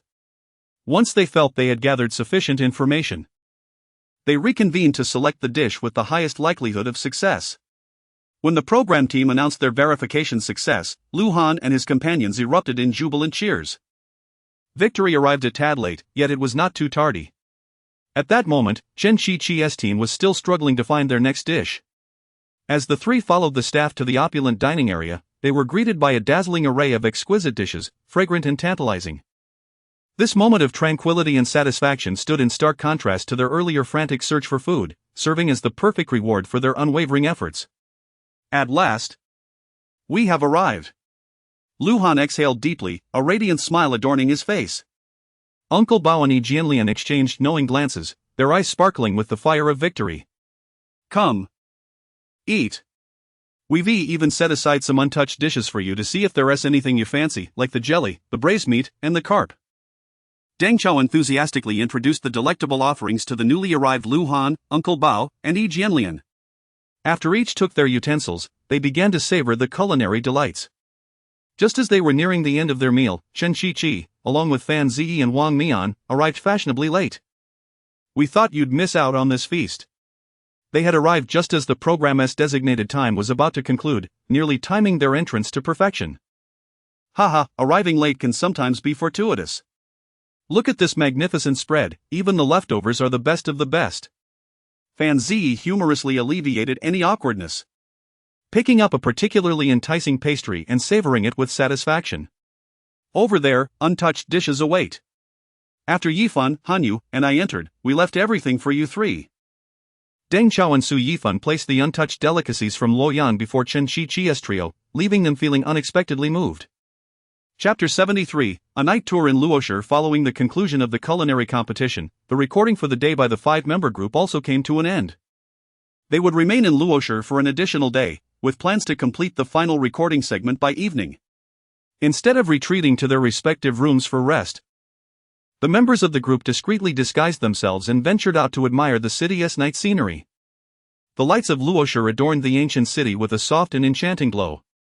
After a day filled with recording, the group began to relish this rare leisure time. Strolling through the streets and alleys of Luoshi, absorbing the city's unique cultural heritage and historical charm. Their first stop was by the banks of the Lu River, where the evening breeze caressed their faces, and the surface of the river shimmered with reflections of the lights and ancient architecture on either side, creating a beauty that seemed beyond this world. Such a scene was worthy of a poem, suggested Deng Chao as he gazed at the night view. Old Deng. With our level, let us not embarrass ourselves before the ancients. In the past, those poets left behind many famous lines. For instance, can you recite a verse about the night scenery of Luoyang? Yifan, you go. In that moment, Chen Chi-Chi found himself at a loss for words about Luoyang's night scene and sought help from outside. While visiting Luoyang, the music of Tianla Palace is bright at night. Unfortunately, Liemo stealthily stole the melody, and the flute in the tavern plays a new tune. This poem, penned by the Tang Dynasty poet Zhang Hu, depicted Luoyang under the night sky as warm and vibrant, taverns remained open, celestial music filled the air. And people sang and celebrated through the night, much like the present, albeit with a night view entirely different from that time. Upon hearing Chen Qiqi's call, Su Yifan spontaneously recited a poem from a Tang poet, complete with an explanation. He had stumbled upon this poem while researching before arriving in Luoshi. Initially thinking it might come in handy for the show, never expecting it would serve him in leisure. Deng Chao turned to Su Yifan and asked, "Yifan, is there anything you don't know? I don't know how to give birth." "Ah, Chao good, you're in quite a predicament, aren't you? You laughed at us this afternoon." Seeing Deng Chao's bewildered expression, Lu Han burst into laughter. "Son, your father has been bullied. And you're the one laughing the hardest. I originally thought you'd help me regain my dignity. This is what they call gaining support through virtue and losing it through vice. You've lost the hearts of the people. And look at who is willing to assist you, the captain. Yifan, how about you put in some effort and compose a verse to counter Chen Qiqi?" Deng Chao surveyed the group before settling his gaze on Su Yifan. "Chao Ge, they say you're a scholar in the entertainment circle. Why not give it a try yourself?" Su Yifan replied, "Chao, you're putting me in a tough spot. Old Deng excels in English, not ancient poetry." Chen Qiqi stoked the fire from the sidelines. "You're all bullying me, I'll tell the village head." Perhaps unencumbered by the cameras, Deng Chao suddenly quoted a line from a cartoon. "How old are you to still be watching cartoons? Have you no shame?" Fan Ziyi, clearly familiar with the cartoon, shot back at Deng Chao. "Big brother, although I don't watch them, my kids occasionally do, and I just catch a glimpse and learn, right?" "That makes sense. I also accompany my kids while watching TV." As their conversation meandered, the topic shifted to parenting, leaving the single members, Wang Mian and Su Yifan, without a word to contribute. They instead initiated a new topic about Lu Han's concert. "Lu Go, after finishing the recording for 5Ha, will you be heading straight to your tour?" "Yes, there are several stops ahead." "Hey, Yifan, are you free next week? Would you be interested in being a guest at my concert?" Although Su Yifan felt a tinge of interest in being a concert guest, he hesitated. Realizing that attending Lu Han's concert was no small feat, is it appropriate? "It is. With your level, you could hold your own concert, being a guest is nothing." Having been engaged in parenting discussions, Deng Chao suddenly approached Su Yifan, patting him on the shoulder as if endorsing Lu Han's invitation. "If little Lu invited me, I'd agree without hesitation, but alas, he is inviting you." Deng Chao's words dripped with envy. "Old Deng. You're not thinking of performing superhero at little Lu's concert, are you? You might want to reconsider." Chen Qiqi shot back at Deng Chao's remarks. "What's wrong with my singing? I can't compare to Yifan? Since little Lu invited you, it shows he has complete confidence in your performance." "I'll also clear my schedule to support you." Seeing the conversation escalate, Su Yifan took up the challenge, subsequently messaging his assistant to keep that week open. As night deepened, the streets of Luoshi remained bustling. The members of the 5Ha group continued to relish this rare moment of leisure, their laughter and relaxed atmosphere infecting everyone around them. "Is that you, Chao Ge?" Just then, a girl, seemingly a fan, appeared. "Sorry, you've mistaken me for someone else." To avoid unnecessary trouble, Deng Chao quickly lowered his voice in denial, aware that many people surrounded them and that only 2 crew members were present, with no security in sight. "Chao Ge, it must be you, along with Lu Han, Chen Qiqi, and Wang Mian." The fan clearly didn't believe Deng Chao, recognizing each of them one by one. "Shoo." Unable to do otherwise, the group quickly signaled for the girl to be quiet as 2 crew members approached her, whispering something in her ear. Shortly after, the girl followed the crew members to join them. "Ah." As soon as the girl entered, she exclaimed, "Don't shout." The members of the 5Ha group, wanting to keep their identities concealed, had to intervene once more. "If you shout, you might attract the police. Those unaware might think we're up to no good." "I'm just too excited, I only tried to ask and didn't expect it to be really you." The group's gaze immediately shifted to Deng Chao, as if to say, "It's your fault, had you not spoken, we wouldn't have been exposed." The girl calmed herself and introduced, "I'm a loyal fan of yours, I particularly enjoy watching your show." The 5Ha group expressed their gratitude for her support. The girl continued, I have a small request, may I take a picture with you, and could I have your signatures? After signing and taking pictures, the girl left, thoroughly satisfied. The 5Ha group also breathed a sigh of relief, thankful that no major commotion had ensued. However, they dared not continue their outing and returned directly to the hotel to rest. Chapter 74, Fan Interaction Day, Part 1, to the astonishment of the members of the Wuha troupe. A girl they encountered fortuitously shared their group photo on her social media, complete with a location tag. Her friends then captured the screenshot and disseminated it online, resulting in the complete exposure of the Wuha troupe's whereabouts. Although they had encountered a few fans during the daytime recording, the production team had instructed them not to disclose their schedule. This series of unforeseen events left the members of the Wuha troupe exchanging glances, feeling both helpless and somewhat amused. The directors' team convened an emergency meeting to discuss countermeasures, and the atmosphere grew tense. The originally planned recording schedule had to be altered. Otherwise, an influx of fans might overwhelm them, leading to significant security concerns and potential disruptions. While the directors' team was in deliberation, the Wuha troupe members were also engaged in discussions about the situation. Deng Chao rubbed his temples and lamented, well, now we are thoroughly exposed. Well, it's not entirely a bad thing, Lu Han interjected, smiling to diffuse the tension. At least it shows our program is genuinely popular. And the enthusiasm of our fans is truly heartwarming. Indeed, Wang Nian added, however. We must be more cautious with our itinerary tomorrow to avoid being besieged by too many fans, which could hinder our recording progress. Don't worry. You think the directors' team is meeting for no reason? They will probably revise the original recording plan, Chen Qiqi remarked. Su Yifan nodded in agreement and added. The safest approach might be to record at the hotel. That's hard to say, there have been instances of fans chasing us to our hotel before, said Baoshi Laojiu. As Baoshi Laojiu pointed out, fans of Wuha had already begun to gather secretly, intending to scour the city of Luoyang for the troupe's accommodation. Fortunately, the directors' team had an informant in a fan group who informed them of the situation, allowing them to quell the matter before it escalated. The directors' team decided to employ a diversionary tactic, releasing false information that the Wuha troupe would be relocating to another city for recording to distract the fans. Simultaneously, they arranged for the team to move to a more discreet lodging with stringent security measures, ensuring the recording the following day could proceed smoothly. In the meantime, the Wuha members shared vague photos and suggestive messages on their social media, attempting to mislead fans into believing they hadn't lingered in Luoyang for long. Shortly after they departed from the hotel, the front desk was inundated with calls inquiring about the Wuha troupe's presence, with some fans even stationed outside the hotel, clutching their support items, eagerly anticipating a chance encounter with their idols. It was only through the troupe's strategic maneuvers that the fans gradually dispersed. The next day, they completed their recording in an undisclosed location in Luoyang and promptly headed to their next city.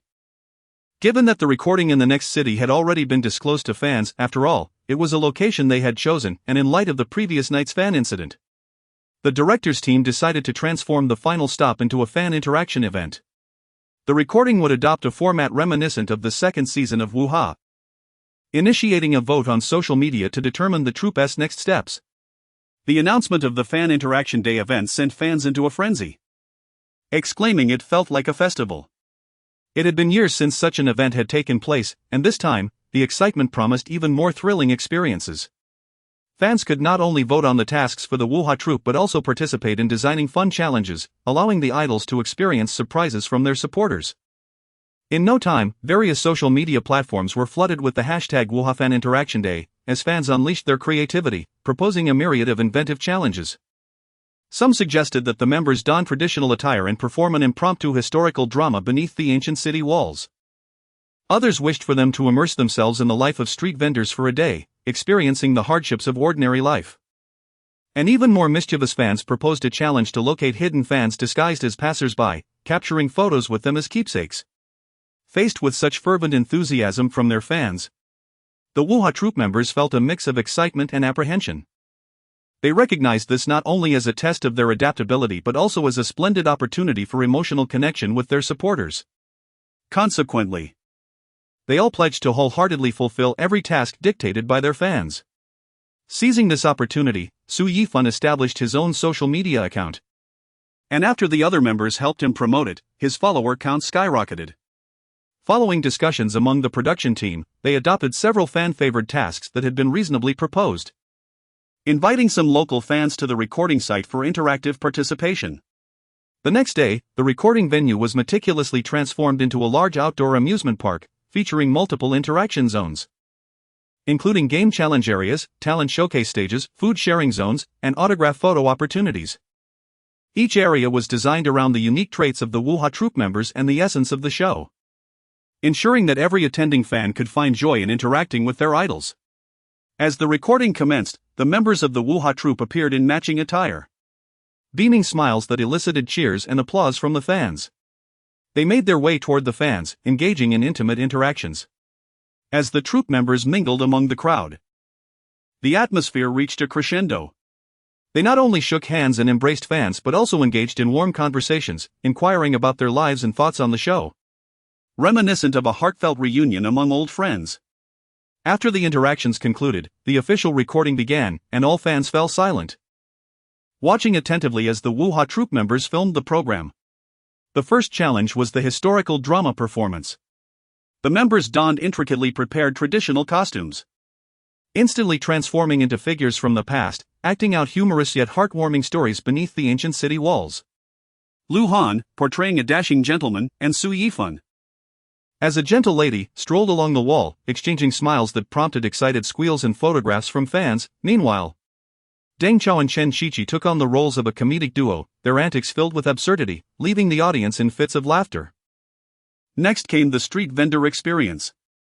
The Wuha troupe members donned simple garments, each selecting a stall to begin their foray into selling, while fans were invited to partake as customers, playfully embodying demanding patrons to create amusing challenges for the troupe members.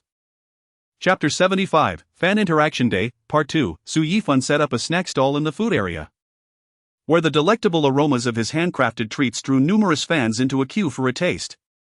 Baosher Laojiu opted for a craft stall, patiently teaching fans how to create simple accessories, fostering a warm and engaging atmosphere. Deng Chao and the others each established their own stalls. For instance, Fan Ziyi showcased a balloon booth, impressively inflating balloons with remarkable speed, while Li Jianlian, who had originally intended to set up a basketball stall, collaborated with him after the program team failed to arrange the necessary equipment.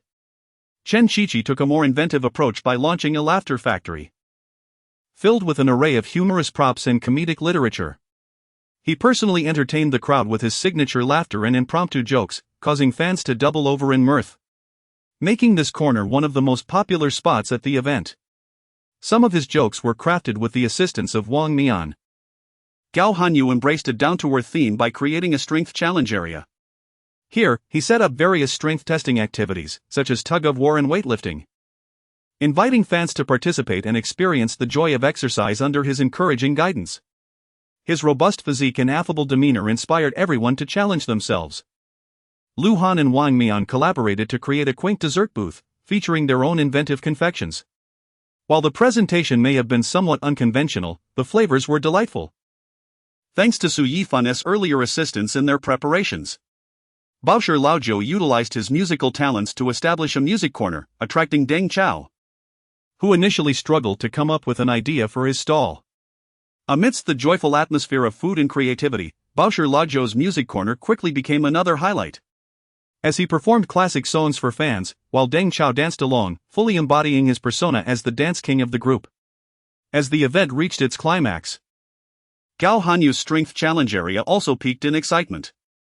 Fans, both young and old, mustered their courage to attempt seemingly impossible tasks, with Gao Hanyu patiently guiding and motivating each participant. His uplifting words resonated with everyone, and each successful attempt was met with enthusiastic applause, imbuing the challengers with an unprecedented sense of accomplishment and joy. Meanwhile, the dessert booth of Lu Han and Wang Mian thrived with eager patrons. Their uniquely crafted sweets, though visually distinctive, offered delightful surprises and sweetness with every bite, leaving customers yearning for more.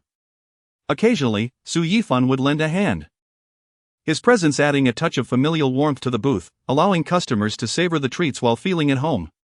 As the recording reached its zenith, The production team organized a special talent showcase. Members of the group displayed their signature skills, whether singing, dancing, or performing magic tricks, drawing cheers from the crowd. Notably, Yifan made his public debut singing an original song, his gentle yet powerful voice moving every attendee. This song was a simple composition he had written after acquiring songwriting skills. After the talent showcase, the group members were met with delightful surprises from their fans. The audience had brought various challenges from past shows into the mix, such as the infamous pressure plate, an array of unpleasant juice concoctions, and high-altitude water dousing, leaving the members exclaiming about the audience's devilish creativity. "I'm not recording this. Whoever wants to record can go ahead." As Deng Chao feigned annoyance and turned to leave the venue, Su Yifan and then Chen Qiqi followed suit. This scene left the fans in stunned silence, initially believing the challenges had overwhelmed the trio. Though these tasks had not solely emerged from the audience's votes, they had certainly influenced the direction. Many fans had hoped for a reduction in difficulty, yet the production team, recognizing the trio's flair for theatrics, ignored their pleas. "Hey, are you leaving?" "Yes." "Can't you stay?" "If we don't leave, who will support us?" "Then you should go." A playful exchange reminiscent of a movie script unfolded among Deng Chao, Su Yifan, Chen Qiqi, Lu Han, and Wang Mian, eliciting chuckles from the gathered crowd. Earlier, they had been on edge, fearing that the show's filming might come to a halt due to the challenging setups. It now appeared that Deng Chao and his companions were simply indulging in their love for performance. "Were you scared by our antics?" Deng Chao returned, grinning as he acknowledged the fans. "Not at all. I enjoy your defiant spirits. Rest assured, although you've set these daunting tasks for us, you've also instilled in us the courage to face them. It's just a pressure plate and bitter melon juice, let us go for it." Following this, the group members eagerly tackled the challenges set by their fans. The first task involved multiple participants jumping rope on pressure plates, with 2 audience members responsible for turning the rope. All 5 members had to complete the task. If anyone failed, they would restart. The fans had shown some leniency in this challenge, as previously, a similar show required everyone to complete the jump rope simultaneously. Nevertheless, this segment proved to be a significant challenge for the group, particularly for the restless Deng Chao, who intentionally failed twice, forcing his teammates to restart.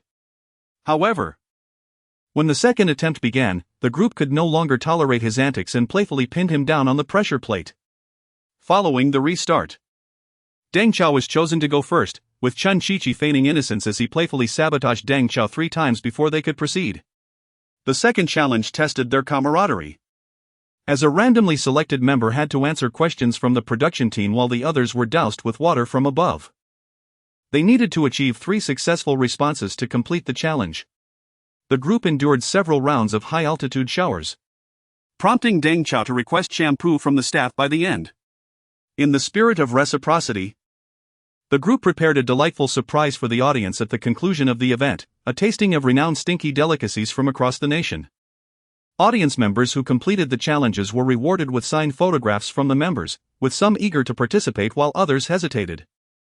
Chapter 76, The Culinary Challenge of Odorous Delicacies. In the end, numerous fans bravely stepped forward to partake in the challenge of odorous delicacies. Some sought signatures from their idols, while others were simply driven by curiosity.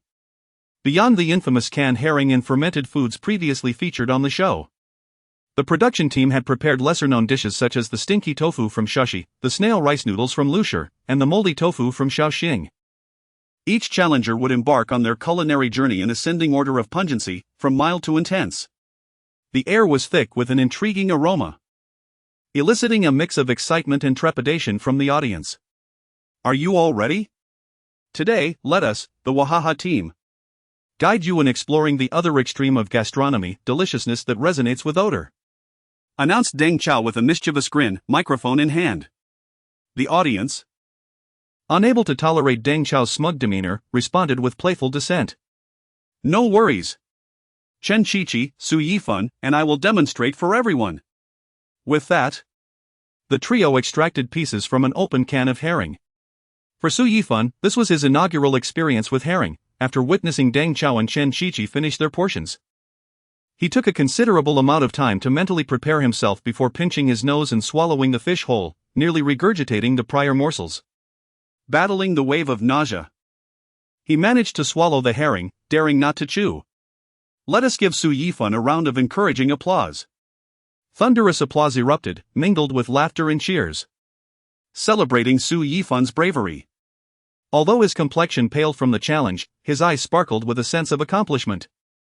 Their fervor stemmed from a pre-arranged task set by the production team, which dictated that if 5 out of 30 audience members succeeded in the odorous food challenge, they would be rewarded with a day of leisure in the city. Failure meant a day of labor. Thus, after deliberation, the trio was formed, with Deng Chao and Chen Shiqi volunteering and Su Yifan drawing the short straw. Friends, it is now your turn to complete the challenge. The first contestant was a young girl, her face a blend of nervousness and excitement as she stood before the first dish, Shushi Stinky Tofu. The seemingly unassuming black cube shimmered alluringly under the lights, garnished with vibrant green scallions and bright red chili sauce, rendering it irresistibly tempting. Taking a deep breath as if to muster courage, she bravely lifted a piece of stinky tofu to her lips. Having previously avoided such stalls, she was determined to seize this opportunity for a signed photo of her idol, Lu Han. Wow! This flavor is so unique. The girl's expression transformed from surprise to delight as the distinctive savory essence intertwined with a subtle pungency, prompting her to close her eyes and savor the experience. The subsequent challenges escalated in difficulty, with the second dish being snail rice noodles, which posed no problem for her. She had tried them several times before. The unique tang and rich broth of Lu Shi's snail rice noodles elicited exclamations of satisfaction, as she deemed this serving the best she had ever tasted. Following her lead, many others took to the stage to sample dishes they had previously enjoyed or had never dared to try. One challenger, having never tasted snail rice noodles, found himself unable to resist after just one bite. Despite the initial intimidation of the distinctive odor, he inquired, "Could I have another bowl, please?" As the challenge progressed, the atmosphere surged with enthusiasm. Each successful conquest of an odorous delicacy was met with raucous cheers and applause, as if each endeavor represented a personal breakthrough and a tribute to the diversity of culinary culture. Remember, food knows no boundaries and should not be confined to a single standard of taste. Deng Chao prompted the audience to reflect, emphasizing the unique allure inherent in every dish, awaiting discovery and appreciation.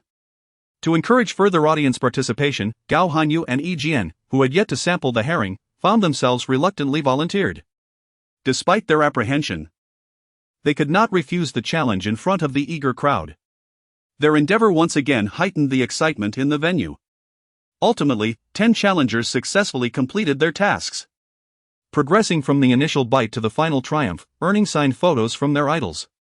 Those who did not succeed received consolation prizes, including individual photographs with the Wuha team members.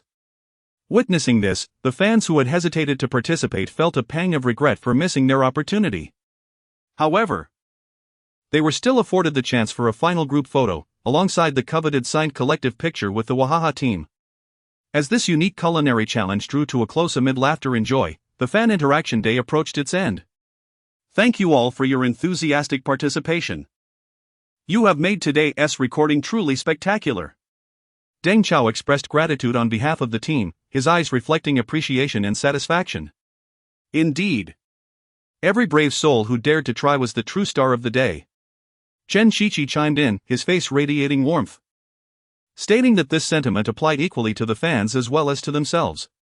At that moment, the stage lights softened, illuminating the smiles and contentment on each face. The production team announced the final segment, a group photograph. Once the photo was taken, the Wuha team lined up, bidding farewell to the departing fans. Until next time. The fans waved their goodbyes, some capturing the moment on their phones. In the blend of laughter and bittersweet farewells, the crowd gradually dispersed. The day's experiences bridged the gap between idols and fans, forging a special bond through interaction, akin to a warm current that lingered in everyone's hearts. After sending the fans off, the Wuha team members exchanged knowing smiles, their eyes reflecting both exhaustion and fulfillment. Congratulations to everyone for earning the opportunity for a day of leisure in the city tomorrow. Today's recording concludes here.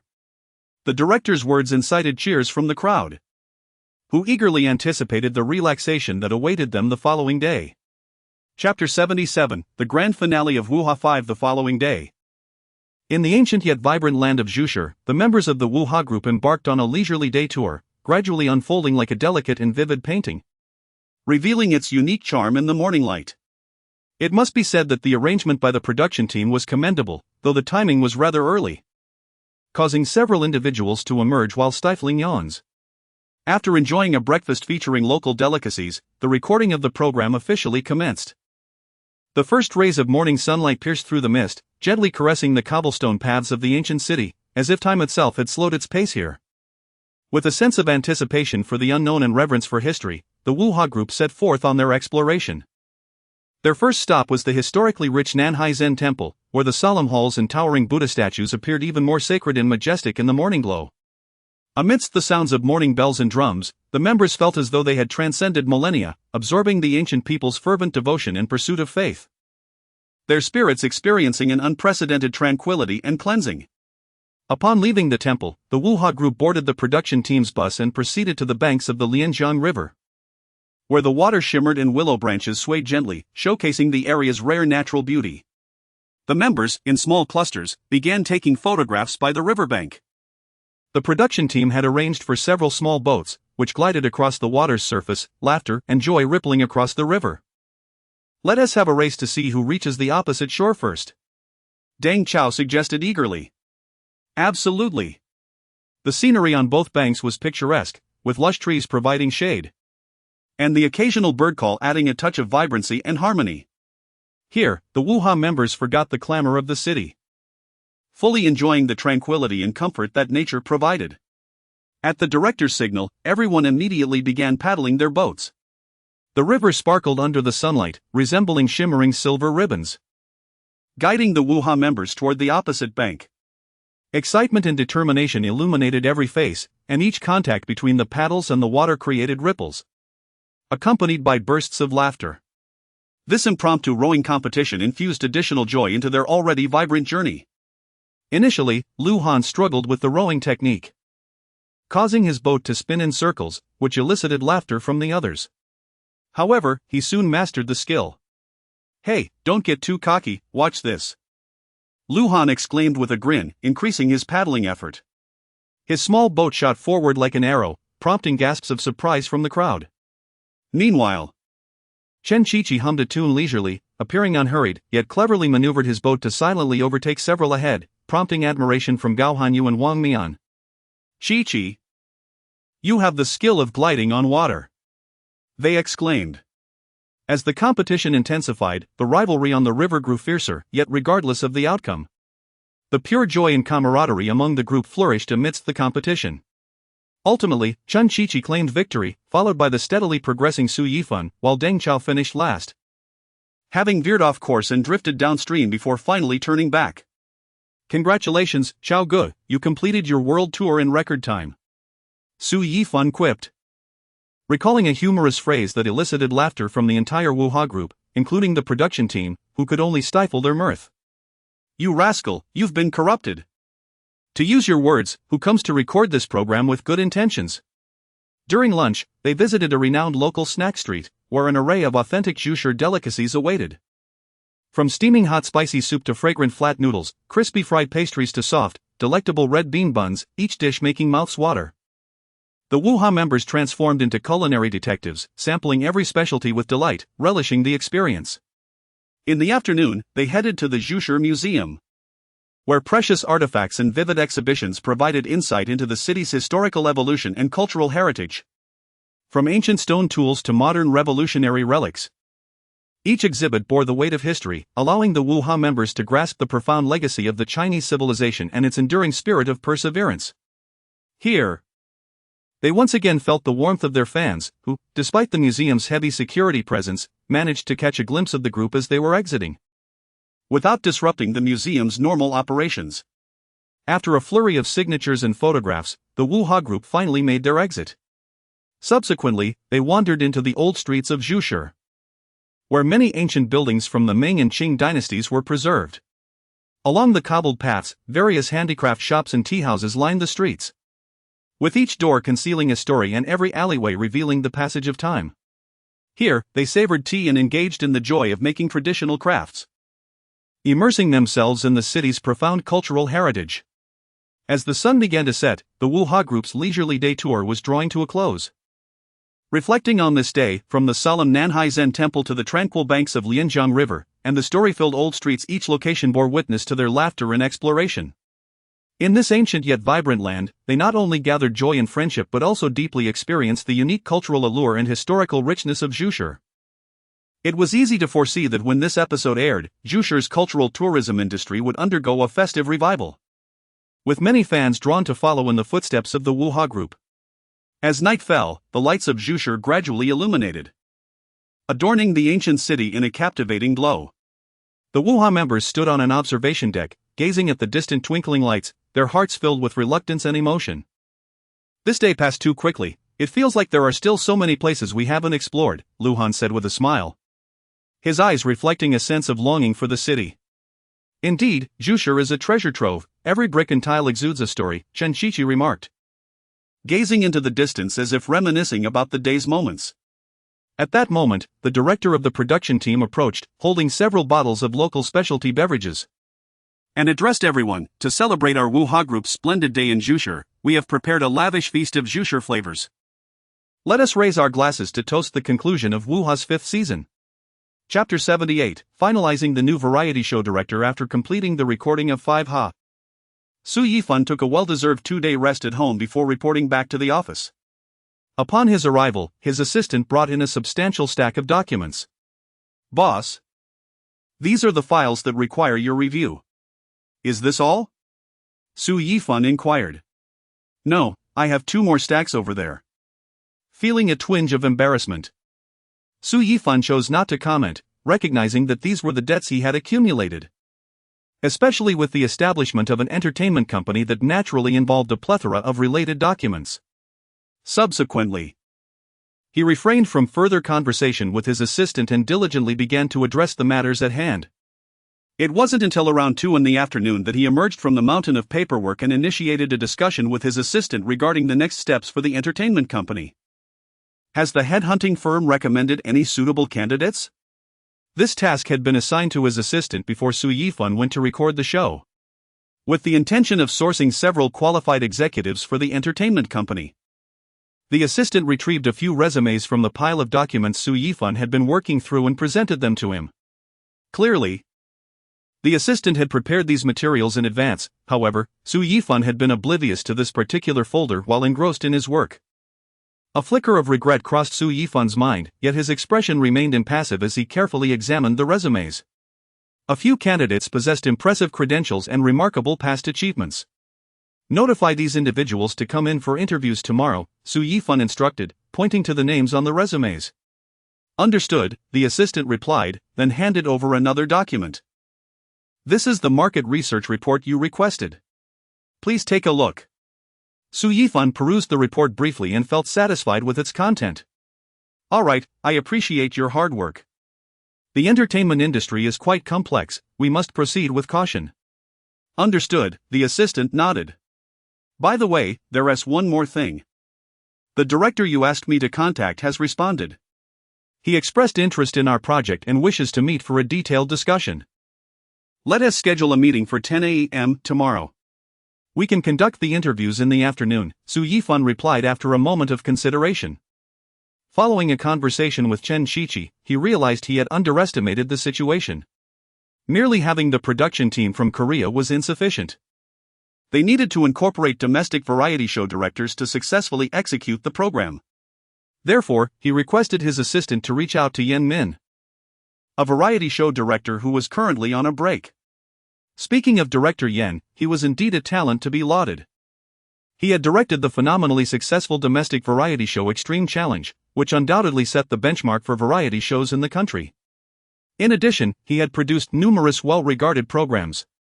Although he had recently co-founded his own company with friends and was continuously creating new content, Su Yifan believed that Yen Min's profound expertise and keen insight into the industry would undoubtedly infuse his entertainment company with fresh vitality and creativity.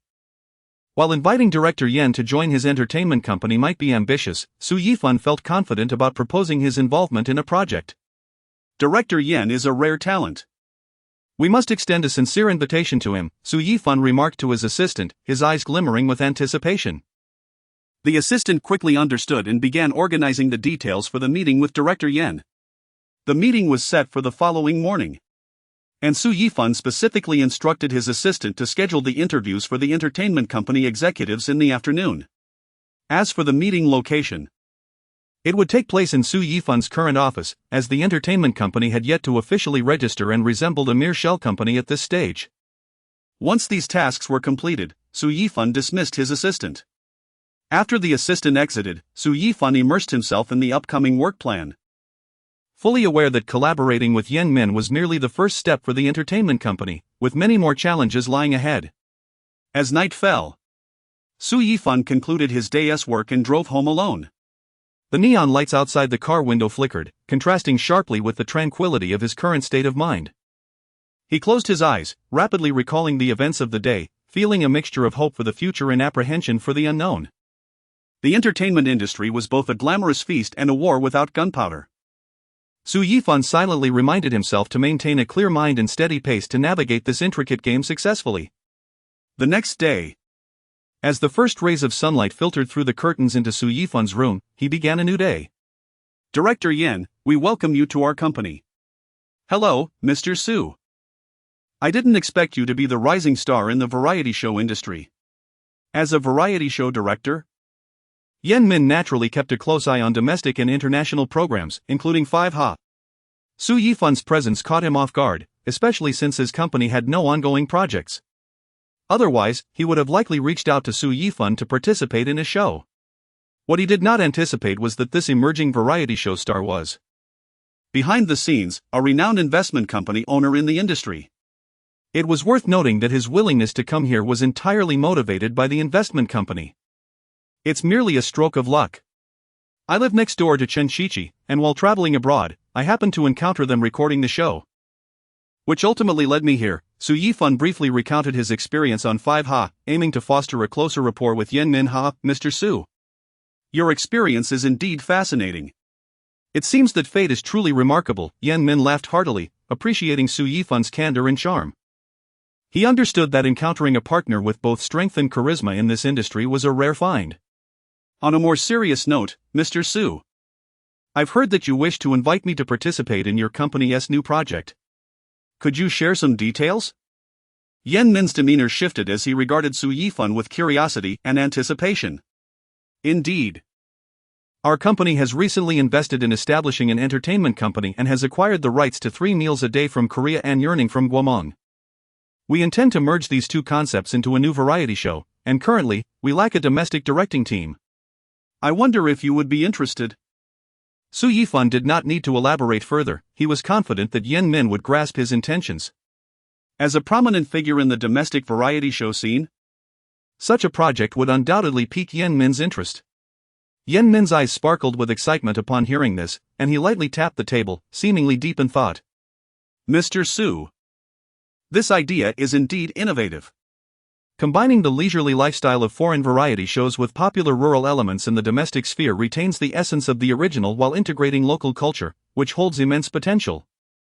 However, this project demands a directing team with high standards, requiring both international vision and a profound understanding of local audience preferences. That is precisely why I am inviting you.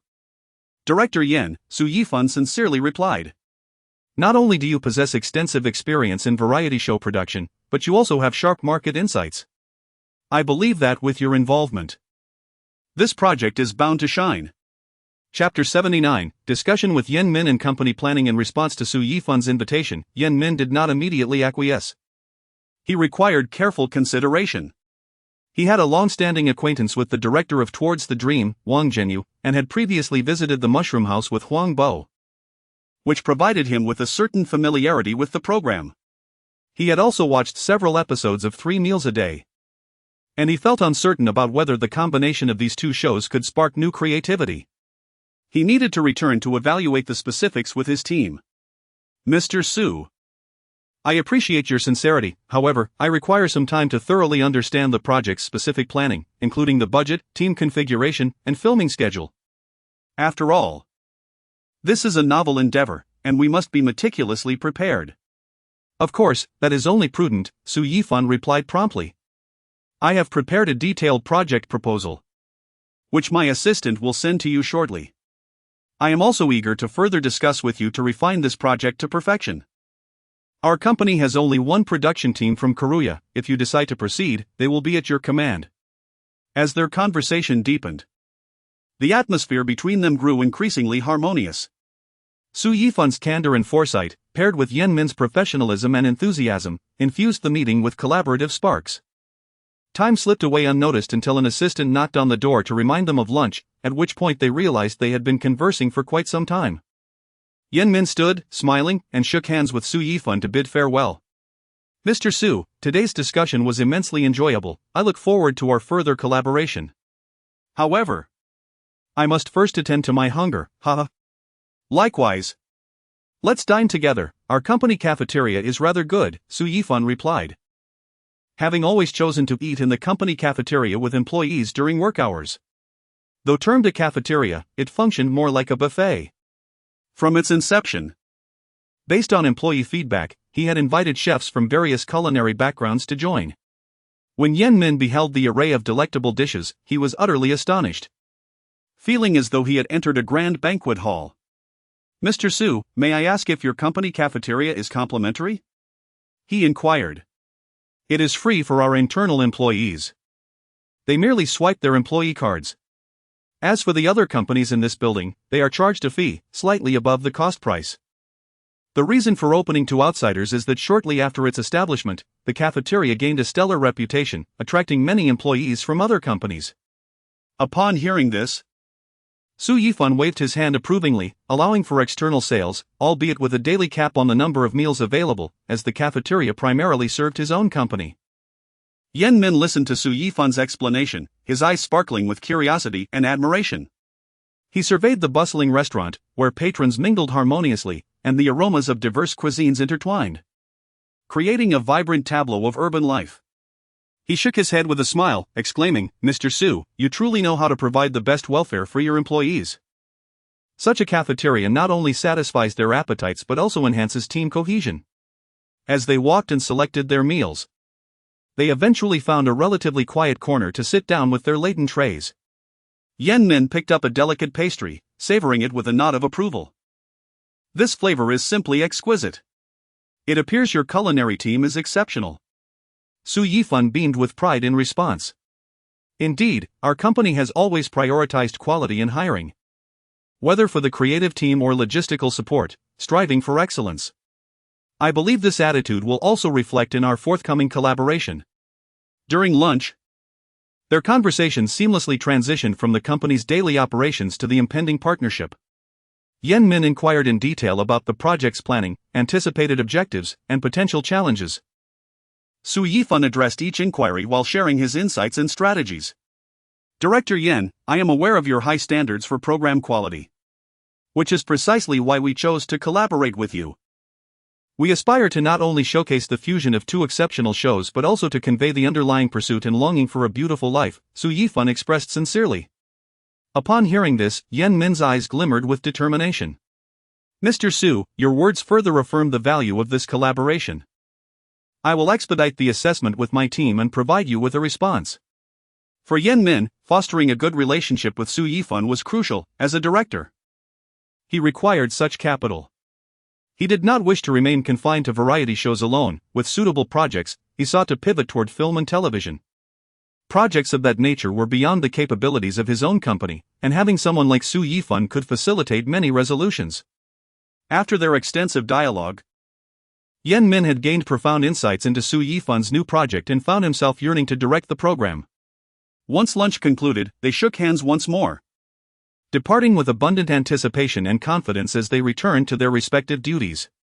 After Yen Min's departure, Su Yifan did not rest. He immediately immersed himself in the afternoon's tasks. He began by reviewing the interview status for senior positions at the entertainment company. Since his conversation with Yen Min had been lengthy, he delegated the interview responsibilities to his assistant. After receiving a brief report from his assistant, he engaged in in-depth conversations with several candidates, gaining a comprehensive understanding of their skills and experiences. Alright, everyone, we shall conclude today's interviews here. The specific results will be communicated to you via text by tomorrow afternoon. Su Yifan announced after interviewing all the candidates. Following the interviews, he summoned his assistant again to discuss candidate selections. The company needed to be established swiftly. He had previously misled Yen Min by claiming the acquisition of the copyright for Towards the Dream, which had not yet been secured. He intended to employ a strategy reminiscent of the anecdote about Bill Gates' son-in-law and the vice president of the World Bank. He planned to secure Yen Min's involvement with the program's copyright while simultaneously negotiating with Guomong for investment opportunities. However, Su Yifan did not intend to accept their investment. He was reluctant to allow the new variety show to devolve into merely an outdoor promotional vehicle for various dramas. Chapter 80, Copyright Finalization and Program Progression. The following morning, Director Yan's call confirmed acceptance of the collaboration proposal put forth by Su Yifan's company. Yen Min's own team, in conjunction with the production team from Su Yifan's company, would establish the recording team for the sister program of Wishing. Meanwhile, Su Yifan's assistant relayed the interview results to several candidates. According to Su Yifan's stipulations, the executives from entertainment companies who passed the interviews were required to officially join within 3 days, as the project needed to advance swiftly. He was uncertain whether Yen Min had already sought information regarding the copyright of Wishing, but it was imperative to finalize the copyright agreement. By the afternoon, the successful candidates arrived at the company to commence their roles, prompting Su Yifan to delegate the tasks of company registration and other formalities to them. Once the company was successfully registered, the president of the entertainment company, along with the content director and others, boarded a flight to Shushi, Nanhu Province. Intent on securing the coveted copyright for Wishing, Su Yifan refrained from imposing excessive demands. His sole requirement was that the control of the program remained firmly within their company. To facilitate the agreement, their entertainment company was willing to concede some benefits to Guomong, primarily allowing their artists or collaborating artists to participate in the program, albeit in limited numbers. With the logistical responsibilities delegated, Su Yifan chose not to dwell on the new variety show. As the owner of the parent company, it would be inappropriate for him to meddle excessively in the subsidiary's operations. This situation provided an opportunity to evaluate the new employees and to mitigate unforeseen circumstances. He established a 6-month probationary period for them. Should they fail to meet Su Yifan's objectives within this timeframe, he reserved the right to terminate their employment for legitimate reasons. Although the candidates exhibited some discomfort upon encountering this clause, they ultimately signed, motivated by the competitive salaries offered and the substantial funding available from Su Yifan's investment firm, which would allow them to undertake various projects unencumbered. The individuals recruited by Su Yifan were not novices in the industry. They were seasoned professionals with years of experience in entertainment companies. The allure of high salaries and ample project funding made it difficult for them to decline the opportunity, and they were willing to accommodate some of the boss's expectations. Seated in his spacious and luminous office, Su Yifan gazed out at the city's vibrancy, his heart enveloped in tranquility. He understood that the path to success is fraught with challenges, yet with ample preparation and determination, no obstacle is insurmountable. Although he did not directly oversee the subsequent preparations for the sister program of Wishing, every step was meticulously planned and considered under his guidance. As for future developments, it was a matter of doing what one could and leaving the rest to fate, for Su Yifan was uncertain what resistance might arise along the way. The entertainment industry's opportunities were evident, and as newcomers, they sought to claim a piece of the pie, inevitably stirring discontent among others. Simultaneously, the negotiation team from the entertainment company, upon landing, proceeded directly to Guomong Entertainment to initiate discussions regarding the copyright for Wishing. The atmosphere at the negotiation table was both tense and delicate. The representatives from Guomong Entertainment were evidently taken aback by Su Yifan's company's sudden proposal for collaboration. Yet they also sensed an opportunity. Although Wishing had ceased recording 2 years prior, they had always harbored hopes of a revival, given the substantial fanbase of Mushroom House, which could yield significant revenue. Now, the opportunity had arisen not to directly film Wishing, but to create a sister program, which was quite appealing. The discussions revolved around the usage of Wishing copyright, profit distribution, and production details, leading to intense deliberations. Su Yifan's newly appointed entertainment president, Li Chengguang, Adeptly guided the dialogue with his extensive industry experience and keen insights, articulating the company's commitment to maintaining program quality while demonstrating a willingness to make concessions for collaboration. He emphasized, "We aim not merely to replicate the success of Wishing, but to innovate upon its foundation, crafting a unique program with distinct charm. We believe that only through our joint efforts can we enlarge this cake and sweeten our share." He subtly indicated that their company could indeed bypass Guomong Entertainment to produce the new variety show, yet their boss's fondness for Wishing compelled them to negotiate. The representatives from Guomong Entertainment displayed caution, concerned about potential brand dilution and how to maintain quality control during collaboration. After several rounds of negotiations, both parties reached a preliminary consensus on key issues such as program creativity, shared promotional resources, and artist participation. During brief intermissions in negotiations, Li Qingguang convened urgent meetings with his team to swiftly adjust strategies and devise detailed responses to the critical conditions proposed by Guomong Entertainment. He recognized that this negotiation was not merely about a program's copyright, it represented a crucial step for the company into the core of the entertainment industry, leaving no room for carelessness. As night descended, the lights in the negotiation room shone brightly. After several hours of back-and-forth discussions, both parties finally affixed their signatures to the contract. Guomong Entertainment agreed to grant the copyright of Wishing to Su Yifan's company and pledged full support in terms of promotion and artist resources. In return, Su Yifan's company committed to investing significant funds in effort to ensure the new program's quality and innovation, fostering a mutually beneficial partnership. Upon receiving the news back at the company, Su Yifan wore a satisfied smile. He understood that this was merely the first step in a long journey. Yet he was confident and resolute in leading his team to navigate the waves of the entertainment industry and carve out their own illustrious chapter. With the copyright collaboration for Wishing solidified, Su Yifan's entertainment company swiftly entered an intensive preparatory phase.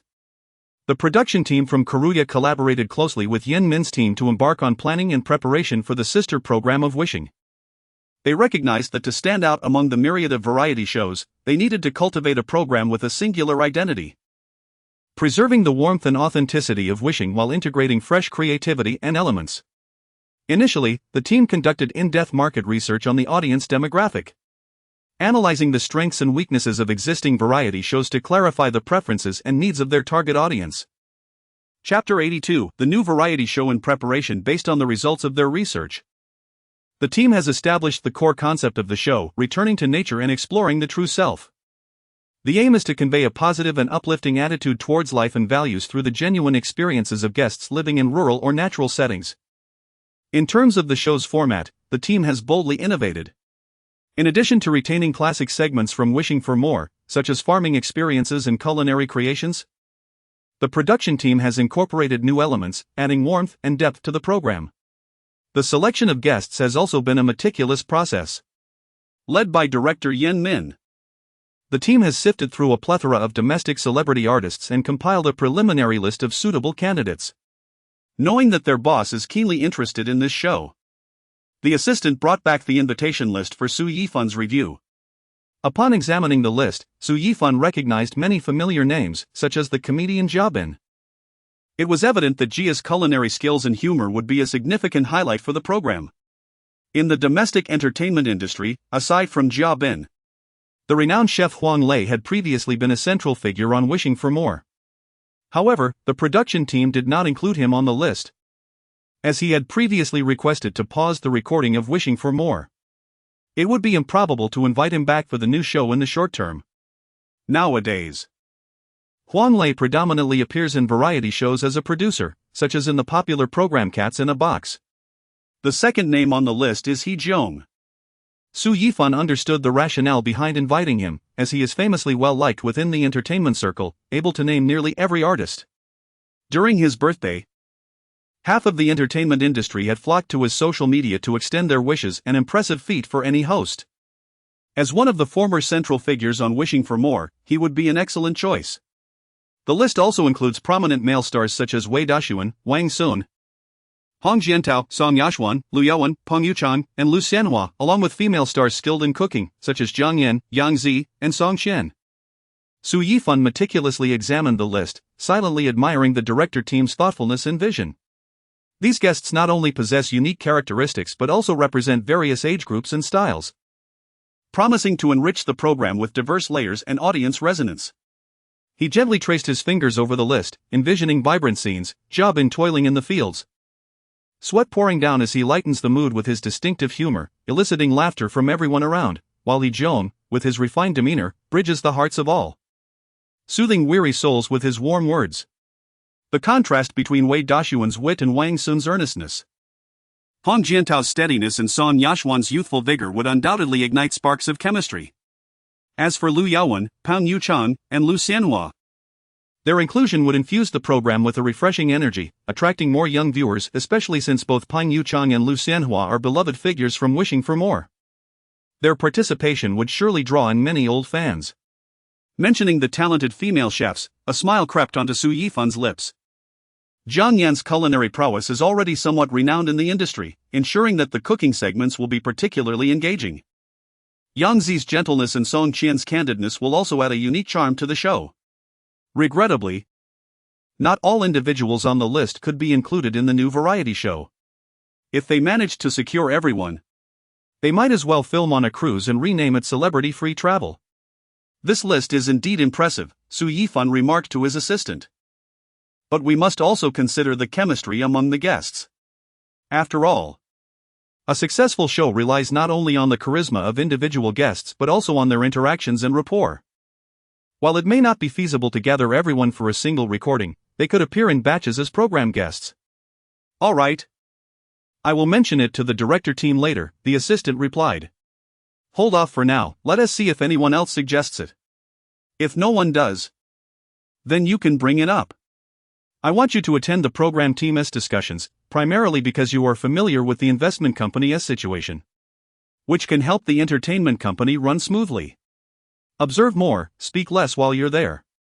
Understood, boss. The assistant had no objections to Su Yifan's words. In fact, he had been following this approach, having worked with Su Yifan long enough to become the most knowledgeable about him within the entire company. Su Yifan set the list down, filled with anticipation, uncertain of who the team would ultimately select as the main figure. He knew that this program, centered around the principles of returning to nature and exploring the true self, would be a refreshing endeavor and challenge. However, he also believed that with a collaborative and dedicated team, they would undoubtedly create a variety show rich in depth yet brimming with amusement, allowing the audience to find their own tranquility and authenticity amidst laughter and emotion. As the preparations for the show progressed swiftly, Su Yifan periodically received updates from the production team. He particularly focused on the guest invitation process, as it directly impacted the overall atmosphere of the program and the audience's experience, alongside determining the recording location. Regarding the latter, Su Yifan suggested a location he had recently revisited while watching films, a place featured in a movie he had seen over a year ago. A small shop on the edge of the clouds. He felt that the filming location would be ideal for the new variety show, especially the small shop, which could serve as a recording site. Unfortunately, that location had been rented by director Zhang Jejia for 10 years, solely for his book fans to visit the small shop. Su Yifan instructed his assistant to recommend this location to the director team, suggesting that a collaboration with a small shop would be ideal. If not, they could seek alternative sites. Upon receiving Su Yifan's recommendation, the director team promptly began researching the filming site of a small shop on the edge of the clouds. They discovered that although the location was under long-term lease by director Zhang, he maintained an open attitude towards cultural exchanges and collaborations, especially when such partnerships could promote positive life attitudes and values. Consequently, the director team decided to attempt communication with director Zhang Jejia to explore the potential for collaboration. After sincere negotiations, both parties reached a consensus. Director Zhang not only agreed to allow the small shop to serve as a special recording venue for the show but also expressed his willingness to share the stories and emotions behind a small shop, thereby deepening the show's core ideals of returning to nature and exploring the true self. Chapter 83, the confirmation of the program's main host. This announcement sent waves of excitement throughout the entire team of the new variety show. Previously, with the artist and venue still undecided, it seemed as if they were merely busying themselves without direction, leading outsiders to mistakenly believe they were involved in a superficial project. Now, however, they finally understood where to direct their energies. Subsequently, they swiftly revised the recording schedule. With the approval of director Zhang Jia, The continuation of the story from Cloud's Edge was set to be the centerpiece of the program's premiere. The production team also devised unexpected tasks for the guests surrounding this theme. Once the location was confirmed, a portion of the staff promptly traveled to the site to prepare for the recording. Moreover, Director Zhang Jia officially announced the temporary closure of the Cloud's Edge convenience store, stating in his declaration that it would feature in the upcoming variety show over the following months. The store would remain closed to the public during the recording period and would reopen to readers after filming was completed. The proceeds from the show would also be allocated for the store's maintenance. Upon the release of this information, it quickly surged to the top of social media trends, igniting a wave of curiosity among the public regarding this enigmatic variety show. Netizens eagerly speculated about the format of the program related to Cloud's Edge. Would it present a heartwarming, healing slow life experience, or would it be a reality show brimming with challenges and adventures? A torrent of discussions and conjectures ensued, with various artists leveraging their networks to uncover details about the show. At this juncture, the director team reconvened to revisit the previously proposed guest list. After vigorous deliberation, they unanimously agreed on one individual, He Jeong. Much like Su Yifan, they recognized that He Jeong's extensive connections could significantly benefit the show. Additionally, as one of the main hosts of Wishing for More, his involvement could attract many loyal viewers from the original program, effectively establishing their new variety show as a genuine sister series to Wishing for More. Given that Yen Min was acquainted with He Jeong, the responsibility of extending the invitation fell upon him. Yen Min did not hesitate to reach out, opting to send a message instead of calling, as he feared He Jeong might be recording at that moment. To his surprise, He Jeong promptly returned the call. "Yen Dao, did you message me for something specific?" He Jeong asked, perplexed. Although familiar with Yen Min, their interactions were infrequent, making it evident to him that there must be a significant reason for the outreach, thus prompting his call back. "He Jeong, I wonder if you've been keeping up with the news about Cloud's Edge convenience store? Is this new variety show your endeavor?" "Indeed. Our company is planning to create a sister program to Wishing for More, and we would like to invite you as one of the main hosts.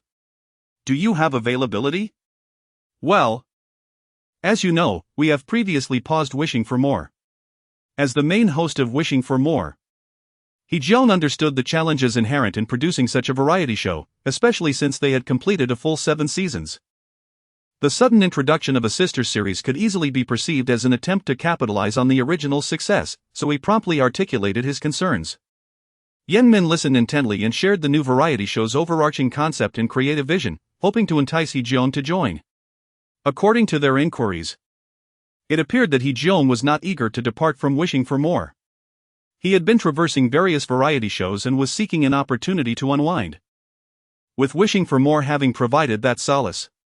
However, with the show on hiatus for various reasons, that respite had vanished. The existence of their new variety show could undoubtedly offer He Jeong a sense of comfort. Yen Min was acutely aware of this, thus he continued, "He Jeong, our new variety show is not merely a continuation of Wishing for More, it is also a journey of spiritual return and exploration.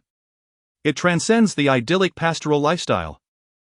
Incorporating the warmth and healing essence unique to Cloud's Edge convenience store, we aspire to provide viewers with a tranquil haven amidst the fast-paced modern world, while also allowing participants, including yourself, to rediscover a passion for life and purity through experience." To ensure the successful execution of the recording, the production team even invited experts from various fields, including environmental and psychological experts, to discuss relevant details, aiming to enhance the show's depth and breadth. Upon hearing Yen Min's words, He Jeong fell silent, feeling a magnetic pull towards the program. "Who else have you invited?" "Our intention was to gather the original cast from Wishing for More, but as you know, that is no small feat, not to mention, the young talents from your show are all exceedingly busy, making their participation unlikely.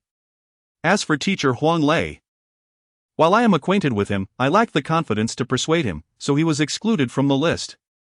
I was considering teacher Jia Bin, Wei De Sun, and Su Yifan." "Teacher Jia Bin? Oh, that could work, he is quite skilled in the kitchen, and the show certainly needs a cook." "If teacher Huang is unavailable, acquiring teacher Jia Bin would be a worthy alternative. De Sin is also a fitting choice, though he has played a domineering CEO, however, the persona can be shed. Ha ha. Is Su Yifan a guest on the show? Are you able to secure him? Unbeknownst to Yen Min, A director from one of He Jong's previous variety shows had attempted to invite Su Yifan as well, but the overture was met with a flat refusal. You're quite astute, He Jong, you seem well acquainted with both insiders and outsiders. If we can finalize the other guests, I believe securing Su Yifan should pose no significant challenge. Yen Min refrained from disclosing that Su Yifan was a behind-the-scenes investor. Should Yen Min fail to persuade him, he could always enlist Su Yifan's assistant or Mr. Li from the entertainment company to intervene personally. I'll give it some thought. Very well, could you also casually inquire whether teacher Huang Lei would be willing to join? If he shows interest, I'll reach out to him directly. Understood. After hanging up, Yen Min exhaled a sigh of relief, realizing that He Jong's stance had softened, signaling a positive development. The following day, news arrived from He Jong confirming his participation in the yet-to-be-named new variety show. He had also gauged Huang Lei's willingness, who had explicitly declined the offer.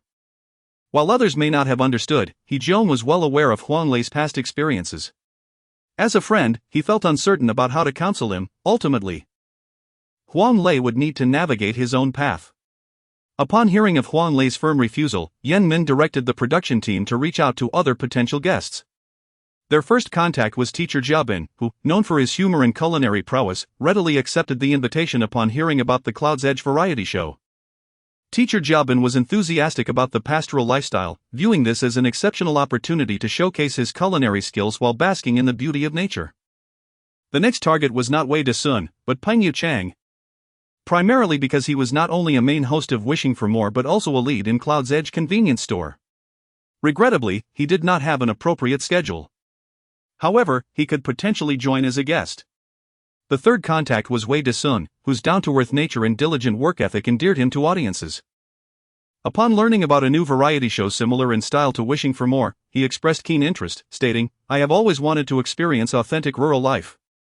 And now this opportunity has finally arrived." Thus, the second main host for the program was confirmed.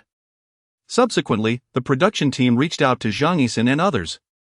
But none had suitable schedules, as the emergence of this show was rather abrupt. Some individuals expressed outright refusals, which the team understood completely.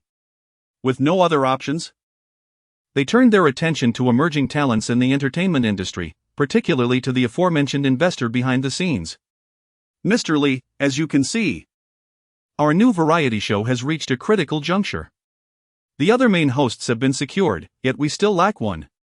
Could you perhaps think of a solution? Who is it? A significant figure? Yes, quite a prominent one, hence your involvement is necessary. Yen Min had no intention of personally approaching Su Yifan, so instead, he headed straight to Li Qingguang's office without revealing the name, intending to employ a subtle tactic. Li Qingguang pondered for a moment. Confident in his extensive experience and connections in the industry, believing he could manage whatever star Yen Min deemed significant, and thus he readily agreed. Rest assured, I will handle this matter. You focus on your other tasks, and I will ensure there is an update for Chairman Su. Thank you, Mr. Li. I will have someone deliver the materials to you shortly for your assistance in contacting him. Having said this, Yen Min departed without looking back, citing a field study as justification, and booked a high-speed train to the filming location of Cloud's Edge. After leaving Li Qingguang's office, he returned home to pack his belongings. Before departing, he instructed his staff to deliver Su Yifan's personal information to Li Qingguang's assistant in 2 hours. By then, he would be nearing his destination. 2 hours later, upon receiving the materials, Li Qingguang's assistant promptly delivered them to his desk. Mr. Li, this is what Director Yen requested to be sent over. Please have a look. Director Yen is quite something, stating it would be soon, yet it arrives just before the end of the workday. The staff mentioned they were a bit busy earlier and forgot. Very well, leave it there. I'll review it once I finish this document. Li Qingguang set down his pen, curiosity and anticipation flickering in his eyes. He recognized that Yen Min was meticulous in his work. And the celebrity he had chosen to invite must be exceptional. Completing his urgent tasks with haste, he reached for the dossier. The name on the cover, Su Yifan, gleamed under the light. At that moment, Li Qingguang understood why Yan Min had delayed the delivery and lavished him with compliments. Goodness. This feels like a trap. As a member of the entertainment industry, he had known of Su Yifan's existence long before his interview.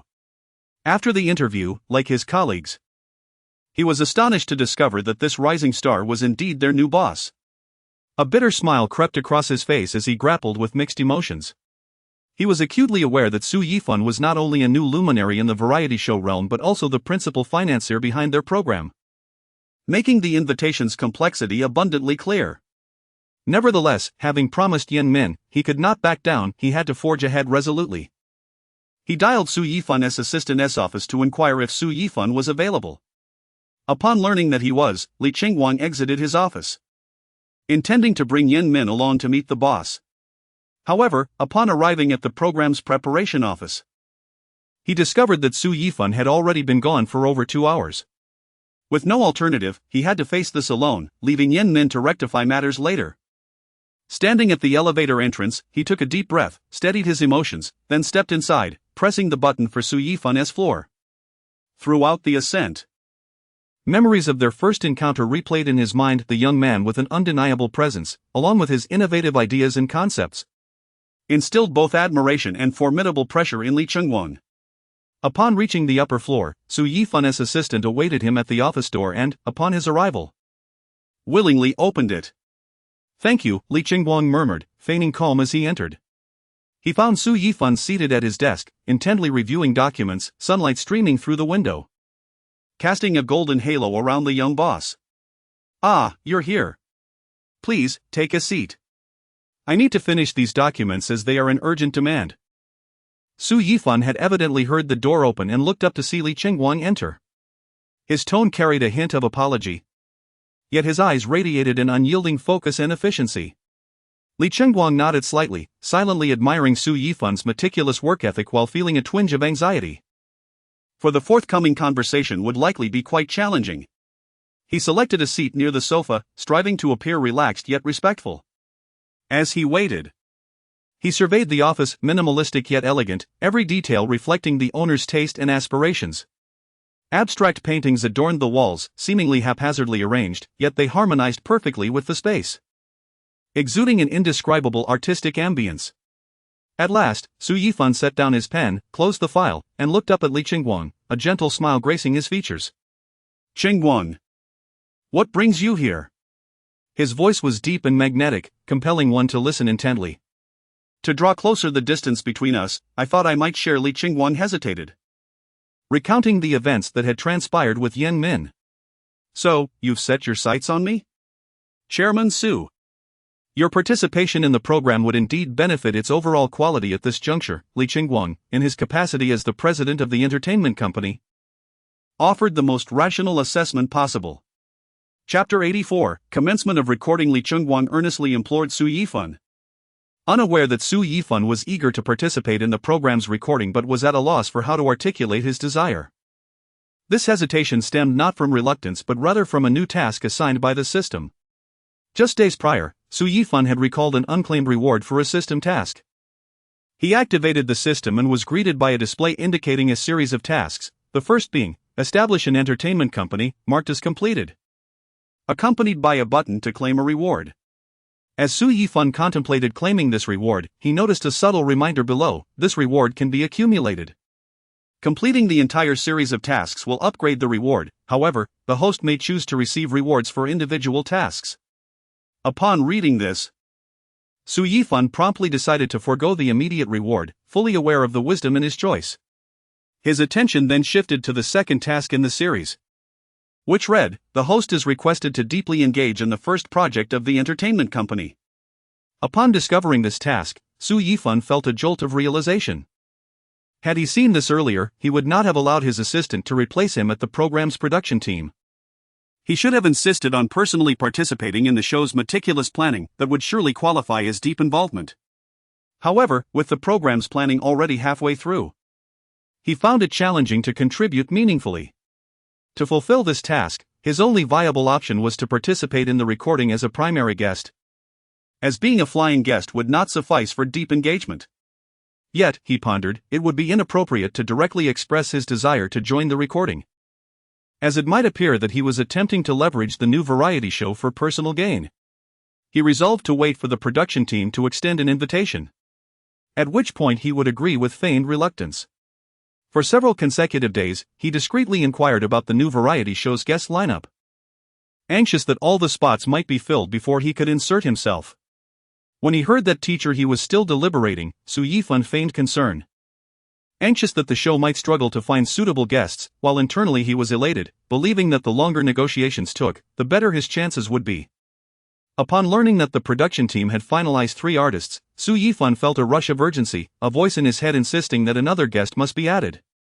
Fortunately, before he could voice this thought, his assistant informed him that they were still in search of a 4th primary guest, which brought him a sense of relief.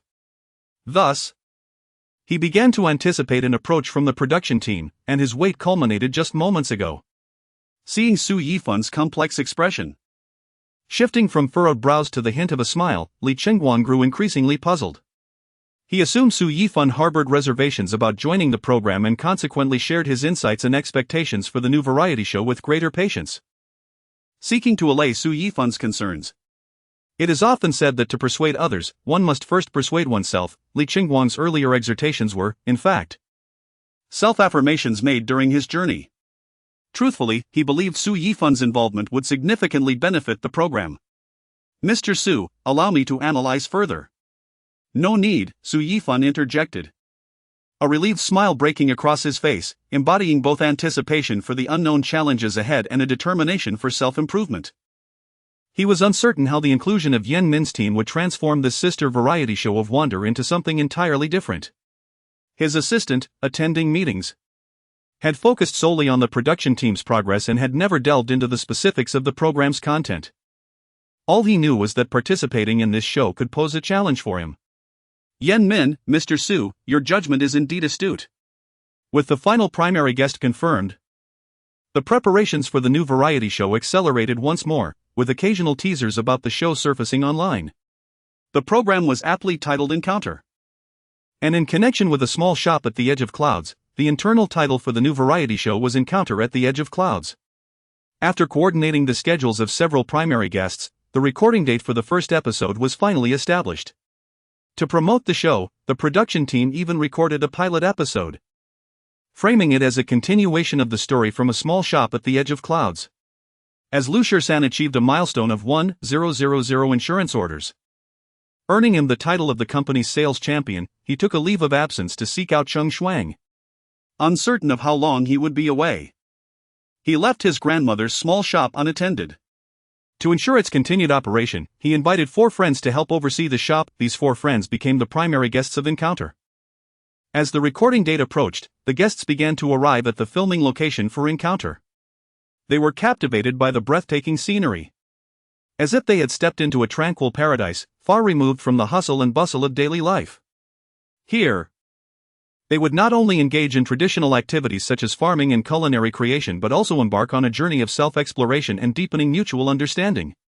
At this moment, they were blissfully unaware of the surprises awaiting them. Is this truly the small shop at the edge of clouds? The first to appear on set was Yifan, who, pulling a suitcase, descended from the vehicle and slowly walked towards the familiar yet slightly unfamiliar small shop, following the route depicted in films. However, his inquiries went unanswered by the production team. Yifan placed his suitcase in the yard and proceeded towards the location of the small shop, drawing from his extensive experience watching variety shows that assured him the shop would likely be devoid of any items. "Excuse me, director.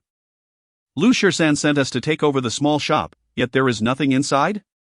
Behind the camera, Yan Min stifled a laugh, choosing not to respond to Yifan's query. "Perhaps we need not record this program after all." Feigning annoyance, Yifan pretended to pull his suitcase away, only to encounter teacher He, who had just arrived. To foster camaraderie among the group, the primary guests had acquainted themselves prior to recording, exchanging contact information for future communication. Observing Yifan's indignant demeanor, teacher He promptly stepped in to intervene. "What troubles you, Yifan?"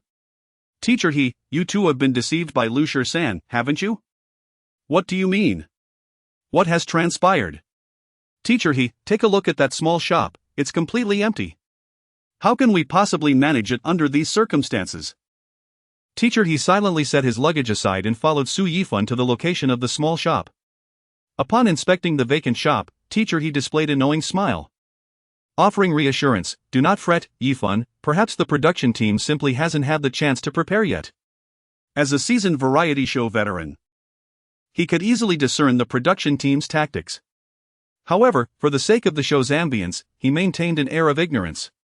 Continuing with his warm and magnetic voice, you see, our program is always filled with surprises, perhaps soon this place will be bustling, right, director? This last remark was directed toward Yen Min's position. Su Yifan nodded helplessly, just as the other two guests arrived. Upon witnessing the state of the small shop, Wei Dashuan was equally agitated. Director, how could you be more deceptive than Director Wang from Wander? Dasun, how do you converse with the director? He still needs to supply us with goods. Let us first explore other areas, and then we can return to have a proper discussion with him, He Jiong said through gritted teeth. Subsequently, under He Jiong's guidance, Jia Bin, Wei Dasun, and Su Yifan followed him to visit the small building behind the convenience store. They felt fortunate that the layout inside the building remained unchanged, much like in the film. However, when Jia Bin ventured into the kitchen of his workplace, he found it devoid of any ingredients, save for a few essential seasonings. A skilled cook cannot create a meal without rice, Jia Bin lamented to the camera. Brother Bin, I feel like we've been tricked by Lu Shisan, Wei Dasun remarked after placing his luggage upstairs and coming down to hear Jia Bin's words. Jia Bin replied, this doesn't seem to be Lu Shisan's fault. I suspect this is largely the doing of the production team. We need to find the director. I'll go upstairs to call Teacher He and Brother Yifan. Let us all four of us go together. Since learning that Su Yifan was the same age as Chen Chi-chi, Wei Dasun had started referring to him as Brother Yifan, displaying remarkable politeness. As he spoke, he hurried up the stairs and soon returned with Teacher He and Su Yifan. The four stood side by side, their faces adorned with expressions of resigned yet optimistic smiles, as if they were about to embark on an unknown adventure. Director! Director! Wei Dasun called out from the center of the courtyard, his voice a mix of jest and sincerity. We need to have a serious conversation about this invitation from Lu Shisan. Upon witnessing the four of them, Yen Min had no choice but to step out from the crowd, as this segment was indeed essential. You see, Lu Shisan went to find Cheng Shuang, and due to the uncertain return date, he asked four of you to help him manage the convenience store left by his grandmother. However, due to a postal error, this invitation was delayed by 6 months before reaching you. Lu Shisan initially thought you wouldn't accept his request, hence the store had to be temporarily closed. And as you can see, everything inside has been sold out. However, once you accepted the invitation, news of the store reopening spread. Your immediate task is to get this place up and running. The production team has already applied for the business license. Surely, the postal service cannot bear the blame for this? Su Yifan interjected unexpectedly, eliciting laughter from He Jiong and the others. Anyway, that is how it is. You can manage to reopen the convenience store, but you must have some initial capital, right? Well, our production team is operating on a limited budget, so we can only provide you with 500 yuan as startup funds. The rest will be up to you to figure out, Yen Min explained. Upon hearing the phrase limited budget, Su Yifan shot a fierce glare at Yen Min, fully aware of the ample funds the production team had. To ensure that the entertainment company could successfully produce its first variety show, he had told Li Qingguan, just don't let the production team suffer. If the funds run low, come to me. Because of his words, Li Qingguan even arranged for a dedicated chef to prepare meals for the team. Yen Min noticed Su Yifan's glare and turned his head away, feigning ignorance, thinking that Su Yifan would not expose him. What about the ingredients in the kitchen? We have nothing prepared for us. What are we four supposed to eat tonight? Jia Bin asked about his most pressing concern. Well, you'll have to figure out the meal situation yourselves. We do have a vegetable garden, right? Yen Min pointed discreetly to a patch of overgrown weeds nearby, wearing an innocent expression, as if to imply that the garden had become unkempt due to your late arrival. No, Yen Min, you are truly worse than Wang Zhengyu. Hee-jeong exclaimed in anger, nearly ready to throw a slipper at the director. Seeing this, Yifan promptly removed his slipper and handed it to Hee-jeong. Hee-jeong, upon receiving it, immediately tossed both slippers toward Yen-min's direction. Ja-bin, witnessing teacher He's actions, followed suit and threw his own slipper. Next was Wei Da-sun, and soon, even Hee-jeong threw his own slipper into the fray. In an instant, Yen-min's previous position was bombarded by a rain of slippers. Someone go fetch those back. Hee-jeong continued to feign anger. Teacher He, let's not get upset. It's not worth it for your health. Director Yen, let us negotiate and increase the initial funds by 1,000 yuan.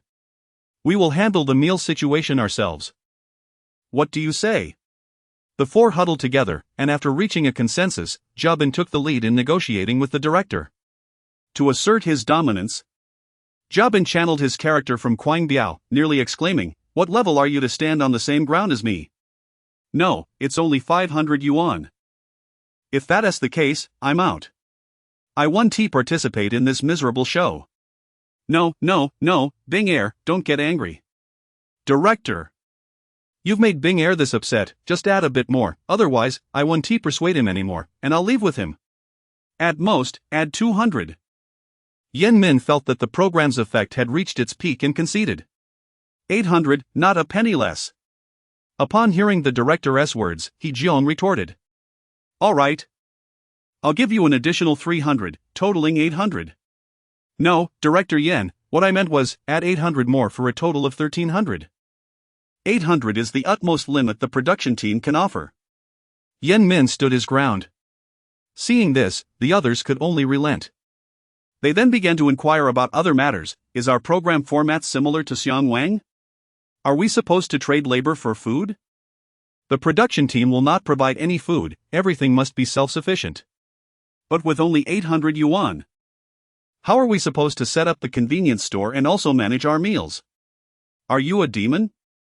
Chapter 85, The Convenience Store Transforms into a Breakfast Stall, Part 1. Upon hearing Yen-min's words, Yifan and the others swiftly removed their slippers, preparing to throw them at her. Realizing a storm of slippers was imminent, Yen-min paused briefly before relenting. I will add 1,000 yuan. After which you shall manage yourselves. Upon learning that the director had generously increased the amount by 200 yuan, the slippers in the hands of the four fell silently to the ground. They felt that an additional 200 was indeed a boon. Deciding to navigate the future as it unfolded, Da-xuan, go fetch the money. Teacher He commanded. Wei Da-xuan quickly ran up to the director, extending his hand. Director, the money. Please.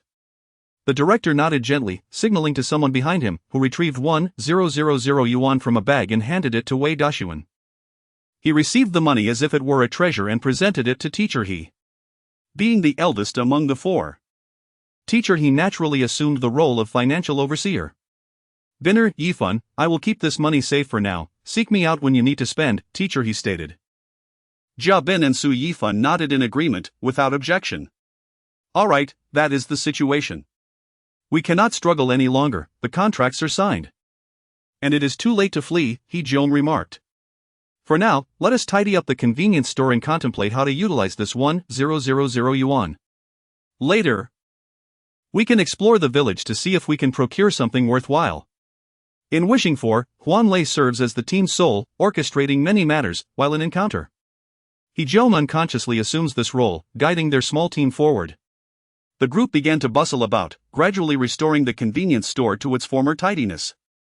Previously, they had inspected the upper and lower levels of the building, finding every space, including the kitchen, spotless, save for the neglected convenience store. This indicated that the production team had deliberately left it in such a state of disarray. The four collaborated efficiently, soon organizing the convenience store.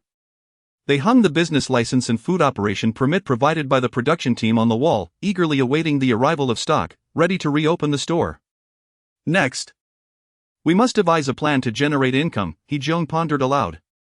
Relying solely on this 1,000 yuan will not suffice.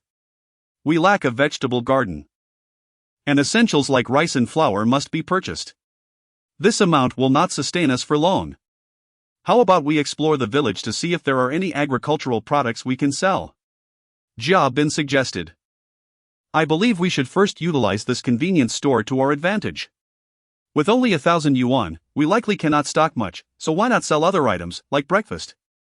Su Yifan voiced his thoughts. Indeed, that is a splendid idea, He Zhong nodded in agreement. I believe I can attract villagers with my culinary skills. I can assist you. Bin Gu. Wei Dashuan chimed in, recalling his experience frying dough sticks in France. As for me, my culinary skills are lacking, I can only manage the cash register. He Zhong said with an air of resignation, acknowledging his limited cooking abilities. With their resolve set, the four ventured out, embarking on a leisurely stroll around the village.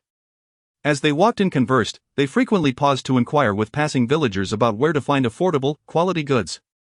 After some inquiries, an elderly man guided them to his home. His yard was brimming with an array of fresh, tempting vegetables and fruits. Sir, would you be willing to sell us some of these vegetables and fruits?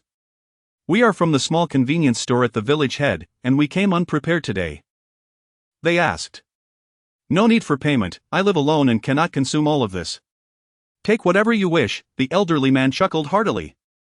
His face lined with the gentle marks of time. As he spoke, he picked up a basket, inviting them to choose freely. Sir, you are too kind. We cannot accept such generosity without offering something in return, teacher. He quickly waved his hands, though his heart brimmed with gratitude and warmth. Ah, do not be polite. As the village chief, I welcome a crew like yours. The previous director came to film a movie, and afterward, he rented the convenience store for public use. Which has greatly benefited our village, the old man said, his eyes sparkling with pride for the changes in his community. The four were taken aback to discover that the elderly gentleman was the village chief, and his open-mindedness was commendable. Sir, prior to my arrival, I researched the area and learned that the rapeseed flower terraces nearby are especially beautiful, attracting many visitors. Is that true? He Zhong inquired, keen to unearth more tales about the land. Indeed, the locals cultivate those fields themselves. When the rapeseed flowers bloom each year, visitors do come. Though not as many as to your convenience store.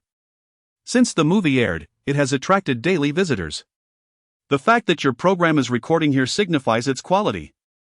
And once it airs, it will likely draw more tourists to our village, the village chief replied. In the past, many young people left the village for work in the city, but recently, some have returned, starting ghost houses.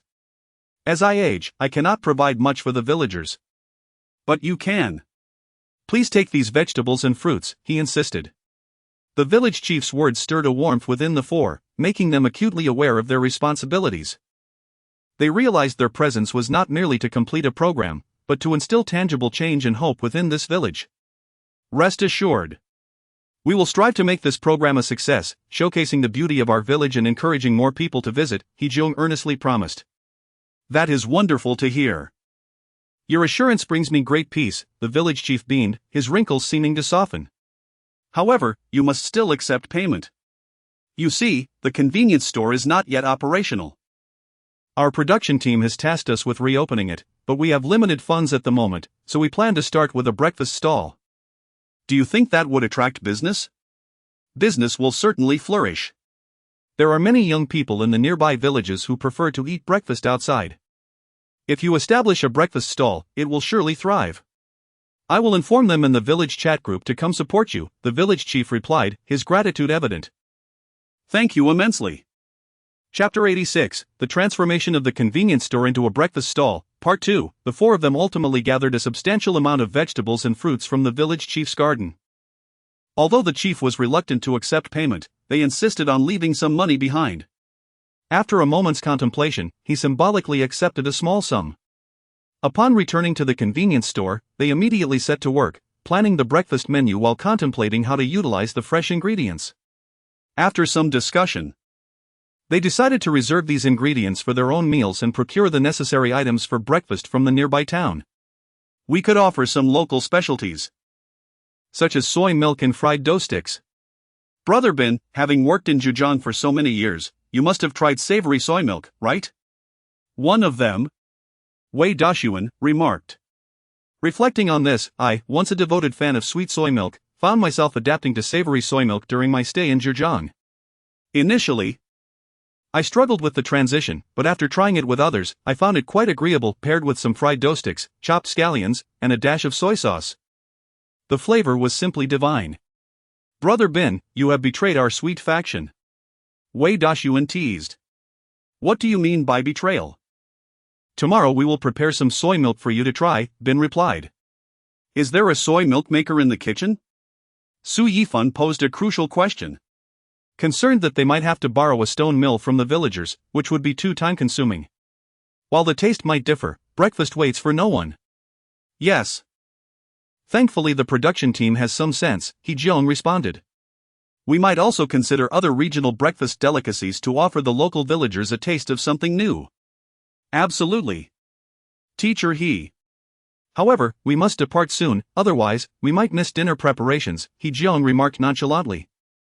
Then we shall see what the town has to offer for a quick bite, He Jiong concluded. Thus, the four of them set off from the courtyard, driving towards the town in the vehicle provided by the production team. As they got in, the conversation turned to advertising. Oh, this car is quite comfortable. One of them exclaimed. Indeed, it features. After finishing their promotional remarks, they transitioned into casual conversation, discussing various topics, mindful of the cameras capturing their interactions. Before long, they arrived in the town, where they began to procure ingredients and supplies for dinner and the breakfast stall. Their first stop was the vegetable market, where they selected fresh meats, soy products, and various seasonings essential for breakfast. Next, they visited a grocery store to purchase high-quality flour, rice, and cooking oil. Throughout the procurement process, they paid close attention to quality and taste, while also considering cost and customer demands. By the way, we also need some tableware and kitchen utensils. Su Yifan reminded them. Although the kitchen was adequately stocked, it was insufficient for setting up the breakfast stall. Consequently, they visited a home goods store to select a range of aesthetically pleasing and practical tableware and utensils. With their arms laden with supplies, the four returned to the village. They then commenced preparations for dinner while ensuring everything was in place for the breakfast stall's grand opening the following day. Meanwhile, the village chief had instructed the village's youth to announce in their group chat that the convenience store would offer an array of breakfast options starting the next day, inviting villagers to come and partake. With clear divisions of labor, each of them busied themselves, filling the convenience store with laughter and bustling activity. They understood that the days ahead would be fraught with challenges and uncertainties, yet they believed that, united in purpose, no obstacle was insurmountable. As they toiled, time passed unnoticed, and the preparations for the breakfast stall were completed. To save time, Jiabin quickly boiled some noodles and stir-fried a couple of toppings, marking their first meal in this place. Though simple, dinner was enjoyed heartily as they gathered around a small table in the convenience store, sharing the day's experiences and anticipations. Since they needed to rise early the next day, they all retired to bed soon after dinner. The night passed without incident. At dawn the following day, before the sun had risen, Su Yifan silenced his alarm and rose from bed, planning to prepare for the day's activities. After stealthily descending the stairs, he discovered that the lights were already on below, and a figure was busily engaged in activity. Ah, Brother Bin, I didn't expect you to rise earlier than I did. With so much on my mind, I couldn't sleep soundly. This stall is the first step for our convenience store, and we must execute it well, Jiabin replied, looking up with a weary yet resolute smile, continuing his task of inspecting the ingredients prepared the night before to ensure their freshness. Yifan, you're here just in time. Let us soak the soybeans for the soy milk together. The dough for the fried dough sticks is also ready, just waiting for us to get started, Jiabin said. Su Yifan hurried over, and they worked in sync, plugging in the soy milk maker and beginning to grind the soaked soybeans, as the rich aroma of soybeans filled the air. Meanwhile, the dough was carefully rolled into long strips and cut into segments, ready to be fried to a golden crisp. Before long, Wei Dashuan and He Jiong awoke and joined the preparations. Wei Dashuan took charge of other snacks, such as tea, eggs and buns, while He Jiong arranged the dining area, setting out the tableware and hanging a sign at the entrance that advertised their fresh breakfast offerings, adding warmth and anticipation to the atmosphere. The first rays of sunlight pierced through the clouds, illuminating the vibrant little convenience store. As the first crow of a rooster echoed, the village's atmosphere began to stir. Villagers ambled towards the convenience store, drawn in by the tantalizing aromas, pausing to curiously peer inside. What are they cooking that smells so delightful? I heard the convenience store is selling breakfast starting today, let's go try it. The murmurs of the villagers grew louder. And soon a line formed outside the convenience store. Witnessing this, the four felt an indescribable sense of accomplishment wash over them. All their hard work and fatigue transformed into sweetness in that moment. As breakfast officially commenced, villagers savored the carefully prepared soy milk, fried dough sticks, buns, and various other offerings, showering praises upon the delectable dishes. Particularly, the bowl of savory soy milk, complemented by chopped scallions, crushed fried dough sticks, and soy sauce, presented a unique flavor that lingered delightfully on the palate. This soy milk is exquisite, unlike anything I've had before. The fried dough sticks are perfectly crisp on the outside and tender on the inside, simply delightful. Listening to the villagers' praises, the four exchanged smiles, their eyes sparkling with satisfaction and joy. They knew this was merely the beginning. Chapter 87, a ruthless move from Yen Min. Yen Min stood a short distance away, a meaningful smile gracing his lips. He felt no surprise that the four individuals managed to establish their breakfast stall. However, as the director of the show encounter, he could not allow them to easily set up their little shop. Now that they had earned some money, it was time for him to orchestrate the guests' expenditures. He discreetly instructed his assistant to prepare. An unexpected twist was about to unfold before the stall. Meanwhile, the four, Su Yifan and his companions, remained blissfully unaware of Yen Min's intentions, reveling in the joy of their first entrepreneurial success. The area in front of the stall was bustling with activity, vibrant and lively. Jia Bin and Su Yifan busily prepared breakfast for the customers, while Wei Dashuan expertly packaged the meals, engaging warmly with patrons. He Jiong managed the cash register, his fingers dancing across the calculator, occasionally lifting his gaze to greet each customer with a gentle smile. Soon, breakfast hour came to an end, and the crowd dispersed. The clamor around the stall gradually faded into tranquility, leaving the four of them seated together, sharing their triumphs and laughter. Sunlight filtered through the gaps in the leaves, casting a warm glow on their satisfied faces, creating a particularly heartwarming scene. Look at that! Today's earnings exceeded our expectations. He Jiang exclaimed, displaying the accounting book, his face radiant with happiness, his voice brimming with hope for the future. Indeed, it's all thanks to our harmonious teamwork. Wei Dashuan chimed in while munching on his breakfast. Especially the brothers' culinary skills, they are truly the secret to attracting customers. It's the result of everyone's effort. Teacher He, how much did we earn this morning? Jia Bin inquired. After deducting our costs, we made approximately 200 yuan.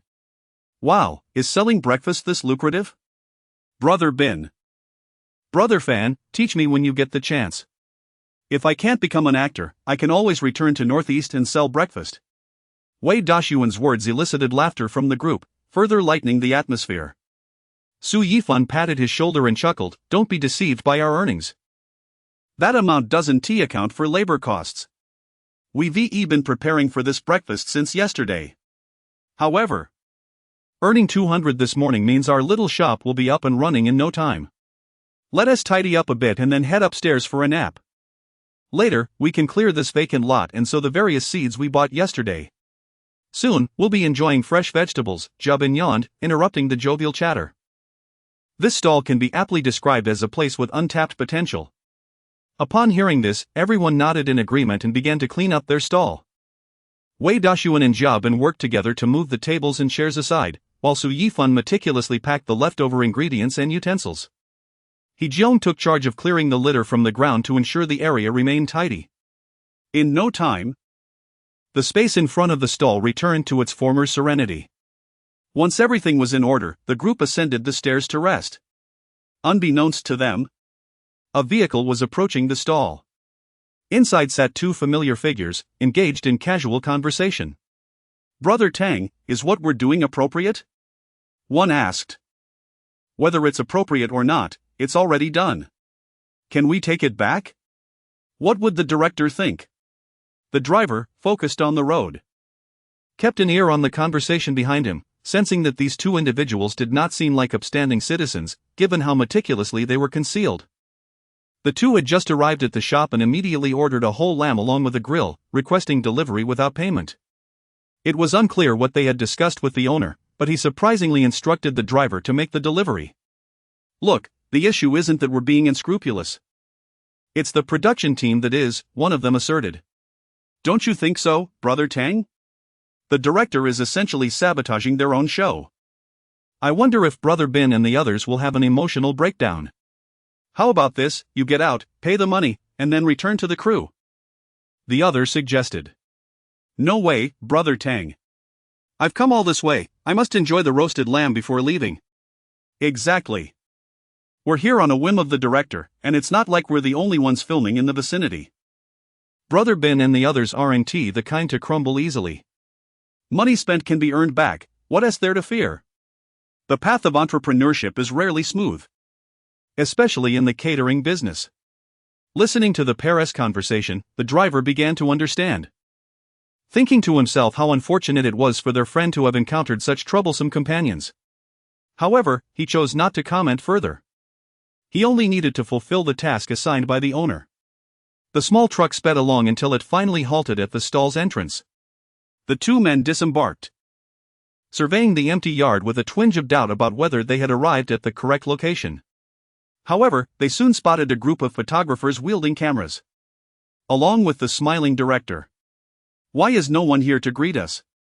Is anyone around? Hurry up! Meanwhile, the four inside the stall were lost in slumber, blissfully unaware of the impending surprise. Brother Tang, do you think they are still asleep? One inquired. They should be, considering they just finished a busy morning. They must be exhausted. Shintang surveyed the quiet surroundings, feeling a touch of guilt, yet unable to suppress a smile at the notion that this was a surprise orchestrated by the production team. Luan, go upstairs and call them. We need to settle the payment with the driver so he can head back. Upon reaching their destination, both men removed their disguises, revealing their identities as prominent stars. One was Shintang, and the other was Alan from the same company. As the driver took in the sight of the cameras pointed in his direction, he found himself at a loss for words. No rush, he stammered, now comprehending why his boss had offered them a discount. The original price for a whole lamb and grill at their shop would have been 500 yuan, but the owner only instructed him to charge 750 yuan. Effectively halving the price. Upon hearing Shintang's words, Alan placed his bag on a table in the yard and hurried toward the back building. Teacher He, Brother Bin. Alan's hurried ascent finally stirred He Jiong, who emerged from his room in pajamas. He opened the door to find Alan rushing upstairs. Alan, is that you? Chapter 88, A Surprise Approaches. Teacher He, I finally found you. Alan, what on earth has happened? He Jiong, still bleary-eyed, gazed at Alan in confusion. Teacher He. Please come downstairs with me, you will understand shortly. Reluctantly, He Jiong donned his pajamas and followed Alan downstairs, only to spot Shintang pacing in the yard. Oh. Shen is here. Teacher He, are you surprised? Are you excited? He Jiong had anticipated that the production team would arrange for guests to come, but he never expected them to arrive so early. He thought they would at least wait until the crew had settled in. I am indeed surprised and excited. Do you want another surprise? He Jiong, thinking there might still be someone hidden in the vehicle, eagerly responded, yes, of course. Fearing that the guest in the car might grow impatient, he hurriedly quickened his pace, nearly sprinting toward the small truck parked nearby. While puzzled as to why the guests had arrived in this vehicle, his curiosity swirled with thoughts of who might be hiding inside. Names like Molly and Jiaolin flashed through his mind. Alan, lend a hand. Let us unload this and let Teacher He inspect the goods. Without hesitation, Shintang called to Alan as he moved to the back of the truck, greeting the driver as they passed the cab and asking him to assist in opening the rear door. After a brief search for hidden figures, He Jiong observed Shintang and Alan's actions and assumed someone was concealed in the truck's compartment. Instead, he watched as they unloaded a stove and a remarkably fresh whole lamb. Oh, Shin. You traveled all this way just to bring us a whole lamb. And now we have a stove too. If Bin and the others find out, they will be overjoyed. I must wake them to see. As He Jiong turned to rush back, Shintang interjected, wait a moment, Teacher He. Why don't you settle the payment with the driver first, so he can leave? Shintang's words struck He Jiong like a bolt from the blue. Could you repeat that? Well, we passed through town earlier and thought to bring you something. But we realized we hadn't brought any money. Listening to Shintang's excuse, Alan silently applauded him in his heart. He Jiong, wearing an expression of helplessness mixed with amusement, halted and turned to Shintang, saying, "Ah, Shin, this surprise truly astounds me." Nevertheless. How much do I owe you, driver? He Jiong understood that he could not blame Shintang. It was likely the director or the production team's scheme at play, attempting to sabotage their plans as they saw fit. The total is 750 yuan. Would you prefer to pay in cash or via scan? Driver, please wait a moment. I will fetch the money from upstairs. With no other option, He Jiong hastily ascended the stairs, retrieved the cash from his room, and returned to settle the payment with the driver. Teacher I am a fan of yours. I grew up watching Happy Camp. He Jiong was taken aback by the driver's unexpected compliment upon settling the bill. However, since the driver was indeed a fan, he graciously signed an autograph and pointed to Shintang and Alan, asking, "Would you like their signatures too? Is that possible?" Upon hearing He Jiong's words, the driver was elated, not expecting this surprise before his departure. Shintang and Alan quickly agreed, signing for the driver before bidding him farewell. After watching the driver leave, He Jiong initially intended to invite Shintang and Alan to sit with him, but they insisted on preparing the whole lamb for roasting first. Seeing their enthusiasm, he decided not to intervene. Instead, he needed to wake the others and inform them of the unfortunate news regarding their lack of funds. They had spent nearly 300 yuan the previous day purchasing various items, including vegetables and fruits from the village head, and with the morning's earnings of over 200 yuan, he now had barely over 200 yuan left. Shintang's roasting of the whole lamb only exacerbated their growing hunger. Once upstairs, Shintang positioned the grill in the yard and ignited the charcoal. The whole lamb, already marinated, was placed on the grill and set inside the oven to cook. In no time, the area in front of the shop was enveloped in smoke and fragrant aromas, signaling the onset of a grand picnic. The photographers captured the scene, while Yan Min, the mastermind behind it all, stood nearby with a satisfied smile, aware that this unexpected turn would add intrigue to the program encounter. It was akin to the four individuals just beginning their entrepreneurial journey being robbed, their startup funds dwindling to nothing. Although he had orchestrated the event, the blame now rested on Shintang and Alan. Yan Min had nothing to lose as he would not partake in the roast lamb. What is happening here? Jia exclaimed, eyes wide in disbelief. Did the roast lamb I just dreamt about come true? Wei Dashuan rubbed his eyes, incredulous. Su Yifan stared in astonishment at the commotion below, oblivious to what had just transpired. All three had been roused by He Jiong, assuming the production team had decided to show them kindness by hiring someone to roast a whole lamb, just as they were lost in their daydreams. A voice ruthlessly yanked them back to reality. Stop dreaming. This was brought by Shintang and Alan, but they forgot to bring money. I paid. And we are on the verge of bankruptcy. My brother Tang would never do such a thing. I must confront him. What? The three exclaimed in unison, their expressions shifting from delight to shock and then to resignation. Wei Dashuan was the first to regain his composure, smacking his forehead, "So that's why we suddenly have a whole lamb. It turns out there was a trap set for us." Jia chuckled bitterly, shaking his head. "Well, our plans made this morning are already over before they even began. It's likely Yan Dao's doing. Tang and the others are merely scapegoats," Su Yifan remarked. This Yan Dao is even more ruthless than Wang Zhenyu from our previous show Longing for Life, He Jiong mused. Well, since it has come to this, let us enjoy this roast lamb. We can discuss everything else after our bellies are full. Jia clapped his hands, interrupting the group's thoughts. Thus, the four descended the stairs, joining in the festivities of roasting the whole lamb. Seeing the eager assistants, Shintang and Alan were delighted. And everyone began to work together, some turning the lamb, others preparing seasonings, while a few quietly ventured into the kitchen to prepare additional dishes. For a feast with only roast lamb would not suffice. Chapter 89, The Flavor of Time. Before long, the small courtyard was suffused with a rich aroma, piquing the curiosity of the neighboring villagers. He Jiong and his companions busied themselves while warmly greeting the villagers, creating an atmosphere of camaraderie. At last, the whole roasted lamb emerged, golden and crisp, tender within. Everyone gathered together to relish this rare delicacy. Despite facing economic hardships, the joy and friendship of the moment enveloped them in warmth. Brother Tang, while my younger brother is quite fond of you, your actions have added to the burdens of our already modest household. Jia Bin remarked, having just finished cooking. Bin you know me. I am not that kind of person, Shin Tang defended himself, gesturing subtly toward Yin Min, an implication that was all too clear. Brother Tang, surely you have been kidnapped. Right? If so, blink. Su Yifan quipped, recalling a humorous online anecdote. Shin Tang first complied by blinking, then remarked, indeed. Having accepted their money, I've been morally bound. This time, it's my and Luan's fault towards all you brothers. Next time, I shall treat. Why go to such lengths? Another day. Brother Tang can cover the expenses while I contribute my efforts. Let us have a proper gathering. By the way, Yifan's culinary skills are quite commendable. His dishes surpass mine. Jia Bin patted Su Yifan on the shoulder, encouraging him not to be modest. Indeed. I must savor it properly. Next time. I'll handle the grocery shopping while you two cook. What was that saying? As long as time endures, we shall not part. We're already in this together.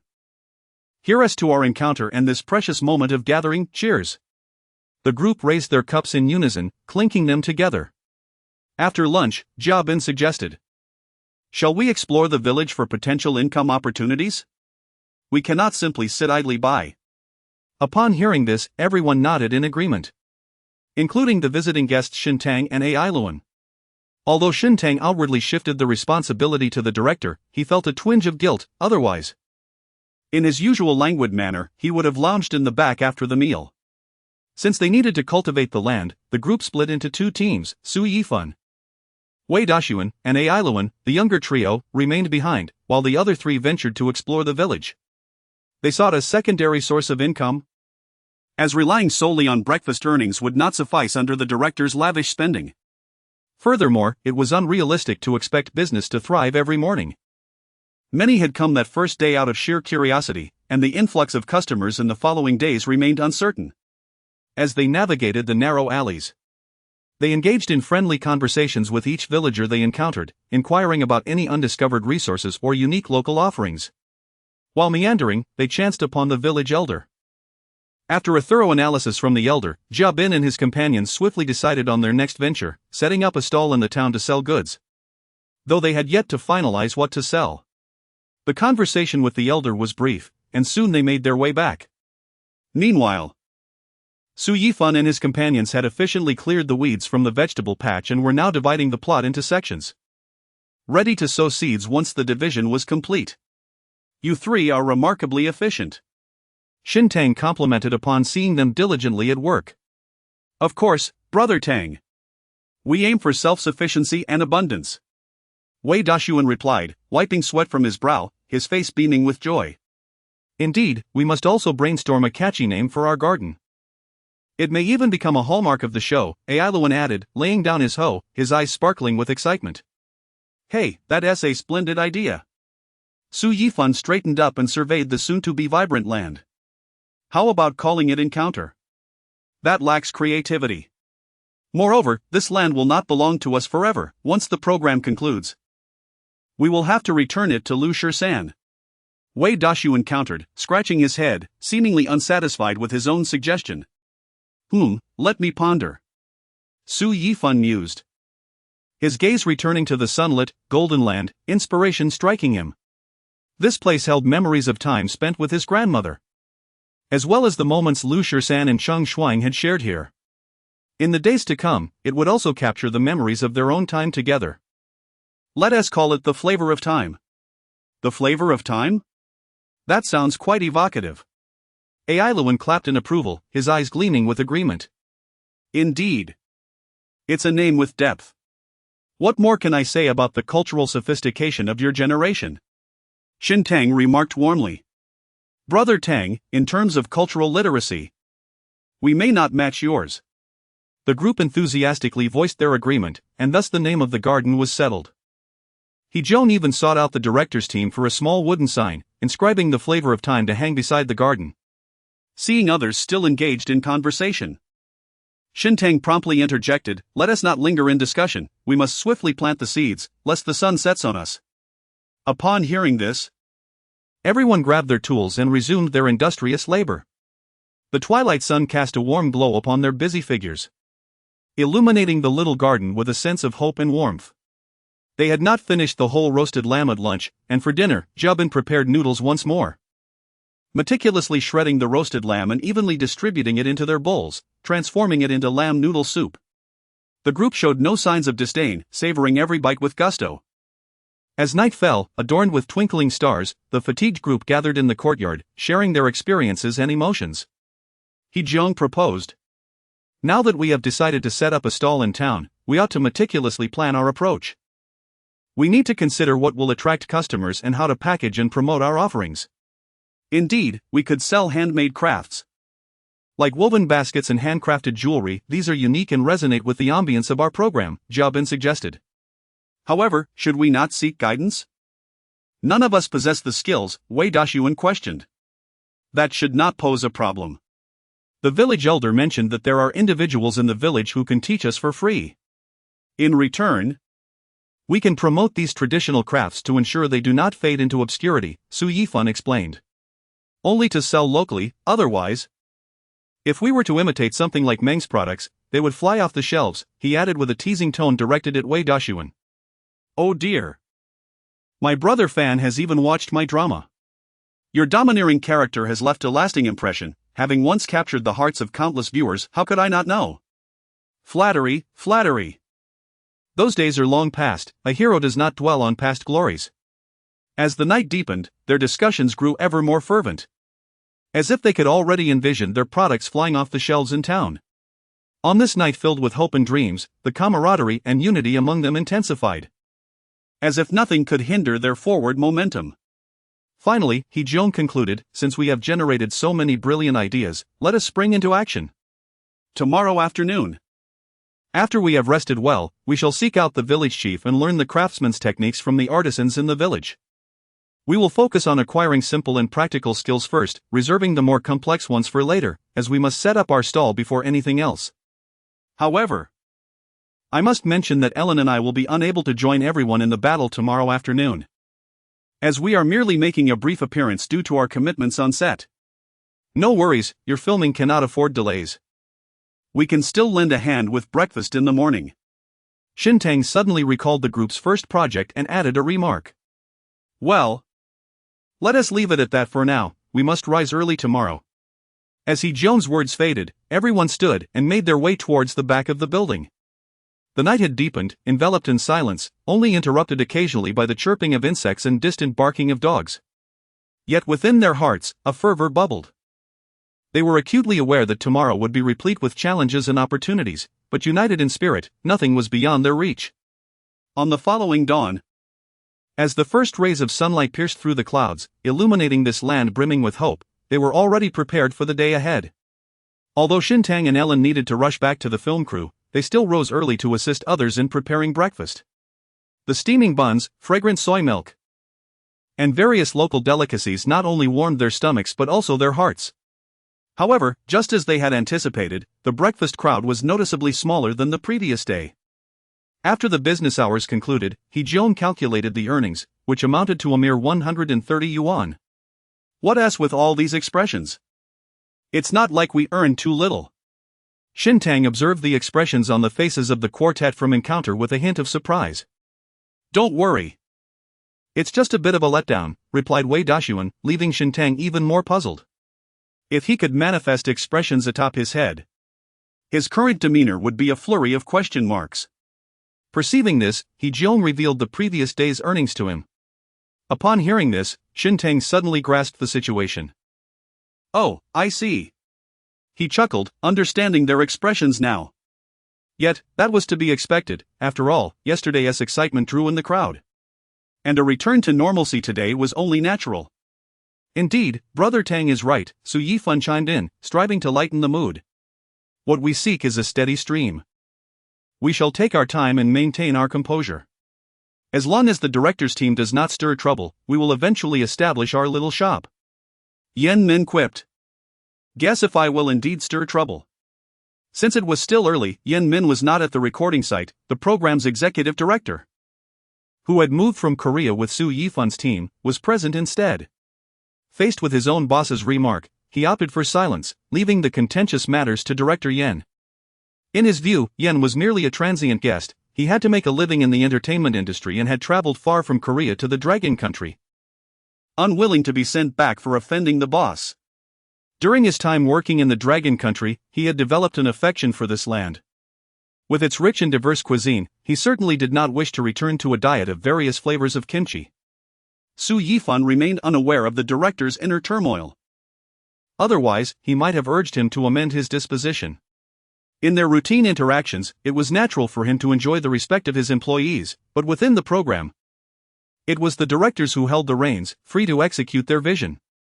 Even he, as the boss, had to make sacrifices for the sake of the show's quality. According to the traditions of the crosstalk community, this was termed as no distinction on stage, yet rules off stage. After breakfast, Shintang and Ellen prepared to depart, intending to return in time for the morning shoot. Su Yifan and the others escorted them to the village entrance, promising to reunite soon before the two hopped into their vehicle and left. Let us hurry and catch some sleep before heading out to learn a craft this afternoon. Later, we must buy some groceries as our supplies are running low. If more guests arrive, we shall be unprepared. As the patriarch of the Encounter family, He Jeong meticulously planned every detail, and the others were more than willing to comply. As noon approached, Su Yifan quietly rose to prepare lunch for everyone. In the kitchen, he skillfully chopped vegetables as steam rose from the pot, filling the room with the enticing aroma of the meal. He moved with utmost care, anxious not to disturb his still sleeping companions.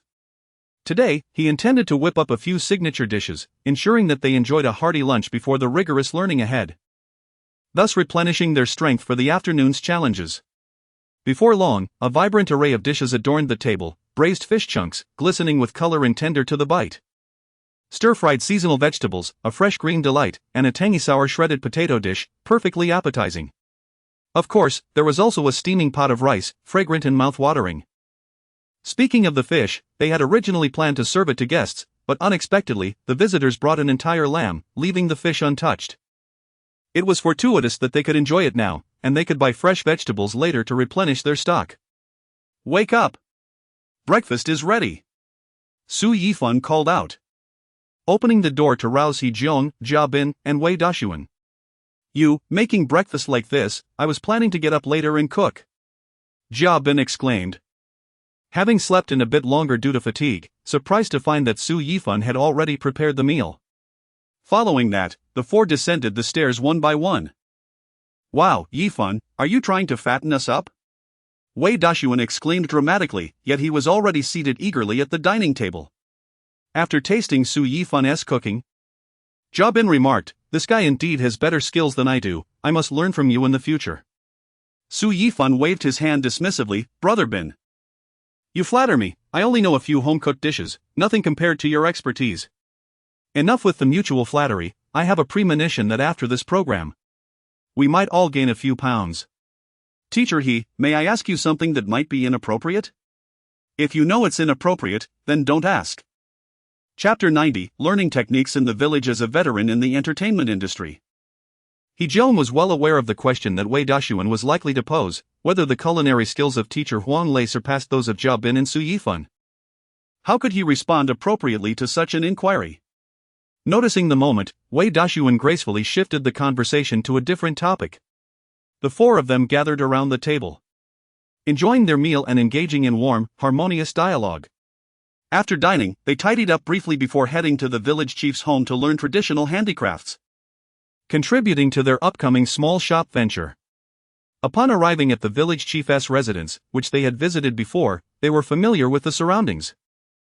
They brought along a gift box provided by their sponsors as a token of appreciation.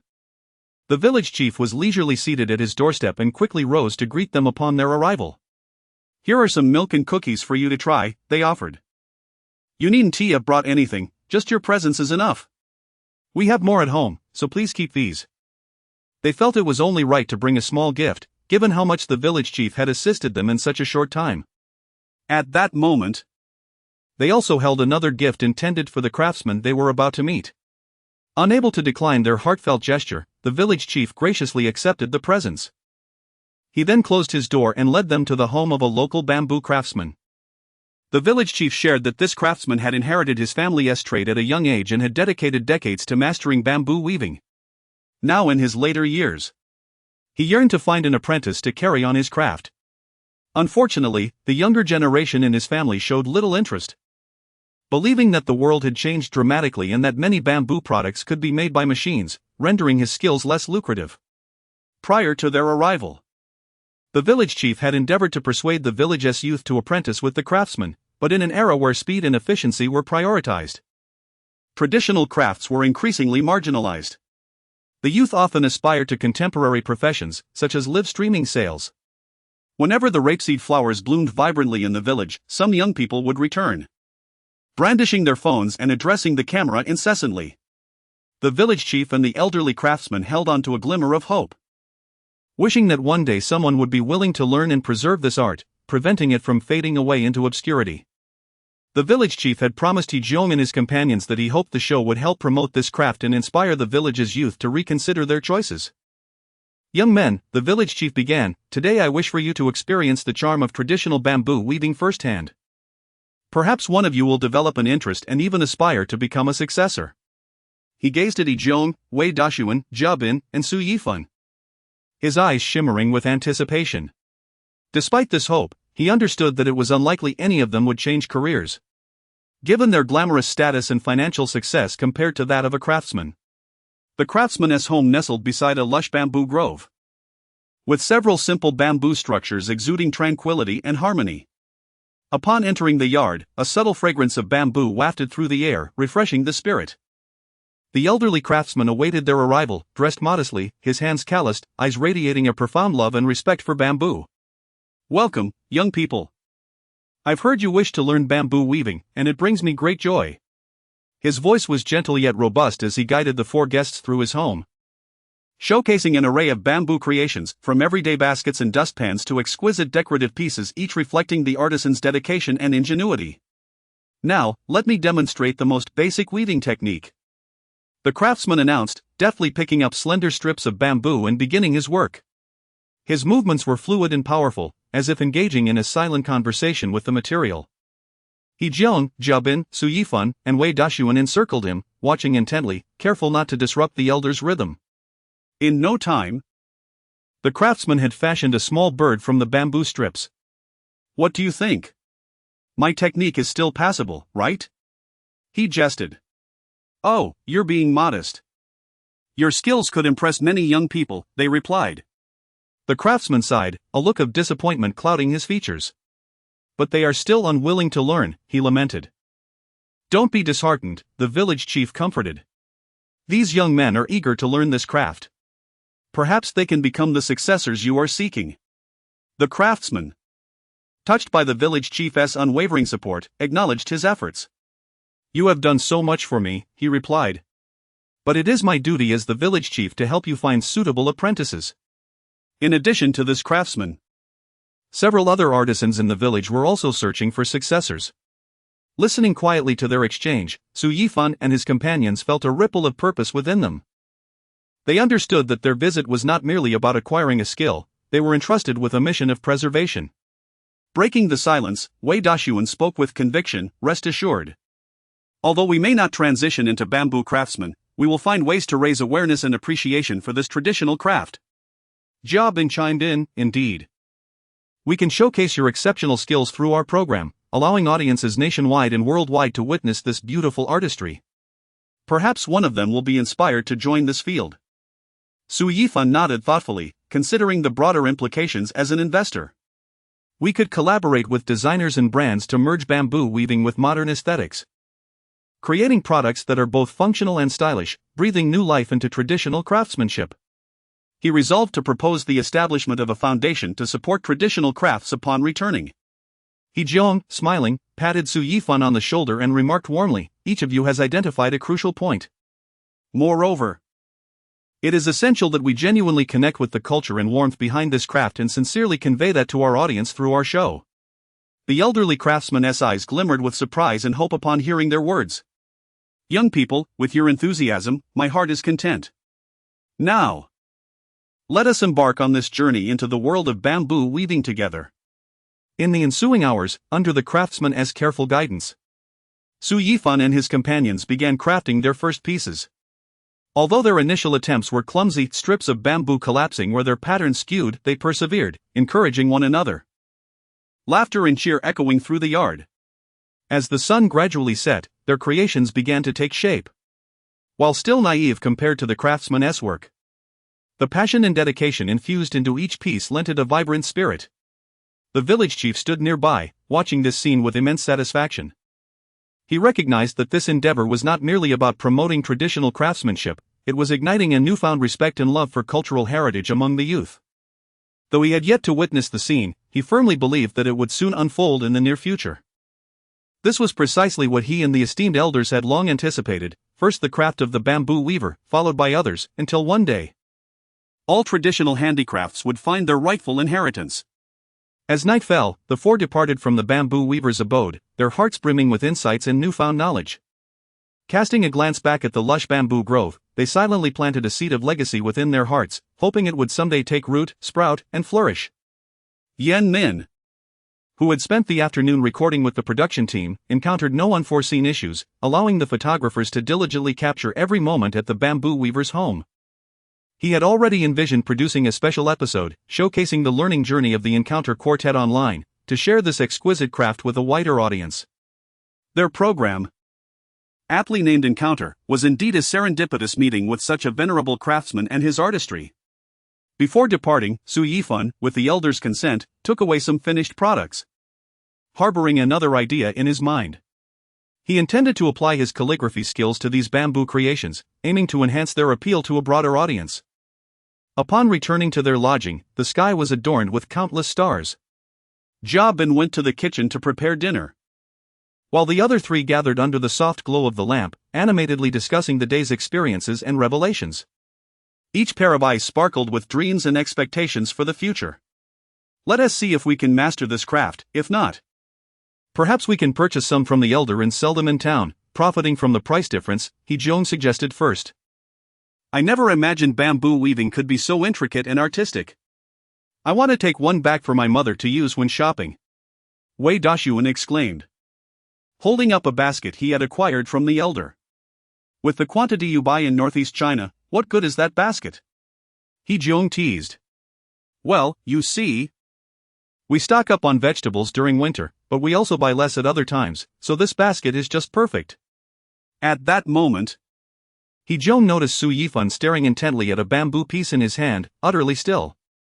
Gently prompting him, He-jong brought Su Yifan back to the present, who smiled faintly, inspiration flickering in his eyes.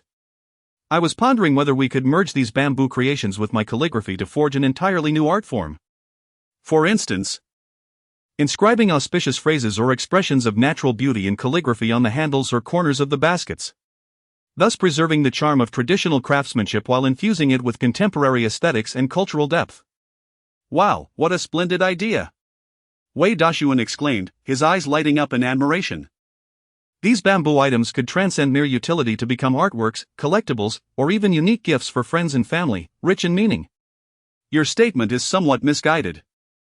Many bamboo products are indeed artworks themselves, with numerous renowned collectors possessing such pieces, He-jong added. Su Yifan's proposal is indeed commendable. This cross-disciplinary collaboration could not only elevate the product's value but also captivate more young people's interest, allowing them to experience the allure of culture through the interplay of tradition and modernity. Furthermore, we might consider extending this concept to other traditional crafts, such as pottery and embroidery, revitalizing them through modern design, Wei Dashuan suggested, his gaze filled with boundless hope for the future. While we cannot predict the outcome, we can certainly experiment. Tonight, I'll refine the items we've gathered and present them to the elder for his approval, Su Yifan responded. All right, then it's settled. Thank you, Yifan. If you need any assistance, just let us know, He-jong remarked. Before the recording began, he had learned about this young man's talents from the 5Ha program and was aware of Su Yifan's superior calligraphy skills. He understood that while he could not match him, he could still contribute in a supportive role. No need for help just yet. I'll finish these after dinner to ensure it doesn't interfere with breakfast tomorrow morning. Don't worry about it, sleep in a bit longer in the morning. We three can manage breakfast just fine. What are you all chattering about? Dinner is ready, come help serve the dishes. Jobin interrupted their conversation as he peeked out from the kitchen. Coming. Wei Dashuan responded, leading the way to the kitchen, followed closely by He Jiong and Su Yifan. At the dining table, an abundance of dishes filled with color, aroma, and flavor awaited them, creating an atmosphere of warmth and camaraderie. After the meal, Su Yifan kept his promise. He took the bamboo pieces to the back building, meticulously outlining calligraphic designs on them. The brush lightly touched the bamboo surface, each stroke imbued with his respect for traditional culture and a yearning for innovation. As time slipped away quietly, the moonlight outside bathed his shoulders, adding a touch of poetry to the tranquil night. To avoid disturbing him, the other three tiptoed past, and Yin Min refrained from sending photographers inside, opting instead for a fixed camera to capture Su Yifan's every movement. The next morning, when Jobin awoke first and descended to the living room, he was greeted by an array of art pieces that seamlessly blended calligraphy and bamboo weaving. This fellow's calligraphic skills are quite remarkable, he whispered in awe. What did you say, Brother Bin? Chapter 91, The Bamboo Melody and the Ink Fragrance, Part 1. Walking behind Jobin, Wei Dashuan naturally overheard his murmured words, prompting his question. What's wrong? What do you want for breakfast? Let's change it up today. How about a local specialty from Hangzhou, scallion pancake stew? Not happening. At this hour, where would I find scallions? We don't even have any at home, pick something else. Then let's stick with soy milk, fried dough sticks, and big pancakes. You little rascal, given the opportunity, you squander it. Job inside. Fine, I'll figure it out. The two were among the first to rise. And soon, teacher he joined them downstairs. Bin, what are you up to?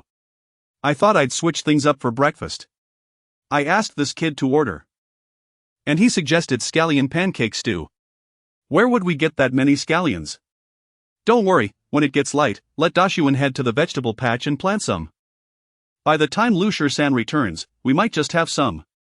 Teacher, he said this while moving to assist in the kitchen preparations. Jia Bin and Wei Dashuan exchanged glances, acknowledging teacher he's reasonable suggestion.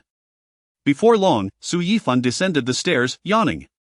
Yifan, why aren't you sleeping a bit longer? You came back at around 1 this morning. And you've only had 4 hours of sleep.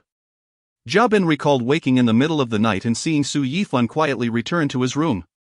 I'm fine. I'm still young, I can manage. After we finish breakfast service, I'll catch some more sleep, Su Yifan replied, stifling another yawn. Youth is an asset. But don't overexert yourself, health is the foundation of all endeavors, teacher, he gently reminded him, deftly beginning to whisk eggs. Jobin intended to try selling egg pancakes that morning, but first, he needed to taste test them. Yifan, teacher, he is right, no matter how young you are. Don't squander your health. Otherwise, when you age, you'll regret it. We're just a casual show, there's no need to push ourselves too hard. Brothers, I understand my mistake. It won't happen again, Su Yifan pleaded, raising his hands in surrender. Wow, Bin, your pancakes smell amazing. As Su Yifan pleaded. Wei Dashuan had already leaned closer to Jia Bin, nearly touching the steaming egg pancake with his nose, his eyes wide with anticipation. Of course. Just look at who made them, Jia Bin chuckled, proud. I specifically sought out someone to learn this craft. However, I haven't had many chances to make them. When they're ready, you all must try them. If they're good, we'll feature this for breakfast today. Sounds good. Before long, Jobin's freshly made egg pancakes were ready. He sliced the pancake into quarters, handing a piece to Wei Dashuan. Give it a taste and let me know how it is. Wei Dashuan eagerly took the pancake and bit into it. The crispy exterior and tender egg melded in his mouth, complemented by special sauce and scallions, creating a delightful medley of flavors that lingered on the palate. Unbelievable. Bin, your skills are extraordinary. It would be a shame to only sell these in the village. If it were up to me, we wouldn't even record this show. We just set up a stall in the city," he mumbled, still chewing. Hearing his praise, Teacher He and Su Yifan quickly grabbed their own portions, blowing gently on them before taking bites. "This flavor is absolutely authentic, just like the ones I buy outside," Su Yifan declared after tasting, assuring everyone it wasn't just for show. "Bin, this flavor is genuinely impressive," Teacher He added. With the trio's enthusiastic feedback, Jobin beamed, filled with motivation. "Let us get moving. Yifan, fry up some shredded potatoes, I'll prepare some crispy pancakes. We need to get ready to set up our stall." The four of them then busied themselves, each focusing on their respective tasks, mixing dough, whisking eggs, frying pancakes. Half an hour later, with preparations nearly complete, they opened up the small shop and welcomed their breakfast customers. As dawn broke, the village path began to bustle with activity. Villagers carried farming tools or herded livestock, their faces glowing with anticipation for the day ahead. Outside the shop, enticing aromas wafted through the air, capturing the attention of passers-by. "Hey, you've got something new today? Let me try." To their surprise, the first customer was the village chief, who usually prepared his own breakfast but was curious about their offerings. "You came at the right time. Try our new egg pancake, I guarantee you'll want more." "Just a moment, this one is almost ready. What would you like in it?" "We have freshly fried potatoes and crispy pancakes." "Add a bit of everything." "Absolutely." A minute later, Jobin handed the freshly made egg pancake to the village chief. The chief took a gentle bite, and his eyes lit up. He nodded repeatedly. "Not bad, not bad. The outer layer is crisp, and the inside is tender, the sauce is perfectly balanced." "You've got skills. How much is it?" "Consider it on the house." "No way. You must charge me, otherwise, I won't come back to your place again." Since they began selling breakfast, the village chief had become a regular visitor, familiar with their offerings. Seeing the chief's insistence, Teacher He had no choice but to charge him according to their pre-agreed pricing. As time passed, a crowd began to gather outside the shop, with many curious villagers asking about the egg pancakes' flavor and price. Jia Wei Dashuan, Su Yifan, and Teacher He worked seamlessly together, introducing their dishes while skillfully preparing them. Their cookware was on par with street vendors in the city, with Jia and Su Yifan stationed on opposite sides. Before long, the first batch of pancakes was sold out. "I want another one. Let me get one for my grandson too. I'll take 2 to go." Customers continued to arrive, filling the shop with laughter and chatter. Witnessing this scene, Jobin felt a surge of indescribable accomplishment. This sense of achievement was unlike anything he experienced while filming. It was a feeling that couldn't be found in performances. He understood that this was more than just a breakfast stall, it represented their collective efforts to bring a splash of new color to the small village.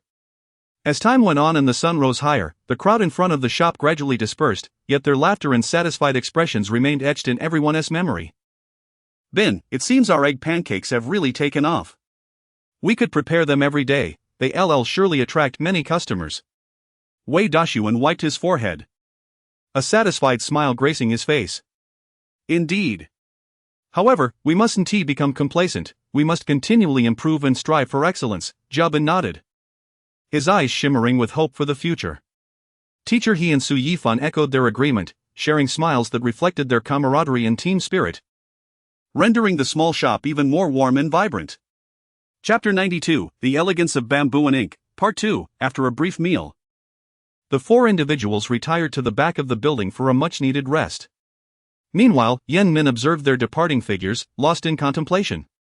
He had initially presumed that the 750 yuan spent on the whole roasted lamb would significantly deplete the group's energy. However, to his surprise, their breakfast venture flourished daily, its delightful aroma enticing even the production team to queue for a taste. Yen Min also noticed the exquisite characters that Su Yifan had added to the bamboo crafts. Had it been him, he would have eagerly paid to acquire such a piece for his collection. It appeared that this business venture had a high probability of succeeding. If left unchecked, the small shop would soon thrive, thus he deemed it essential to devise a plan to create obstacles for the four, introducing them to more extravagant guests. After their slumber, Su Yifan and his companions, following a simple lunch, headed directly to the home of the elderly bamboo weaver. carrying the refined bamboo products that Su Yifan had meticulously enhanced. Before their departure, they collectively devised a most elegant name for their creations, the elegance of bamboo and ink. Upon their arrival, the old man was taken aback with delight upon seeing their offering.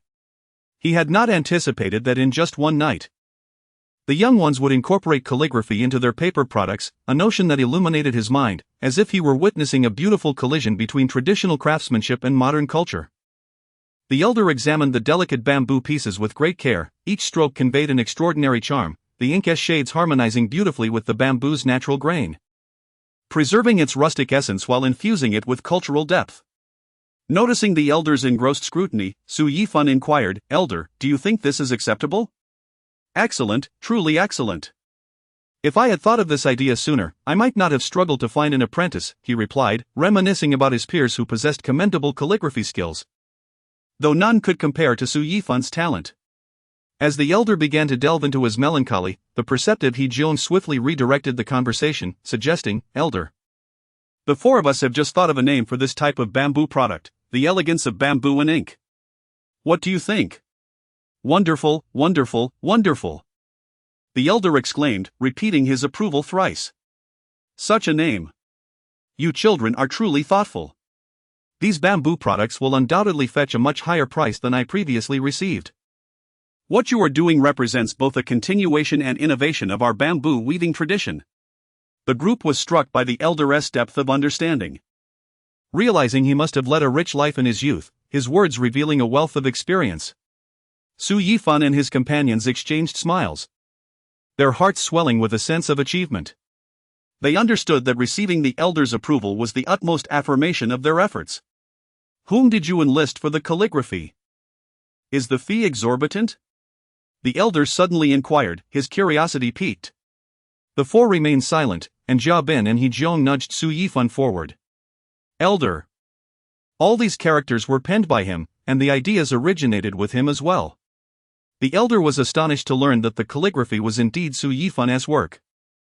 He recalled an old friend who had practiced calligraphy for decades, yet still fell short of Su Yifan's caliber. Initially, he had assumed they had enlisted someone else for the task or that Jia Bin had executed it, given his seniority over the younger trio. "Elder, we have come to discuss another matter," Su Yifan stated earnestly.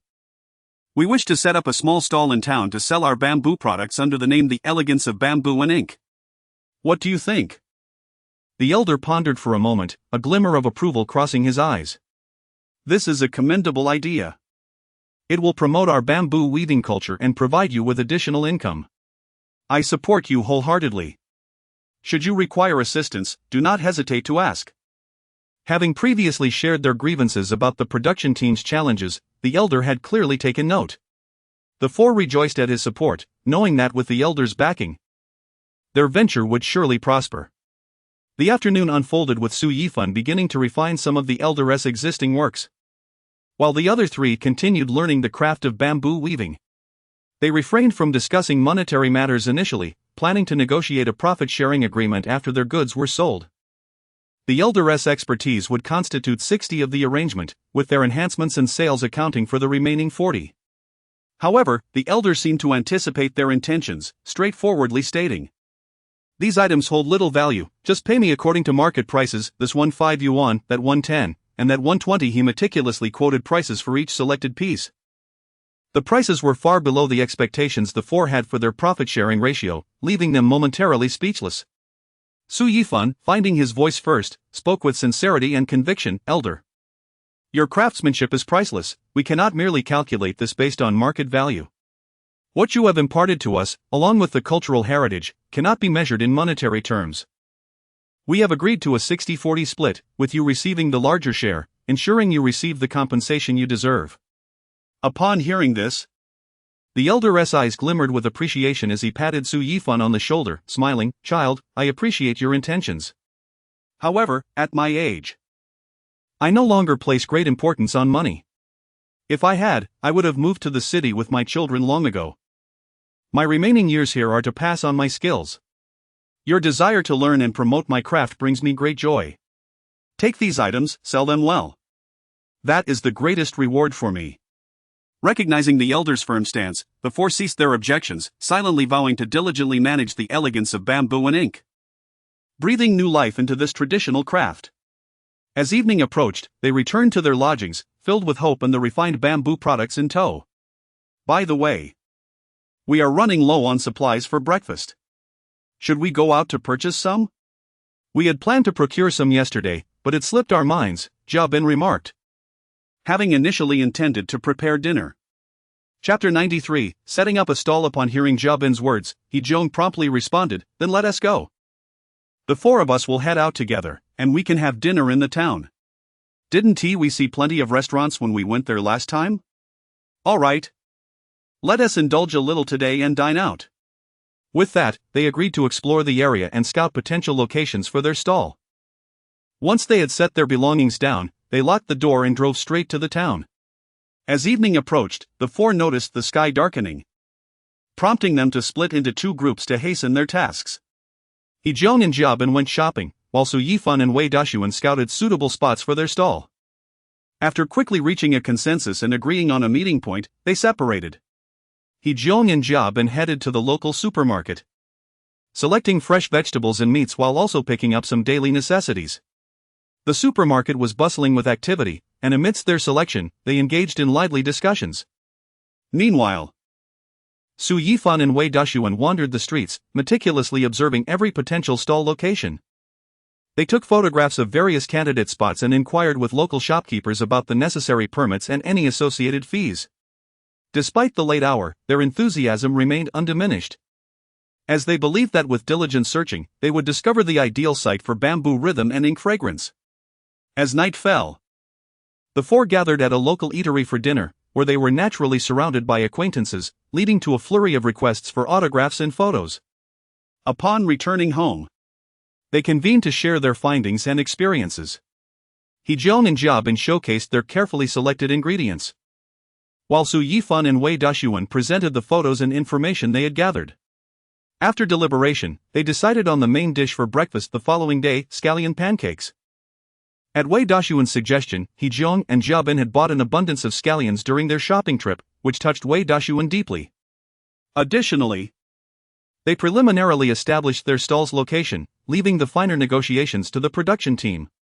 Had they been ordinary citizens, setting up a stall would have been a simple affair. But they were not. Their presence would inevitably attract attention, and even if they dressed inconspicuously, they risked being recognized by onlookers. As the night deepened, hope and motivation filled their hearts. They understood that the path ahead might be fraught with challenges and uncertainties. Yet they believed that as long as they united in purpose and effort, bamboo rhythm and ink fragrance would surely take root and flourish in this land. The following afternoon, after lunch, the quartet set off for the town with a fresh batch of bamboo rhythm and ink fragrance. To avoid drawing excessive attention from fans, they donned hats and masks, and the photographer was sent to the sidelines. They aimed to attract customers through the allure of bamboo rhythm and ink fragrance itself, rather than relying on their fan base to drive sales. Upon arriving at their designated location, they found the area bustling with activity, the sounds of vendors calling out and the laughter of passers-by creating a lively market atmosphere. The four swiftly and harmoniously set up their stall, positioning the sign for bamboo rhythm and ink fragrance prominently. This sign, handwritten by Yifan, was intended to draw in those intrigued by calligraphy. Next, they laid out a clean blanket and displayed the handcrafted items they had brought from the village. Come and take a look. Witness the fusion of bamboo craftsmanship and calligraphy.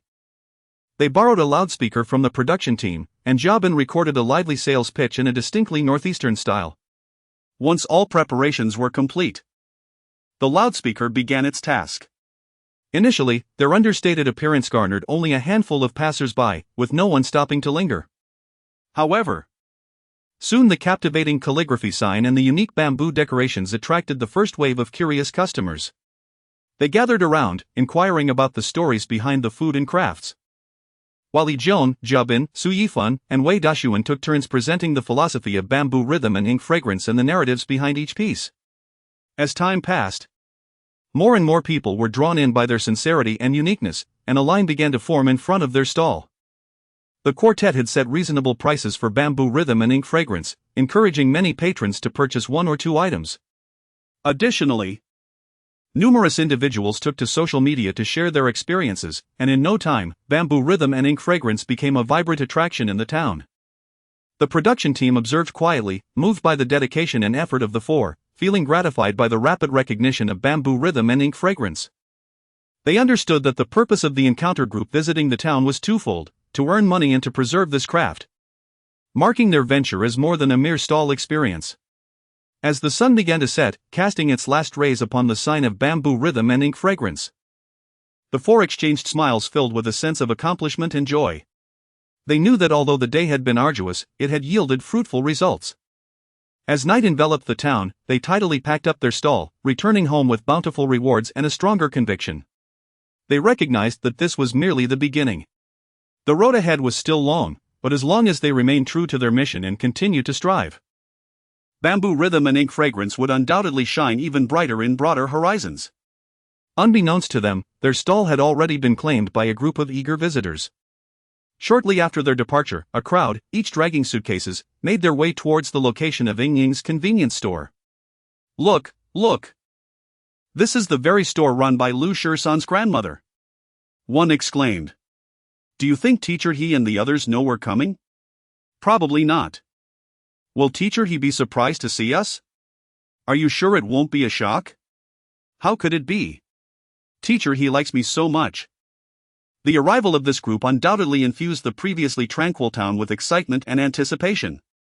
They chatted animatedly as they walked, their faces radiating enthusiasm and curiosity, clearly looking forward to an unexpected encounter with the encounter group.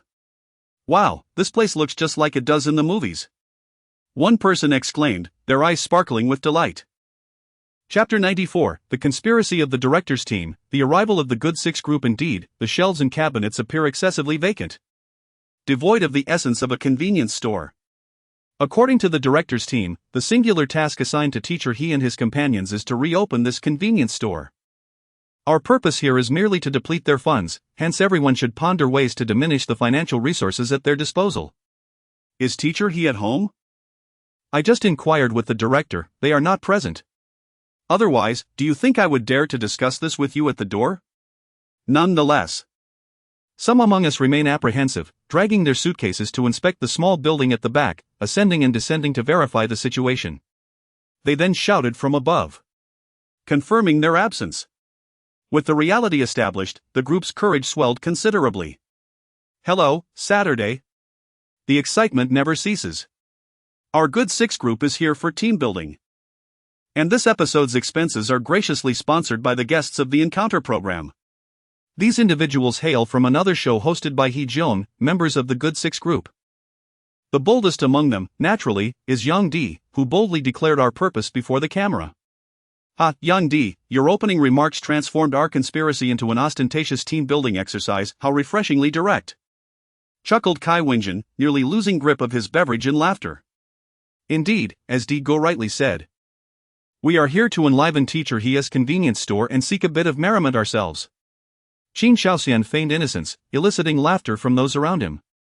Speaking of popularity, we must consider how to embellish the store to make it more distinctive and attract a greater clientele, thus ensuring they become busy and their funds deplete swiftly. Li Shuiqin adjusted her glasses, earnestly analyzing the situation. I have an idea. Ding Xingxin exclaimed with excitement, we could give Ying Ying's convenience store a grand makeover, adopting a nostalgic theme. Of course, we will need to procure numerous items, but alas, we have no funds, and it will have to be cash on delivery. Look. Our arrival will only serve to startle Teacher He, thus, I must first apologize to Teacher He and all the esteemed guests of Encounter, please forgive us. At this moment, Yang Di resembled a cat weeping for the mouse, eliciting eye rolls from the others. Teacher He, here lies the crux, we are all merely acting under the director's arrangements. However, Di Gu appears less like an actor. Perhaps you should investigate post-show if you have inadvertently offended him. Qin Shaoxian quipped, you are the one reversing the heavens. The one reversing the heavens is you. As Qin Shaoxian spoke, he abandoned his suitcase and fled, with Yang Di hot on his heels, their antics bringing joy to the onlookers. All of this was silently captured by a nearby camera, poised to present viewers with a uniquely thrilling episode of convenience store drama. The farce swiftly concluded, and the members of the Good Six group reconciled, discussing how to incur debts and then request payment from teacher He. Meanwhile, the quartet from Encounter, who were in town promoting bamboo crafts, remained blissfully unaware of the impending financial burden. When Su Yifan and his companions concluded their stall and drove back to the location of the convenience store, they found the renovation already well underway. The front of the store was bustling with activity. The entrance had been freshly painted a striking red, adorned with a hand-painted sign reading Time Memories, Yifan Convenience Store, complemented by strings of colorful lights twinkling warmly in the evening glow. Upon entering, they were greeted by a meticulously arranged nostalgic corner. The walls were plastered with posters of stars from the 80s and 90s, alongside an antique radio playing the sweet melodies of Deng Lijun, instantly transporting one back to a simpler era. The Good Six group's decorations filled every nook and cranny of the store, neglecting the shelves and cabinets, which remained bare. The members were occupied with great fervor, some hanging streamers while others adjusted the sound system. When teacher He returns, he will surely be astonished. Li Shuoqin beamed, holding a vintage wind chime she had just discovered, ready to hang at the entrance. Indeed. We shall not only embellish the convenience store uniquely but also ensure it becomes a distinctive attraction in town. Ding Qingxing clapped his hands, his eyes gleaming with mischief. Just then, the sound of a car engine echoed from outside, prompting everyone to cease their activities, exchange knowing smiles, and scurry to their hiding spots, preparing to deliver a grand surprise to He Jiong in company. As Su Yifan and his trio parked and walked inside, they were met with a quaintly decorated convenience store, momentarily causing them to feel as though they had wandered into the wrong establishment.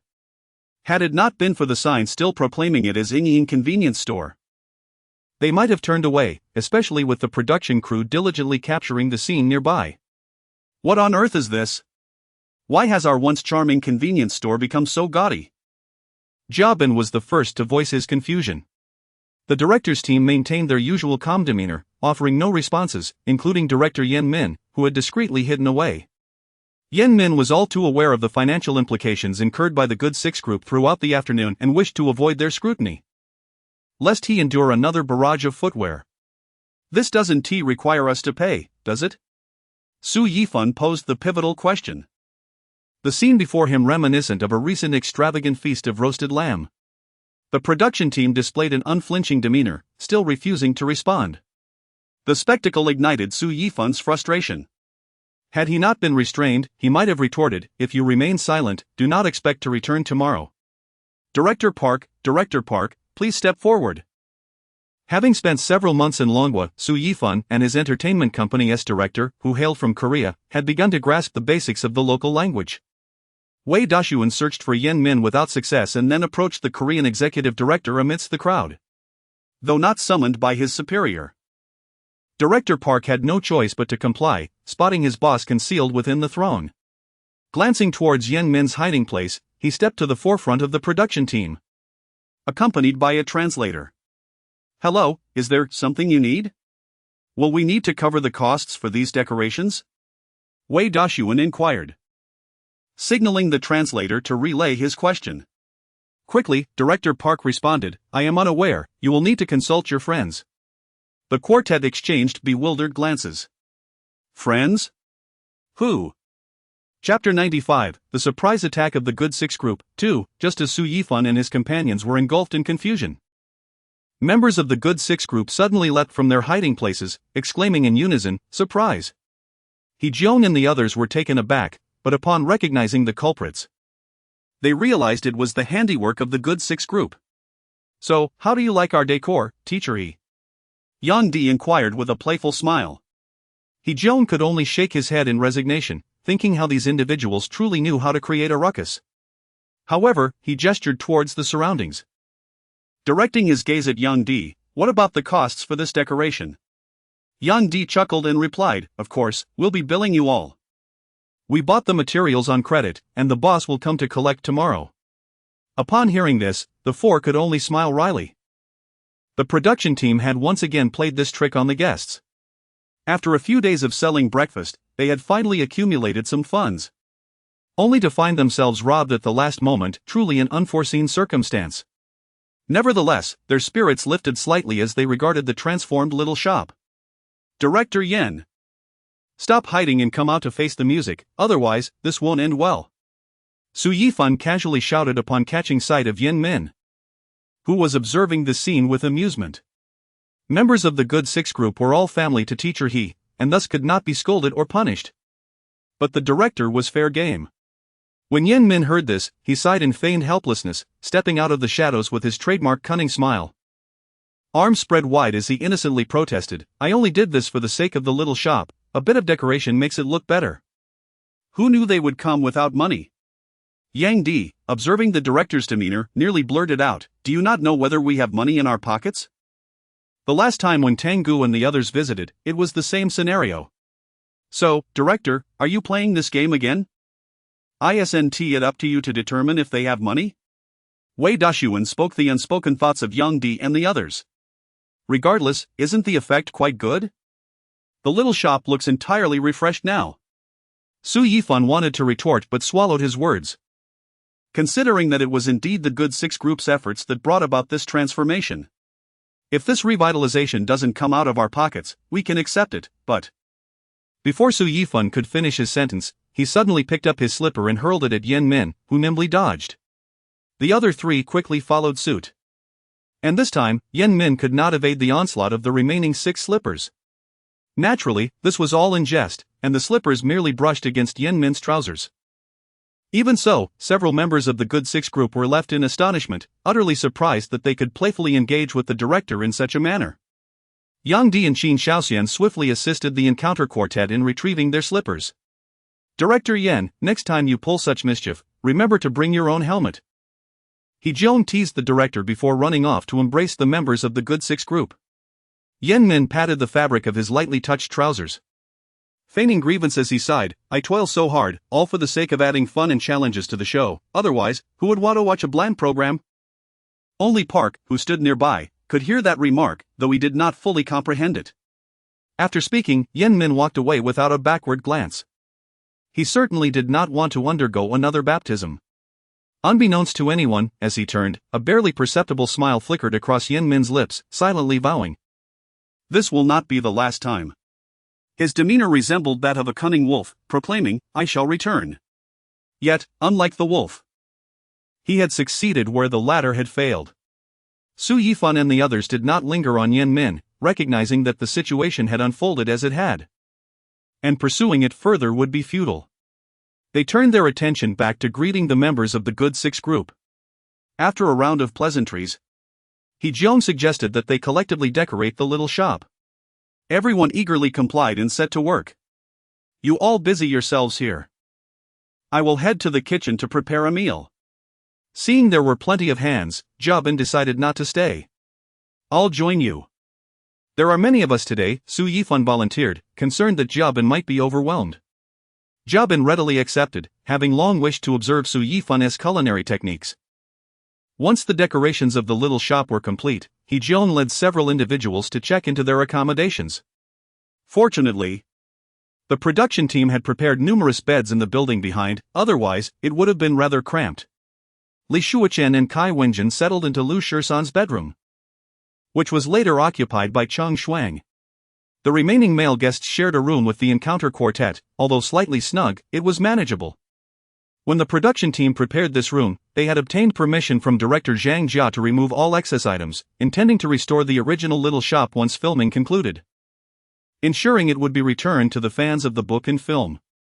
After checking in, the group returned to the vicinity of the little shop, engaging in casual conversation. As the golden rays of the setting sun bathed the little shop, laughter and joy filled the air as they continued their journey of encounters. Meanwhile, Jia Bin and Su Yifan busily worked in the kitchen, their clattering pots and pans harmonizing with their occasional banter. Initially, Su Yifan intended to assist Jia Bin, but he had declined, leading to a reversal of roles where Jia Bin ended up assisting Su Yifan. Jia Bin skillfully chopped vegetables beside Su Yifan, his gaze focused and serious, while Su Yifan stood at the stove, stir-frying the dishes with the flames dancing upon his concentrated face, rendering him particularly captivating. Behind the camera, several young women from the production team were left mesmerized. "Yifan, your culinary skills are truly remarkable. Whoever marries you, Whoever is fortunate enough to have you as a spouse will be truly blessed, Jubin jested while chopping, his face radiating admiration for Su Yifan's culinary prowess. His knife was steady, but his tongue slipped. Forget that last bit, make sure to cut that out of the broadcast. Jubin suddenly called out to the filming crew, realizing his slip. However, it was evident that the production team would not let this opportunity slip by. Brother Bin, you might as well have kept quiet. If you hadn't mentioned it, they might have overlooked it, but now, they'll scrutinize that part with utmost diligence, one of the crew members chimed in. Oh. It was just a slip of the tongue. Yifan, don't take it to heart, Jubin added, trying to lighten the mood. But Brother Bin. I will take to heart what you just said, and you must take responsibility for finding me a suitable partner who can enjoy such blessings in the future. Rest assured. This is on me. Over the years, I've met quite a few lovely ladies. I'll make sure to find someone suitable for you. Chapter 96, The Arrival of the Good Six Troop, 3. Although Jubin had not known Su Yifan for long, he held a genuine admiration for the young man's grounded nature and talent, particularly his exceptional culinary skills, which were truly remarkable. In the kitchen, the two engaged in light-hearted conversation, seemingly oblivious to the chaos outside, with only the fragrant aromas from the pots and their shared laughter filling the space with warmth. By the way, Yifan, what prompted you to participate in this program? Given your qualifications, I believe there are numerous opportunities for you in the entertainment industry, Jubin remarked. His observation was astute, since participating in 5Ha, Su Yifan had received many invitations through his assistant, yet he had declined them all. As Jubin neatly arranged the chopped vegetables on a plate, he casually inquired further. Su Yifan smiled gently, a flicker of tenderness in his gaze. In truth, I have always cherished the book A Little Shop on the Edge of the Cloud. It evokes many beautiful memories from my childhood. Having the opportunity to recreate scenes from the book in such a storied place feels profoundly meaningful to me. Moreover, I wish to seize this chance to explore different experiences. As the saying goes, the world is vast, and I wish to see it. My encounter with 5Ha was like this. And so is my participation in meeting. Su Yifan's words were a blend of truth and artifice. The reality was that he was compelled to join the program by the system's directives, alongside Li Qingguan's invitation. Indeed, in his past life, he had spent considerable time with his grandmother, and unlike Lu Shisan, he had also enjoyed the presence of his grandfather. With his parents working away, Su Yifan had resided with various relatives during his childhood, his grandmother's home, his grandfather's, and his uncles' and aunts' places. Upon hearing this, Jubin nodded appreciatively, his fondness for Su Yifan deepening. You are truly a thoughtful young man. In this industry, few manage to retain their original intentions while daring to embrace new ventures. I am confident that your future will be exceedingly bright. Su Yifan nodded in agreement, silently adding, it is already quite splendid. In this life, he possessed wealth he had never known before, though his family was no longer present. Initially, upon his arrival in this new realm, he struggled with the absence of his wife and children, as well as all his family members. He languished in despair at home for an extended period until his empty wallet jolted him into action. In his previous world, he could have returned home with his family, albeit for a few days before being shown the door. Eventually, he sought employment, and on his first day at work, he activated the system. Since then, he had buried his memories of family deep within his mind. Only during festivals did he dare to release his longing for them in solitude. Deep down, he was not particularly eager to seek a partner. Despite the absence of his wife and children, he still considered himself a married man. His friend Chen Shichi had often attempted to introduce him to potential partners, from both within and outside the industry, but he had consistently declined. What he had said to Jubin earlier was more for the sake of the program's narrative, yet to his surprise, Jubin took it to heart. As they conversed, an array of beautifully prepared dishes emerged from the kitchen, artfully arranged on the dining table. The delightful aromas drew everyone in, and they expressed their admiration. Hee-jong jokingly remarked, it seems we are in for a treat tonight. With their culinary skills, friends, you are in for a delightful experience. During dinner, everyone gathered around, savoring the delicious food and sharing their stories and aspirations. The soft, warm lights of the little shop illuminated each smiling face, creating a moment where time seemed to stand still, leaving only a sense of happiness and contentment. As night fell, outside the little shop, stars twinkled in the sky, and a gentle breeze wafted through. The group sat or lay in the courtyard, continuing their unfinished conversations. As the night deepened, the dialogue shifted from dreams to the mundane aspects of life, with each face radiating ease and joy. Su Yifan listened quietly, occasionally interjecting. As his feelings of longing for family were set aside, replaced by a desire to forge friendships. It seemed that the good sixth troop, having spent considerable time with Lauscher, would also be amiable, naturally fitting into Su Yifan's circle of friends. Suddenly, Ding Qingxin proposed. How about we have a music concert under the stars? I brought my guitar, and everyone can showcase their talents. His suggestion was met with enthusiasm. And the space in front of the little shop quickly transformed into a makeshift stage. The village was still brightly lit at this hour. And their distance from the nearby houses meant that as long as they kept the volume reasonable, it would not disturb the neighbors. The production team did not intervene. Although they had not prepared any sound equipment like that used in Wishing For, so those who wished to sing would have to do so a cappella. Lauscher, you are the authority here, you should start. Qin Shaoxian suddenly chimed in, only to receive a disapproving glance from Yi Zhong. I was mistaken, truly. As an artist who relies on his voice, it is inexcusable for me to make such a trivial error. Someone quietly added a jab at Qin Shaoxian. Ah. But you are mistaken, in the Deyunshi, old Qin can hardly make a living, always arriving late. And he nearly needs to take out a loan just to get to work. That was my past self, I am not like that now. Is that so? Of course. Alright, let us get back on track. Before the villagers retire for the night, we should start the concert. We cannot disturb them. He Zhong interrupted the childish banter, steering the proceedings back to order. He then invited Ding Qingxin, the proposer, to perform first. As he strummed his guitar, the melodious notes resonated in the night sky. And soon he began to sing, with Yang Di and others dancing in harmony, creating an atmosphere that was both lively and heartwarming. Following him, Qin Shaoxian opted for a comedic monologue instead of singing. If I were Teacher Gua, he would surely be pleased to see this segment, as I have not forgotten my roots while participating in this program. Jia Bin, familiar with old Qin's mentor, chuckled and added a comment. In response, Qin Shaoxian smiled and said, I must honor my teacher's teachings wherever I go. I am always part of Deyunshi. The young man has a strong sense of awareness. In a couple of years, he may even compete for the title of Deyun's top performer. That would be too ambitious. I have too many outstanding senior brothers and formidable junior brothers, even my nephews surpass me. Excessive humility is a form of pride. No, truly. Each person took turns performing, and Su Yifan was no exception, once again singing during the program and receiving unanimous praise for his performance. Chapter 97, Truth or Dare. Su Yifan chose the song Rice Fragrance.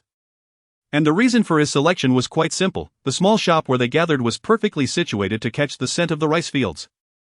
As his voice filled the air, everyone became enveloped in an atmosphere of tranquility and warmth, as if all their troubles floated away with the melody. After the concert concluded, they returned to the small building behind the shop, still yearning for more. Although the night had grown late, each heart brimmed with warmth and satisfaction. Su Yifan gazed at the new friends surrounding him, a profound sense of belonging swelling within him. Friends, let us indulge in a game.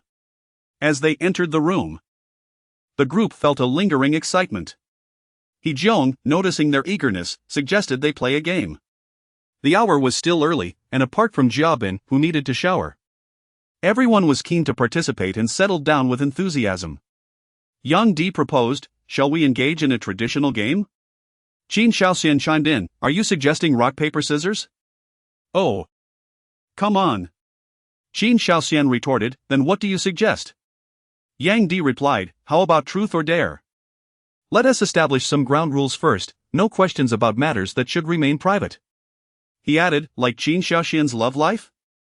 Qin Shaoxian remained silent, rising as if to strike Yang Di. Their playful banter felt akin to a comedic performance, leaving everyone in stitches. Alright, let us get started. He Zhong laughed, pulling apart Qin Shaoxian and Yang Di, as everyone gathered in a circle, ready to begin the game. First, let me explain the rules. I have a deck of cards from which I selected some numbered cards and a joker. Each person will take turns drawing a card. And whoever draws the joker must choose between truth or dare. The person who drew the joker will also determine the task for truth or dare. He Jeong, as the adept host, naturally assumed the role of directing the game. We're all adults here, I trust you know the difference between truth and dare? The group nodded in unison. At that moment, Jabin, freshly showered with droplets still glistening on his hair, joined them and was invited into the game. He Jeong added another numbered card to the mix, and the game officially commenced. The first round of drawing cards was filled with a mix of tension and excitement, each pair of eyes gleaming with anticipation. Su Yifan gently drew a card, smiled subtly, clearly relieved it was not the joker. When it was Jabin's turn, he innocently drew the much-anticipated joker. Ah, Bin-gu, it seems you cannot escape tonight. Yang Di exclaimed gleefully. Come on, truth or dare? He Jeong asked, his eyes sparkling with mischief. Jabin feigned deep thought, surveying his friends before deciding, truth, lest you accuse me of cheating. All right, I shall pose the question. Qin Shaoxian said with a sly grin. What is your most unforgettable travel experience? As soon as the question was posed, silence fell over the room as everyone awaited Jabin's response. His gaze softened, seemingly lost in memories. To be honest, I haven't traveled much. Most of my outings are for work, filming or recording shows. He continued, but amusing incidents during filming or recording can also count. Qin Shaoxian, clearly not wishing to put Jabin in a tight spot, swiftly changed the question. Let us put it this way, every filming and every show is a remarkably memorable experience. Jabin's response was evasive. Yet the others were not ready to let him off the hook. Bin-gu, your answer is far too vague. You can't let a game ruin your relationships over just a few questions. Seeing Jabin's reluctance, the group decided to move on, acknowledging that it was merely a game. The game proceeded, and soon Su Yifan found himself in the spotlight. I choose truth. There have been rumors online suggesting that the winery in France belongs to you. Is that true? Yang Di inquired. As a savvy internet user, Yang Di was well versed in the latest gossip, and his question brought a hush to the room as everyone turned their curious gazes toward Su Yifan, awaiting his reply. Su Yifan smiled slightly, a glimmer of surprise flickering in his eyes, as if he hadn't anticipated this secret being uncovered. Well, there is a bit of a connection. I hold a stake in that winery. His response was casual, devoid of any boastfulness, as though discussing something utterly ordinary. The rumors stemmed from the fact that during a show recording, the winery's owner was absent, leaving Su Yifan to make all the decisions. However, he had not disclosed the truth entirely, as he actually owned the entire winery. Yet, in this context, his answer was not a lie. Owning 100% of the shares still constituted ownership. Fan-gu, let's discuss this privately later. Wei Dashuan initially intended to ask Su Yifan for a favor regarding some wine but swallowed his words upon noticing the crowd. The game continued, the atmosphere becoming increasingly lighthearted. Each round of truth or dare brought them closer, solidifying the bond of this impromptu group. Everyone keeps choosing truth, this is rather dull. Is there no one willing to take on a dare? Yang Di remarked, and as fate would have it, it was soon his turn, forcing him to select a dare. When it came to Yang Di, he chose to accept the challenge. Alright, Yang Di, go to the kitchen, find a cloth, and then mimic Superman flying around the room. Wei Dashuan mischievously proposed. If this airs, I'll surely trend online. Yang Di protested. What's the harm?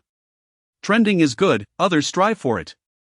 Ultimately, Jabin came to his rescue, providing him with a clean cloth to drape around his shoulders like a cape. Yang Di then proceeded to mimic Superman's iconic moves, circling the room and eliciting peals of laughter from everyone. As the night wore on, the joyous laughter and cheerful chatter lingered within the small building. On this fragrant evening, they not only reveled in the beauty of music but also deepened their friendships through playful games, cherishing the rare moments of joy they had together.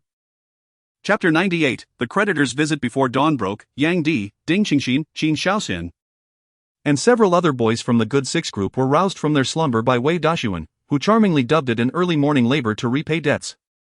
Following the revelry of the previous night, He Jeong had ushered everyone upstairs to rest, as they needed to rise early to sell breakfast.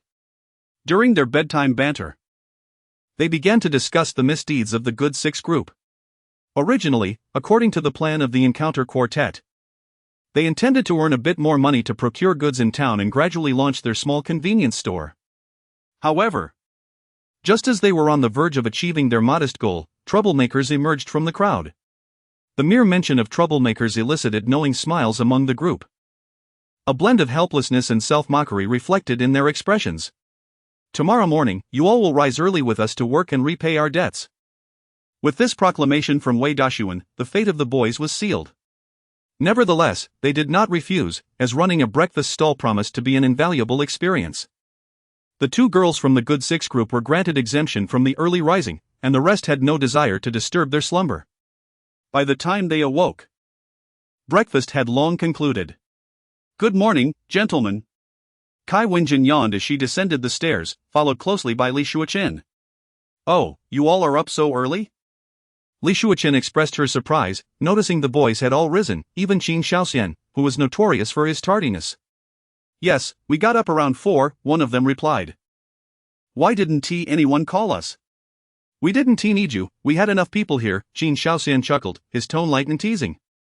"Old Qin. You might end up losing them with remarks like that. We boys unanimously decided to let you two enjoy a good rest. Once we finish breakfast, it will be our turn to catch up on sleep, and you two must ensure the show remains lively," Yang Di interjected. "With that assertion, I'm feeling drowsy already," Li Shuochen retorted, turning to head back upstairs. As a stand-up comedian, she had participated in numerous reality shows. But it was evidently unrealistic to place the daunting task of maintaining the program's energy solely upon her and Kai Wenjin, both of whom were self-aware. "Don't mind Yang Di's nonsense. You two needn't entertain us, simply have breakfast and return to your slumber, or feel free to explore. Alternatively, I can take you to an elder's place to learn a craft. Learning a craft sounds wonderful, I'm eager to go." Upon hearing He Zhong's suggestion, Kai Wenjin and Li Shuochen readily agreed, despite their uncertainty about what craft they would learn. This was certainly preferable to remaining behind to maintain the show's momentum. "Indeed. We have found an elder in the village to learn bamboo weaving techniques," He Zhong explained, anticipating the girls might feel uneasy. The other three listened with growing interest. "Teacher I also wish to learn this craft, I don't want to sleep anymore." He Zhong shook his head with a smile, his eyes radiating warmth and understanding. "You all are truly brimming with energy. However, learning bamboo weaving is indeed beneficial. It not only imparts a skill but also fosters tranquility. How about this, after breakfast, everyone returns to rest, and you two can take a short nap. In the afternoon, you can join us to visit the elder for your lesson. A sound state of mind is essential for absorbing new knowledge." "But teacher we have to leave in the afternoon, we have other tasks to attend to." "Oh? Is that so?" He Zhong's face briefly flickered with regret. "If that is the case, we will adhere to the previous plan, the girls shall go first, and the boys can join next time." Before He Zhong could finish, Jia Bin, who had just come out with breakfast, interjected, "No worries, I'll rise early to prepare lunch. You can experience the craft and then depart." Having spent a few days with the elder bamboo weaver, the group had gained a preliminary understanding of his daily routine. The elder maintained a regular meal schedule, dedicating the remaining hours to bamboo weaving, never indulging in afternoon naps. "Wonderful. Thank you, teacher Thank you, teacher Jia Bin." Kai Wenjin and Li Shuochen exchanged glances, their eyes sparkling with anticipation. They recognized this opportunity as not merely a simple experience but a rare journey of cultural inheritance. At that moment, the three boys from the Good Six group were equally eager. After breakfast, they split into two groups, one settled in for extra sleep, while the other, led by He Zhong, headed to the elder's residence. Naturally, He Zhong planned to return for his own nap after dropping off the girls, as he was also quite fatigued. Upon escorting the girls to the elder's home and making his way back to the convenience store, a vehicle gradually came to a halt beside him. "Teacher is that you?" "Yes, it is." He Zhong initially assumed the individual was a fan. When the person produced a piece of paper and a pen, intending to ask for an autograph, He Zhong was taken aback to see the words "Bill" inscribed on it. He soon grasped that this was not a fan but rather a creditor. Noticing He Zhong's expression, the creditor felt somewhat embarrassed. However, he was compelled to comply with the directives of the program's director. The director had arranged for him to deliver the decorative items to the encounter team, as he had grown up watching Hee Jeong's show. Yet the program insisted he come in the morning to collect payment. Driven by the desire for a close interaction with his idol, he ultimately acquiesced to the program's request. Hee Jeong signed the bill and retreated to fetch the money. At that moment, the fan remained oblivious to Hee Jeong's intentions. When Hee Jeong emerged once more, the fan finally understood that Hee Jeong had gone to retrieve the payment. "Teacher Hee, I don't need the money, I'm your fan. Please return the bill, it has your signature on it." After declaring this, the fan snatched the bill and fled. Yen Min, observing from a distance, felt powerless, as the individual was willingly refusing payment.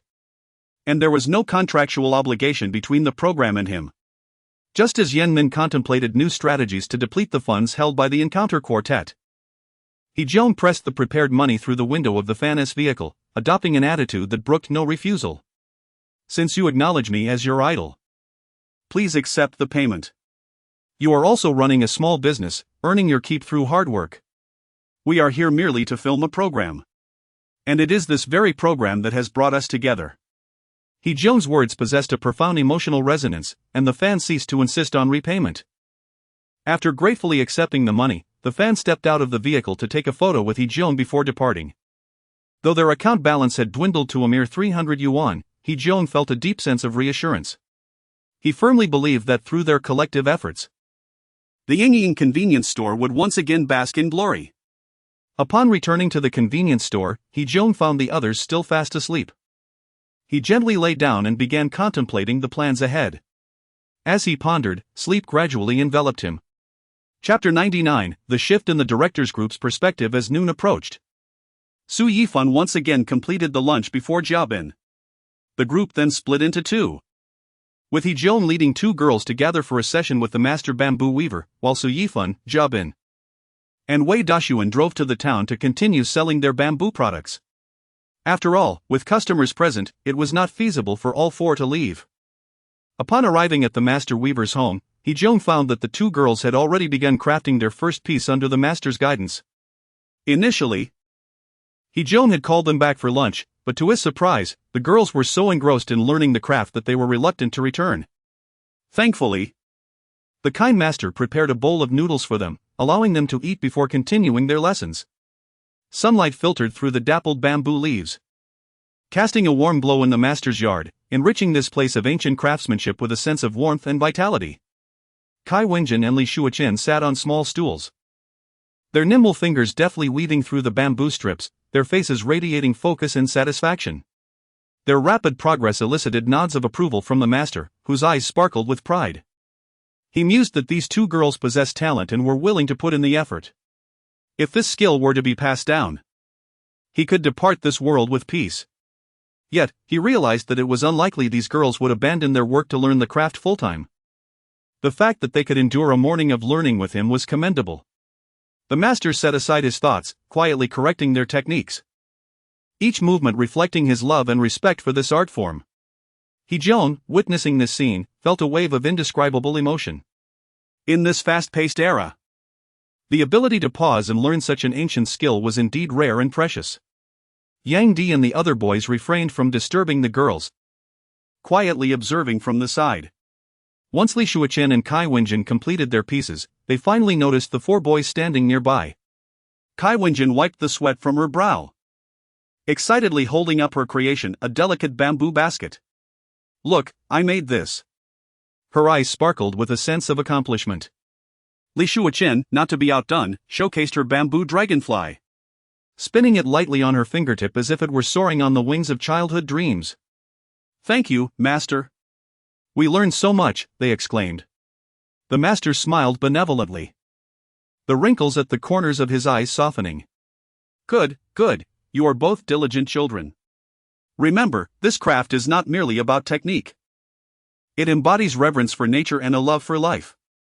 Hee Jeong stepped forward, patting the girls on the shoulder, encouraging them, "You both did wonderfully. You've laid a solid foundation in just one morning." After admiring the girls' work, the three boys were eager to try their hands at weaving. The master welcomed them warmly, inviting them to learn the basics. Meanwhile, Hee Jeong, who who had already learned, sat quietly with the girls, delving into more intricate patterns while occasionally lifting his gaze, affectionately watching his dedicated companions, filled with boundless hope for the future. As time passed, Yang Di and the others learned significantly. To save time, they collaborated on a piece. After bidding farewell to the master, the boys and girls of the Good Six group took their creations and returned to pack their belongings. They had to leave. After seeing them off, Heejong returned to the master's house to procure supplies. According to their projections, they anticipated selling out their stock of bamboo products that day. Originally, Su Yifan intended to wait until the others returned from town to visit the master, but Heejong insisted on taking care of it himself. Upon returning to the shop with an armful of bamboo products, Heejong was met by Su Yifan and the others. Mr. He, it's a pity you missed out today. The scene was spectacular, there were so many people eager to buy our bamboo products. Wei Dashuan exclaimed, taking the items from Heejong's hands and recounting their experiences in town. At the market, their stall quickly drew a crowd, with many intrigued by the unique bamboo products, inquiring about prices and crafting methods. Some customers were drawn by word of mouth from the previous day's sales, eager to purchase the distinctive bamboo series, especially since Su Yifan's pricing was quite reasonable.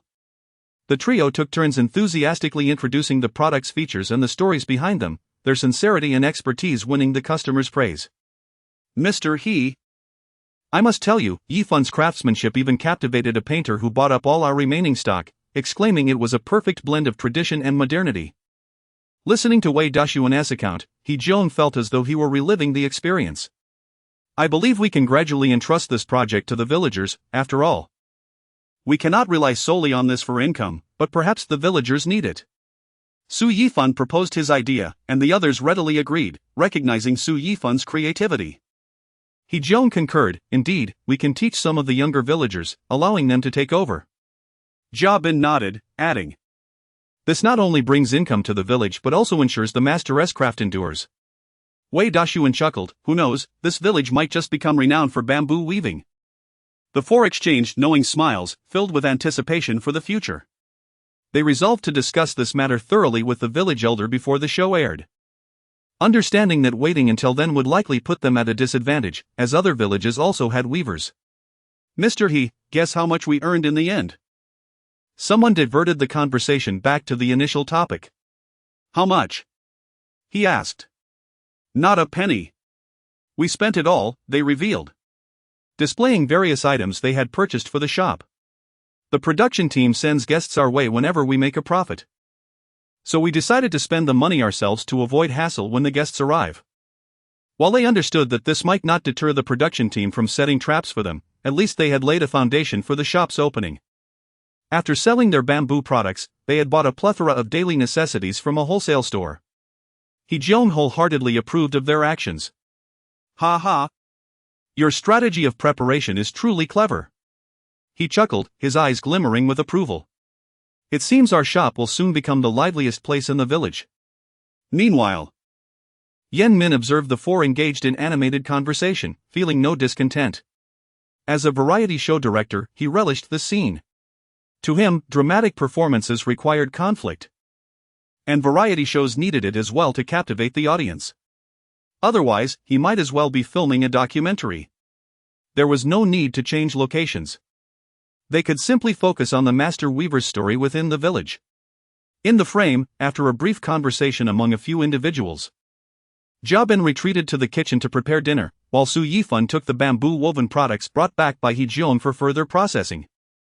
He had promised both Heejong and Jia Bin that he would not work late this time, aiming to finish his tasks early. Heejong and Wei Dashuan also willingly stepped in to assist Su Yifan. Although their writing skills paled in comparison to Su Yifan's, they could at least help with other tasks once he completed his work. After 2 days of contemplation, they discovered a flaw in the bamboo fragrance ink. It tended to smudge when wet. After all, Su Yifan was using ordinary ink that lacked waterproof properties. Consequently, they resolved to upgrade the second batch of products, allocating a portion of the sales revenue to purchase a more water-resistant adhesive. Once Su Yifan finished his work, it would undergo a drying process before Heejong and Wei Dashuan meticulously applied the waterproof glue, taking great care to avoid damaging the calligraphy. I feel like after this, I can apply at that nail salon, Wei Dashuan quipped to himself while working. Before long, Jiabin poked his head out of the kitchen, announcing, "Dinner is almost ready. Everyone, take a break and wash your hands." The three promptly wrapped up their tasks and hurried to the restroom to wash their hands. After washing up, they assisted in bringing the dishes out from the kitchen. "Brother Bin, you've prepared quite a lavish spread today," one of them exclaimed. "The business has been good today. And our small shop has taken its first steps. Instead of letting the guests indulge, we might as well enjoy it ourselves." They gathered around the table and began to relish the sumptuous dinner. Amidst the meal, He-jeong suddenly proposed, "I believe we could contemplate an upgraded version or a series extension of bamboo fragrance ink." This idea had struck him while he was assisting Su Yifan. A moment of inspiration igniting his thoughts. An upgraded version? Such as? Wei Dashuan's eyes sparkled with interest at the suggestion. He-jeong pondered for a moment. His eyes gleaming with creative sparks. "We could endeavor to integrate bamboo weaving with additional elements, perhaps modern design, to introduce home decor items like bamboo lampshades, bamboo bookshelves, or even bamboo speaker casings incorporating electronic technology. This approach would preserve the essence of traditional craftsmanship while catering to contemporary aesthetic pursuits. These bamboo products could serve as canvases for painting or other artistic applications." "Wow, that's a brilliant idea!" Su Yifan exclaimed, striking the table in excitement. "Moreover, we could invite other artisans from the village to join us, such as woodcarvers and embroidery artists, to collaborate and create a unique cultural brand for our village." "Indeed. We could host craft exhibitions or competitions to attract more attention, even selling through online platforms to take bamboo fragrance ink beyond the countryside and into the nation, even the world." He-jeong added, his eyes filled with visions of the future. "Absolutely, what Mr. He said is correct. Our mission extends beyond merely selling products. We aim to disseminate culture and preserve craftsmanship," Su Yifan affirmed, his mind already painting a grander blueprint. The four shared a knowing smile, their mutual trust and understanding instilling confidence in their future endeavors. They recognized the challenges that lay ahead. Yet it was precisely these challenges that would fortify their resolve to walk this path together, inscribing their own rural revitalization tale. Hearing their conversation sparked Yen Min's interest. He suddenly felt that his endeavors with the Encounter Quartet were rather trivial. If they could transform their discussion into reality, it would undoubtedly be far more engaging than the confrontations among the director's team and the creative guests. In the days that followed, they began to meticulously prepare. They first approached the village elder, articulating their plans in detail, and received his robust support. The elder not only facilitated connections with local artisans but also rallied the villagers to contribute towards the establishment of the bamboo fragrance ink brand. The director's team altered their original guest invitation list, shifting their focus to invite skilled individuals, such as painters and renowned folk artists, all of whom were welcomed into the village. As the plan progressed, the village seemed to awaken with newfound vitality. Villagers actively participated in the creation of the bamboo fragrance ink brand, showcasing their unique talents and collectively contributing to this cultural project. Many young individuals were called back by their families from afar to lend a hand. The team formed by Su Yifan, He-jeong, Wei Dashuan, and Jiabin became the central figures of this cultural and heritage movement. They not only continued to deepen the integration of bamboo weaving and calligraphy but also began to explore further possibilities for cross-disciplinary collaborations. Painters were invited to embellish the bamboo products with color, infusing each piece with an artistic essence. Woodcarvers meticulously engraved exquisite patterns onto the bamboo, achieving a stunning blend of traditional craftsmanship and modern aesthetics. The inclusion of embroidery artists introduced intricate designs rich in ethnic character, leaving onlookers in awe. To ensure the success of these creations, they organized the village's first live broadcast. However, they chose to remain behind the scenes, not wishing to allow this grand event to become fodder for keyboard warriors claiming exploitation of fans. Aside from those in the know, no one was aware of the connection between this live broadcast and the Encounter production team. And it was only when the show aired that the national audience learned of the contributions made for the village's development. By the time the reputation of bamboo fragrance ink had spread across the nation, both the Encounter production team and Su Yifan chose to withdraw from the project, leaving subsequent affairs to a newly established cultural company within the village. Chapter 100, The convenience store prepares to open initially. The village's cultural company intended to purchase the copyright of Bamboo Rhythm and Ink Aroma from the 4 members of the Encounter Group for 200,000. However, the quartet declared that they had not registered any copyrights, allowing the village to use the name freely. Nevertheless, the management team of the cultural company was quite professional and, perhaps fearing potential controversies after the show aired, insisted on providing a transfer fee. They even prepared a detailed transfer agreement for Su Yifan and his companions to sign. Upon reviewing the comprehensive transfer agreement, Su Yifan exchanged glances with Hejian, Jiabin, and Wei Dashuan, before nodding solemnly at the president of the village cultural company. The 4 sensed a profound bond and trust, a warmth swelling within them. They understood that this transfer agreement was not merely an acknowledgement of the name Bamboo Rhythm and Ink Aroma, but also a tribute to the craftsmanship and dedication of the old bamboo craftsman. It was said that the president of the cultural company was the old craftsman's son. Upon learning of his father's new venture, he hurried back from the city, concerned that his father might be deceived. After thoroughly understanding Su Yifan's plans, he decided to remain in the village, resigning from a lucrative executive position in a corporation to help establish the village's cultural company. Taking on the role of president with a modest monthly salary of 5,000. Many regarded him as foolish. Yet he recognized this as a unique opportunity for his father, one that might never arise again. His father had raised him through this craft, supporting his education from primary school through to graduate studies. Had he possessed the patience for the bamboo trade? He might have abandoned his studies to learn the craft alongside his father. Though he had not inherited his father's legacy, he occasionally aided in promoting his father's creations, often gifting friends with items bought from his father's workshop. The president of the cultural company was determined to succeed, not for personal gain but out of respect for his father's unwavering dedication to the craft. With the insight of a former executive, he recognized the brand potential of Su Yifan and his companions. While the effects were not immediately apparent, he anticipated that once the show aired, craftsmen across the nation would clamor for the 4-character name.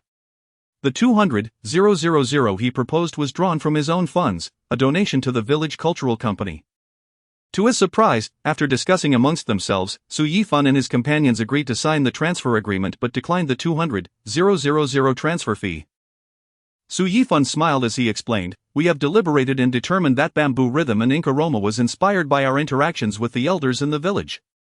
It is not merely a name, it embodies our emotional connection and pays homage to traditional culture. The old craftsman's commitment to his craft is something we cannot replicate. The products he weaves with his hands represent not just bamboo creations but also his passion for life and dedication to his art. This spirit is far more valuable than any monetary sum. We willingly offer this name to the village, hoping it becomes a bridge connecting the past to the future, allowing more people to appreciate and respect the bamboo craft, ensuring that the elders' legacy endures."